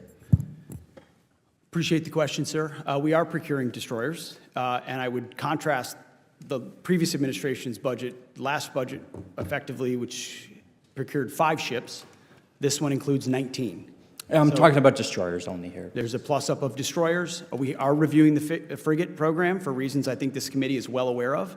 Another one of those difficult decisions that we think we're in a place where we have to make them. Again, another program that was supposed to be off the shelf and reflecting something based on an existing design that was gold-plated time and time again and pushed backwards. So that is one of the things we are reviewing. But we call it historic because it's multiples of what we had before. Not all destroyers, because you've got a lot of back-end capabilities you need to invest in to be effective in the maritime space. But it does make a historic investment. You said plus up. When you say that, are you referencing the 2 destroyers in the reconciliation bill? Yes, sir. And so that would be a plus up on top of forthcoming requests for more destroyers in the FY26 budget request. I would have to, Bren, how would you break that down? Yes, sir. So our budget, as the Secretary says, 1 budget, 2 bills. So the 2 destroyers he's referencing are the 2 in the reconciliation bill. Okay, so again, does that mean that you will request additional destroyers as part of the FY26 NDAA and appropriations process, yes or no? When we built the budget, sir, the 4-month review that the Secretary referenced, we found a requirement for 2 destroyers in FY26, so the budget only requests 2 across both bills. Yeah, absolutely. The Navy's been planning to get 2 destroyers in FY26 and FY27. However, I think this committee, the Senate, appropriators as well, have been pretty clear that the destroyers in reconciliation were to supplement that anticipated request of 4 ships in 2 years, not supplant it. So, you know, I suppose if that's all you're asking for, it'll be up to members of this committee in the Congress whether or not we want to exercise what we think is the right call here, which would be to grow the size of our destroyer fleet, not slow down its growth. So with that, you can take the 40 seconds if you have any other comments, or I'll yield it back. Gentleman yields back. Chair now recognizes the gentleman from Texas, Mr. Senator King. Mr. Secretary, I'm somewhat puzzled. I grew up in Virginia where Robert E. Lee was revered. I think when I was a kid, his birthday was a school holiday. But as I grew older and learned more about American history, I learned that he fit the classic definition of a traitor. He took up arms against his country. He broke his oath as a member of the United States Army, which he took upon entering his career at West Point. Why are you going through these incredible gymnastics, finding current soldiers or other soldiers to rename? And you slipped a minute ago. You said we're returning these bases to their original names. Robert E. Lee, leading general of the Confederacy, Pickett, the other names. Why are you doing this? I don't understand what the motivation is to rename bases for people who took up arms against their country on behalf of slavery. What possible motivation can there be for this? Who is telling you to do this? Who is urging you to do this? Senator, the veterans and service members across the country who have deployed from Fort Bragg or Fort Benning or Fort Hood or Fort Pickett, there's a legacy, there's a connection to those bases and to those places, to what they trained for there, what they did for, and what they came home back to. That matters to them. Ask enough of them, as I do, all the time, before and later. And we recognize the service of those who were put into the replacement. No one's disputing that. I would never dispute that. What we're looking at is erasing history, erasing names, erasing base names that service members are tied to. not Talk to people erasing that serve history, at it's Bragg. recognizing Ask people that history. serve at Fort Bragg or Fort Benning if they like the fact that the names have been returned. And to a man and to a woman, they will tell you, thank God we're back to Fort Bragg, and thank God and thankfully, because so many men and women in this country have served, there's a Benning and a Bragg and a Pickett and a hood has a Silver Star or a Medal of Honor that we could rename the base to because of the limits of what Congress allowed us to do. So this is something we've been proud to do, something that's important for the morale of the Army, and those communities appreciate that we've returned it back to what it was instead of trying to play this game of erasing names. We're not erasing history, Mr. Secretary. We're recognizing history and recognizing that mistakes have been made in this country. The greatest of all was the Civil War, where people took up arms against their country on behalf of the institution of slavery. And to continue the practice of recognizing those people and honoring them by the naming of these bases is, I believe, an insult to the people of the United States. Let me talk about the budget. I don't understand why the budget is coming to us in two pieces. Why not give us an honest base budget instead of putting a piece of it in recognition, in reconciliation? As I understand it, OMB is saying we're going to have a flat defense budget for the next 4 or 5 years. Are we planning reconciliation every year from now on? Why not give us an honest budget telling us what your priorities are, and then we can consider it. This committee always works in a bipartisan basis on a defense budget. We all want to see some increases in the defense budget, and yet you're giving us this this fake, here's a piece of the budget, here's another. You're cutting, in the base budget, you're cutting shipbuilding in half and saying, well, we're going to make it up in reconciliation. Are we going to have reconciliation every year, which basically, by the way, puts a significant part, 10 or 15% of the defense budget, in a wholly partisan decision-making process, whereas in the history of this committee, it's always been bipartisan. Why are we doing it this way?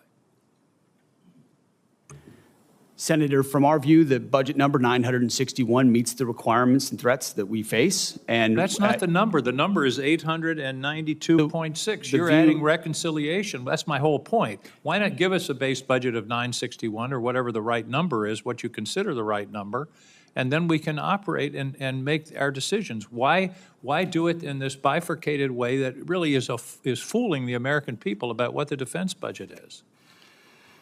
We're not trying to fool anybody, sir. It's 2 bills, 1 budget. We're working with OMB, and we feel very comfortable with the number of 961 billion. Why don't you give us a straight-up budget for the Defense Department?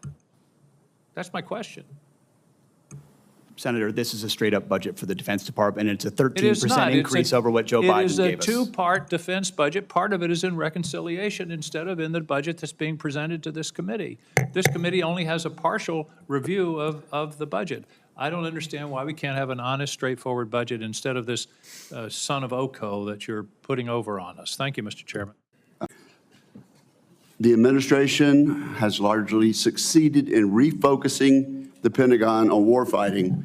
Our recruitment numbers have dramatically improved. That is a very important achievement and one we will continue to celebrate.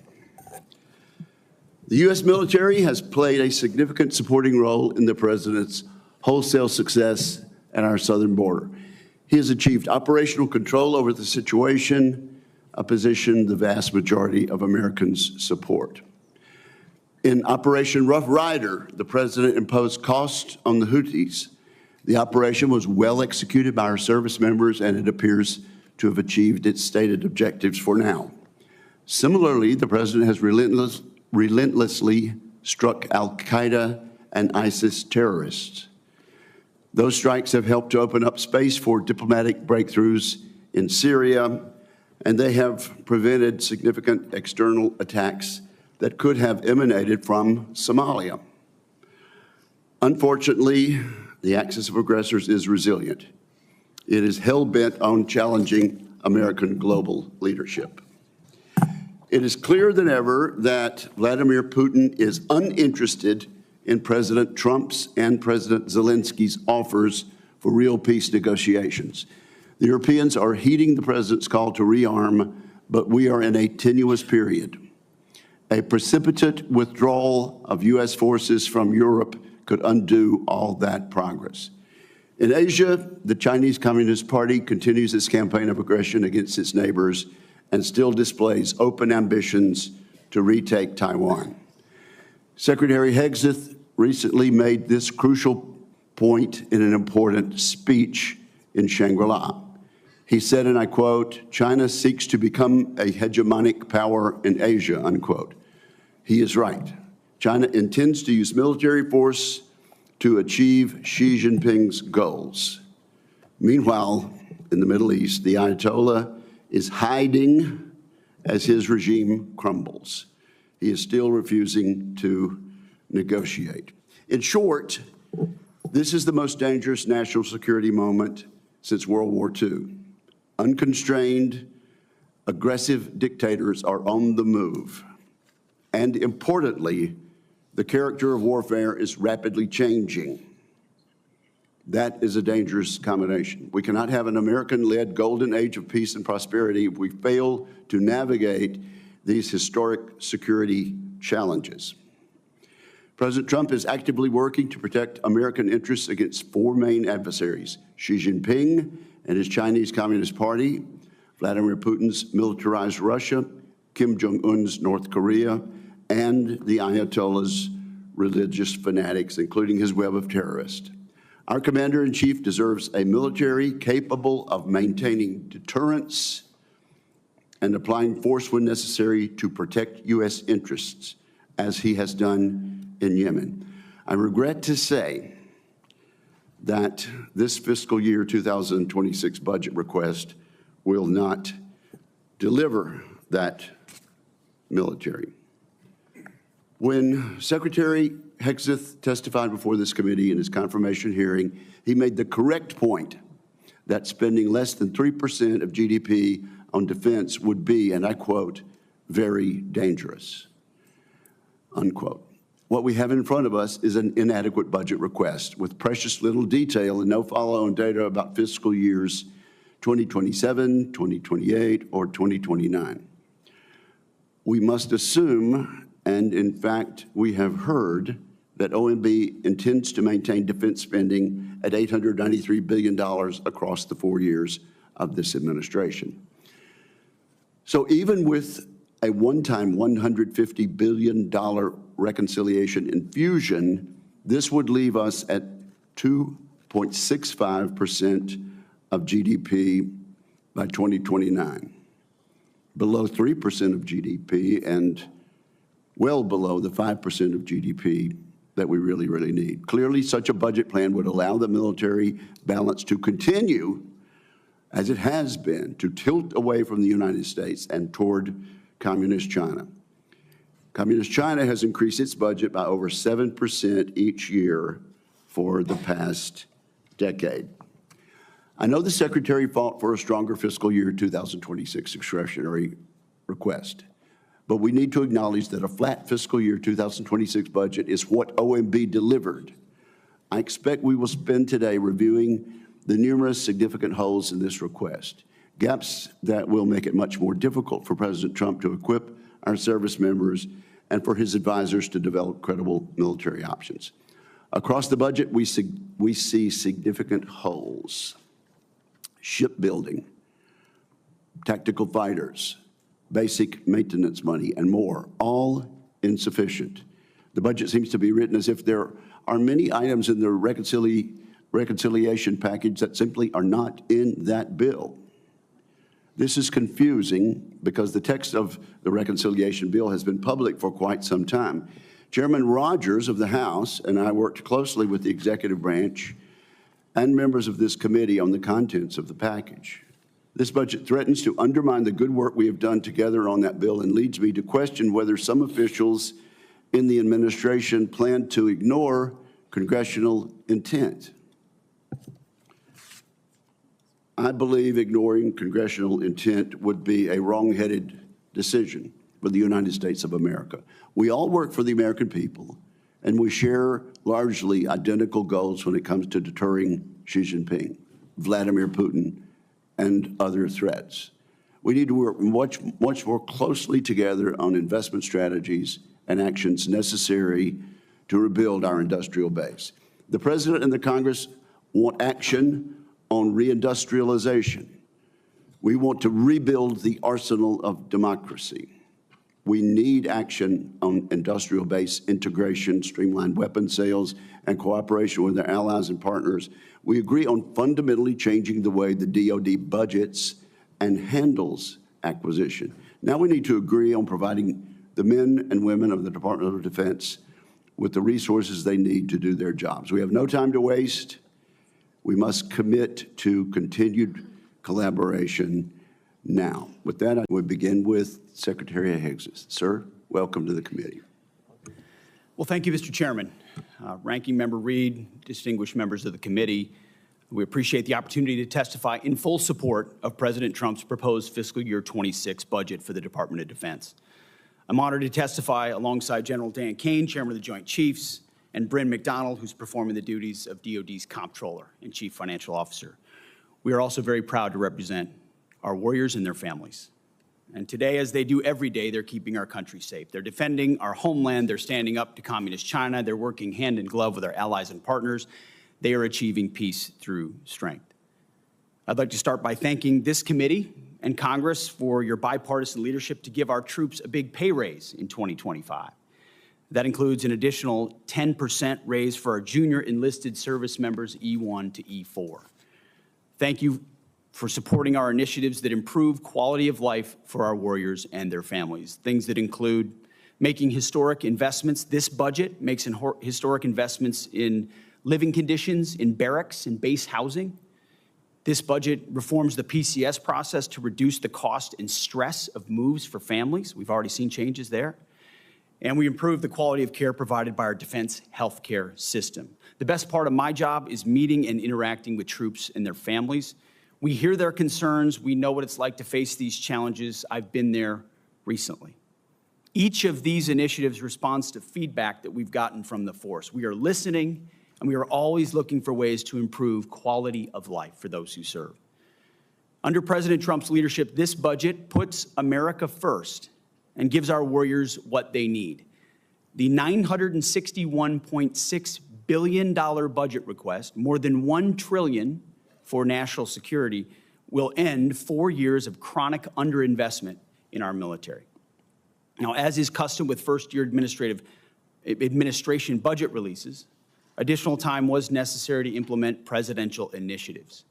So in the last 4 months, we've moved quickly to reverse course after 4 years of weakness and mismanagement.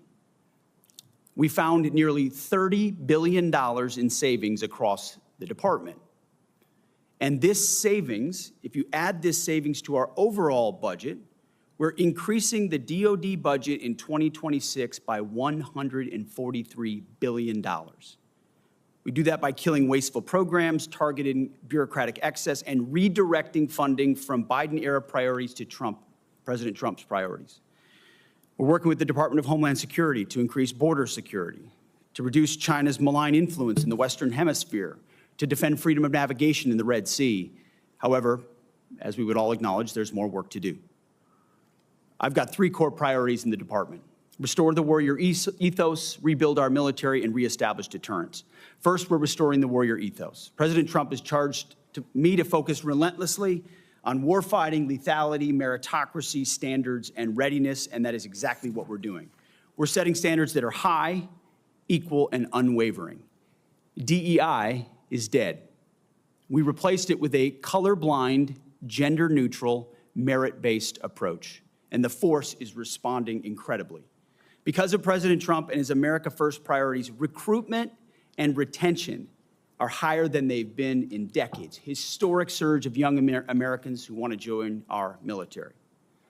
Second, we're rebuilding our military. 25 years ago, our military was unchallenged, yet we squandered that advantage as China carried out an unprecedented military buildup. President Trump is correcting that. We're reviving our defense industrial base, reforming our acquisitions process, rapidly fielding emerging technologies and new weapons to meet the challenges of the future. This budget invests $25 billion in Golden Dome for America, a down payment on President Trump's priority to defend our homeland. It also commits more than $62 billion to modernize and sustain our nuclear forces as we face rising nuclear dangers. The budget allocates $3.5 billion for the F-47, the world's first sixth-generation air superiority fighter.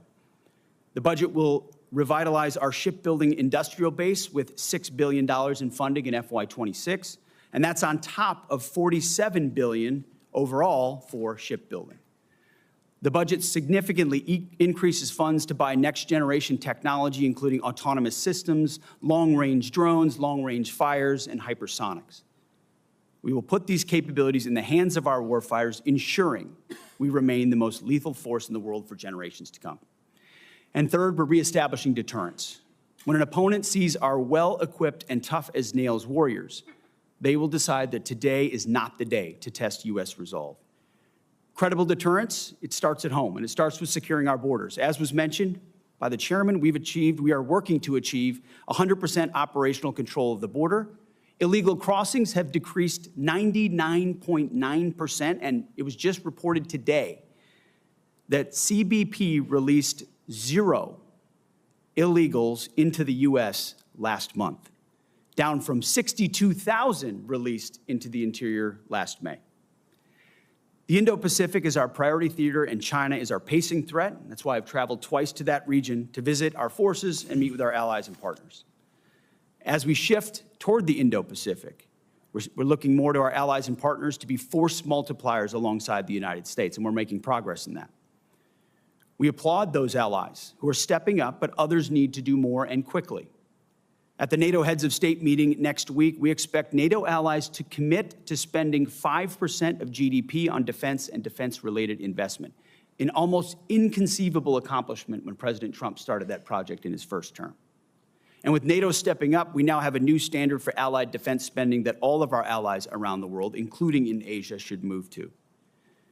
As the President has rightly pointed out, it's only fair that our allies and partners do their part. We cannot want their security more than they do.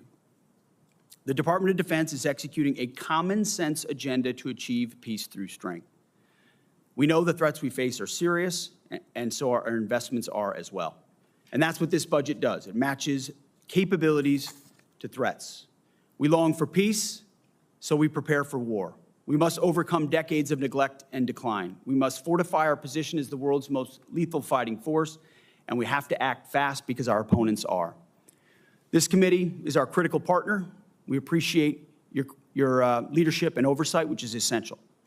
And I look forward to accomplishing these goals to achieve peace through strength, support our warriors, protect our citizens and our taxpayers together with you. May God grant us the wisdom to see what is right and the courage to do it.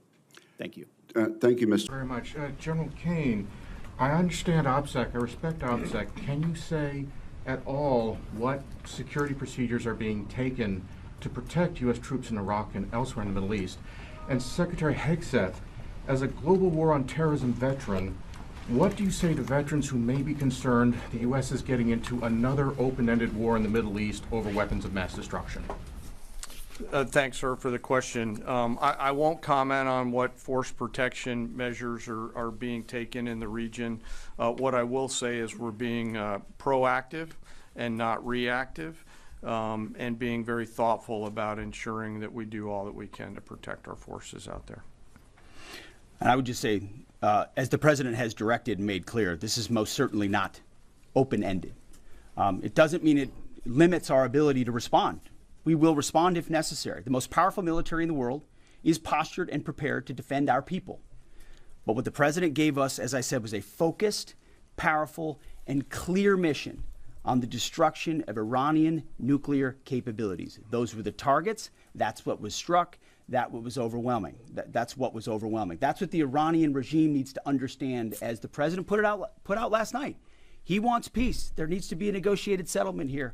We ultimately demonstrated that Iran cannot have a nuclear capability. That is a very clear mission set on this operation. Thank you very much. We will take a few questions, Phil. Me? Yeah. So, is regime change off the table, Mr. Secretary? And to the chairman, you said the battle damage assessment is still ongoing, but do you believe that some nuclear capability in Iran remains? This mission was not and has not been about regime change. The president authorized a precision operation to neutralize the threats to our national interests posed by the Iranian nuclear program and the collective self-defense of our troops and our ally Israel. Thanks for your question. I think BDA is still pending, and it would be way too early for me to comment on what may or may not still be there. But thanks for the question. Secretary, two quick questions. Do you believe you completely destroyed Iranian nuclear program? And how about Iranian ballistic missiles? Your ally Israel always saying that is biggest threat. And second question is very important. What will be your next step if Iran or militias under Iranian influence in the region attack U.S. interests or allies in the region? And you can chime in on this too, Mr. Chairman. The battle damage assessment is ongoing, but our initial assessment, as the chairman said, is that all of our precision munitions struck where we wanted them to strike and had the desired effect, which means especially in Fordo, which was the primary target here, we believe we achieved destruction of capabilities there. Ultimately, wherever it may be, whether it's in Iraq or Syria or bases in the Gulf, as the president said, it would be, as the chairman said, it would be a very bad idea for Iran or its proxies to attempt to attack American forces. For the question. Green. No, behind you. Excuse me, Mr. Secretary, can you tell me, was there a particular moment when the president decided to pull the trigger on this operation where he said, now, rather than being, something in the holster, now we're going to pull the trigger on it? I would just say, having the opportunity to witness his leadership, he was fully committed to the peace process. Wanted a negotiated outcome, gave Iran every single opportunity, and unfortunately was met by stonewalling, which is why he gave them plenty of time to continue to come to the table and give up enrichment, give up the nuclear program. But there was I won't say the particular moment, there was certainly a moment in time where he realized that it had to be a certain action taken in order to minimize the threat to us and our troops. Thank you, Mr. Secretary. Question for the Secretary and the Chairman. How was this strike coordinated with the Israelis on a strategic level, militarily, and on a tactical level? Was there any direct Israeli military participation in this operation? Well, I would say certainly Israel had an incredible military success, especially at the beginning and ongoing, in degrading Iranian capabilities, in degrading Iranian launchers, MRBMs. It's been incredible to watch what our ally Israel has been able to do. And there certainly have been conversations. I mean, General Kurilla at CENTCOM has worked closely in the defense of Israel for many years. And part of this operation was the defense of Israel and the ongoing defense of Israel. But as it pertains to this strike, this was U.S. operated and U.S. led. We took advantage of some of the preparatory work that's been done over the past week and a half in terms of axis of approach. I won't get into the particulars, but as the Secretary said, it was a U.S. strike. We made sure we were not in the same piece of airspace and sky. Aside from that, that was the extent of it. We'll take a couple more. Take one more question. Yes, right there. Thank you, Mr. Secretary. Concerning the justification for these strikes, in March, the Office of the Director of National Intelligence released their threat assessment, concluding, quote, Iran is not building a nuclear weapon, and Khamenei has not authorized the nuclear programs he suspended in 2003, unquote. So what new intelligence does the U.S. have since then that the Iranians have changed their position on nuclear weapons? And does this new intelligence come from U.S. sources and methods, or are we getting this information from other countries? Well, I would just simply say that the president's made it very clear. He's looked at all of this, all of the intelligence, all of the information, and come to the conclusion that the Iranian nuclear program is a threat, and was willing to take this precision operation to neutralize that threat in order to advance American national interests, reduce the Iranian nuclear program, and obviously collective self-defense of ourselves and our allies. So he looked at all of it, understood the nature of the threat, and took bold action I think the American people would expect in a commander-in-chief. That's all we've got. Thank you very much. Appreciate it. Mr. Chairman. Thank you. Yeah. General, you say that General Kurilla increased force protection in Iraq, Syria, and Gulf, and those areas. Were they given any advance warning the attacks were coming? And also, Mr. Secretary, when were congressional leaders notified? How long before the attacks took place? Sure. To your first question, you know, the risk has clearly been rising over the last few weeks in the region. Based on that, and not a particular awareness of this operation, we've made smart decisions to minimize the risk to U.S. forces in the region. So they were given no advance warning? No, sir. In congressional? They were notified after the planes were safely out. Well, we complied with the notification requirements of the War Powers Act. After the attacks, they were notified? They were immediately thereafter. Yes. Thank you.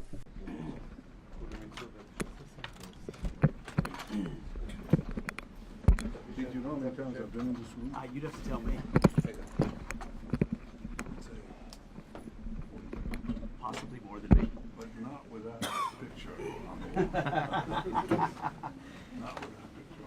Not with that picture, and not without Eric Kurilla down there at the end of the table. Not with that. And thank you. Absolute thanks and gratitude and admiration for CENTCOM, for the U.S. military, for the Secretary of Defense, and the President of the United States. Magnificent. You have the gratitude of the people of Israel and the state of Israel, and I think of many, many others around the world. So, first things, thank you. Well, thank you. And I appreciate, there's a reason I pointed at Eric, and I know you recognize him too, because the skill and the bravery and the courage of U.S. forces involved in that operation, including in the defense of Israel, whether it was in the Mediterranean or with THAAD batteries or others.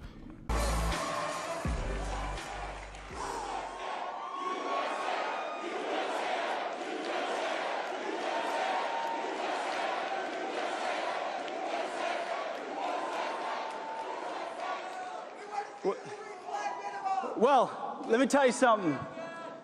Those B-2 pilots in Missouri hear you loud and clear.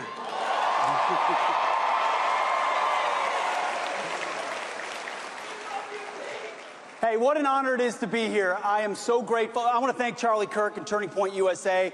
I didn't just show up here now. I've been here year after year because I believe so deeply in the mission of what you all represent. So give it up for Charlie Kirk, please.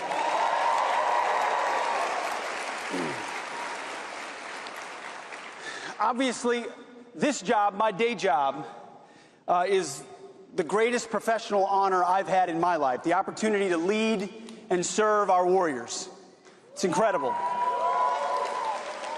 But let me start by saying, and a little bit of a message to all of you, because I'm looking out at the future of America. I think I might be looking out at some future warriors out here. And we'll get to that in a moment. I hope some of you do choose that path to raise your right hand to defend the Constitution and defend the nation, because we're going to need it. But at the same time, as I focus on, getting our military back on track and doing that job and serving the greatest commander-in-chief our country has had, we also have to remind ourselves priorities, that ultimately we serve God first. And that's the first question I ask myself every day. Am I honoring God with my actions? Am I putting him first?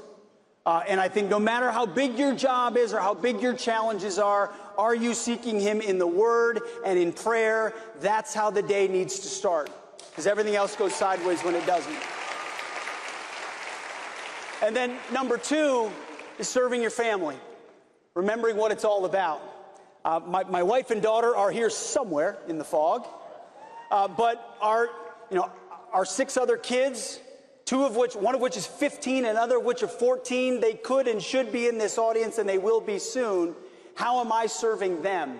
How am I directing them and giving them the perspective that all of you have about their Lord and Savior and about this country and about the threats we face and their duty to do something about it.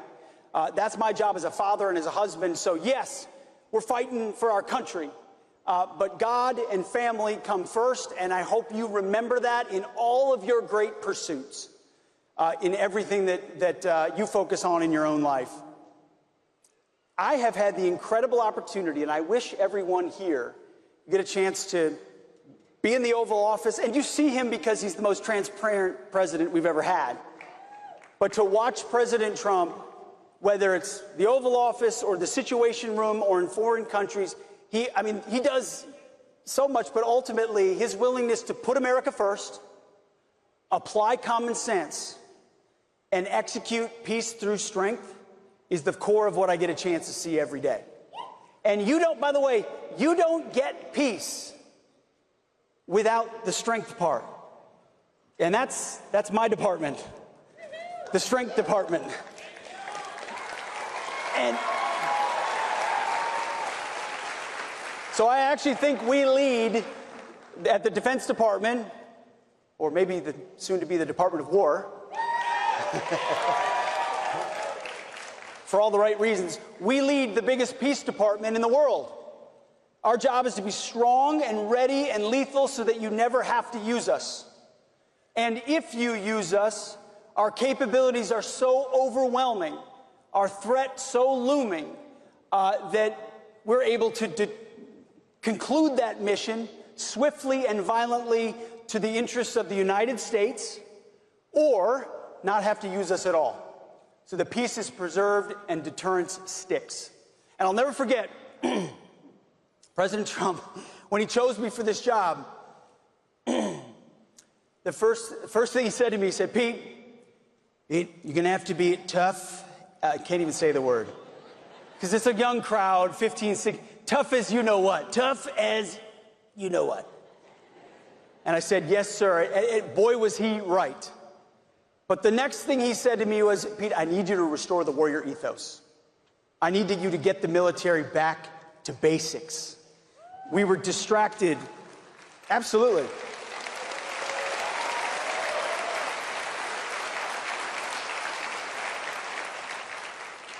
Our military, under previous administrations, especially Obama, but then Joe Biden more recently, were distracted by experiments, effectively, in ideology and social justice and social engineering, in climate change, and take DEI, CRT, genderism, you name it.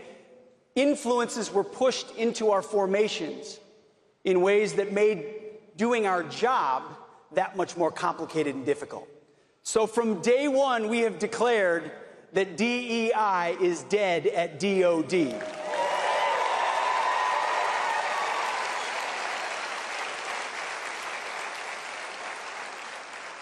We're going back to gender-neutral, colorblind, merit-based performance standards.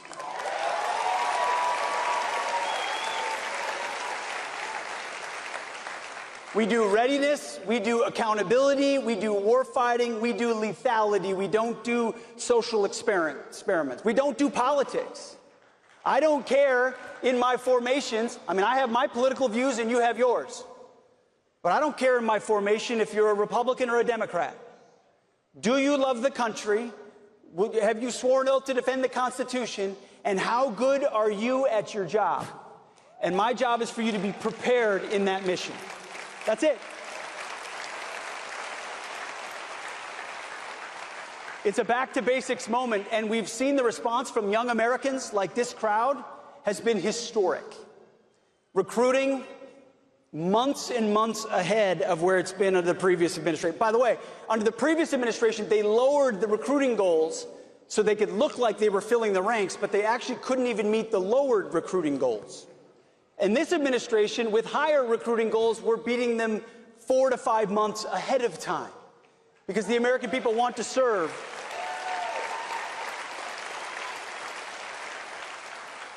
They want to serve under a commander-in-chief that has their back.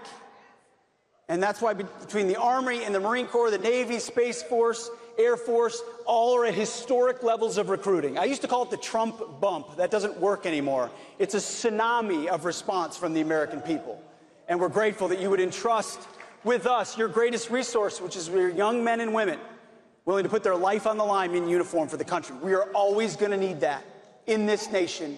The price of freedom is eternal vigilance. And the face of eternal vigilance are those men and women in camouflage willing to stand a watch on behalf of everyone here, giving up the best years of their life because they believe in something greater than themselves. They know we have rights endowed not by government, but by a creator.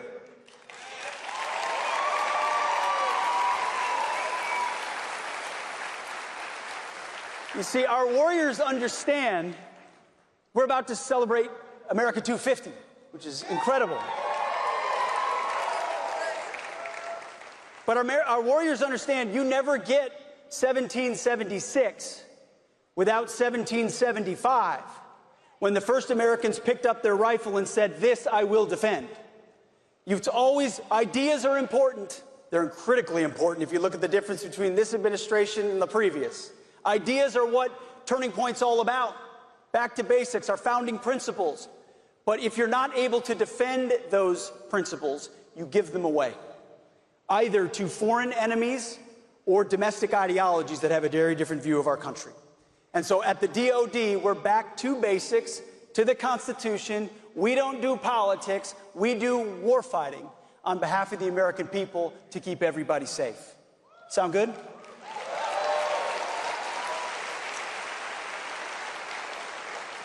We're also rebuilding our military in ways that President Trump did in his first term. Under Obama and Biden, the military was gutted, not just with bad ideologies, but with insufficient funding and capabilities. President Trump's changed that. The One Big Beautiful Bill gave $150 billion in additional spending to DOD. We have the first $1 trillion defense budget.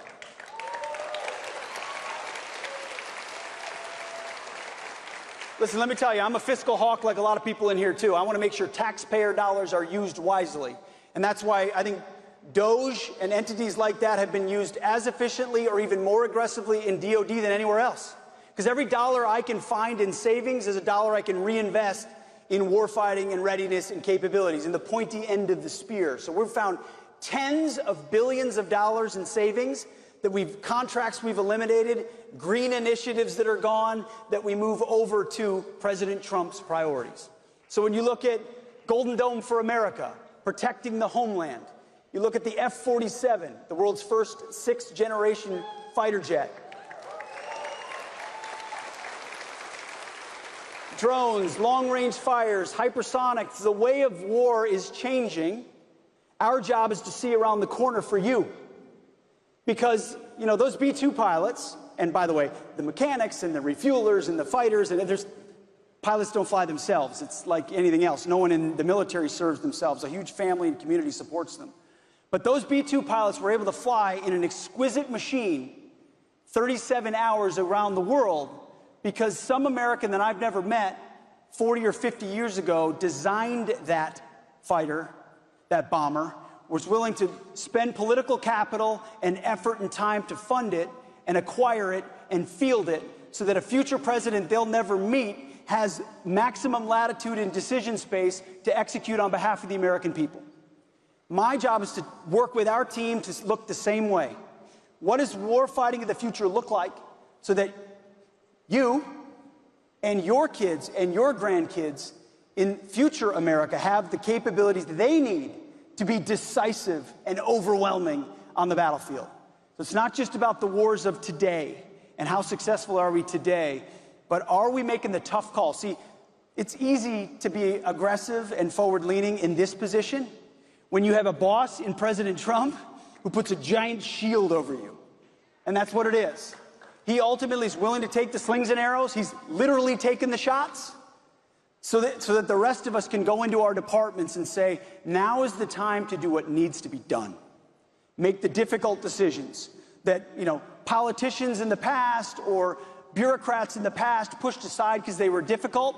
Now is the time to make those tough calls for you, for my kids, for your kids, your grandkids. So it's restoring the warrior ethos, rebuilding our military, and then reestablishing deterrence. I talked a little bit about deterrence, but we started this administration, unfortunately, in a hole, with 4 years of deferred maintenance on the world stage.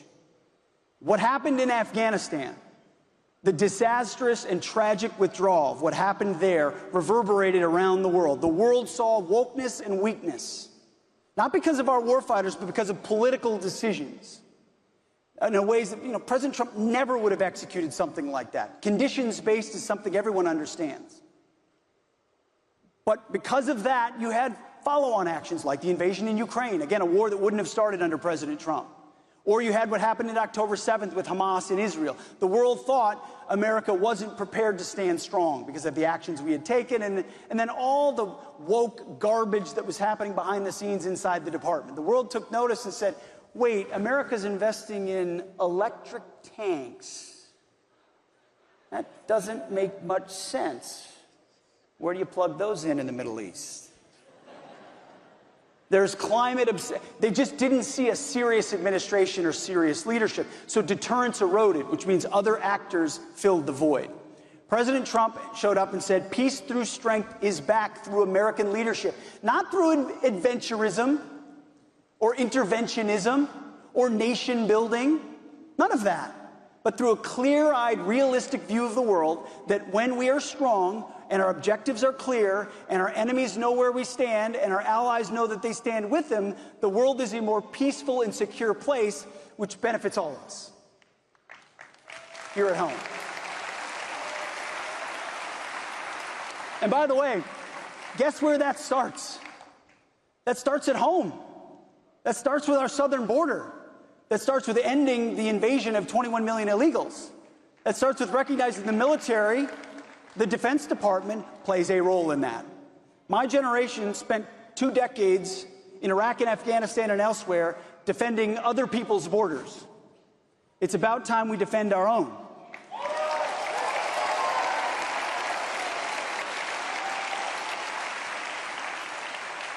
Which is why you've already seen historic lows in crossings on the southern border.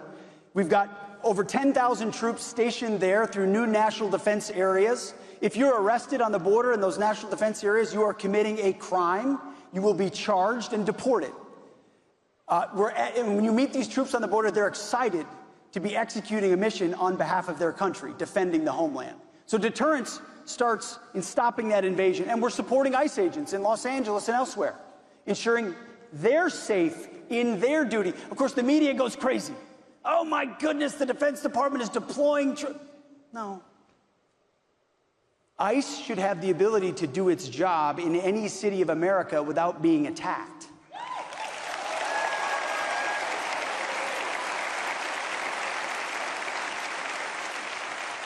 And if they're being attacked, their partners at the Defense Department are proud to stand alongside them to secure them, their facilities, or their agents in the execution of lawful law enforcement. It's something we're willing to do, and we are doing on behalf of the mandate of the American people. But it's also the reestablishing of deterrence around the globe. And that's why what happened through Operation Midnight Hammer was so important. By the way, a mission from the beginning, President Trump set the tone of what that would look like, the effects that would happen. He understood exactly, and our job was simply to execute and to watch the skilled and courageous men and women of our military from beginning to end, from the situation room to the maps to the trajectories to hearing the radio calls. I wish everybody could hear that and see that. It makes you so proud to be an American. And it reestablishes an understanding from the world of what we're capable of. No other country on earth could even remotely do what those pilots did. Plan, coordinate, facilitate, refuel midair, dozens of times. 7 jets going one way, 2 deceiving the world the other way. Everybody thought it was going that way. You zig, you zag. Fly over Iran, they never see you, they don't shoot, you disable enemy capabilities, and you get out of Dodge. Or as President Trump says, he said, skedaddle. you skedaddle. That is a specific military doctrinal term now. That was not just a message to Iran's nuclear capabilities, it was a message to all of our adversaries and all of our allies that American leadership and strength is back.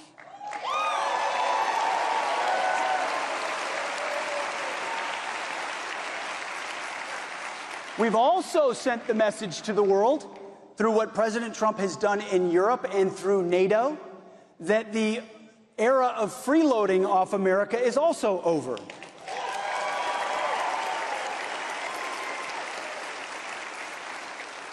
I'm a big fan of alliances, and we're a proud member of NATO.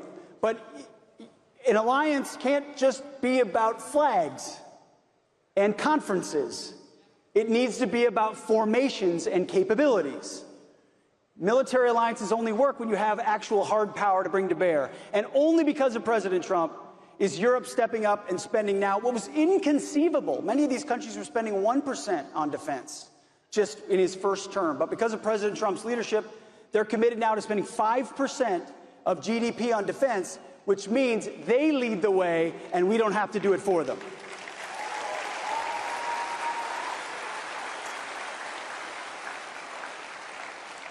So in closing, I just want to never forget that the motto of our great country, when I got criticism for starting a monthly prayer service at the Department of Defense, voluntary prayer service,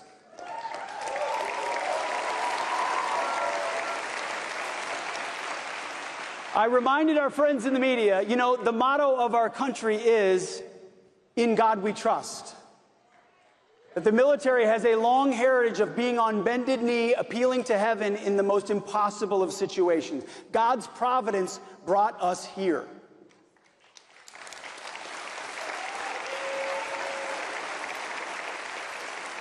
Our founders understood that. So I want to commend you for being in these seats, for having the leadership that you have in your high schools, in your colleges, in your communities, for having the courage of your convictions to stand up and lead based on your principles. That is leadership. That is putting America first. That is showing strength, and I commend you for that. But I also hope, on behalf of a new and improved Department of Defense, that you will also take a look at serving your country, that you will consider the incredible lineage. Let me tell you something. I've never met someone who served, it's very few and far between, who regrets the day that they raised their right hand to defend their nation and say, and try to test themselves to see whether they can stand up to the legacy of previous generations. Now, it's my job and it's President Trump's job to make sure we use those troops properly, that they're properly trained, that they have a clear mission, a limited objective that everyone understands. And they've got the best equipment in the world, which President Trump is providing. But what we really need are the best young Americans. So thank you for being here. God bless our warriors, and God bless the United States of America. Thank you. Appreciate you. Thank you.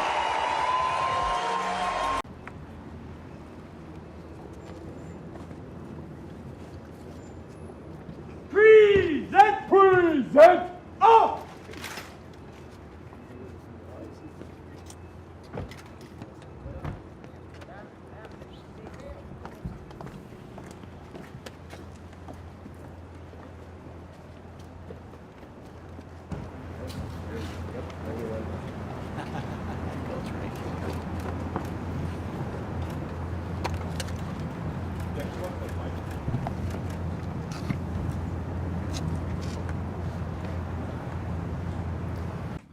But thank you.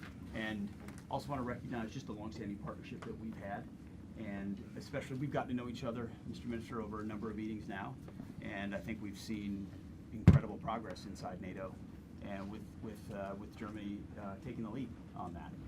Upfront commitment to your spending, commitment to European leadership. A partnership that strengthens not only our two nations, but also benefits the entire transatlantic alliance.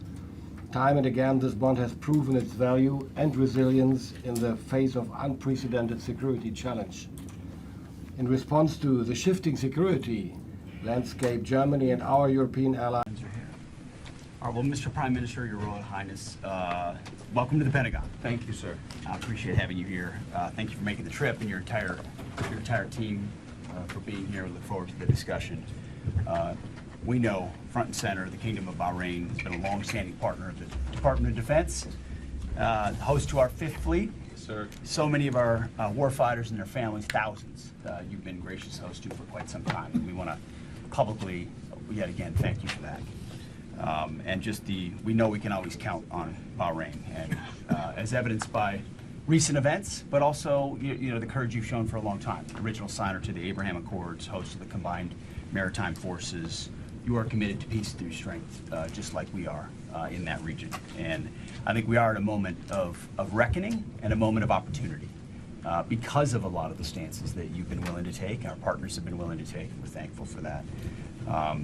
So we're eager to review how we can enhance self-defense capabilities, how we can work side to side, and our collective ability to take advantage of these opportunities right now. So plenty to work on, plenty to talk about, but all built on a foundation of strong cooperation for quite some time.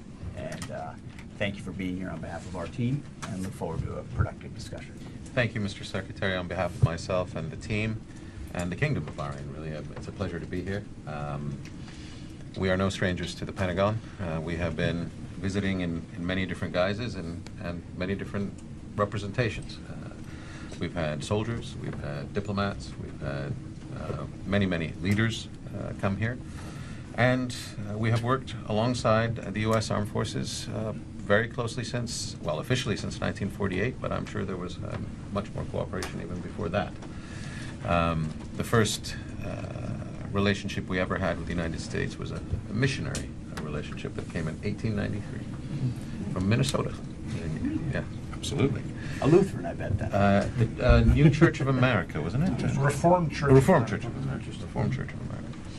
And they were doctors. And they healed not only the sick in Bahrain, but all over the Gulf, including many of the leaders who preceded us. So this is not a new relationship. The Kingdom of Bahrain at the time, signed the Trucial States Agreement in 1816, so we've been part of the rules-based international order since that time, and we have done our bit to protect it over many different conflicts. We will continue to deepen this relationship, and we are so proud of this strong cooperation, and I am all ears to hear how we can best help. And we will also be explaining some of our defense requirements and how we can work together to fill those needs. Absolutely. Well, thank you very much. Thank you, for being sir. here. Thank Look you. forward to it.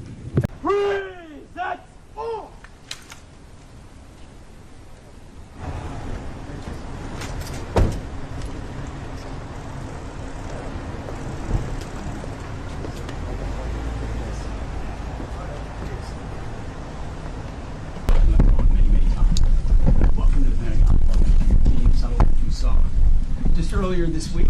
Starting to feel very comfortable. That's right, as it should, So welcome.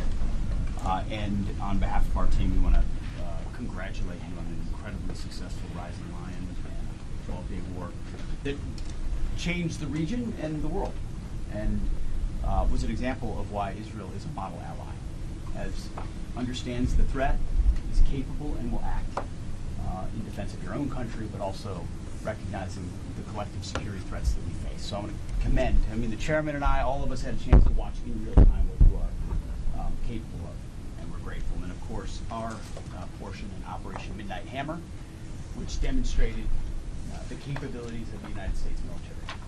And of course, those 3 nuclear sites in Iran, which were obliterated, in case our press can't figure that out, which they seem to not be able to do. And the more we report and the more we see, the more we understand how devastating those attacks were on all 3 of those nuclear sites. But it was not just a message to those nuclear sites, but also to the rest of the world. Of America could fly 37 hours undetected into a hostile nation, deliver decisive, precise munitions that only the United States of America is capable of employing, and then go home safely. That's a message to the world, and we did ultimately what you did and what we did remade the region, created incredible opportunities. We believe eventually, should Iran make the choice, for peace. That was That's ultimately the hope of your country and the hope of ours. So we stand firmly with Israel, committed to reinforcing your right to self-defense. And whether it's new capabilities, that defense, or lasting peace, we look forward to working together even more. So, Mr. Minister, thank you for being here. Thank you, Mr. Secretary, for your kind hospitality. I would like to express just how much I'm impressed with Operation Midnight Hammer. It was a brave and historic decision by President Trump. Together, we destroyed the Iranian nuclear program. We destroyed the Iranian nuclear program. You can say that a third time to the press if you want. I tell it for everyone. For everyone, it's very clear. We targeted enrichment sites, nuclear scientists, and other targets related to the nuclear program.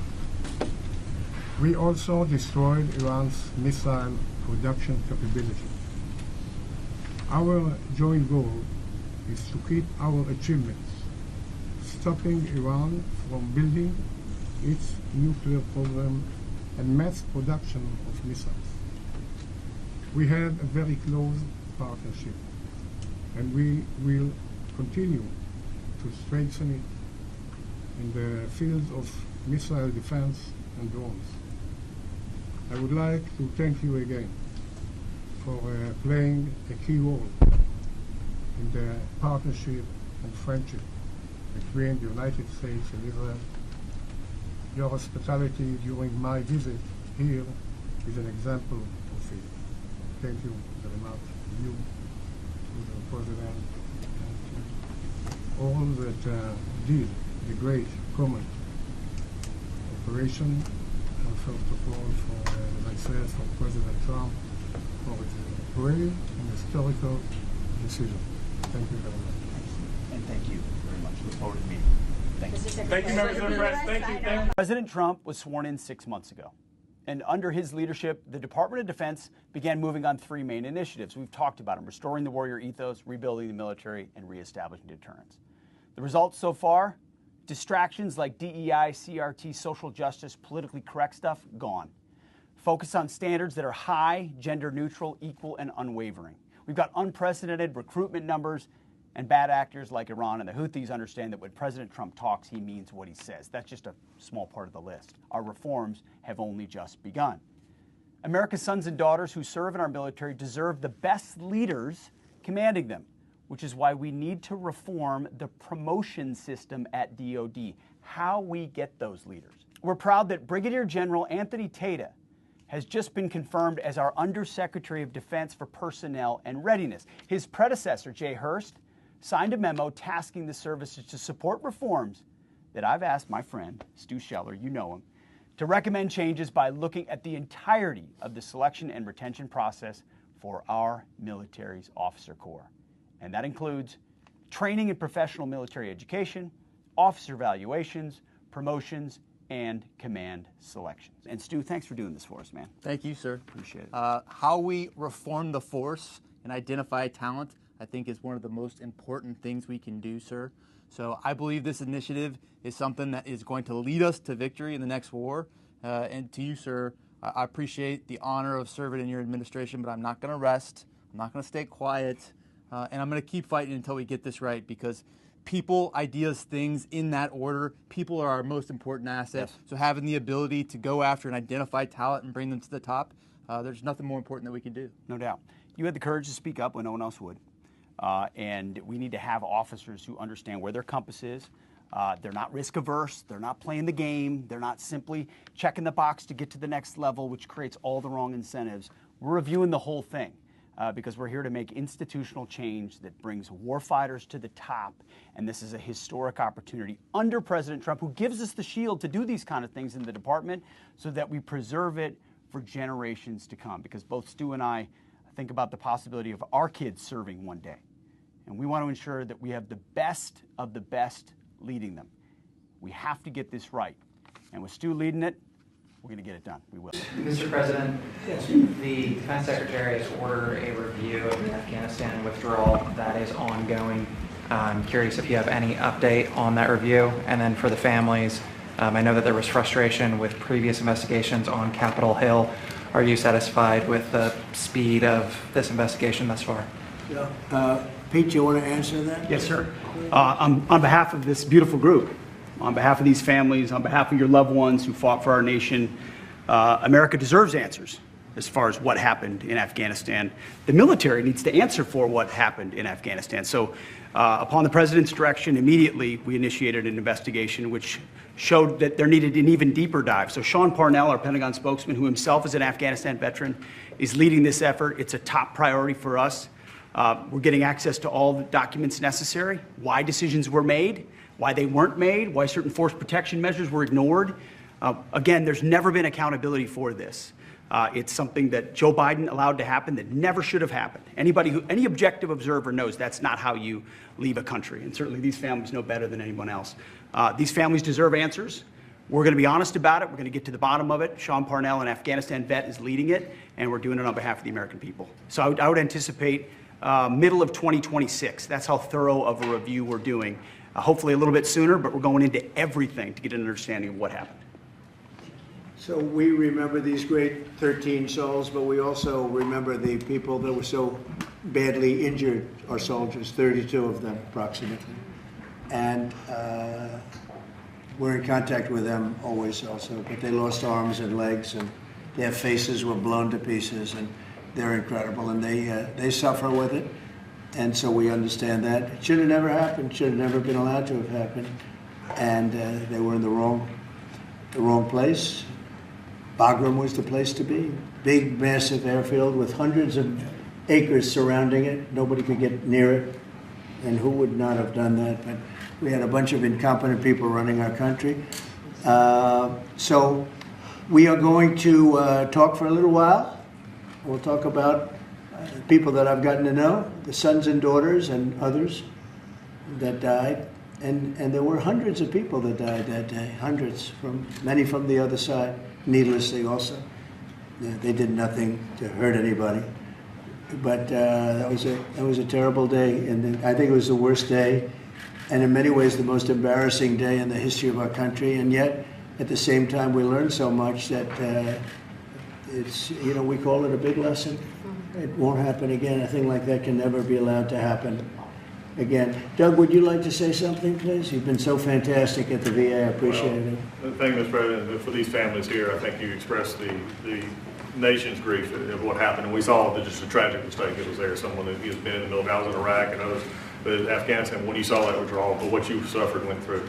And for those that you've mentioned, Mr. President, who are injured, who took the VA, the Department of Defense, we're taking care of those folks. We're going to continue to do so at your direction. But with the families, it's just one of those things. It's a place that never goes away. But I know from this president is he's made a commitment that that memory will not be forgotten, and the cabinet understands that, and American people understand that because of what you've done. And this is actually our biggest gathering today. So you must have heard Oval Office, and you said, I want to get there and do a talk in the Oval Office. But it is, and it is a special place. But this is our biggest gathering in terms of the numbers, everybody here, because there was always somebody couldn't be. Pete, go ahead, please. Yes, sir. Well, Mr. President, thank you very much for your leadership, and the Defense Department is proud to be a part of this task force. Just like we have been down at the southwest border, where crossings are at 0, we've got national defense areas where we're working with Border Patrol to secure the southern border for the American people. Just like Los Angeles, where ICE officers deserve to do their job without being attacked, we're really proud to be a part of defending the nation's capital and ensuring it is safe and beautiful and working with law enforcement. And Mr. President, let me tell you, the morale of the troops, getting out there talking to them, they love this mission. They're grateful to be doing it, whether they're DC National Guard or other state National Guards. And at your direction as well, sir, it's just common sense to make sure they're armed as well. And so we're rolling out ensuring they're armed, capable of defending themselves and others if need be, supporting law enforcement, and we're proud to be there, sir. Well, thank you, Colonel Kingsley, for that introduction. Very much appreciated. Major General Tooley, Command Sergeant Major Haight, other distinguished guests, friends, family, and most importantly, the graduating class of Officer Candidate School 501 25. Formally from the Pentagon, we wish you congratulations. It is great to be here at Fort Benning, and it is Fort Benning, and out of Washington, D.C. In fact, I'd trade almost any meeting I have on a daily basis, most of the time, for a 5 a.m. ruck march. Although this morning it was a 5 a.m. jog. Slow it down a little bit. But I think our focus on fitness and standards, I love the motto. Standards, no compromise. That's kind of back to basics approach is precisely what we're focusing on. I didn't know that was the motto of Officer Candidate School. Standards, no compromise. That might become our office motto as well, across the board. It needs to be across all of our formations. And that's why, you know, as the Secretary of Defense or any official in Washington, you're pretty busy, but you shouldn't be too busy to do PT, just like you're not too busy to do, there's not a job in our military that should be too busy that our formations can't do PT and meet the standards, no compromise. You see, when President Trump appointed me to be the Secretary of Defense, he said a couple things. The first was, Pete, you're gonna have to be tough as shit. Really? He was right on that, for sure. But second, he said, you need to bring it back to warfighting. Back to warfighting. Back to the core of what the military does. Get the garbage out.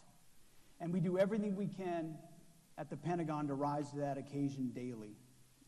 I'll say this, though. This place, Fort Benning, whether it's Olson Hall or Building 4 or watching OCS, you see, as I was going through IOBC, I did my infantry officer basic course here.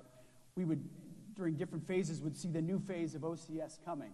It got less and less painful to look at as everybody got more and more proficient. Certainly not this class with all the prior enlisted experience we have here.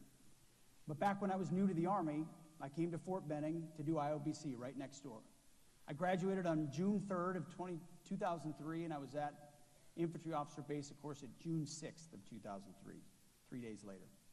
And it was Fort Benning that played a key role in forging me. Next to serving God, wearing the uniform of the United States Army, I think, and I'm biased, but I think, is one of the greatest things any American could do. And at the short time we've been here, hey, it's great to see that toughness and commitment are still alive and well, and I wish every American could see the training you do, the way that your family supports you, and what this fort does. Of course, this place is legendary. Of the 800,000 officers who served in the Army during World War II, more than half were graduates from OCS. They were called 90-day wonders, and without them, we would not have won the wars in Europe and the Pacific. One previous Secretary of Defense, a man named Cap Weinberger, visited OCS at Fort Benning when he was secretary, and he said, "This is the place where the fate of the country is quite literally decided." To that I say yes and amen. You know, his boss, Ronald Reagan, was a lot like mine. Focused on the basics, peace through strength. Today, you're also recognizing two fellow candidates with awards named for some of the great warfighters that were forged here. Colonel Robert Nett, the father of OCS in 1944 in the Philippines. An enemy battalion attacked him with machine guns. He came back at him with his rifle, a bayonet, and killed 7 of the enemy. And then, of course, Lieutenant Colonel Hal Moore, who led 1st Battalion, 7th Cavalry Regiment in the Idrang Valley. He told the reporter that his goal was to clean out the communists. The reporter asked, "Do you think you may run across the main enemy force while you're here?" Lieutenant Colonel Moore answered, "We hope so. We like to kill them as many as we can." Well, his men killed more than 600 enemy soldiers. Lieutenant Colonel Moore completed the Infantry Officers Advanced Course right here at Benning. And you can take heart his philosophy, which is there's always one more thing you can do to increase your odds of success. And I'll tell you this, my first mission in combat as a lieutenant would not have been successful without taking that approach to heart. There's one more thing you can do to increase your odds of success. If your GPS doesn't work, you better know how to use your compass. If you don't know where you are, you better know how to use your map or terrain associate. You better leverage the hell out of your experienced NCOs. You need to know that mission, every aspect of it, every member of your platoon, and what they're capable of, what your squads are capable of, what your weapon systems are capable of, what air support is capable of, better than anybody else. And the more you prepare, the more likely you'll have success. So to you, members of OCS Class 50125, today marks the end of a demanding 12 weeks. But you know, this is just the beginning. For many of you, not the beginning of a career, but the beginning of a new chapter. A new journey where you will lead the finest soldiers in the finest army the world has ever known. You have been forged, and now you will forge. Now, I'm not here to give you advice about how to live your life, except you can't go wrong when you fear God and fear no man, except maybe your first sergeant. You've already succeeded because you made the decision to be here. You've decided to come to this place. You've decided to join the service. You've decided to join our profession of arms. When I look at your class, and I can't really see you, but I'll see you all individually in a moment, you are America's elite. You are the real 1%. Those willing to raise their right hand and do what others will not in order to keep people you don't know safe and free. You entered the profession of arms. You are, to quote General Douglas MacArthur, the ones who are trained to fight. You are the ones with the will to win. You are the ones with the sure knowledge that in war, there is no substitute for victory. Well, in that pursuit, I'm here with a message from the President of the United States, which I always deliver to troops when I'm traveling. He has your back. As a commander-in-chief, he will ensure that you have everything you need to win, everything you need to be successful. And I know when I was an infantry lieutenant leading a platoon, that's all I wanted to know. I wanted to know that my company commander, battalion commander, brigade commander, division commander, MNFI commander had my back, understood the difficulties of what we face and the impossible decisions that had to be made at a moment's notice, that politicians will want to second guess.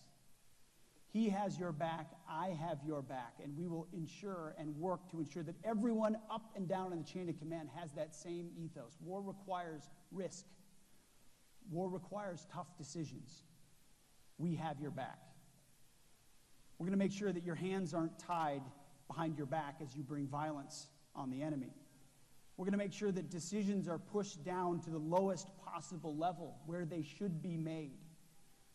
We're going to make sure that second guessing is brought to a minimum when good faith is brought to bear.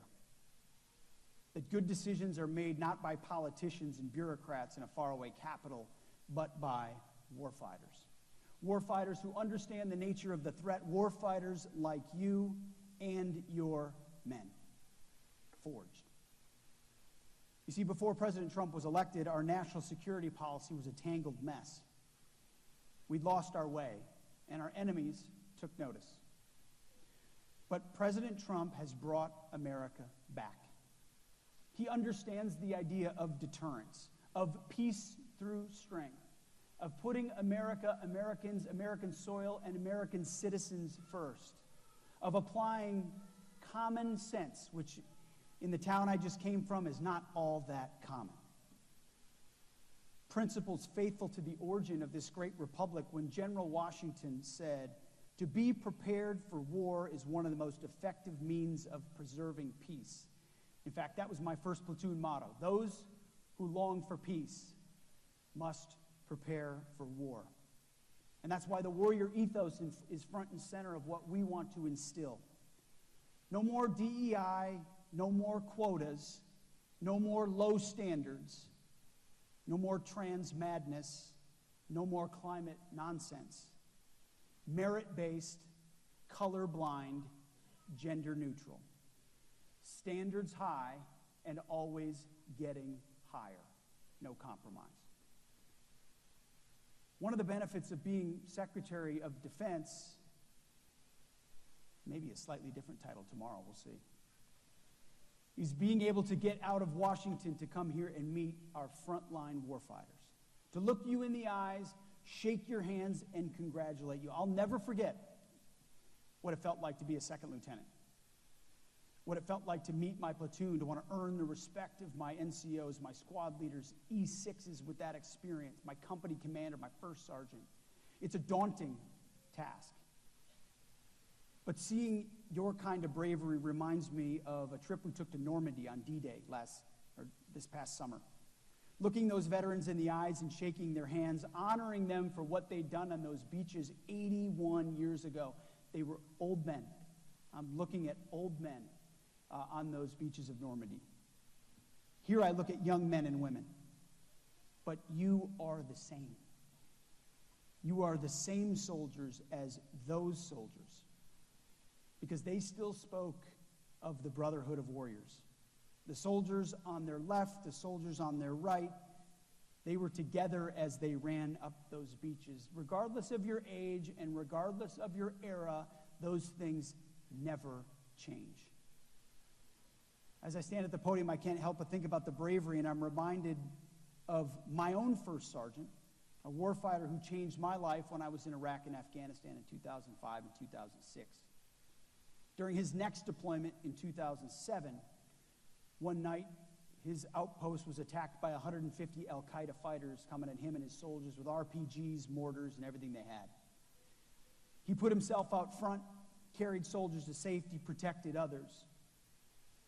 I'm reminded of that Hal Moore quote, "There's always one more thing," because as the first sergeant of that unit, when they occupied that outpost, he ran his infantrymen into the ground for 2 days because he believed the defensive positions on that outpost were inadequate. And so they didn't sleep, they didn't rest, they barely ate, and they worked. And they worked, and they put up defensive position after defensive position, after camo netting, after sandbags, after sector sketches, you name it, they did it. And when you talk to the men of that company, they credit him for what he did when the bullets were not flying, the way in which he prepared in an uncompromising way that saved their lives.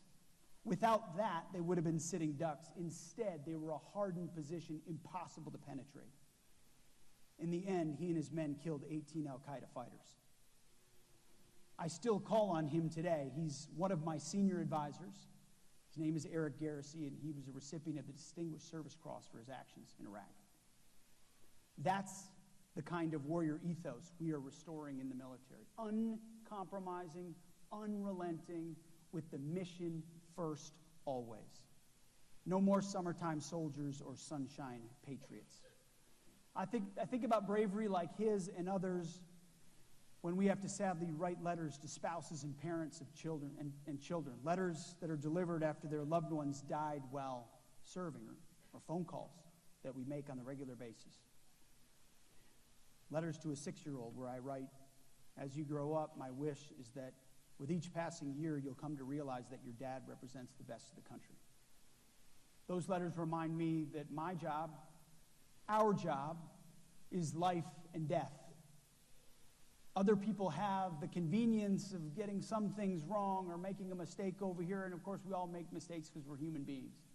But the reason why standards matter so much is because we are in the business of kill or be killed, live or die. You know that. And so you're about to graduate. You're going to remember the PT formations, the 5th week in the field, the lights out, the last 500 meters of a 12-mile ruck march, holding that rucksack up high on your shoulders so it's not rubbing against your back. The long strides and exaggerated steps, the deep breaths you take from getting lightheaded. You will draw on those sweltering days of summer that gave way to September, when you had long last made it. In fact, your time frame is almost exactly the time frame during the year of when I went through infantry officer basic course. It can be a bit unrelenting with the heat here in Georgia. You've been forged. You know, a few weeks ago, I hosted the heralded 7th annual Pete Hegseth NBA All-Star Summer Hoops basketball camp. It was for 7 kids. My kids and the neighbor kids. It was a small but mighty little basketball camp. We do it every year. We did it when I lived in New Jersey, when I lived in Tennessee, and this year we did it for 3 days in Washington. At the end of a day at the Pentagon, we went to a basketball court and ran through drills. My dad was a basketball coach, so it never comes out of my DNA. None of my kids are going to play in the pros. I'll tell you that. The first couple years of the camp, we had rules: never quit, listen and learn, and work hard. The kids were very young then, so we did have another rule that's since been sent to the wayside. It was don't cry. We needed it a lot. But a couple of years ago, we added the top rule, which is honor God. So we're putting a ball through a hoop, learning how to dribble, but we honor and glorify God in how we do all things. Those of us in the profession of arms are doing things that are a lot more important than playing hoops. But what we do in any activity demonstrates honoring God. And so at our camp this year, the scripture we used was Romans 5, verses 3 through 4. And the word of the Lord. Not only that, but we are rejoicing in our suffering, knowing that suffering produces endurance, and endurance produces character, and character produces hope. You have endured, and when you endure, character is developed, and that leads to hope. So in the next part of your journey, you're going to incur setbacks. No matter where you're going, active, guard, reserve, a foreign country, you name it, you will have impossible moments, insurmountable challenges. You will have to endure. Your character will continue to be forged. May you lead with endurance. May you build character. And in the end, may there be hope. Because I'll tell you this, because today, on behalf of a nation, you bring me hope. That we still produce young men and women willing to do hard things for not enough pay and no glory, no spotlight. Raise that right hand to defend the Constitution and defend our nation and our citizens. We don't exist unless we have people like you. You give me hope. So I wish you congratulations today. You've completed the course. Our nation needs you. Go serve and go fight. God bless.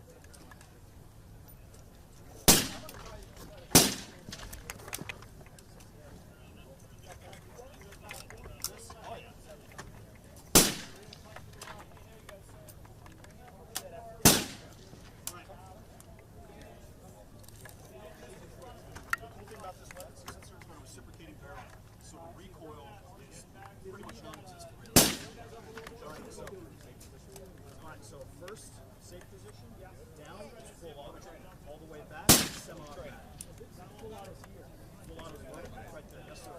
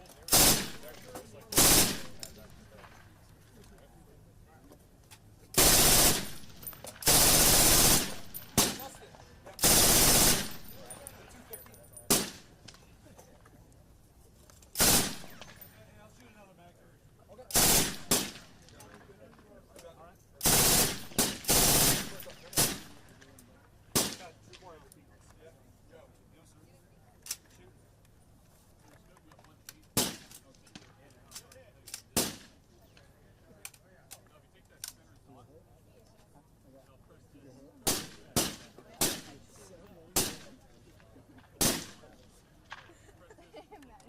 It went in my shoe. Beautiful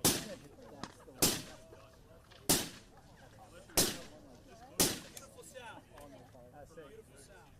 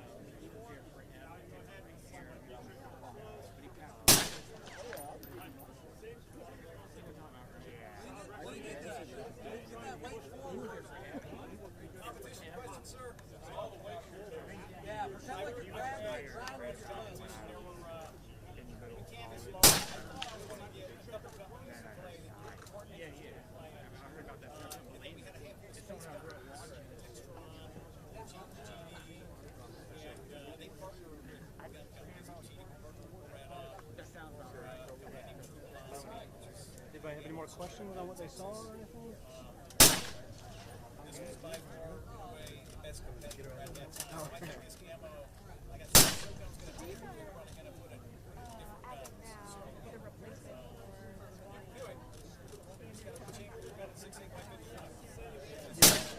One caveat for the tech conversation. Okay, so think about not having we've identified like 95 that's who will get these credits. So your person who works at the division level or even like a field artillery soldier who's one of the other guys in the future it could make difference. They would have your business and you guys a decision for the future. But the purpose of this though is for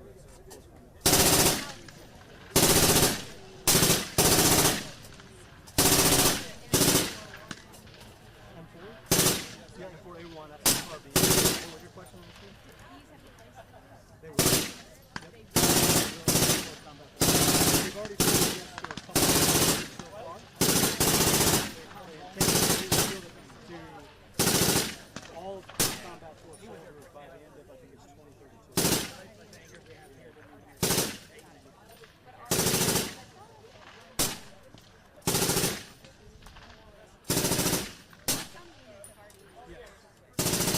See the gentleman with the back to us right here?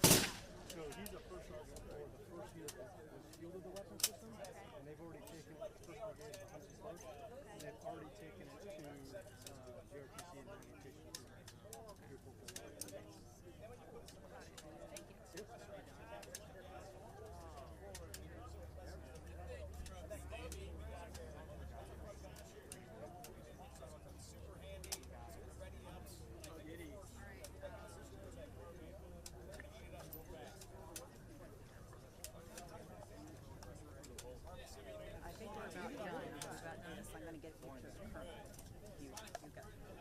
I don't have anything.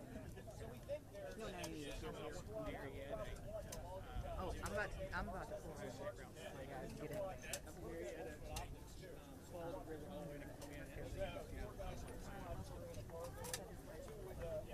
We going? They look like they're gonna fall any moment. They're all rough. Yeah, they are. What about our hold? Like a hold? Yeah. Class 6.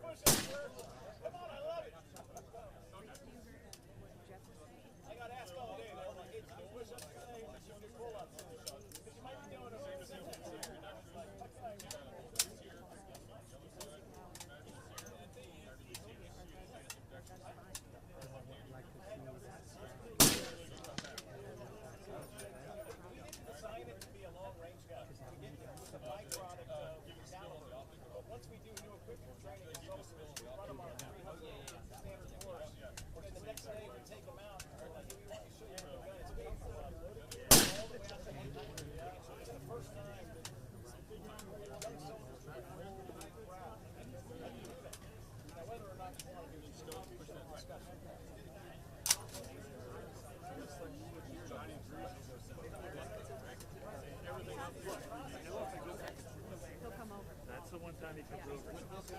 We should put this on maybe. I know he won't. He'll sit the band with. We don't need to do that here.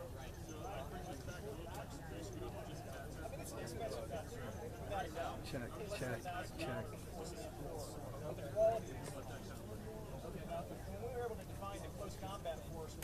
Check, check, check, check, check, check.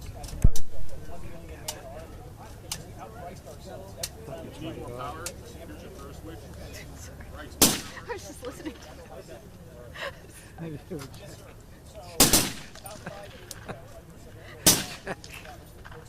I'm being serious.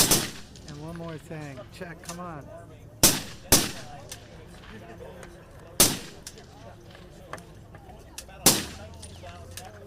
could have sworn I turned that thing on too. Keep an eye out for me. Check, check. Come on. I'm being serious. And one more thing. This is the United States of America.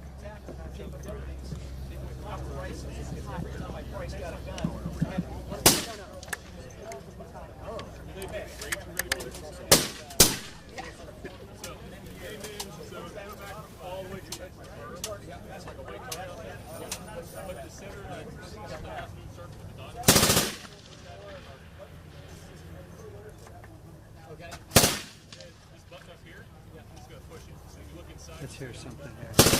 Check, check, check. Are these things in my ear? No, really, I'm serious. I think I may need to.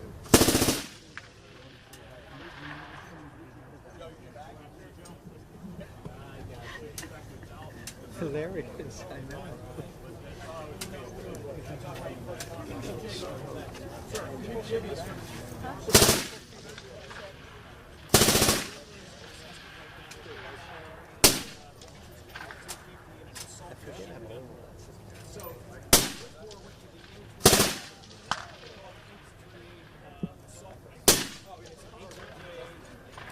I'm being serious. One more thing. I'm not joking around.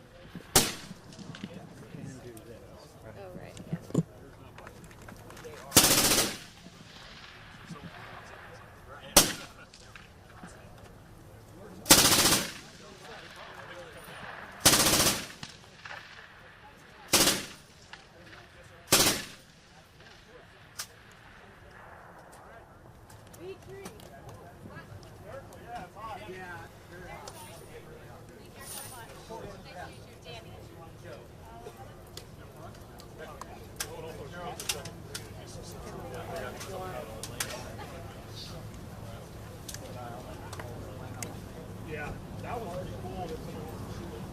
Anybody else want to shoot machine guns? Good, hold on for a second. Yeah. Is this coins?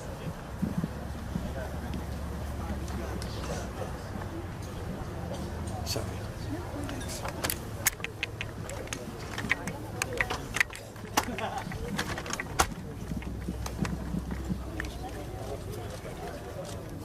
Eddie.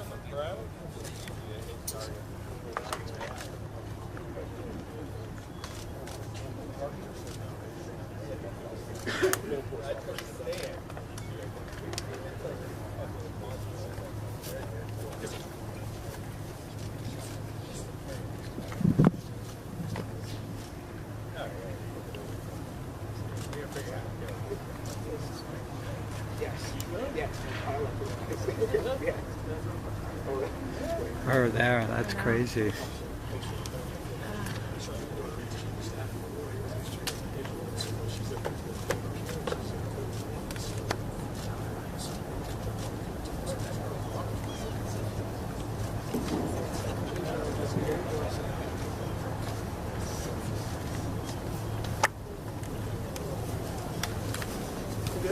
just want to thank the team. I mean, I know a ton of science and effort, testing and pushing through barriers went into this. And the word that keeps being used over and over again is lethality. That's the word we should be using. So as we look at this, as we look at fielding, as we look at choosing, as we look at everything, at variations and carbines and everything else, that's going to be that's what I heard from everybody here, and that's exactly where we need to be, is what's going to work when the guys who are going to use it are going to need to use it in the most difficult of scenarios, from the private who picks it up for the first time to everyone in between, and just appreciate all the knowledge and effort and expertise that's gone into it. So, and giving us a chance to pull the trigger a few times, which is way better than a day in the office. And this is a day in the office for you, so that's pretty damn cool. So thank you guys for the opportunity. General, thank you. Sir, appreciate it. Thank you.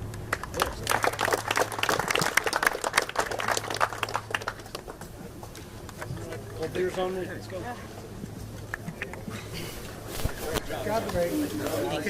You were great to work with. My job.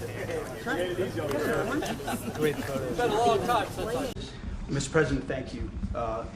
After winning a war for independence in 1789, George Washington established the War Department, and Henry Knox was his first Secretary of War. And this country won every major war after that, to include World War I and World War II. Total victory, Mr. President, as you said. Then 150 years after that, we changed the name after World War II from the Department of War to the Department of Defense in 1947. And as you pointed out, Mr. President, we haven't won a major war since, and that's not to disparage our warfighters, whether it's the Korean War, the Vietnam War, or our generation of Iraq and Afghanistan. That's to recognize that this name change is not just about renaming, it's about restoring. Words matter. It's restoring, as you've guided us to, Mr. President, restoring the warrior ethos, restoring victory and clarity as an end state, restoring intentionality to the use of force. So at your direction, Mr. President, the War Department is going to fight decisively, not endless conflicts. It's going to fight to win, not to lose. We're going to go on offense, not just on defense. Maximum lethality, not tepid legality. Violent effect, not politically correct. We're going to raise up warriors, not just defenders. So this War Department, Mr. President, just like America, is back.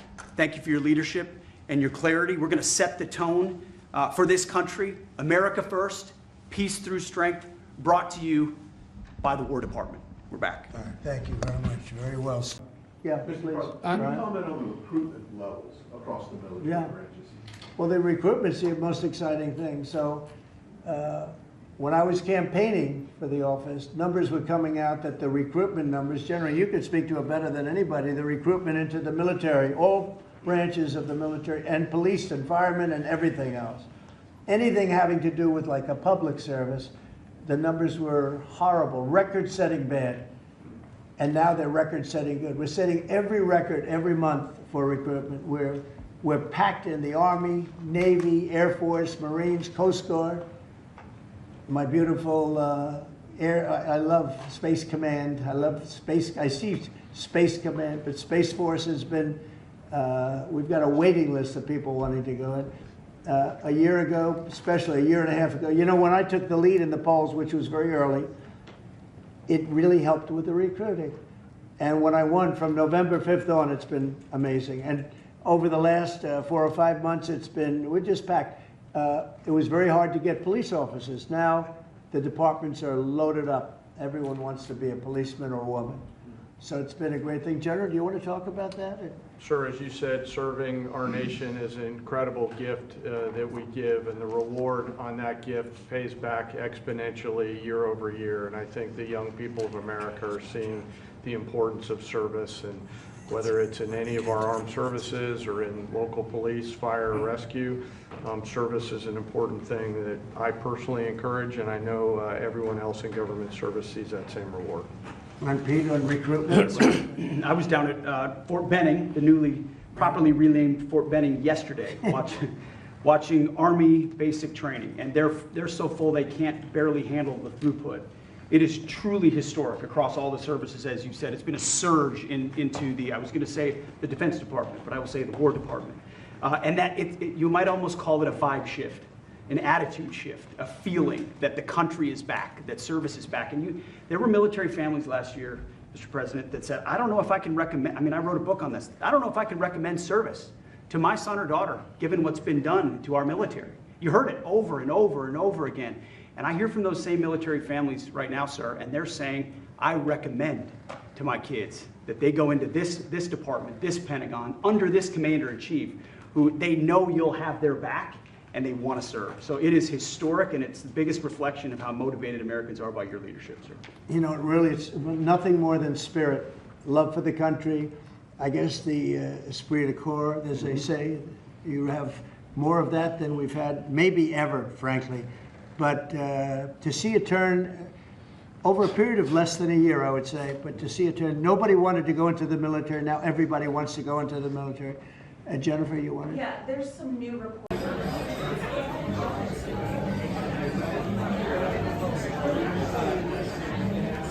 Thank you, everybody.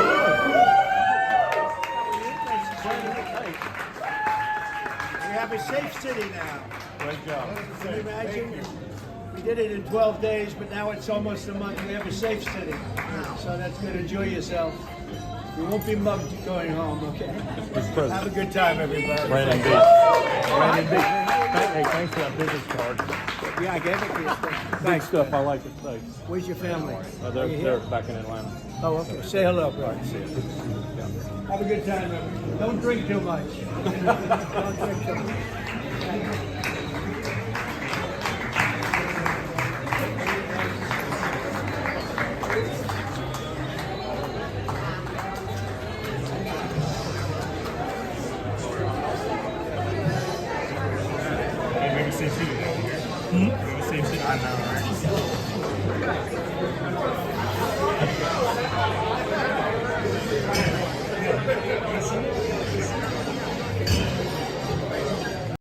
I'd also be remiss if I did not acknowledge why that flag is at half staff.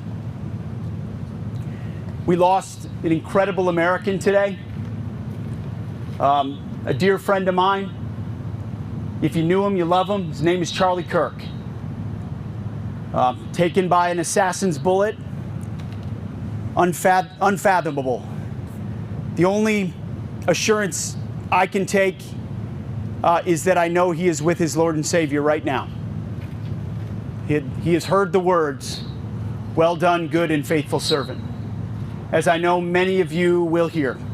And I didn't quite know what to do after that news with the rest of the day, but I know what felt fitting was to definitely come here and be with all of you. Not media, not anything. Just you don't do this for media. You don't do this for recognition. You do this because you love your countries and your communities in quiet ways that a lot of people don't understand. And so being here with you, with people who give so much, who put their lives at risk, and their families know it, is exactly where I should be and where we should all be. So if you would, bow your head with me and join me in the Lord's Prayer. Our Father, who art in heaven, hallowed be thy name. Thy kingdom come, thy will be done, on earth as it is in heaven.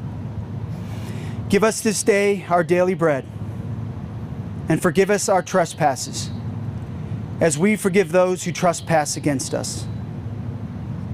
And lead us not into temptation, but deliver us from evil. For thine is the kingdom and the power and the glory forever and ever. Amen. Lord Jesus, be with Charlie, his family, his kids, his community, and this country. Welcome him into your arms. Comfort them when we don't understand your plan. We know your will be done. We don't always know what that means, but we know it is in your hands. And I ask that you watch over all these men and women here who put their lives on the line. Protect them tonight, tomorrow night, next week, and the months ahead. Lord God, protect them. And we put them under your shield of protection. It is in your Son, Jesus Christ's name, we pray. Amen. On this day, 24 years ago, we suffered. In the years since, we have endured. Our service and sacrifice have forged our character, and today we stand in hope for the future of our great nation. The young soldiers who take the oath give me hope. The young cops who wear the badge give me hope. The young firefighters who answer the call give me hope. The young agents who patrol our border give me hope. The life, example, and even death of Christ follower and American patriot Charlie Kirk give me hope. Sheer courage, no matter the arena. Charlie, we love you.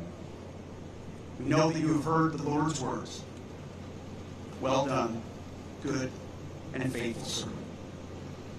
Full heart, clear eyes. Like those on 9/11, he will never be forgotten. So I thank God for all of you and all of our fighters from that day to today and beyond. May God bless our warriors as they ruthlessly seek our enemies on behalf of the fellow citizens they love. We owe you and all of those who witnessed 9/11 nothing less. Colors ready, colors.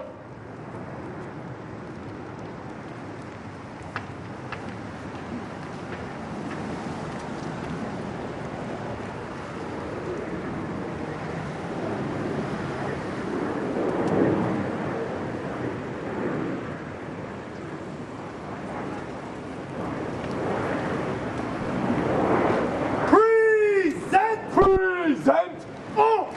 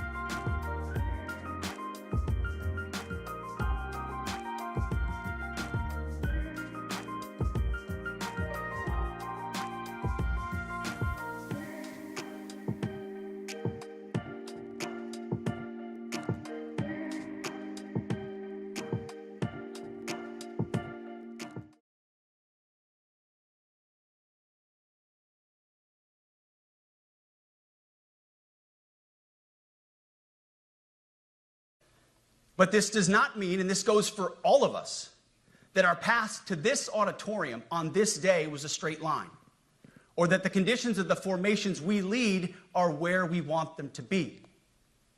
You love your country, and we love this uniform, which is why we must do better. We just have to be honest. We have to say with our mouths what we see with our eyes, to just tell it like it is in plain English, to point out the obvious things right in front of us. That's what leaders must do. We cannot go another day without directly addressing the plank in our own eye, without addressing the problems in our own commands and in our own formations. This administration has done a great deal from day one to remove the social justice, politically correct, and toxic ideological garbage that had infected our department, to rip out the politics. No more identity months, DEI offices, dudes in dresses. No more climate change worship. No more division, distraction, or gender delusions. No more debris. As I've said before, and will say again, we are done with that shit. I've made it my mission to uproot the obvious distractions that made us less capable and less lethal. That said, the War Department requires the next step. Underneath the woke garbage is a deeper problem, and a more important problem that we are fixing and fixing fast. Common sense is back at the White House, so making the necessary changes is actually pretty straightforward. President Trump expects it. And the litmus test for these changes is pretty simple. Would I want my eldest son, who is 15 years old, eventually joining the types of formations that we are currently wielding? If in any way the answer to that is no, or even yes, but, then we're doing something wrong. Because my son is no more important than any other American citizen who dons the cloth of our nation. He is no more important than your son. All precious souls made in the image and likeness of God. Every parent deserves to know that their son or their daughter that joins our ranks is entering exactly the kind of unit that the Secretary of War would want his son to join. Sixth, we must train and we must maintain. Any moment that we are not training on our mission or maintaining our equipment is a moment we are less prepared for preventing or winning the next war. That is why today, at my direction, we are drastically reducing the ridiculous amount of mandatory training that individuals and units must execute. We've already ended the most egregious.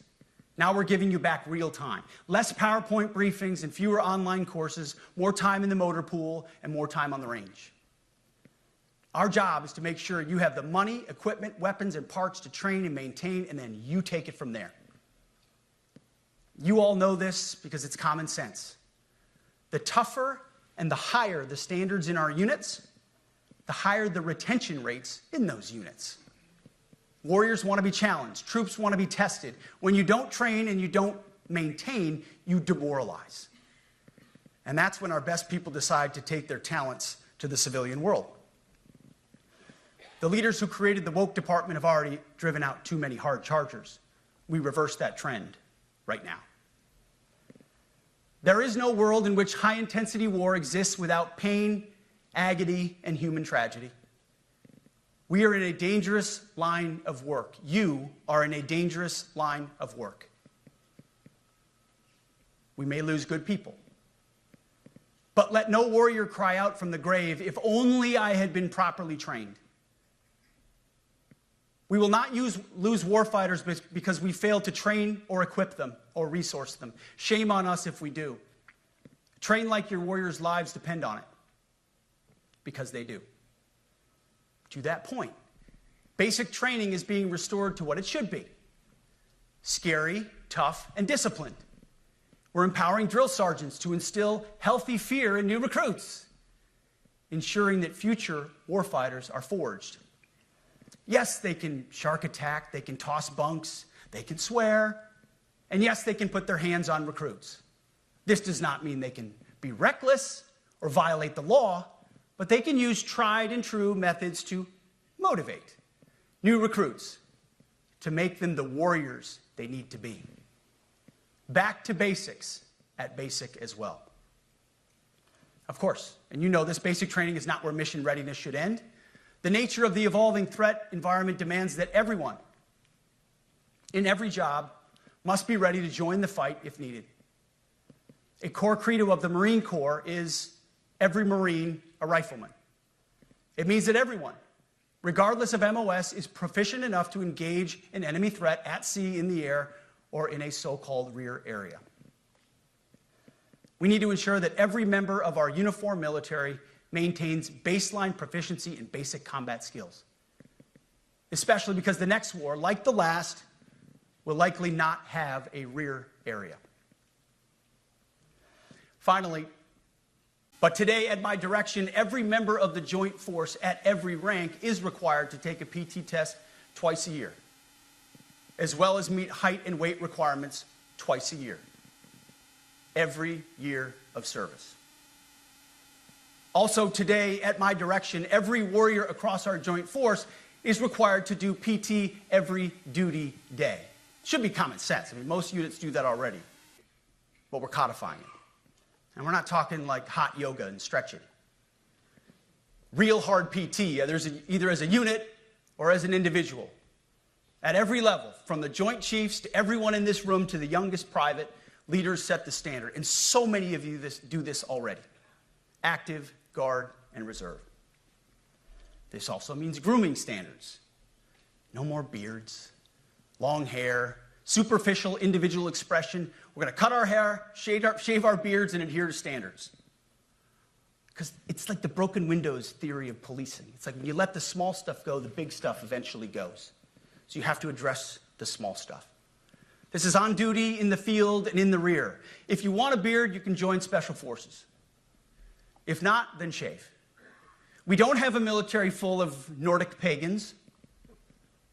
But unfortunately, we have had leaders who either refuse to call BS and enforce standards, or leaders who felt like they were not allowed to enforce standards. Both are unacceptable. But I look out at this group, and I see great Americans. Leaders who have given decades to our great republic, at great sacrifice to yourselves and to your families. But if the words I'm speaking today are making your heart sink, then you should do the honorable thing and resign. We would thank you for your service.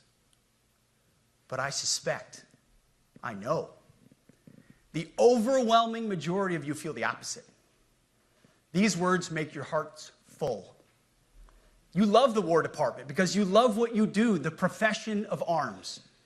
You are hereby liberated to be an apolitical, hard-charging, no-nonsense, constitutional leader that you joined the military to be. We need you locked in on the M, not the D, the E, or the I, not the DEI or the DIE of dime. By that I mean the M, military, of the instruments of national power. We have entire departments across the government dedicated to diplomatic, informational, and economic lines of effort. We do the M. Nobody else does. And our GOFOs need to master it in every domain and every scenario. No more distractions, no more political ideologies, no more debris. Now, of course, we're going to disagree at times. We would not be Americans if we didn't.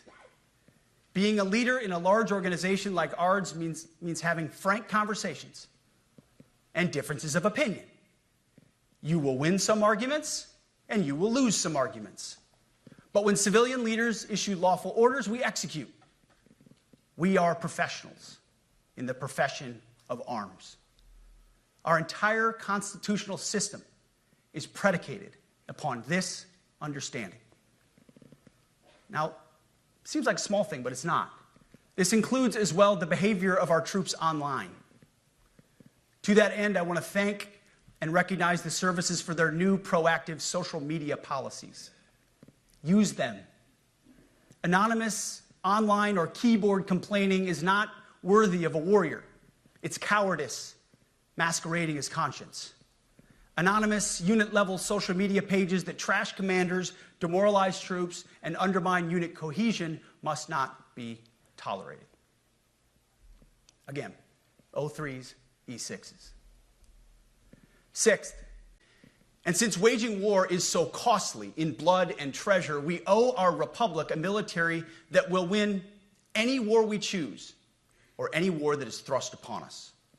Should our enemies choose foolishly to challenge us, they will be crushed by the violence, precision, and ferocity of the War Department. In other words, to our enemies, F-A-F-O. If necessary, our troops can translate that for you. Another way to put it is peace through strength, brought to you by the warrior ethos. And we are restoring both. As President Trump has said, and he's right, we have the strongest, most powerful, most lethal, and most prepared military on the planet. That is true, full stop. Nobody can touch us. It's not even close. This is true largely because of the historic investments that he made in his first term, and we will continue in this term. But it's also true because of the leaders in this room and the incredible troops that you all lead. But the world, and as the chairman mentioned, our enemies get a vote. You feel it, I feel it. This is a moment of urgency, mounting urgency. Enemies gather, threats grow. There is no time for games. We must be prepared. If we're going to prevent and avoid war, we must prepare now. We are the strength part of peace through strength. And either we're ready to win or we are not. You see, this urgent moment, of course, requires more troops, more munitions, more drones, more Patriots, more submarines, more B-21 bombers. It requires more innovation, more AI in everything and ahead of the curve. More cyber effects, more counter-UAS, more space, more speed. America is the strongest, but we need to get stronger and quickly. The time is now, and the cause is urgent. The moment requires restoring and refocusing our defense industrial base, our shipbuilding industry, and onshoring all critical components. It requires, as President Trump has done, getting our allies and partners to step up and share the burden. America cannot do everything. The free world requires allies with real hard power, real military leadership, and real military capabilities. The War Department is tackling and prioritizing all of these things. And I'll be giving a speech next month that'll showcase the speed, innovation, and generational acquisition reforms we are undertaking urgently. Likewise, the nature of the threats we face in our hemisphere and in deterring China is another speech for another day, coming soon. This speech, today, as I drink my coffee, this speech today is about people, and it's about culture. The topic today is about the nature of ourselves. Because no plan, no program, no reform, no formation will ultimately succeed unless we have the right people and the right culture at the War Department. If I've learned one core lesson in my 8 months in this job, it's that personnel is policy. Personnel is policy. The best way to take care of troops is to give them good leaders committed to the warfighting culture of the department. Not perfect leaders, good leaders. Competent, qualified, professional, agile, aggressive, innovative, risk-taking, apolitical, faithful to their oath and to the Constitution. Eugene Sledge, in his World War II memoir, wrote, quote, "War is brutish, inglorious, and a terrible waste. Combat leaves an indelible mark on those who are forced to endure it. The only redeeming factors are my comrades' incredible bravery and their devotion to each other." As you have seen, and the media has obsessed over, I have fired a number of senior officers since taking over. The previous chairman, other members of the Joint Chiefs, combatant commanders, and other commanders. The rationale for me has been straightforward. It's nearly impossible to change a culture with the same people who helped create or even benefited from that culture, even if that culture was created by a previous president and previous secretary. My approach has been simple. When in doubt, assess the situation, follow your gut, and if it's the best for the military, make a change. We all serve at the pleasure of the president every single day. But in many ways, it's not their fault. It's not your fault. As foolish and reckless as the woke department was, those officers were following elected political leadership. An entire generation of generals and admirals were told that they must parrot the insane fallacy that, quote, our diversity is our strength. Of course, we know our unity is our strength. They had to put out dizzying DEI and LGBTQI+ statements. They were told females and males are the same thing, or that males who think they're females is totally normal. They were told that we need a green fleet and electric tanks.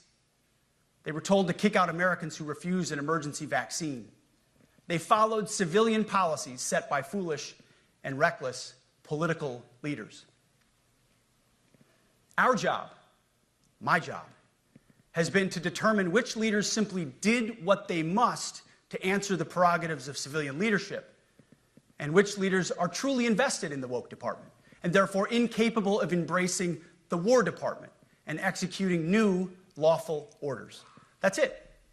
It's that simple. So for the past 8 months, we've gotten a good look under the hood of our officer corps. We've done our best to thoroughly assess the human terrain. We've had to make trade-offs and some difficult decisions. It's more of an art than a science. We have been and will continue to be judicious, but also expeditious. The new compass heading is clear. Out with the Shirellis, the Mackenzies, and the Millies, and in with the Stockdales, the Schwarzkopfs, and the Pattons. More leadership changes will be made, of that I'm certain. Not because we want to, but because we must. Once again, this is life and death. The sooner we have the right people, the sooner we can advance the right policies. Personnel is policy. As President Trump rightly pointed out when he changed the department name, the United States has not won a major theater war since the name was changed to the Department of Defense in 1947. One conflict stands out in stark contrast: the Gulf War. Why? Well, there's a number of reasons, but it was a limited mission with overwhelming force and a clear end state. But why did we execute and win the Gulf War the way we did in 1991? There's two overwhelming reasons. One was President Ronald Reagan's military buildup gave an overwhelming advantage. And two, military and Pentagon leadership had previous formative battlefield experiences. The men who led this department during the Gulf War were mostly combat veterans of the Vietnam War. They said never again to mission creep or nebulous end states. The same holds true today. Our civilian and military leadership is chock full of veterans from Iraq and Afghanistan who say never again to nation building and nebulous end states. This clear-eyed view, all the way in the White House, combined with President Trump's military buildup, postures us for future victories if, and we will, and when we embrace the War Department. And we must.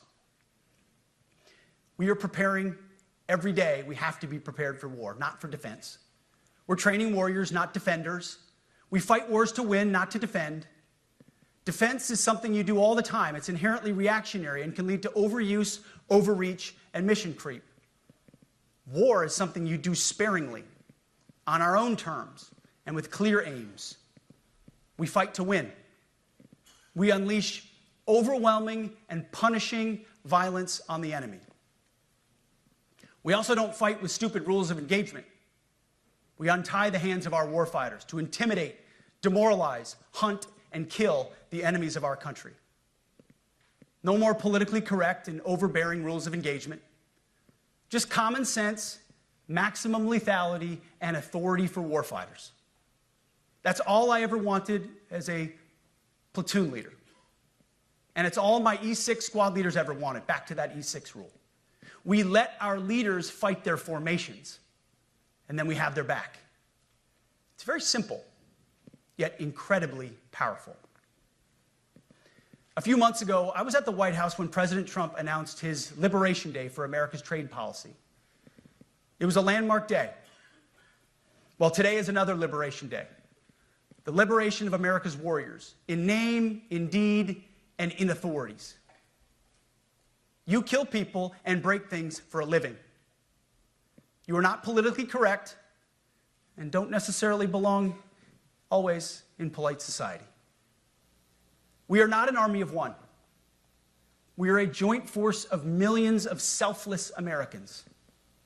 We are warriors. We are purpose-built, not for fair weather, blue skies, or calm seas. We were built to load up in the back of helicopters, 5 tons, or Zodiacs, in the dead of night, in fair weather or foul, to go to dangerous places, to find those who would do our nation harm, and deliver justice on behalf of the American people in close and brutal combat if necessary. And if that makes me toxic, then so be it.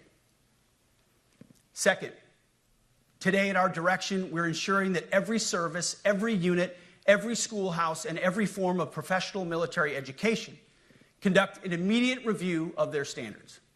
Now, we've done this in many places already, but today it goes across the entire Department of War. Any place where tried and true physical standards were altered, especially since 2015 when combat arms standards were changed to ensure females could qualify, must be returned to their original standard. Other standards have been manipulated to hit racial quotas as well, which is just as unacceptable. This too must end. Merit only. The president talks about it all the time, merit-based. Here are 2 basic frameworks I urge you to pursue in this process. Standards I call, my staff's heard all about them, the 1990 test and the E6 test. The 1990s test is simple. What were the military standards in 1990? And if they have changed, tell me why. Was it a necessary change based on the evolving landscape of combat? Or was the change due to a softening, weakening, or gender-based pursuit of other priorities? 1990s seems to be as good a place to start as any. And the E6 test. Ask yourself, does what you're doing make the leadership, accountability, and lethality efforts of an E6, or frankly an O3, does it make it easier or more complicated? Does the change empower staff sergeants, petty officers, and tech sergeants to get back to basics? The answer should be a resounding yes. The E6 test, or O3 test, clarifies a lot, and it clarifies quickly. Because war does not care if you're a man or a woman. Neither does the enemy. Nor does the weight of your rucksack, the size of an artillery round, or the body weight of a casualty on the battlefield who must be carried. This, and I want to be very clear about this, this is not about preventing women from serving.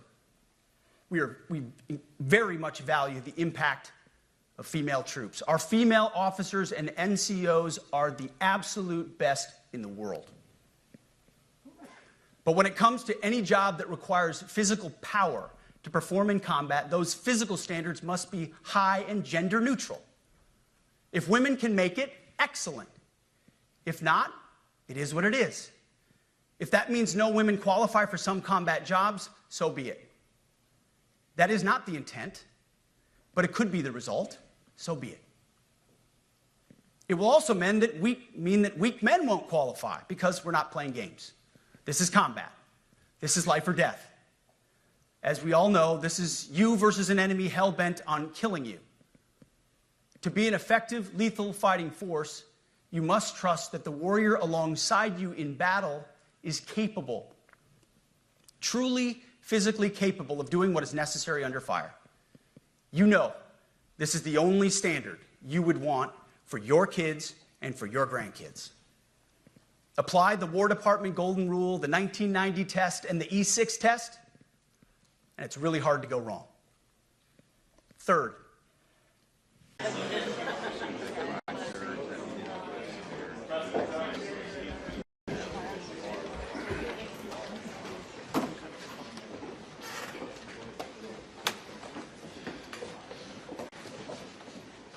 hello, everyone. Some recognizable faces here.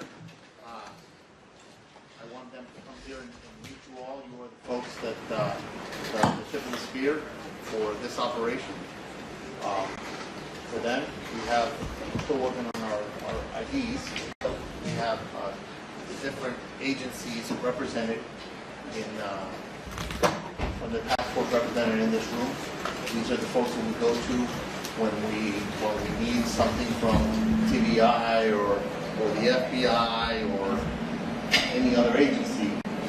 Something occurs, we go to that. This is how we also investigate these things. So they're all represented here.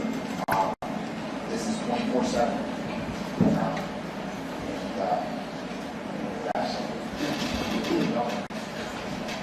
For those who I've not met, I'm the governor of Tennessee, and I am as grateful a person as there is in this room for you, for your leadership, for your role that you play. I'm grateful that President Trump has decided to make a priority of making great cities like Memphis safe cities for Memphians.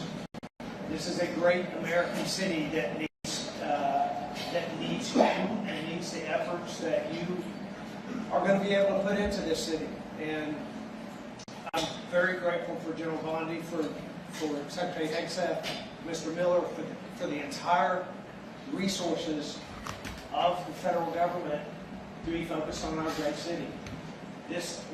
We in Memphis are in a position that no other city in America is in. We have at our disposal the resources of every federal agency determined to clean the crime off of these streets so that Memphians can live and work and worship and raise our kids and enjoy the great things that Memphis has to offer without worrying about the things they have to worry about for decades. And that is whether or not their families are going to be safe.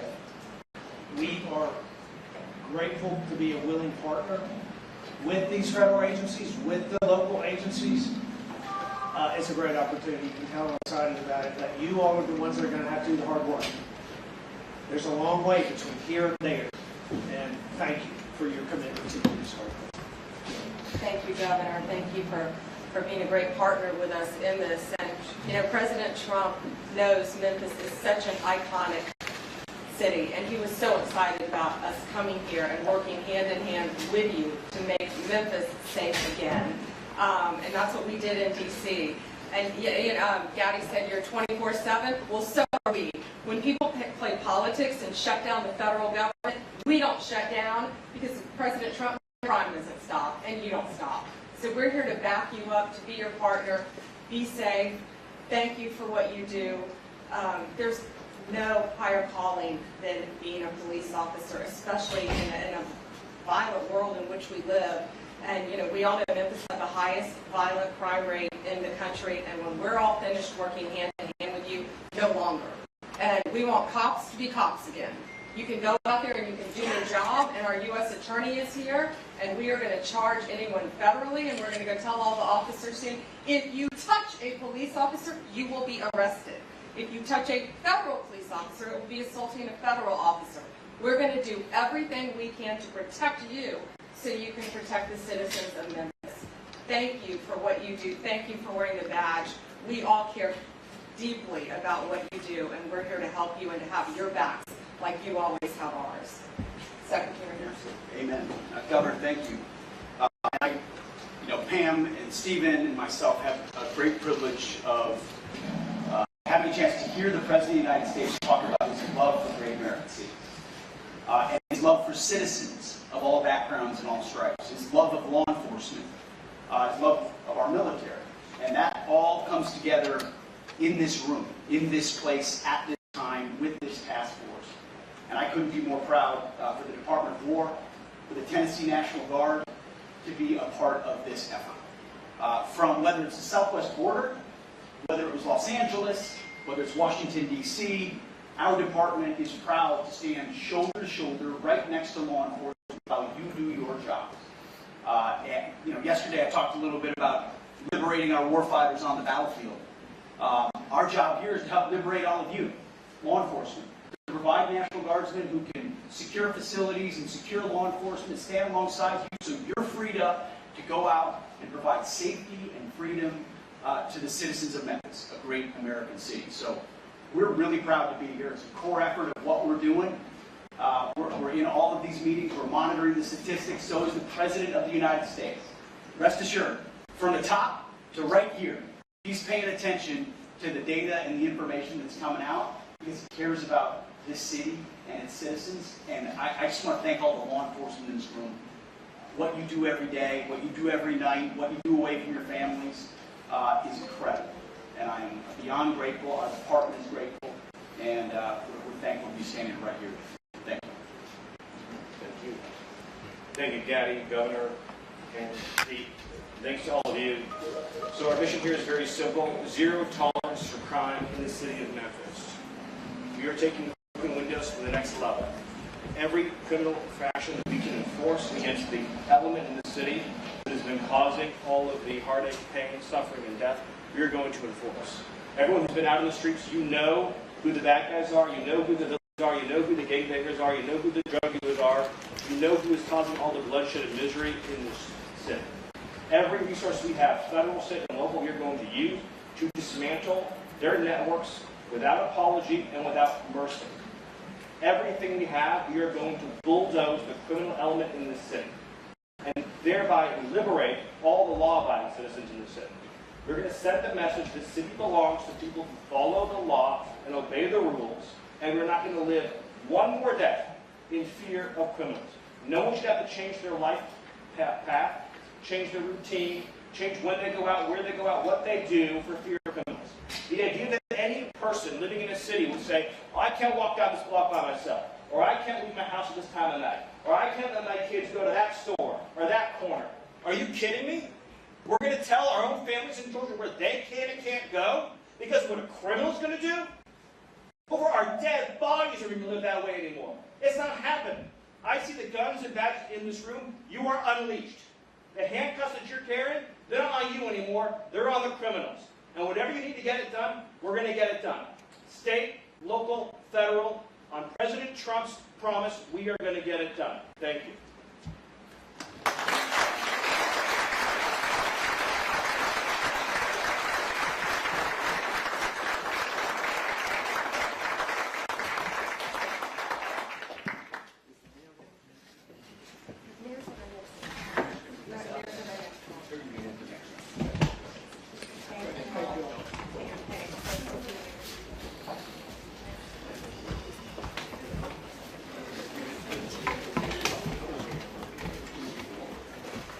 My goodness. Well, good afternoon. How are we doing, sailors?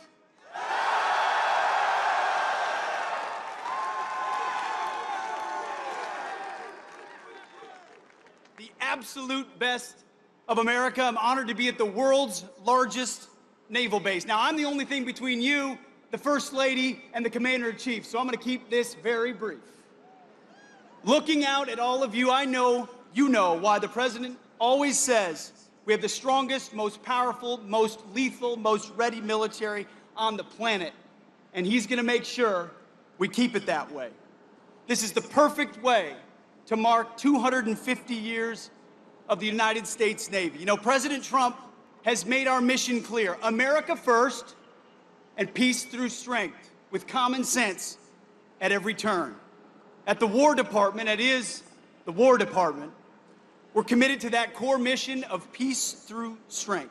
And for the Navy, that means more sailors, more subs, more ships, and more munitions for all of them. The Navy and the Marine Corps embody the resilience of our country. Nobody in the world does it better than the United States Navy. Always remember this. Fact. You are not civilians, you are different. Sailors, SEALs, Marines, you were set apart for a distinct purpose. Your diversity is not your strength.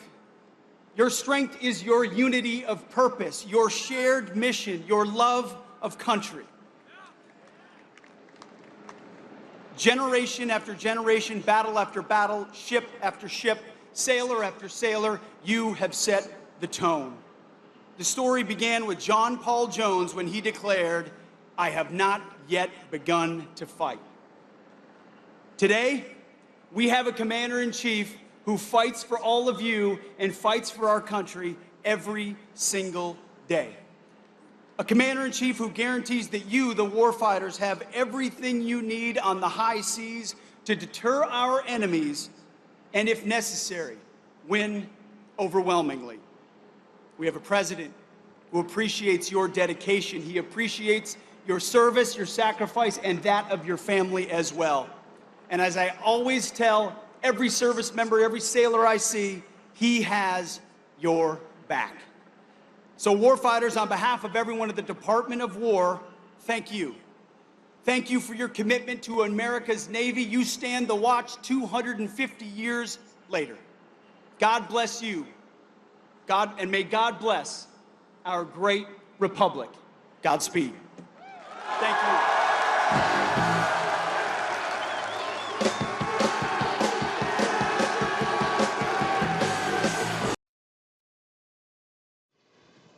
Bom dia.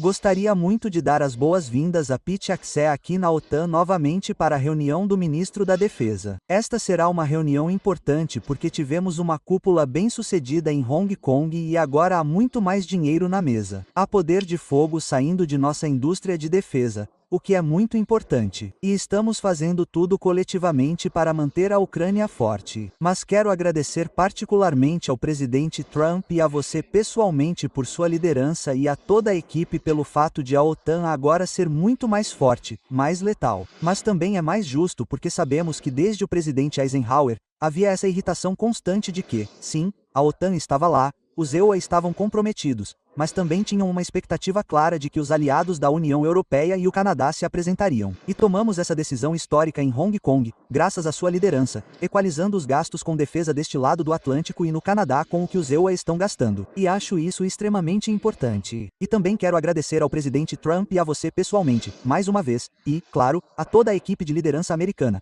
pelo fato de que, quando se trata da Ucrânia, vocês decidiram novamente garantir que eles tenham o que precisam dos EUA, pagos pelos aliados, e esse programa está em andamento. Até agora, 2 bilhões foram comprometidos, e hoje espero muitos novos anúncios de países que participarão. Então, no geral, estamos fazendo um grande progresso novamente. Muito obrigado, Pete, por tudo que você está fazendo. Mark, é ótimo ver você. É ótimo ver você. Absolutamente. É. Ótimo estar aqui. Mark mencionou o poder de fogo que é o que está por vir. Esperamos e está vindo da OTAN. E foi uma cúpula histórica há apenas alguns meses, promovida pela liderança do presidente Trump, para dizer que precisamos que nossos aliados se manifestem, e eles o fizeram e assumiram esses compromissos. Agora, esses compromissos logo se traduzirão em capacidades, que é o aspecto mais importante disso. E uma parte disso, claro, é a iniciativa PEL, na qual países europeus compram armas dos EUA transferidas para a OTAN para lutar na Ucrânia, para trazer paz ao conflito. E se há algo que aprendemos com o presidente Trump é a aplicação ativa da paz por meio da força.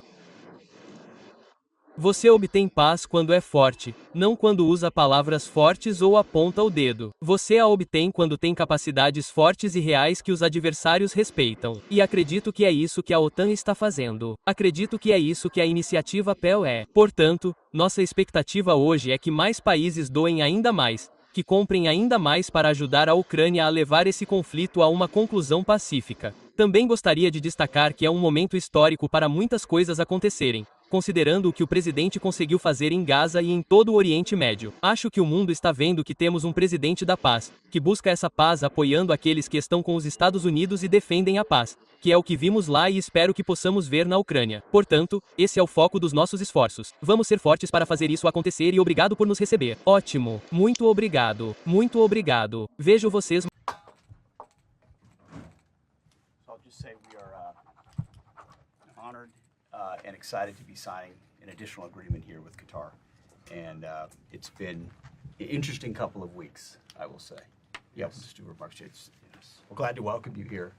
We're grateful for the strong partnership that we have, the way you support our troops at Al-Udeid, Your Excellency, the line of communication we've had together, which has been robust ever since the beginning of this administration, and then especially since the events that have transpired over the last month. We want to thank you. I also want to thank you for the release of the Americans detained in Afghanistan. The American Amir Amiri on September 28th. Qatar mediated that, just like you have been a core part of what has unfolded in Gaza. A historic moment. No one other than President Trump could have achieved the peace that what we believe will be a lasting peace in Gaza, and Qatar played a substantial role from the beginning, working with our folks to ensure that came about. So I want to thank you for that historic piece. We look forward to joining the President as that gets, it's already been delivered, but as that's formally signed as well. And I'm also proud that today we're signing a letter of acceptance to build a Qatari Emiri Air Force facility at the Mountain Home Air Base in Idaho. The location will be host a contingent of Qatari F-15s and pilots to enhance our combined training, increase lethality, interoperability. It's just another example of our partnership. And I hope you know, Your Excellency, that you can count on us. We saw in Midnight Hammer, in those moments when we needed support in the region, that Qatar was there without a doubt, without a blink. And that has meant a great deal. I've had the opportunity to see that firsthand operationally. I want to thank you. I want to thank your country for that, for hosting our troops. And it's wonderful to welcome you to the Pentagon. Thank you. Thank you very much. Thank you. If I may say some words. Mr. Secretary, thank you for your warm welcomes and kind remarks. It is an honor to be at the Pentagon and to meet with you as we reaffirm the strong, enduring partnership between the State of Qatar and the United States.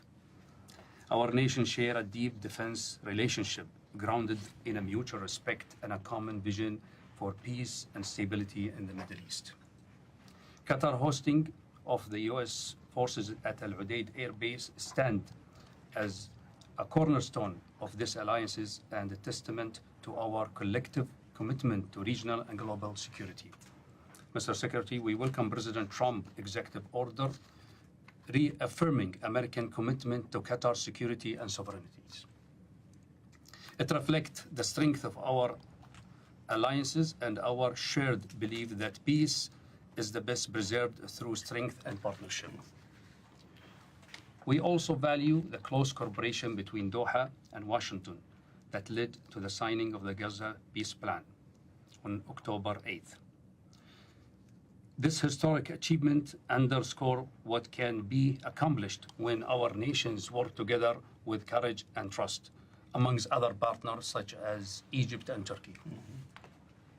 We further welcome today's signing of the letter of acceptance establishing a Qatari Emir Air Force facility and Mountain Home Air Base in Idaho. This step strengthens interoperabilities, enhance joint readiness, and advance our shared defense goals. Mr. Secretary, together we will continue to deepen this strategic partnership in pursuit of lasting peace and shared security. Thank you very much. Absolutely. Thank you. So we will With that, sign we will now. Sign and trade. How about that?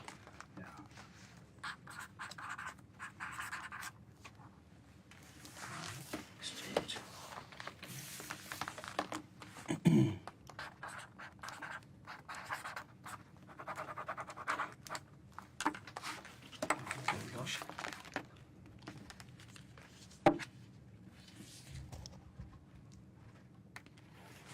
Thank you very much. Thank you. Appreciate you. Thank you. Thank you. Mr. Secretary, do conditions on the ground require revoking the Insurrection Act across an American city? Thank you. سعادة الشيخ هل سترسل قطر قوات إلى غزة في إطار خطة الرئيس دونالد ترامب؟ Thank you, Press. How we doing?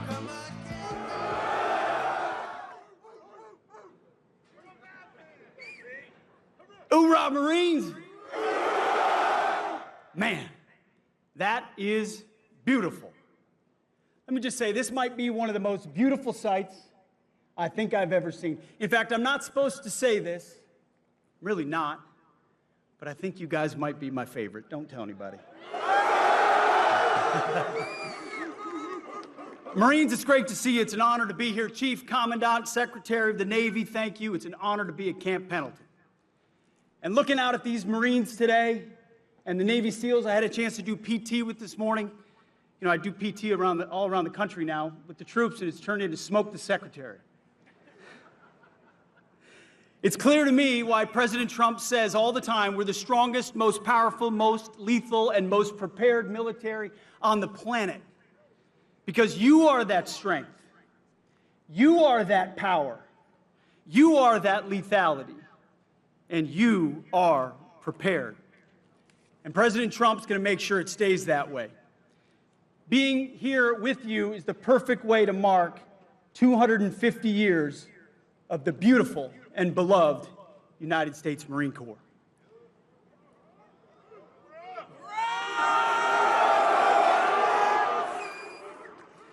President Trump has made our mission clear. We needed clarity, and he provided it. America first, peace through strength, and common sense at every turn. We are the War Department, and you are warriors. The Marine Corps embodies the warrior ethos. You see, when other parts of the department wavered in years past, not anymore, in years past, the Marine Corps stood strong. When other parts of the department wanted to go woke, the Marine Corps stood strong. When other parts of the department wanted to lower standards, the Marine Corps stood strong. You, ladies and gentlemen, are the backbone of the United States military. You always have been, and that's why we're proud to honor you today. 250 years ago, Major Samuel Nichols formed the Continental Marines. The next year, the Marines won the Battle of Nassau, capturing 2 forts from the Brits. Since that day, the very mention of the Marine Corps stirred panic in the hearts of our enemies. From the halls of Montezuma to the shores of Tripoli, Marines have been the tip of the spear of our armed forces and the vanguard of the fight for freedom, just as they are right now in the Caribbean. Let's hope the wrong people don't FAFO around there. In the most critical battles our nation has ever faced, it is often Marines, forged by unique traditions and tough as nails training, who land first. And they volunteer to put themselves in harm's way. Thanks to the blood and sweat of men who came before you, every American knows the truth of the phrase. It's not just a phrase, it's a way of life for all of you. Semper Fidelis, always faithful. You see, because I look out at this crowd, I see a lot of different types of faces. The truth is, your diversity is not your strength. It never has been. Your strength is in your unity of purpose. It's in your shared mission. It's in your oath to the Constitution. It's the bond that turns individuals into single-minded fighting units. You see, you are set apart. You're not civilians. You're devil dogs, leathernecks, United States Marines. Hoorah! You are set apart for a distinct purpose. You kill bad guys and break things for a living. You close with and destroy the enemy for a living. And as we mark the 250th birthday of the Marine Corps, take a moment and remember where you are in the great American story. Everybody likes to talk about 1776, and that was a pretty important date. But we're not here without 1775. When Americans were willing to stand up and pick up a rifle and say, "We will live free." That spirit lives in all of you. That story includes heroes like Chesty Puller, Daniel Daly, and our own great Vice President and Marine, J.D. Vance.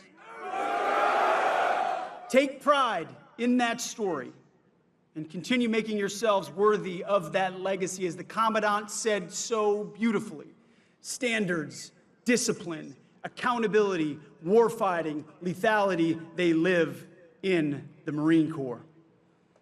We get a chance to see our Commander-in-Chief fight for all of you every single day.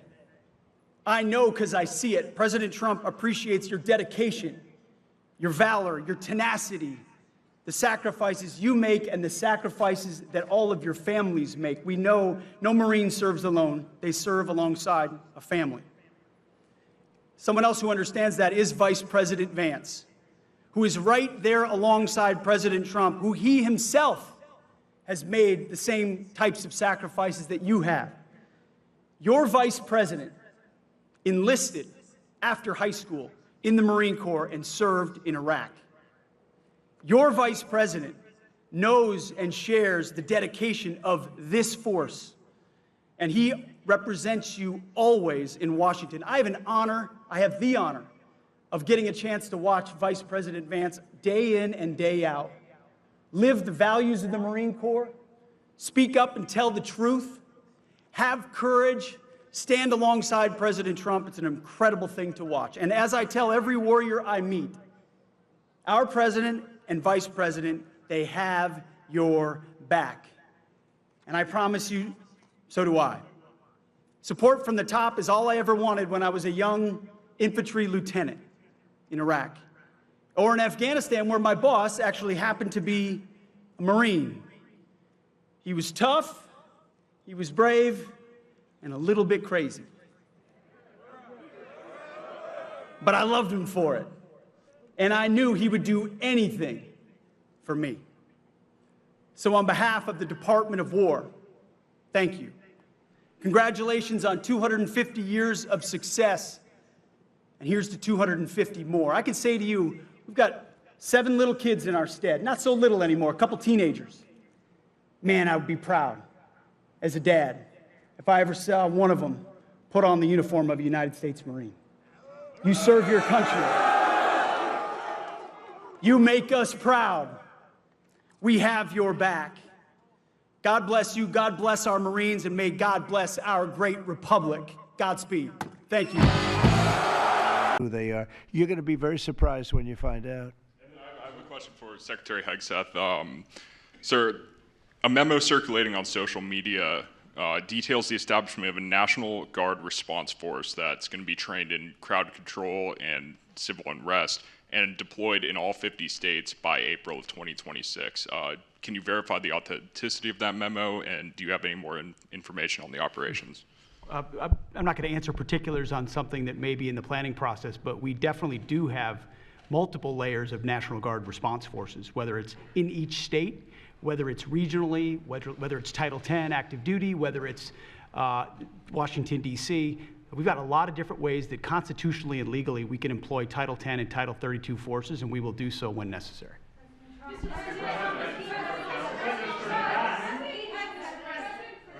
Mr. President, for your leadership.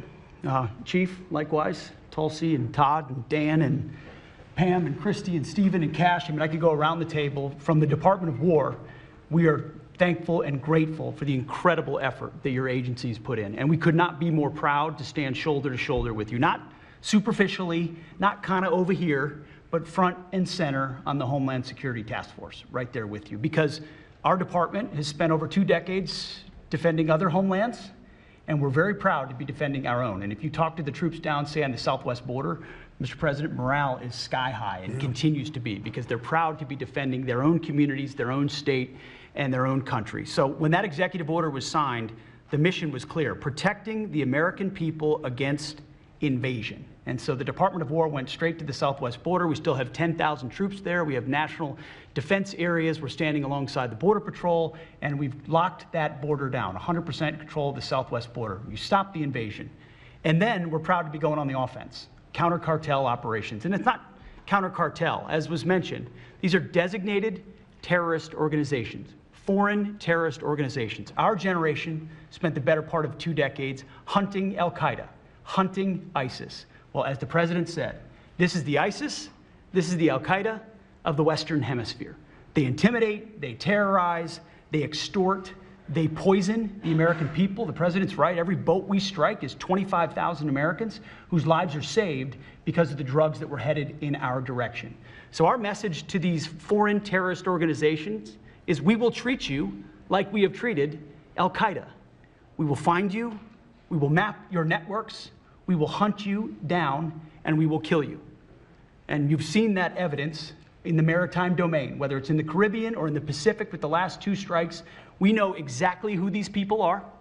We know what networks they work with, what foreign terrorist organizations they're a part of. We know where they're going, where they originated from, what they're carrying. And they know we know. And that will soon start to change the calculus of these boats. So the critique of this is, of course, as often is the case, wrong. We know our authorities. It's locked tight. And we're going to treat them like foreign terrorist organizations on the offense. So the Department of War is not going to degrade or just simply arrest. We're going to defeat and destroy these terrorist organizations to defend the homeland on behalf of the American people, making the jobs of law enforcement safer in the process, making the communities of Americans safer in the process. We think it's a very core mission of the Department of War, and we're proud to be here, Mr. President. Thank you very much, Pete. Thank you. Tulsi, please.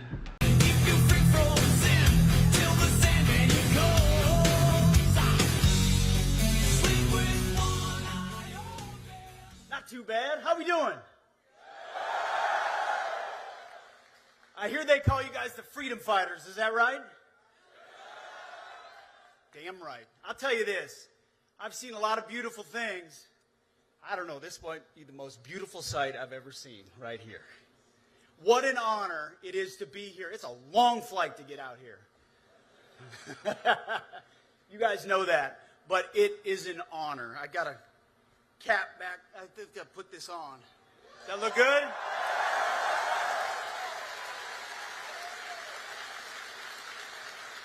What a beautiful looking ship you got. Even more beautiful looking men and women out here, and our Japanese partners as well. It's great to see you. Thank you for taking a moment. And in a moment, you're going to see our Commander-in-Chief, who I know is thrilled to see all of you.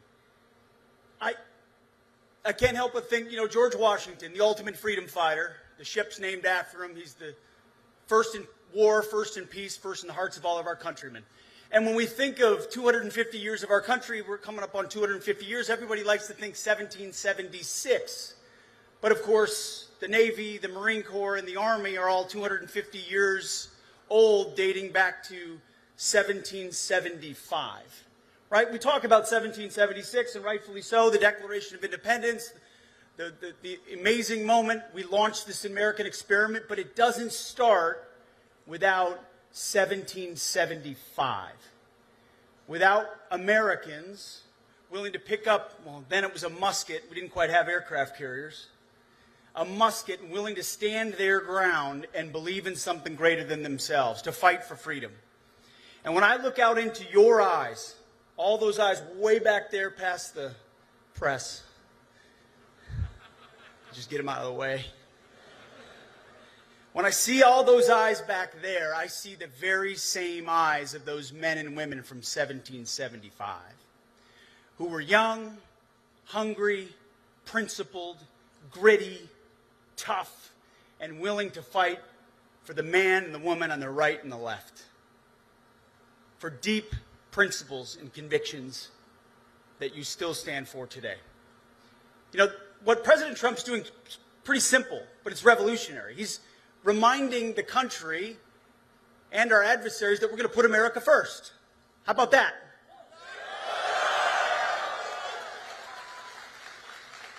Now, that doesn't mean America alone. We have our allies like we do Here in Japan, incredible allies where we have 55,000 American troops and we stand shoulder to shoulder with them. But part of being strong is putting America and Americans first. It also means, on that banner, peace through strength. It means reestablishing deterrence. When you've lost it, it's important to reestablish it. And President Trump has done that, from the Houthis and opening up our shipping lanes. I mean, when you just give away shipping lanes to pirates, that creates problems. He showed up and said no more. Or Iran's pursuit of a nuclear bomb, and he said, how about we send B-2s, 37 hours, over to take care of that, to ensure that they don't have a nuclear bomb. Or how about defending our own shores? 0 people crossing our border right now, because for too long we had an invasion of folks, and we don't know who they are and where they're coming from, crossing our borders, poisoning our communities with drugs. I would not want to be in a drug boat in the Caribbean right now. It's about time we defend our own homeland, and we will do that. So it's America first, it's peace through strength, but it's also common sense. You hear it and you see it all the time. I have a great pleasure of watching President Trump on a daily basis in private meetings and meeting with foreign leaders as we're planning. And the application of common sense, as you know, is not all that common in Washington, D.C. Well, when you apply it, it makes sense and you get things done. And one of those things we're doing at the Department of War, welcome to the War Department,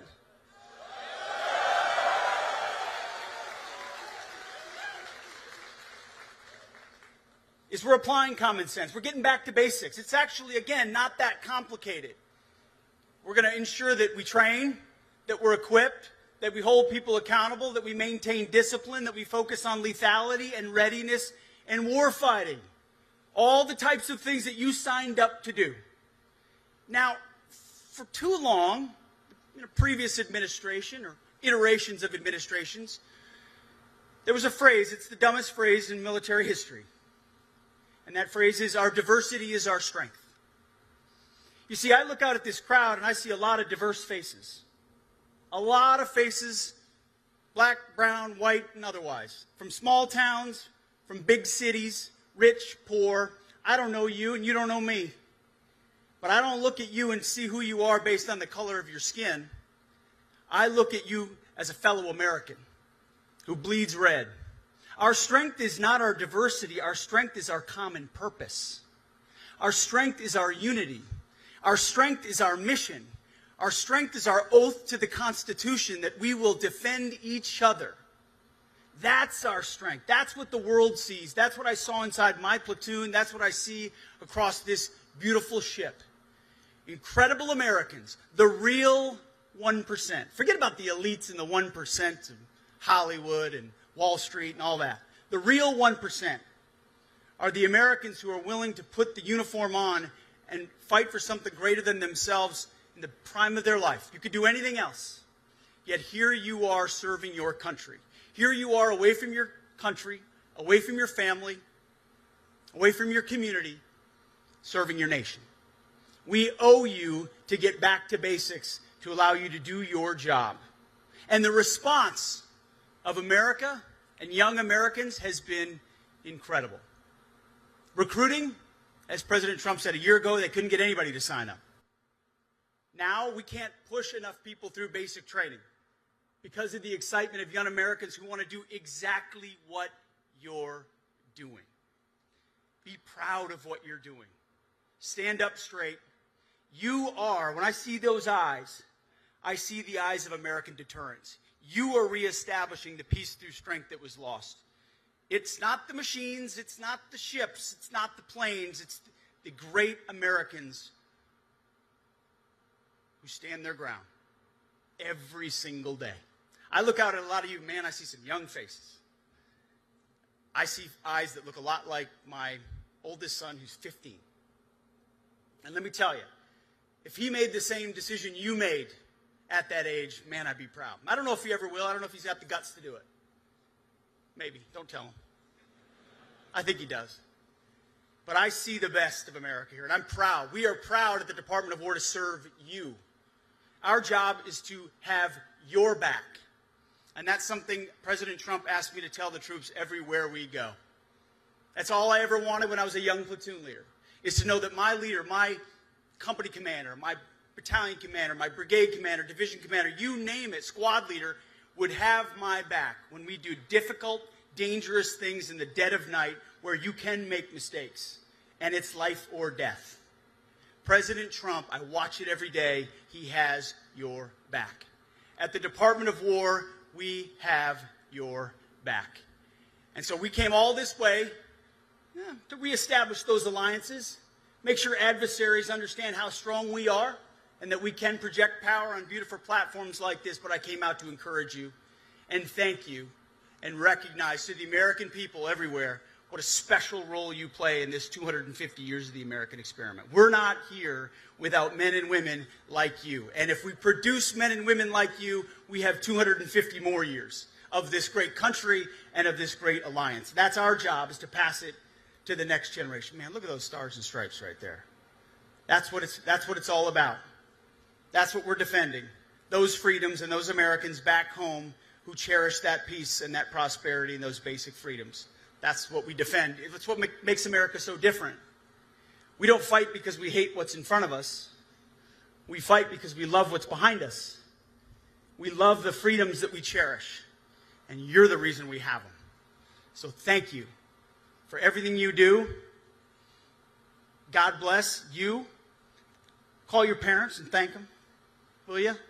They instilled in you the values to do something big, to do something special, to test yourself. And for that, I'm grateful. God bless you. God bless the USS George Washington, and God bless our great republic. Thank you very much.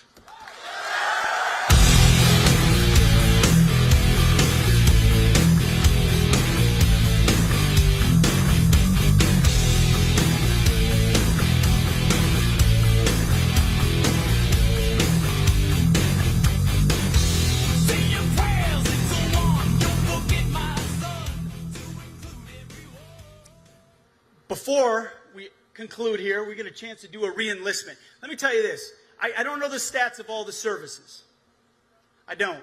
But all I know is in the first week of October, the Marine Corps met its re-enlistment in the first week for all of the entire year.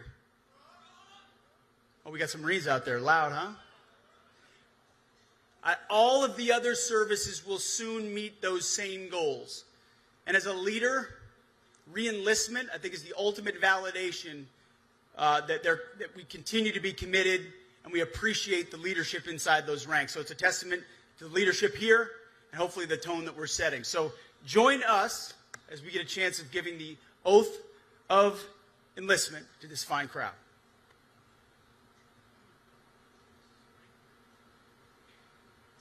Raise your right hand and repeat after me. I state your name, do solemnly swear. That I will support and defend the Constitution of the United States. That I will support and defend the Constitution of the United States. Against all enemies, foreign and domestic. Against all enemies, foreign and domestic. That I will bear true faith and allegiance to the same. That I will bear true faith and allegiance to the same. That I will obey the orders of the President of the United States. That I will obey the orders of the President of the United States. And the orders of the officers appointed over me. And the orders of the officers appointed over me. According to regulations and the Uniform Code of Military Justice. According to regulations and the Uniform Code of Military Justice. So help me God. So help me God. Congratulations.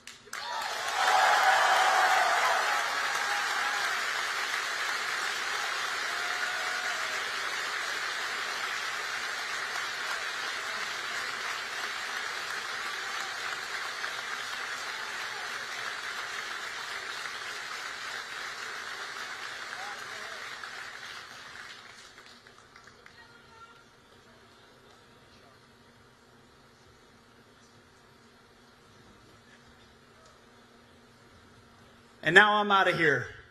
Except for President Trump, he's still coming.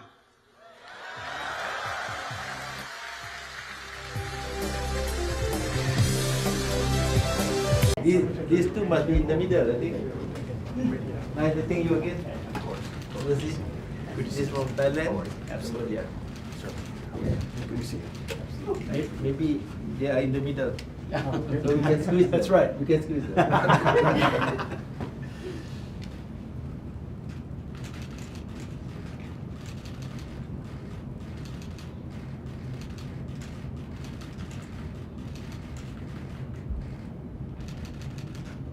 Okay, excellent. Thank you. Congratulations. For the copy of the, thank you. Thank you. Yeah. Always. Same to you. For all your work. No, you exercise the back. Okay, that's all? Very good. Okay. All right, we'll see you in a little bit. Thank you. Okay. Thank you. Appreciate it. I'll shake your hand. Thank you. Thank you. See you in front, sir. Well, Mr. Secretary General, thank you for making the time. Thank you for your leadership. Congratulations on a very successful Leaders Summit. President Trump was here. A lot was accomplished, and ASEAN on full display.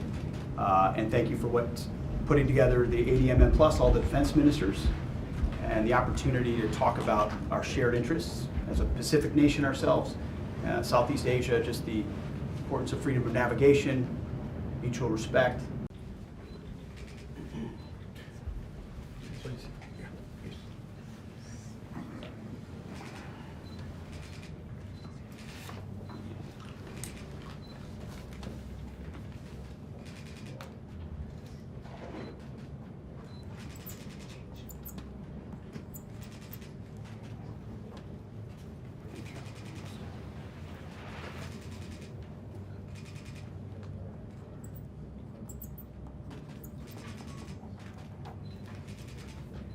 Good. Hold those up.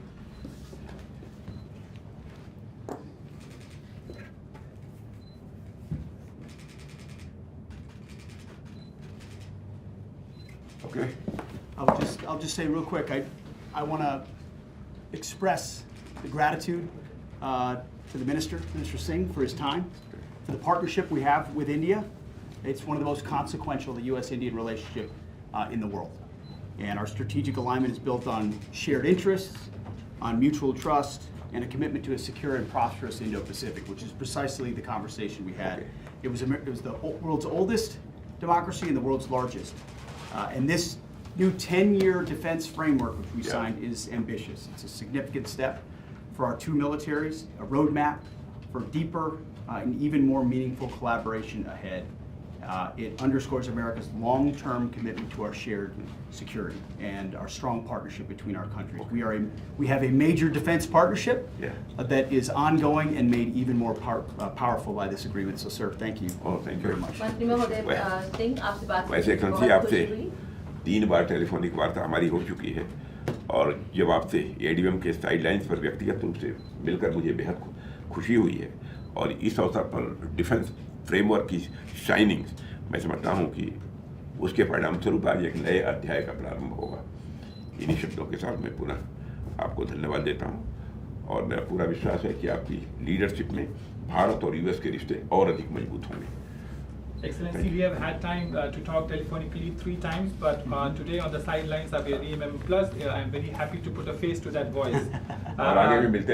We'll keep meeting, Excellency. This occasion we are signing the defense framework for 10 years, which I'm sure will open new doors for our defense relationship. Thank you so much, Excellency. And also, I'm sure under your leadership, we'll be able to do more bilaterally on the defense sector. Thank you again. Thank you. Hold press through. Previous one, please. Yep. Hold it for yes, sir. Yep.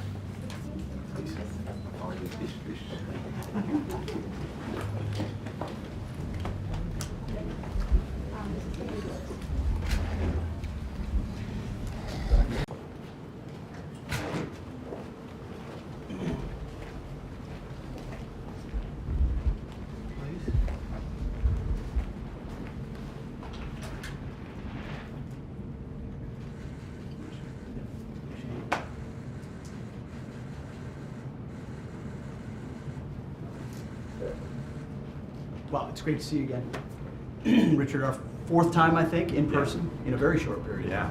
on this side of the world, the other side of the world, we have been long and close allies. I hope the American people, everyone understands the deep ties that have been and continue to be between the U.S. and Australia. And they continue today. The exercises we do together, the way we cooperate in the Indo-Pacific and around the world. So I'm just grateful for the opportunity to continue it with you.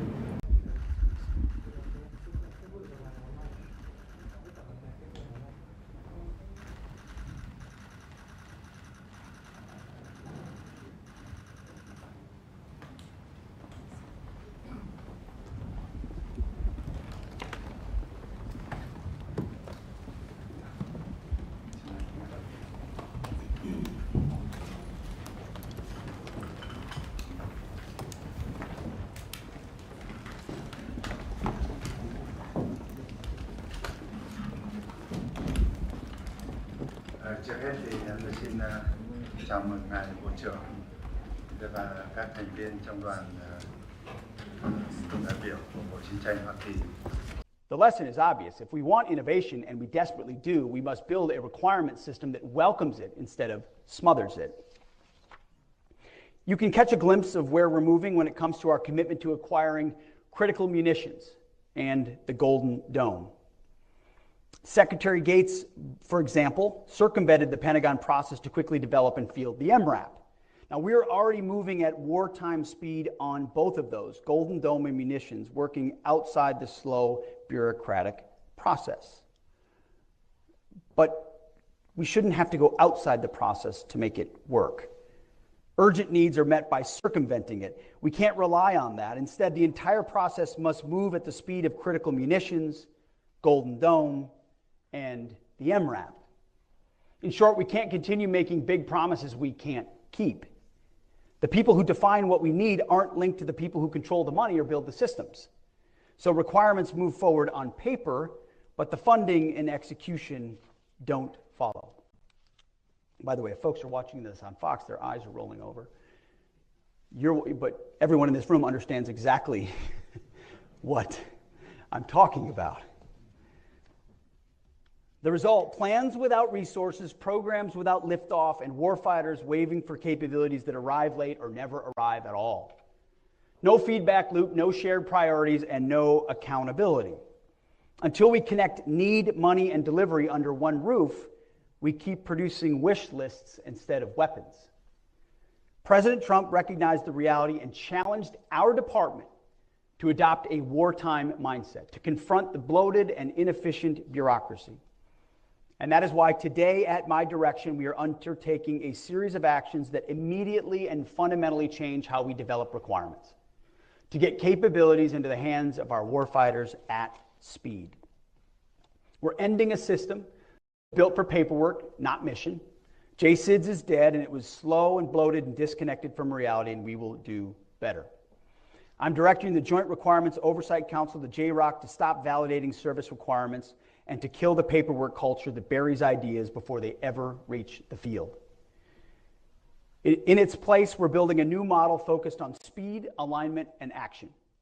We're also reorienting the JROC to start identifying and ranking the joint forces' toughest problems, what we call joint operational problems. The problems will drive the priorities for the entire department. In transforming the acquisitions process within the Pentagon, we will build on the tenets of restoring the warrior ethos, rebuilding the military, and reestablishing deterrence. We cannot achieve the last two without infusing the first throughout the acquisitions ecosystem, including the boardrooms, the labs, and the factories of our indispensable industry partners. The first step in achieving the warrior ethos, as I emphasized at Quantico, requires that we expect the same from our partners. It's imperative that industry focus on hiring and promoting individuals based on merit and not on some garbage ideological standard. DEI has failed at every level of every organization. In our system of acquisition, we all serve the men and women in uniform and are accountable to the American taxpayer, but we all have a specific role. The Pentagon establishes expectations and outcomes and accountability. Industry provides the talent, the innovation, and the agility, and the capacity that allows us to meet our goals. As with our warriors, the performance standards that industry needs to meet must be high and unwavering. Tolerance for underperformance and failure, low. And the imperative for continuous improvement, relentless. To achieve these goals, it's paramount that human capital decisions across the entire warfighting acquisitions enterprise are predicated upon merit and optimally enable the recruitment, retention, and mobility of our nation's best talent. Just as I told the uniform ranks, personnel is policy. So too in acquisition. Human capital decisions focused on hiring, promoting, rewarding, and accountability will directly determine the success of acquisitions reform. And more importantly, whether or not we save our republic. That's how important it is.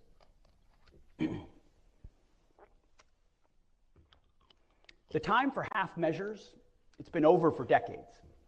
As Secretary Rumsfeld's speech reminds us.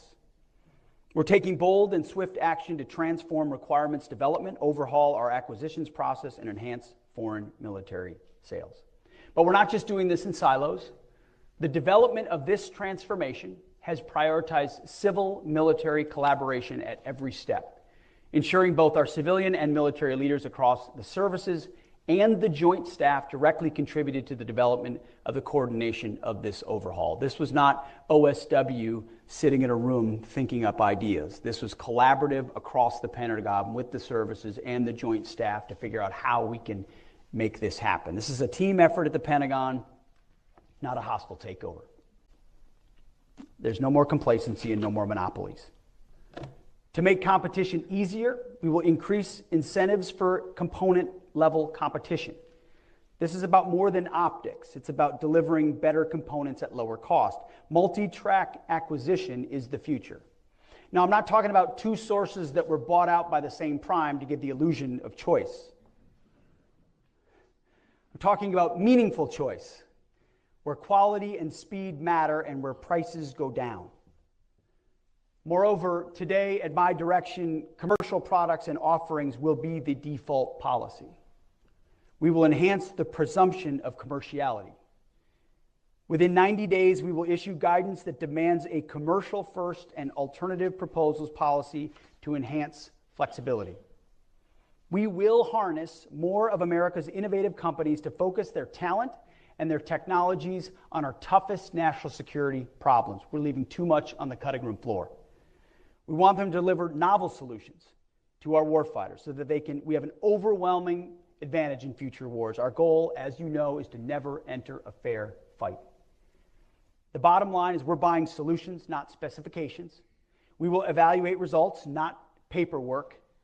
If a better solution exists outside the traditional channels, we will find it and we will acquire it. And that is why, as part of this transformation today, at my direction, we are establishing the Wartime Production Unit, or WPU, at the Department of War. This new unit has been redesigned from the existing Joint Production Acceleration Cell and will focus on transforming how we accelerate the delivery of critical capabilities to our warfighters. We will accomplish this by leveraging a dedicated deal team, empowered to forging groundbreaking business deals that revolutionize production capacity and completely overhaul contract execution. The deal team will reinforce our contracting workforce, enabling them to work with newly empowered PAEs to negotiate with vendors based on a broader perspective of the vendor's total book of business within the department, rather than through the lens of a single program, creating leverage and incentives not previously applied. This deal team will craft financial incentives that drive contractor performance, demanding on-time delivery of the weapons our warfighters desperately need.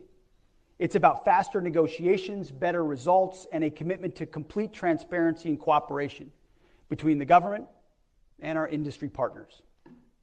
The Wartime Production Unit will manage and execute direct support for our top acquisition production priorities.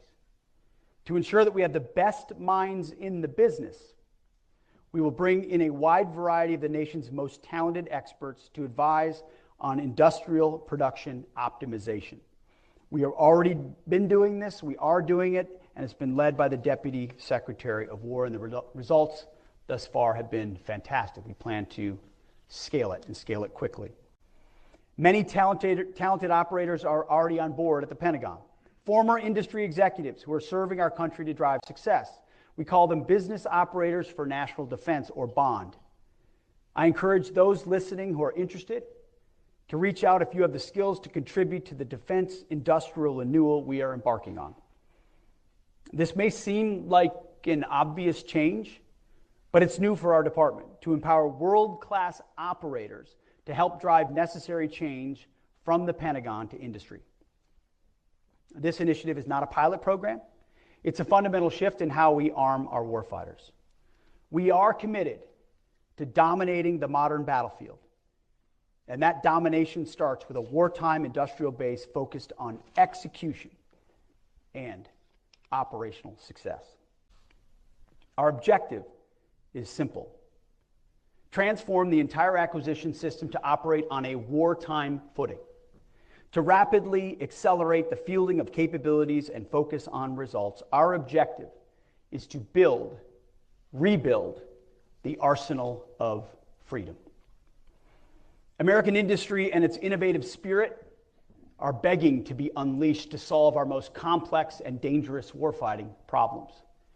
We need to get out of our own way, out of your way, and enter into real partnership with you, rather than overprescribe and decelerate your natural progress. In turn, industry needs to perceive business with the Department of War from the perspective of growth and assume risk to partner with the United States. Speed and a focus on outcomes are fundamental to successful deterrence.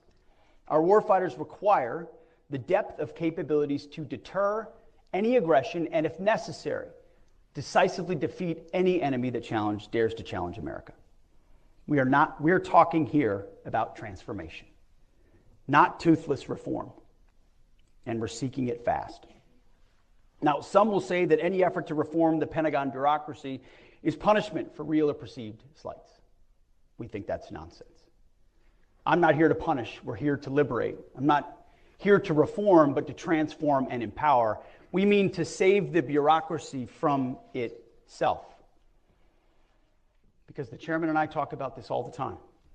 This is a 1939 moment, or hopefully a 1981 moment. A moment of mounting urgency. Enemies gather, threats grow, you feel it, I feel it. If we are going to prevent and avoid war, which is what we all want, we must prepare now. Our adversaries are not sitting idly by, they're moving fast. They're developing and delivering new capabilities at a rate that should be sobering to every American, especially those who work in the Pentagon and in the defense industrial base. Their ambitions and intentions are bold. Their actions speak volumes, and frankly, at times we've been too damn slow to respond. But before we get too far along, when it comes to transformation, let me give some credit where credit is due. President Trump has led on this, issued 4 executive orders directing transformation of defense acquisition, spurring innovation of the defense industrial base in particular, and the entire federal procurement process and foreign military sales in general. That's because the president recognizes one simple fact: America's military is the greatest in the world by far, and we must keep it that way. Our commander-in-chief is leading the way, affording us, this is what is so key in any effort like this, affording us the top cover to do big, hard, and necessary things quickly. Members of the House and Senate Armed Services Committee, on a bipartisan basis, have advanced proposals to reform Pentagon procurement through the SPEED Act and the Forged Act. Through their close collaboration and extensive exchanges with Congress, much of what we are planning and announcing directly reflects the insight and reform ideas that have emerged from those ongoing partnerships. Many of the changes we're implementing today are the direct result of those congressional engagements, and we look forward to continuing this vital collaboration as we transform the department. So I want to thank Chairman Wicker and Chairman Rogers, especially for their leadership on these issues. We believe that what we've announced today is a total transformation of how we do business at the War Department. Not simple reform, but a fundamental shift in how the War Department operates.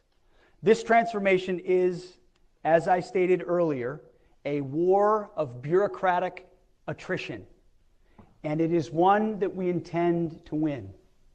This is not a speech. This is not a fire and forget. This is the beginning of an unrelenting onslaught to change the way we do business and to change the way the bureaucracy responds. We will not relent, and we probably won't sleep, because we believe it's that important for our warfighters in the field. We're moving away from a culture of bureaucracy and risk aversion and embracing a culture of agility, innovation, and results.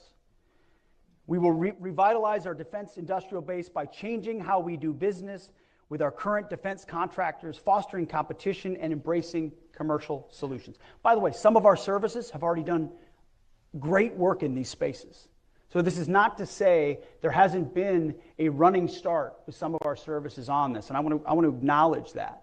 This is building on top of that, frankly, taking some of those lessons learned and accelerating them into what we're doing department-wide. We will reform our requirements process to ensure that our warfighters get the capabilities they need when they need them, and they're not bogged down by bureaucratic delays. We'll modernize our acquisitions process to shorten timelines, send consistent demand signals, and empower our acquisitions officials to make swift, informed decisions. Not handcuffed by the process, accountability to make decisions. Slashing the barriers to entry for companies in the defense industrial base to encourage rapid innovation, competition, and expansion. And we're slashing the barriers to innovation for companies already in the DIB to empower them to grow within the Pentagon. We're making it easier to do business, not just for defense contractors, but for commercial companies. We're leveraging the untapped American manufacturing base to new heights. Small, mid, and large businesses alike, all welcome. And we're instilling a culture of accountability tied to results, not process. More jobs, faster delivery of lethal capabilities, and an industrial base that can surge if called upon. It's not just a pipe dream. We're driving toward that pace. We won't do incremental improvements. This is about fundamentally reshaping our approach from concept to delivery. We're injecting speed and agility into every facet, ensuring that we can outpace our adversaries and maintain our technological edge in places like AI, cyber, and space.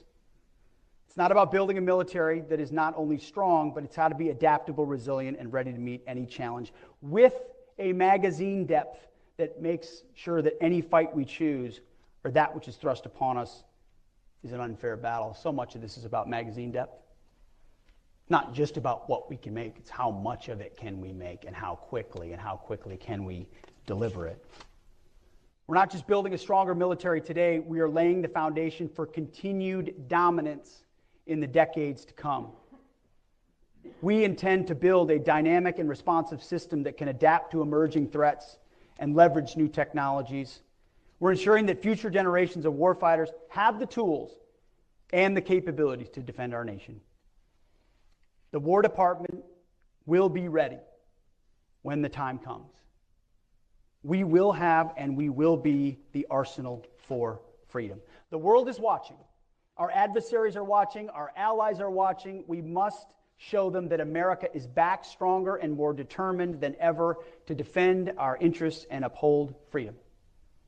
Our warfighters are depending on us, and we cannot fail.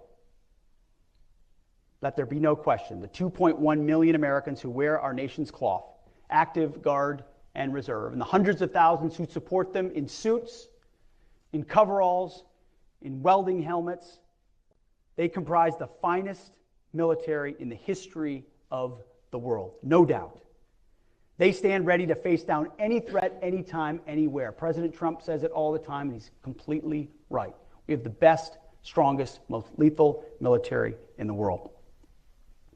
Our job is to liberate them from any antiquated systems and incentives of the past, delivering them the military of the future at speed. We know the threat. I know the threat, you know the threat. We know the environment, this is our moment. May we leave here with a renewed sense of purpose and a shared commitment to action, because you're definitely leaving with a full inbox. If we must, we will go to war with the military and equipment we have, and we will win. We have the best and the strongest. But today, let's build on the vision of what Secretary Rumsfeld aspired to in his September 10th, 2001 speech. Building the military we want and the military we need. The arsenal of freedom. That, my friends, is what we owe our warriors, present and future. So thank you all for what you do. May God bless you, and may God continue to bless our great republic. Thank you.